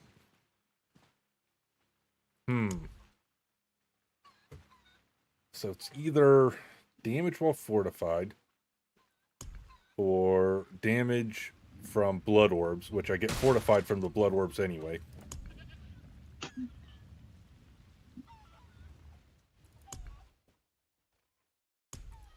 Let's see, where's... Oh, hell, that's way the fuck over there. I probably won't be able to get to that legendary node anyway.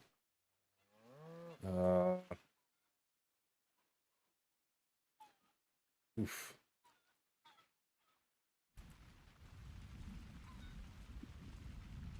God damn. The stat requirements on these fucking nodes. Holy shit. Yeah, they're high.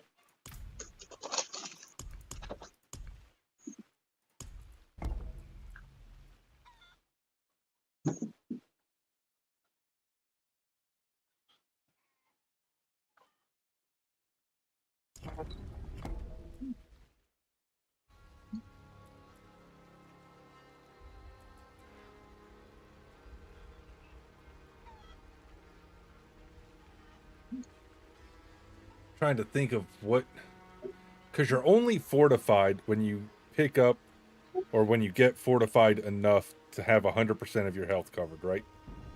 I believe that's how that works. Is it Where 100%? I think it is. Where can I look that up? I thought it was all the time. No, I think you're only technically fortified if you get enough fortification to hit 100% of your max health. I think the way Fortify works is it fills up from the bottom, right? And when you take damage down into the Fortify, that's when you're fortified.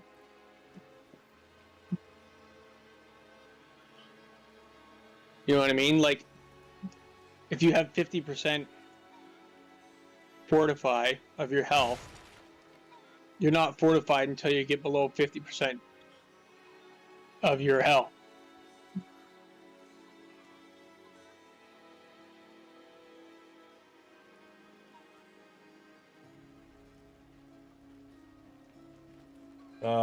But having some fortify on your health bar doesn't mean you are fortified, which is where things get complicated.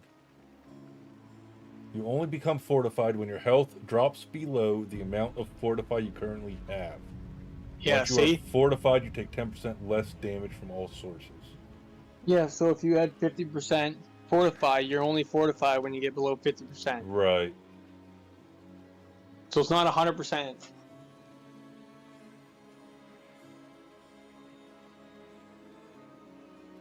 So then it might be beneficial for me to use the board to do extra damage for 6 seconds after picking up a blood orb instead.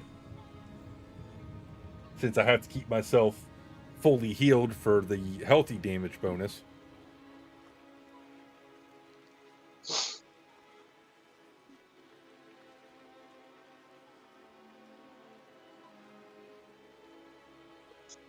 Huh. I'm spending more time thinking about this fucking aspect. I'm just gonna put it on a fucking ring and go. I'll be here all goddamn night pondering. Fuck it.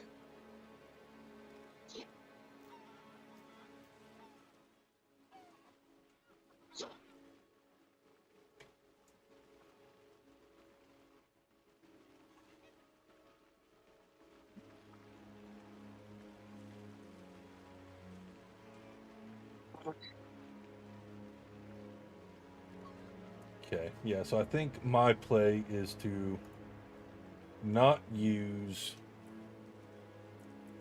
the board for the fortify damage, because I don't get enough fortified to make it worth it, since I have to keep myself all but fully healed anyway. Yeah, it's Fortify is kind of a confusing thing. Yeah. Not really. I don't know. And it's only 10% damage reduction, so. Oh, well, here, this is a fucking no-brainer. Where's this fucking node at? 10% damage for 4 seconds after picking up a blood orb. 4 seconds suck, but it's still 10% damage for 4 seconds. And I also get 12.5% damage while healthy. That's pretty good.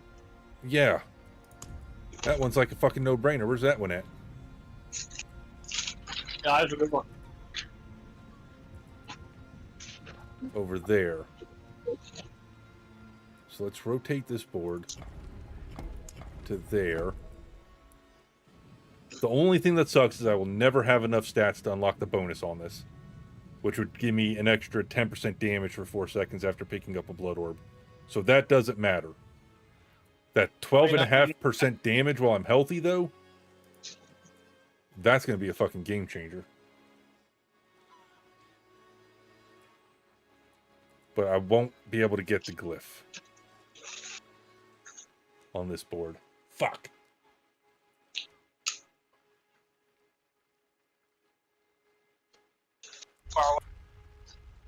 Fuck.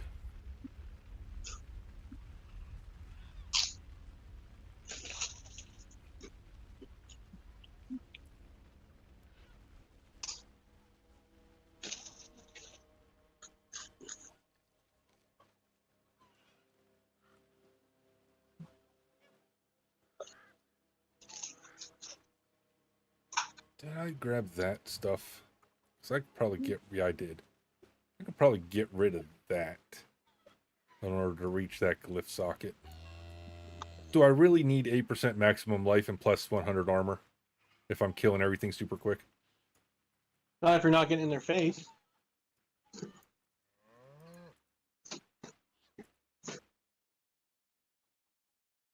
Just trying to look here, see if there's any ones I can get rid of to try to go and grab that goddamn glyph socket on my 5th board. What was that? I could probably get rid of that. Plus 200 armor?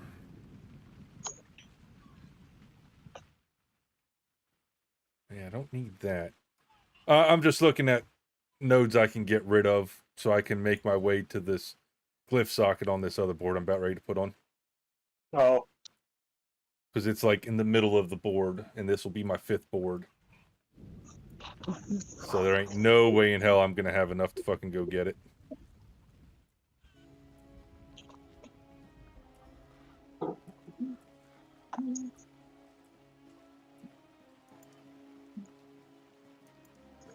Why? Oh, because I'm previewing the board, that's why.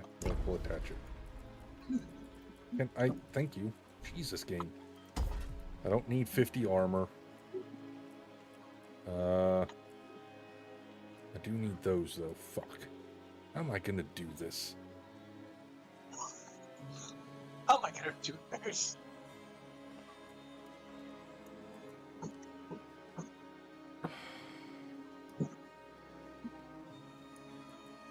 Let me get rid of them there. Get rid of that and that. Nope, we don't need 50 armor. That can go away.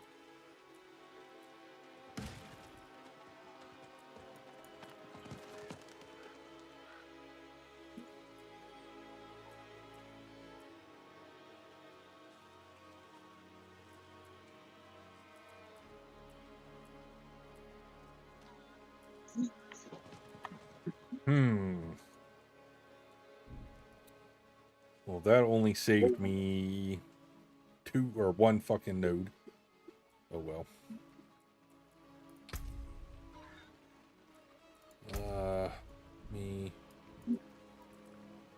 Do I have enough?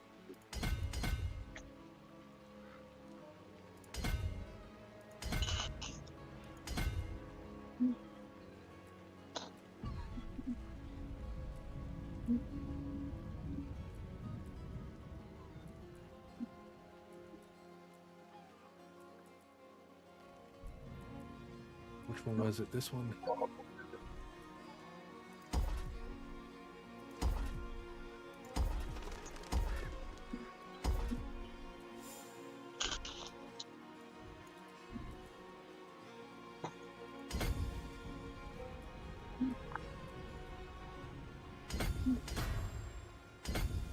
Okay, so there's those.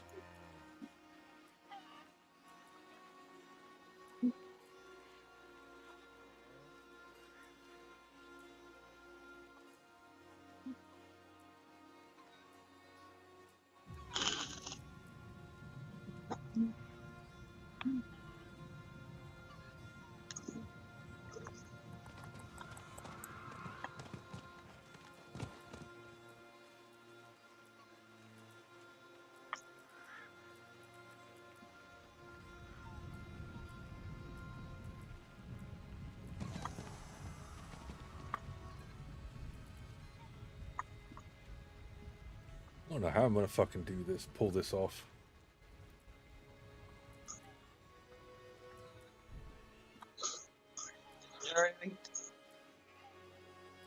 Do you have a dungeon going? Me, no. Nope. I'm gonna fire one up and do it. Okay.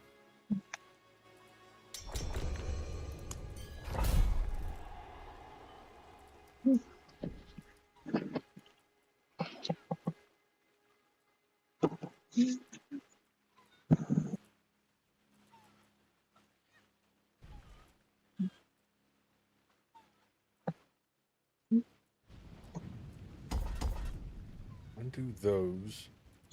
I don't need 14 willpower. I can always redo that when I get more points.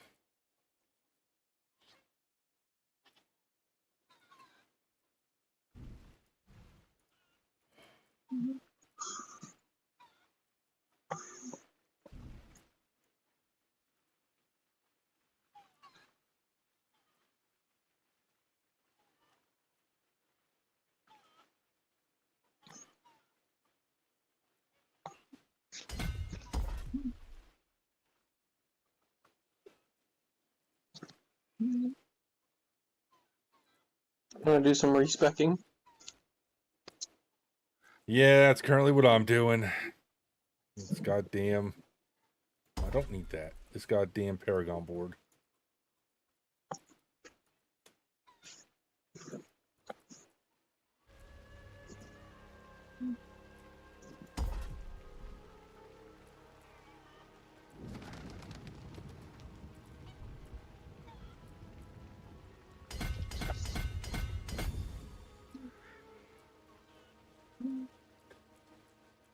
Six more to get to that node. So I'll be able to get to the glyph socket at least. And then from there I can play with everything.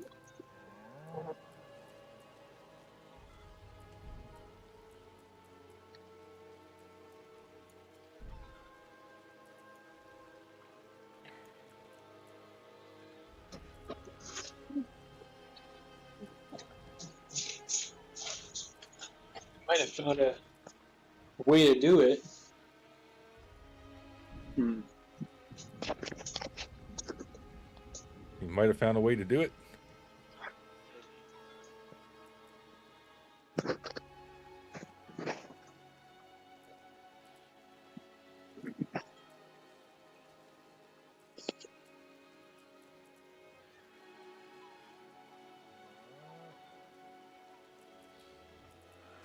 Alright, well that's as good as my Paragon board is going to get at the moment. I couldn't see using the other board as it was not going to benefit me much at all. Oh, like a fifth board? Yeah, the fifth board. The only thing is the board that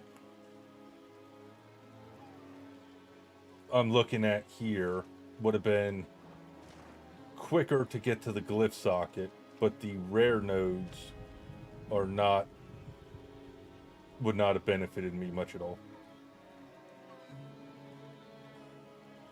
What about the glyph? Is it any better? Like, what are you putting in that last glyph? To be honest with you, I don't fucking know at this moment. Something that's not as good as those rare nodes? I have a glyph that I do 10% increased damage while I have no active minions. I need 40 intelligence to activate the additional bonus, which is the 10%. So let's see here. What does this board have? Does it have enough intellect? I put that 3 resource on my ring. And like if I'm just running through the dungeon, if I run a frost through everything and then smash them and then run and then turn around and smash them, my fury is full the whole time. So Jesus. That's good.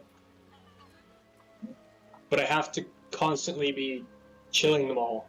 Right. So if I run through, it's no problem. That's Dex.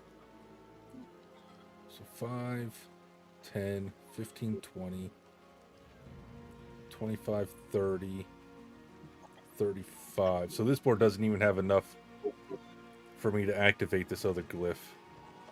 Really? Fuck. Even if you expand it to 15? Yeah. It's 1 off. That sucks. Yeah, it'd be 1 off.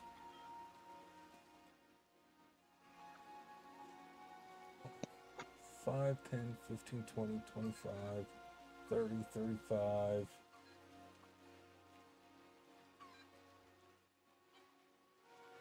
Hell, that would be 1 off also. Oh, no, it won't. 35, 40. 5, 10, 15, 20, 25, 25, 30, 35, 40. Yeah, so that one has enough. Even though the glyphs or the rare nodes would be useless. I'd have enough to activate that glyph, though.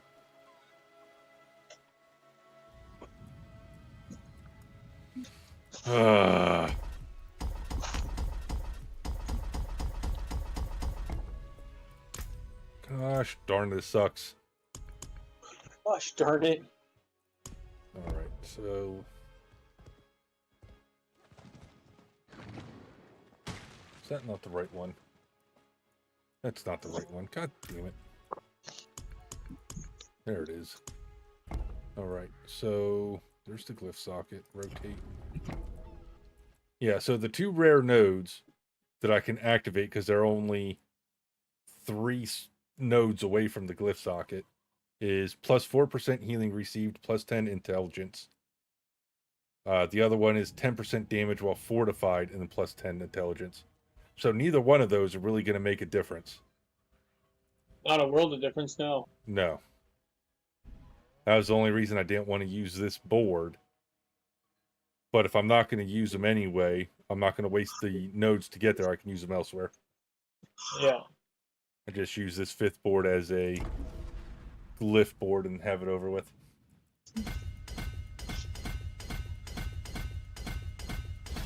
Look at that. I activated the glyph socket already.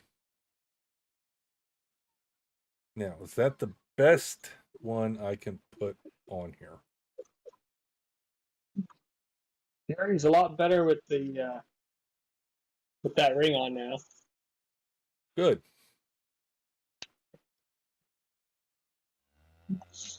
Could use a little more cooldown and damage reduction, but other than that.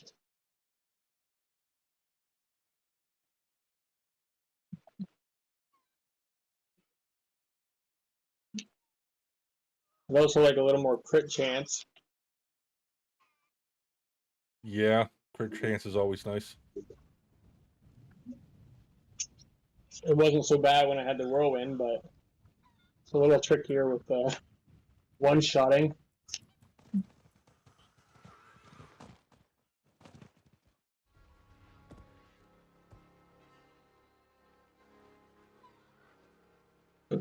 Now, I guess I could put this on instead of that other glyph. Same amount of intelligence to activate it. But the additional bonus of this one is blood orbs fortify me for 7% of my max life. So I'll be able to get fortified easier for the extra damage. That'd be a lot of fortify. I just don't like how quick fortify goes away. That's the only thing that pisses me off. Yeah. But if I throw that on, and if I can keep fortify up, then I can go for that node for the extra 10% damage while I'm fortified.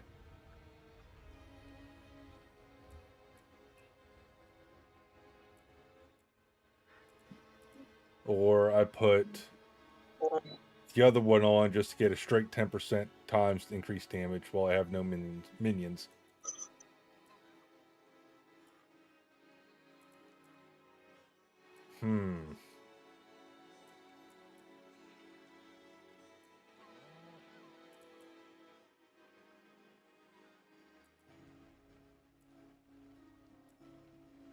Well, we'll throw the Fortify one on. Then we'll go up here and we'll unlock this Fortify. Actually, no. Won't do that. I'll activate the goddamn glyph first. Then I'll worry about that.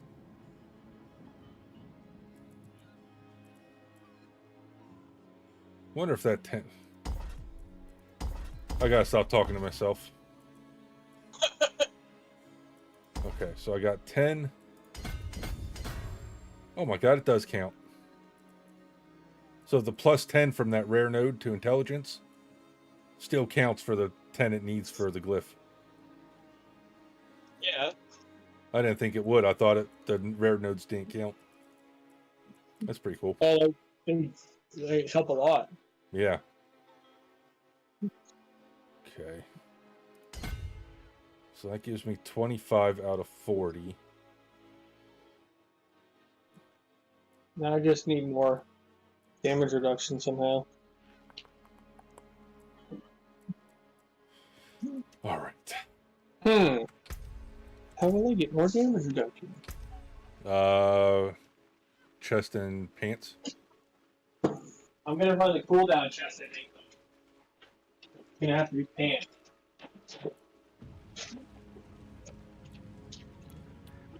Pretty sure you can get damage reduction on the amulet too, can't you? Let me look. Maybe. Yeah, maybe. Yep, damage reduction from close enemies, damage reduction while injured, damage reduction from distant, straight damage reduction. Can you get straight damage reduction? Yep. Okay, I'm gonna roll it on my amulet. Yep, that's on the amulet. As far as the pants go, you can get all of them on the pants. I believe so, yeah. Straight damage reduction. Damage reduction close, distant, injured. Yep, so the same 4. Yeah, I have all 4 on my pants now. Jesus. Barb is really squishy for some reason. I don't know what the fuck's going on. I've got straight damage reduction from close, damage reduction while injured, and then I got total armor percentage on my pants. Got damage reduction from distant, damage reduction from bleeding. Oh, dodge chance. Sorry. And then damage reduction from close. So not all 4. I got 3. Close enough. And dodge. I don't know why it's still so squishy though.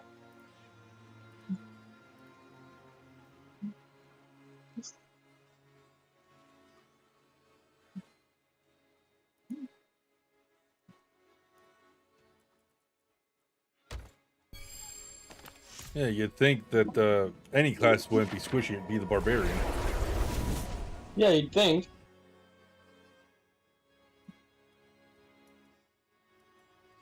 Alright, well, I think I got this as good as I'm going to get it tonight. We'll give it a shot tomorrow with the fortify damage.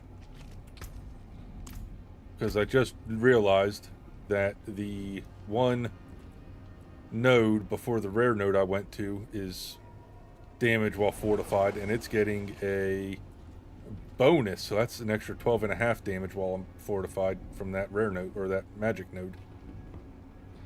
From that glyph? Yeah. So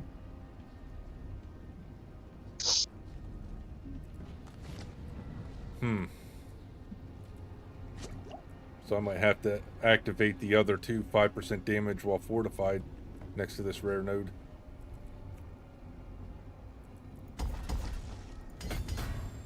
So that's going to be some crazy damage if I can keep myself fortified.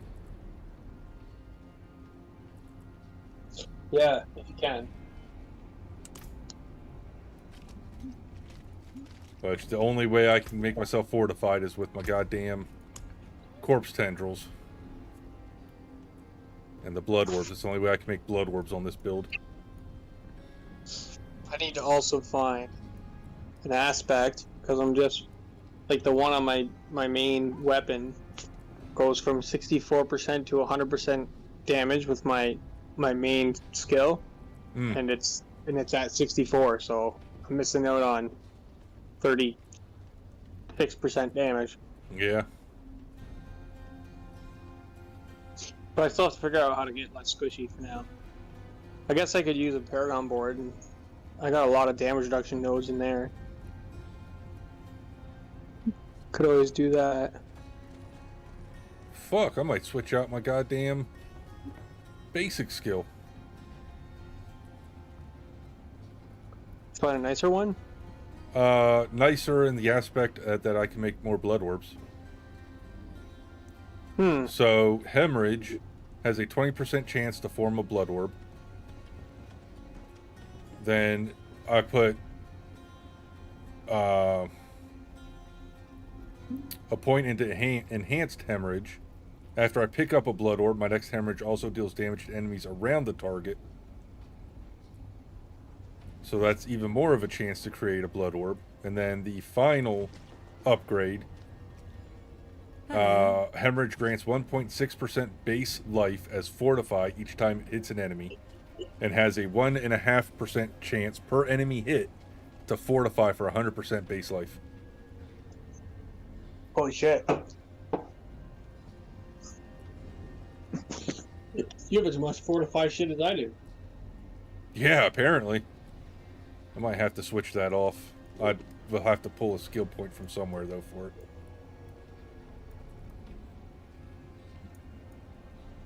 I don't know where I'd pull it from, though. God damn it. Probably the close enemies. I try not to be too close to them. Yeah, like I can't survive the lightning in a dungeon like my rogue. Even a dungeon that's your level? Not higher than you? I don't know. I haven't tried that yet. What tier are you on now? It's 39.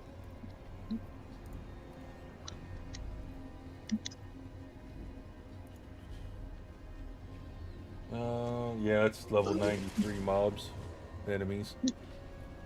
But like my rogue can survive this no problem.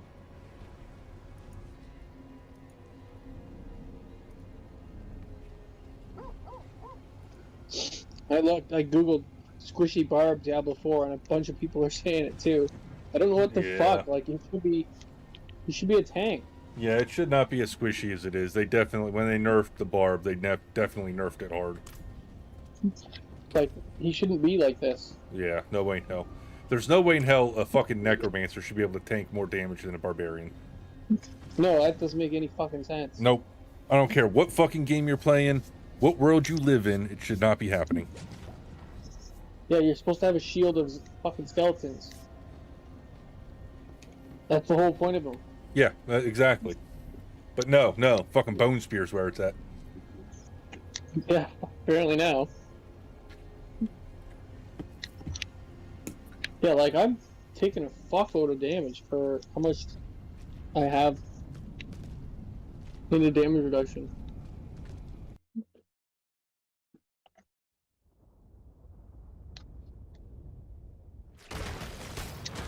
Well, got to read about half of that tooltip.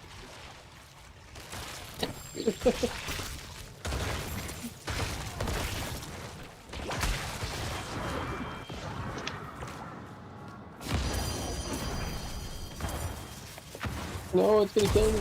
Oh my god, it almost fucking killed me. Holy shit. Yeah, it's fucking me up, man. I'm not having a good time in here. I was like, let me go in there and see if I can tank it. The fucker almost killed me. Bubble's gonna be back here. Okay. Ouch. Oh hell, you're able to tank that more than what I tanked it.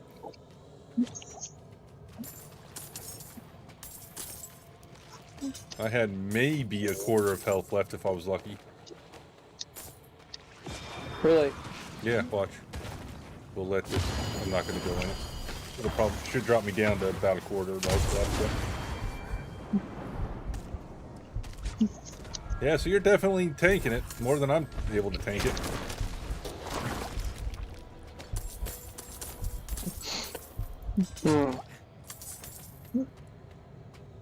Yeah. Only one revive left. Yeah. Oh, my health. Oh my god. Okay, let's see if I can do damage to this boss.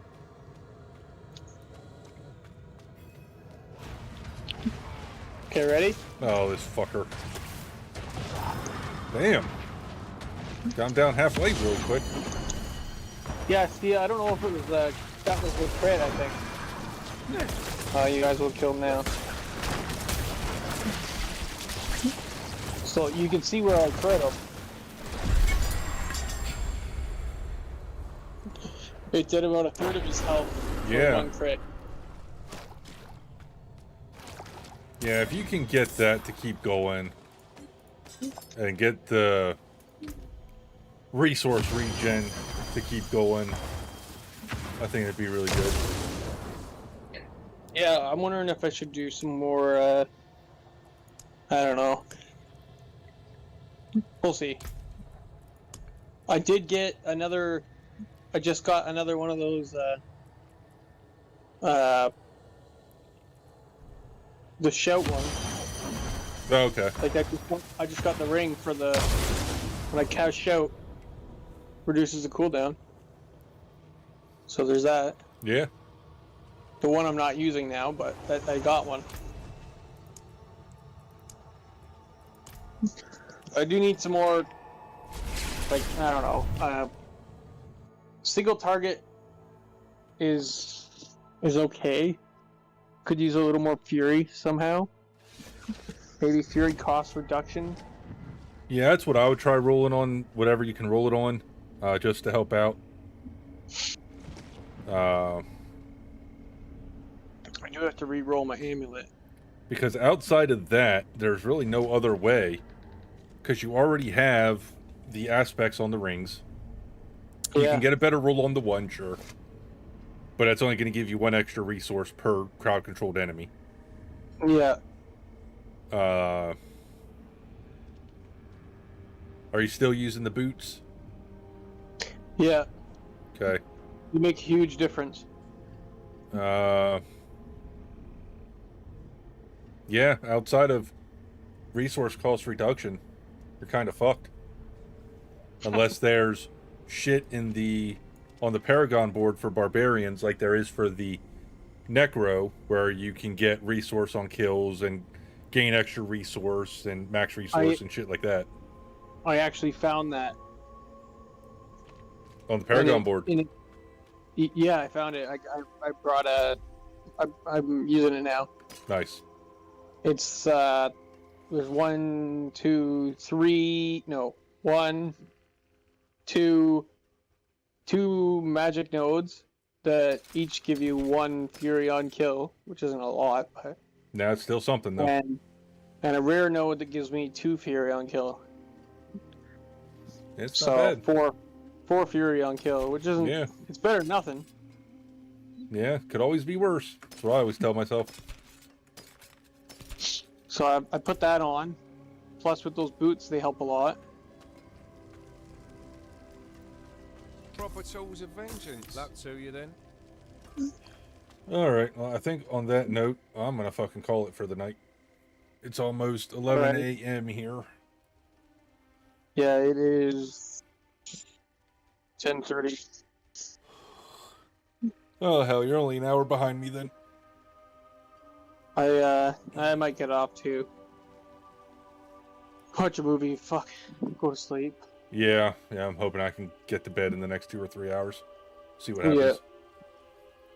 Yeah. Alright, well, I'll see you tomorrow. Yep, I'll be on tomorrow, probably most of the day, and then we'll see what, if we're probably getting into some Destiny 2 when Z gets home, so I'll be on in the afternoon. Outside of that, probably won't be. Alright. Alright, man, talk to you tomorrow. Yeah. Alright, folks, that's going to do it for us for the night. I am going to jump out of here. We worked on our Paragon board. We got our 5th one in here, starting to go. We'll see how that goes off. I still got some more work on this board to do. And I think this board, yeah, down to this one.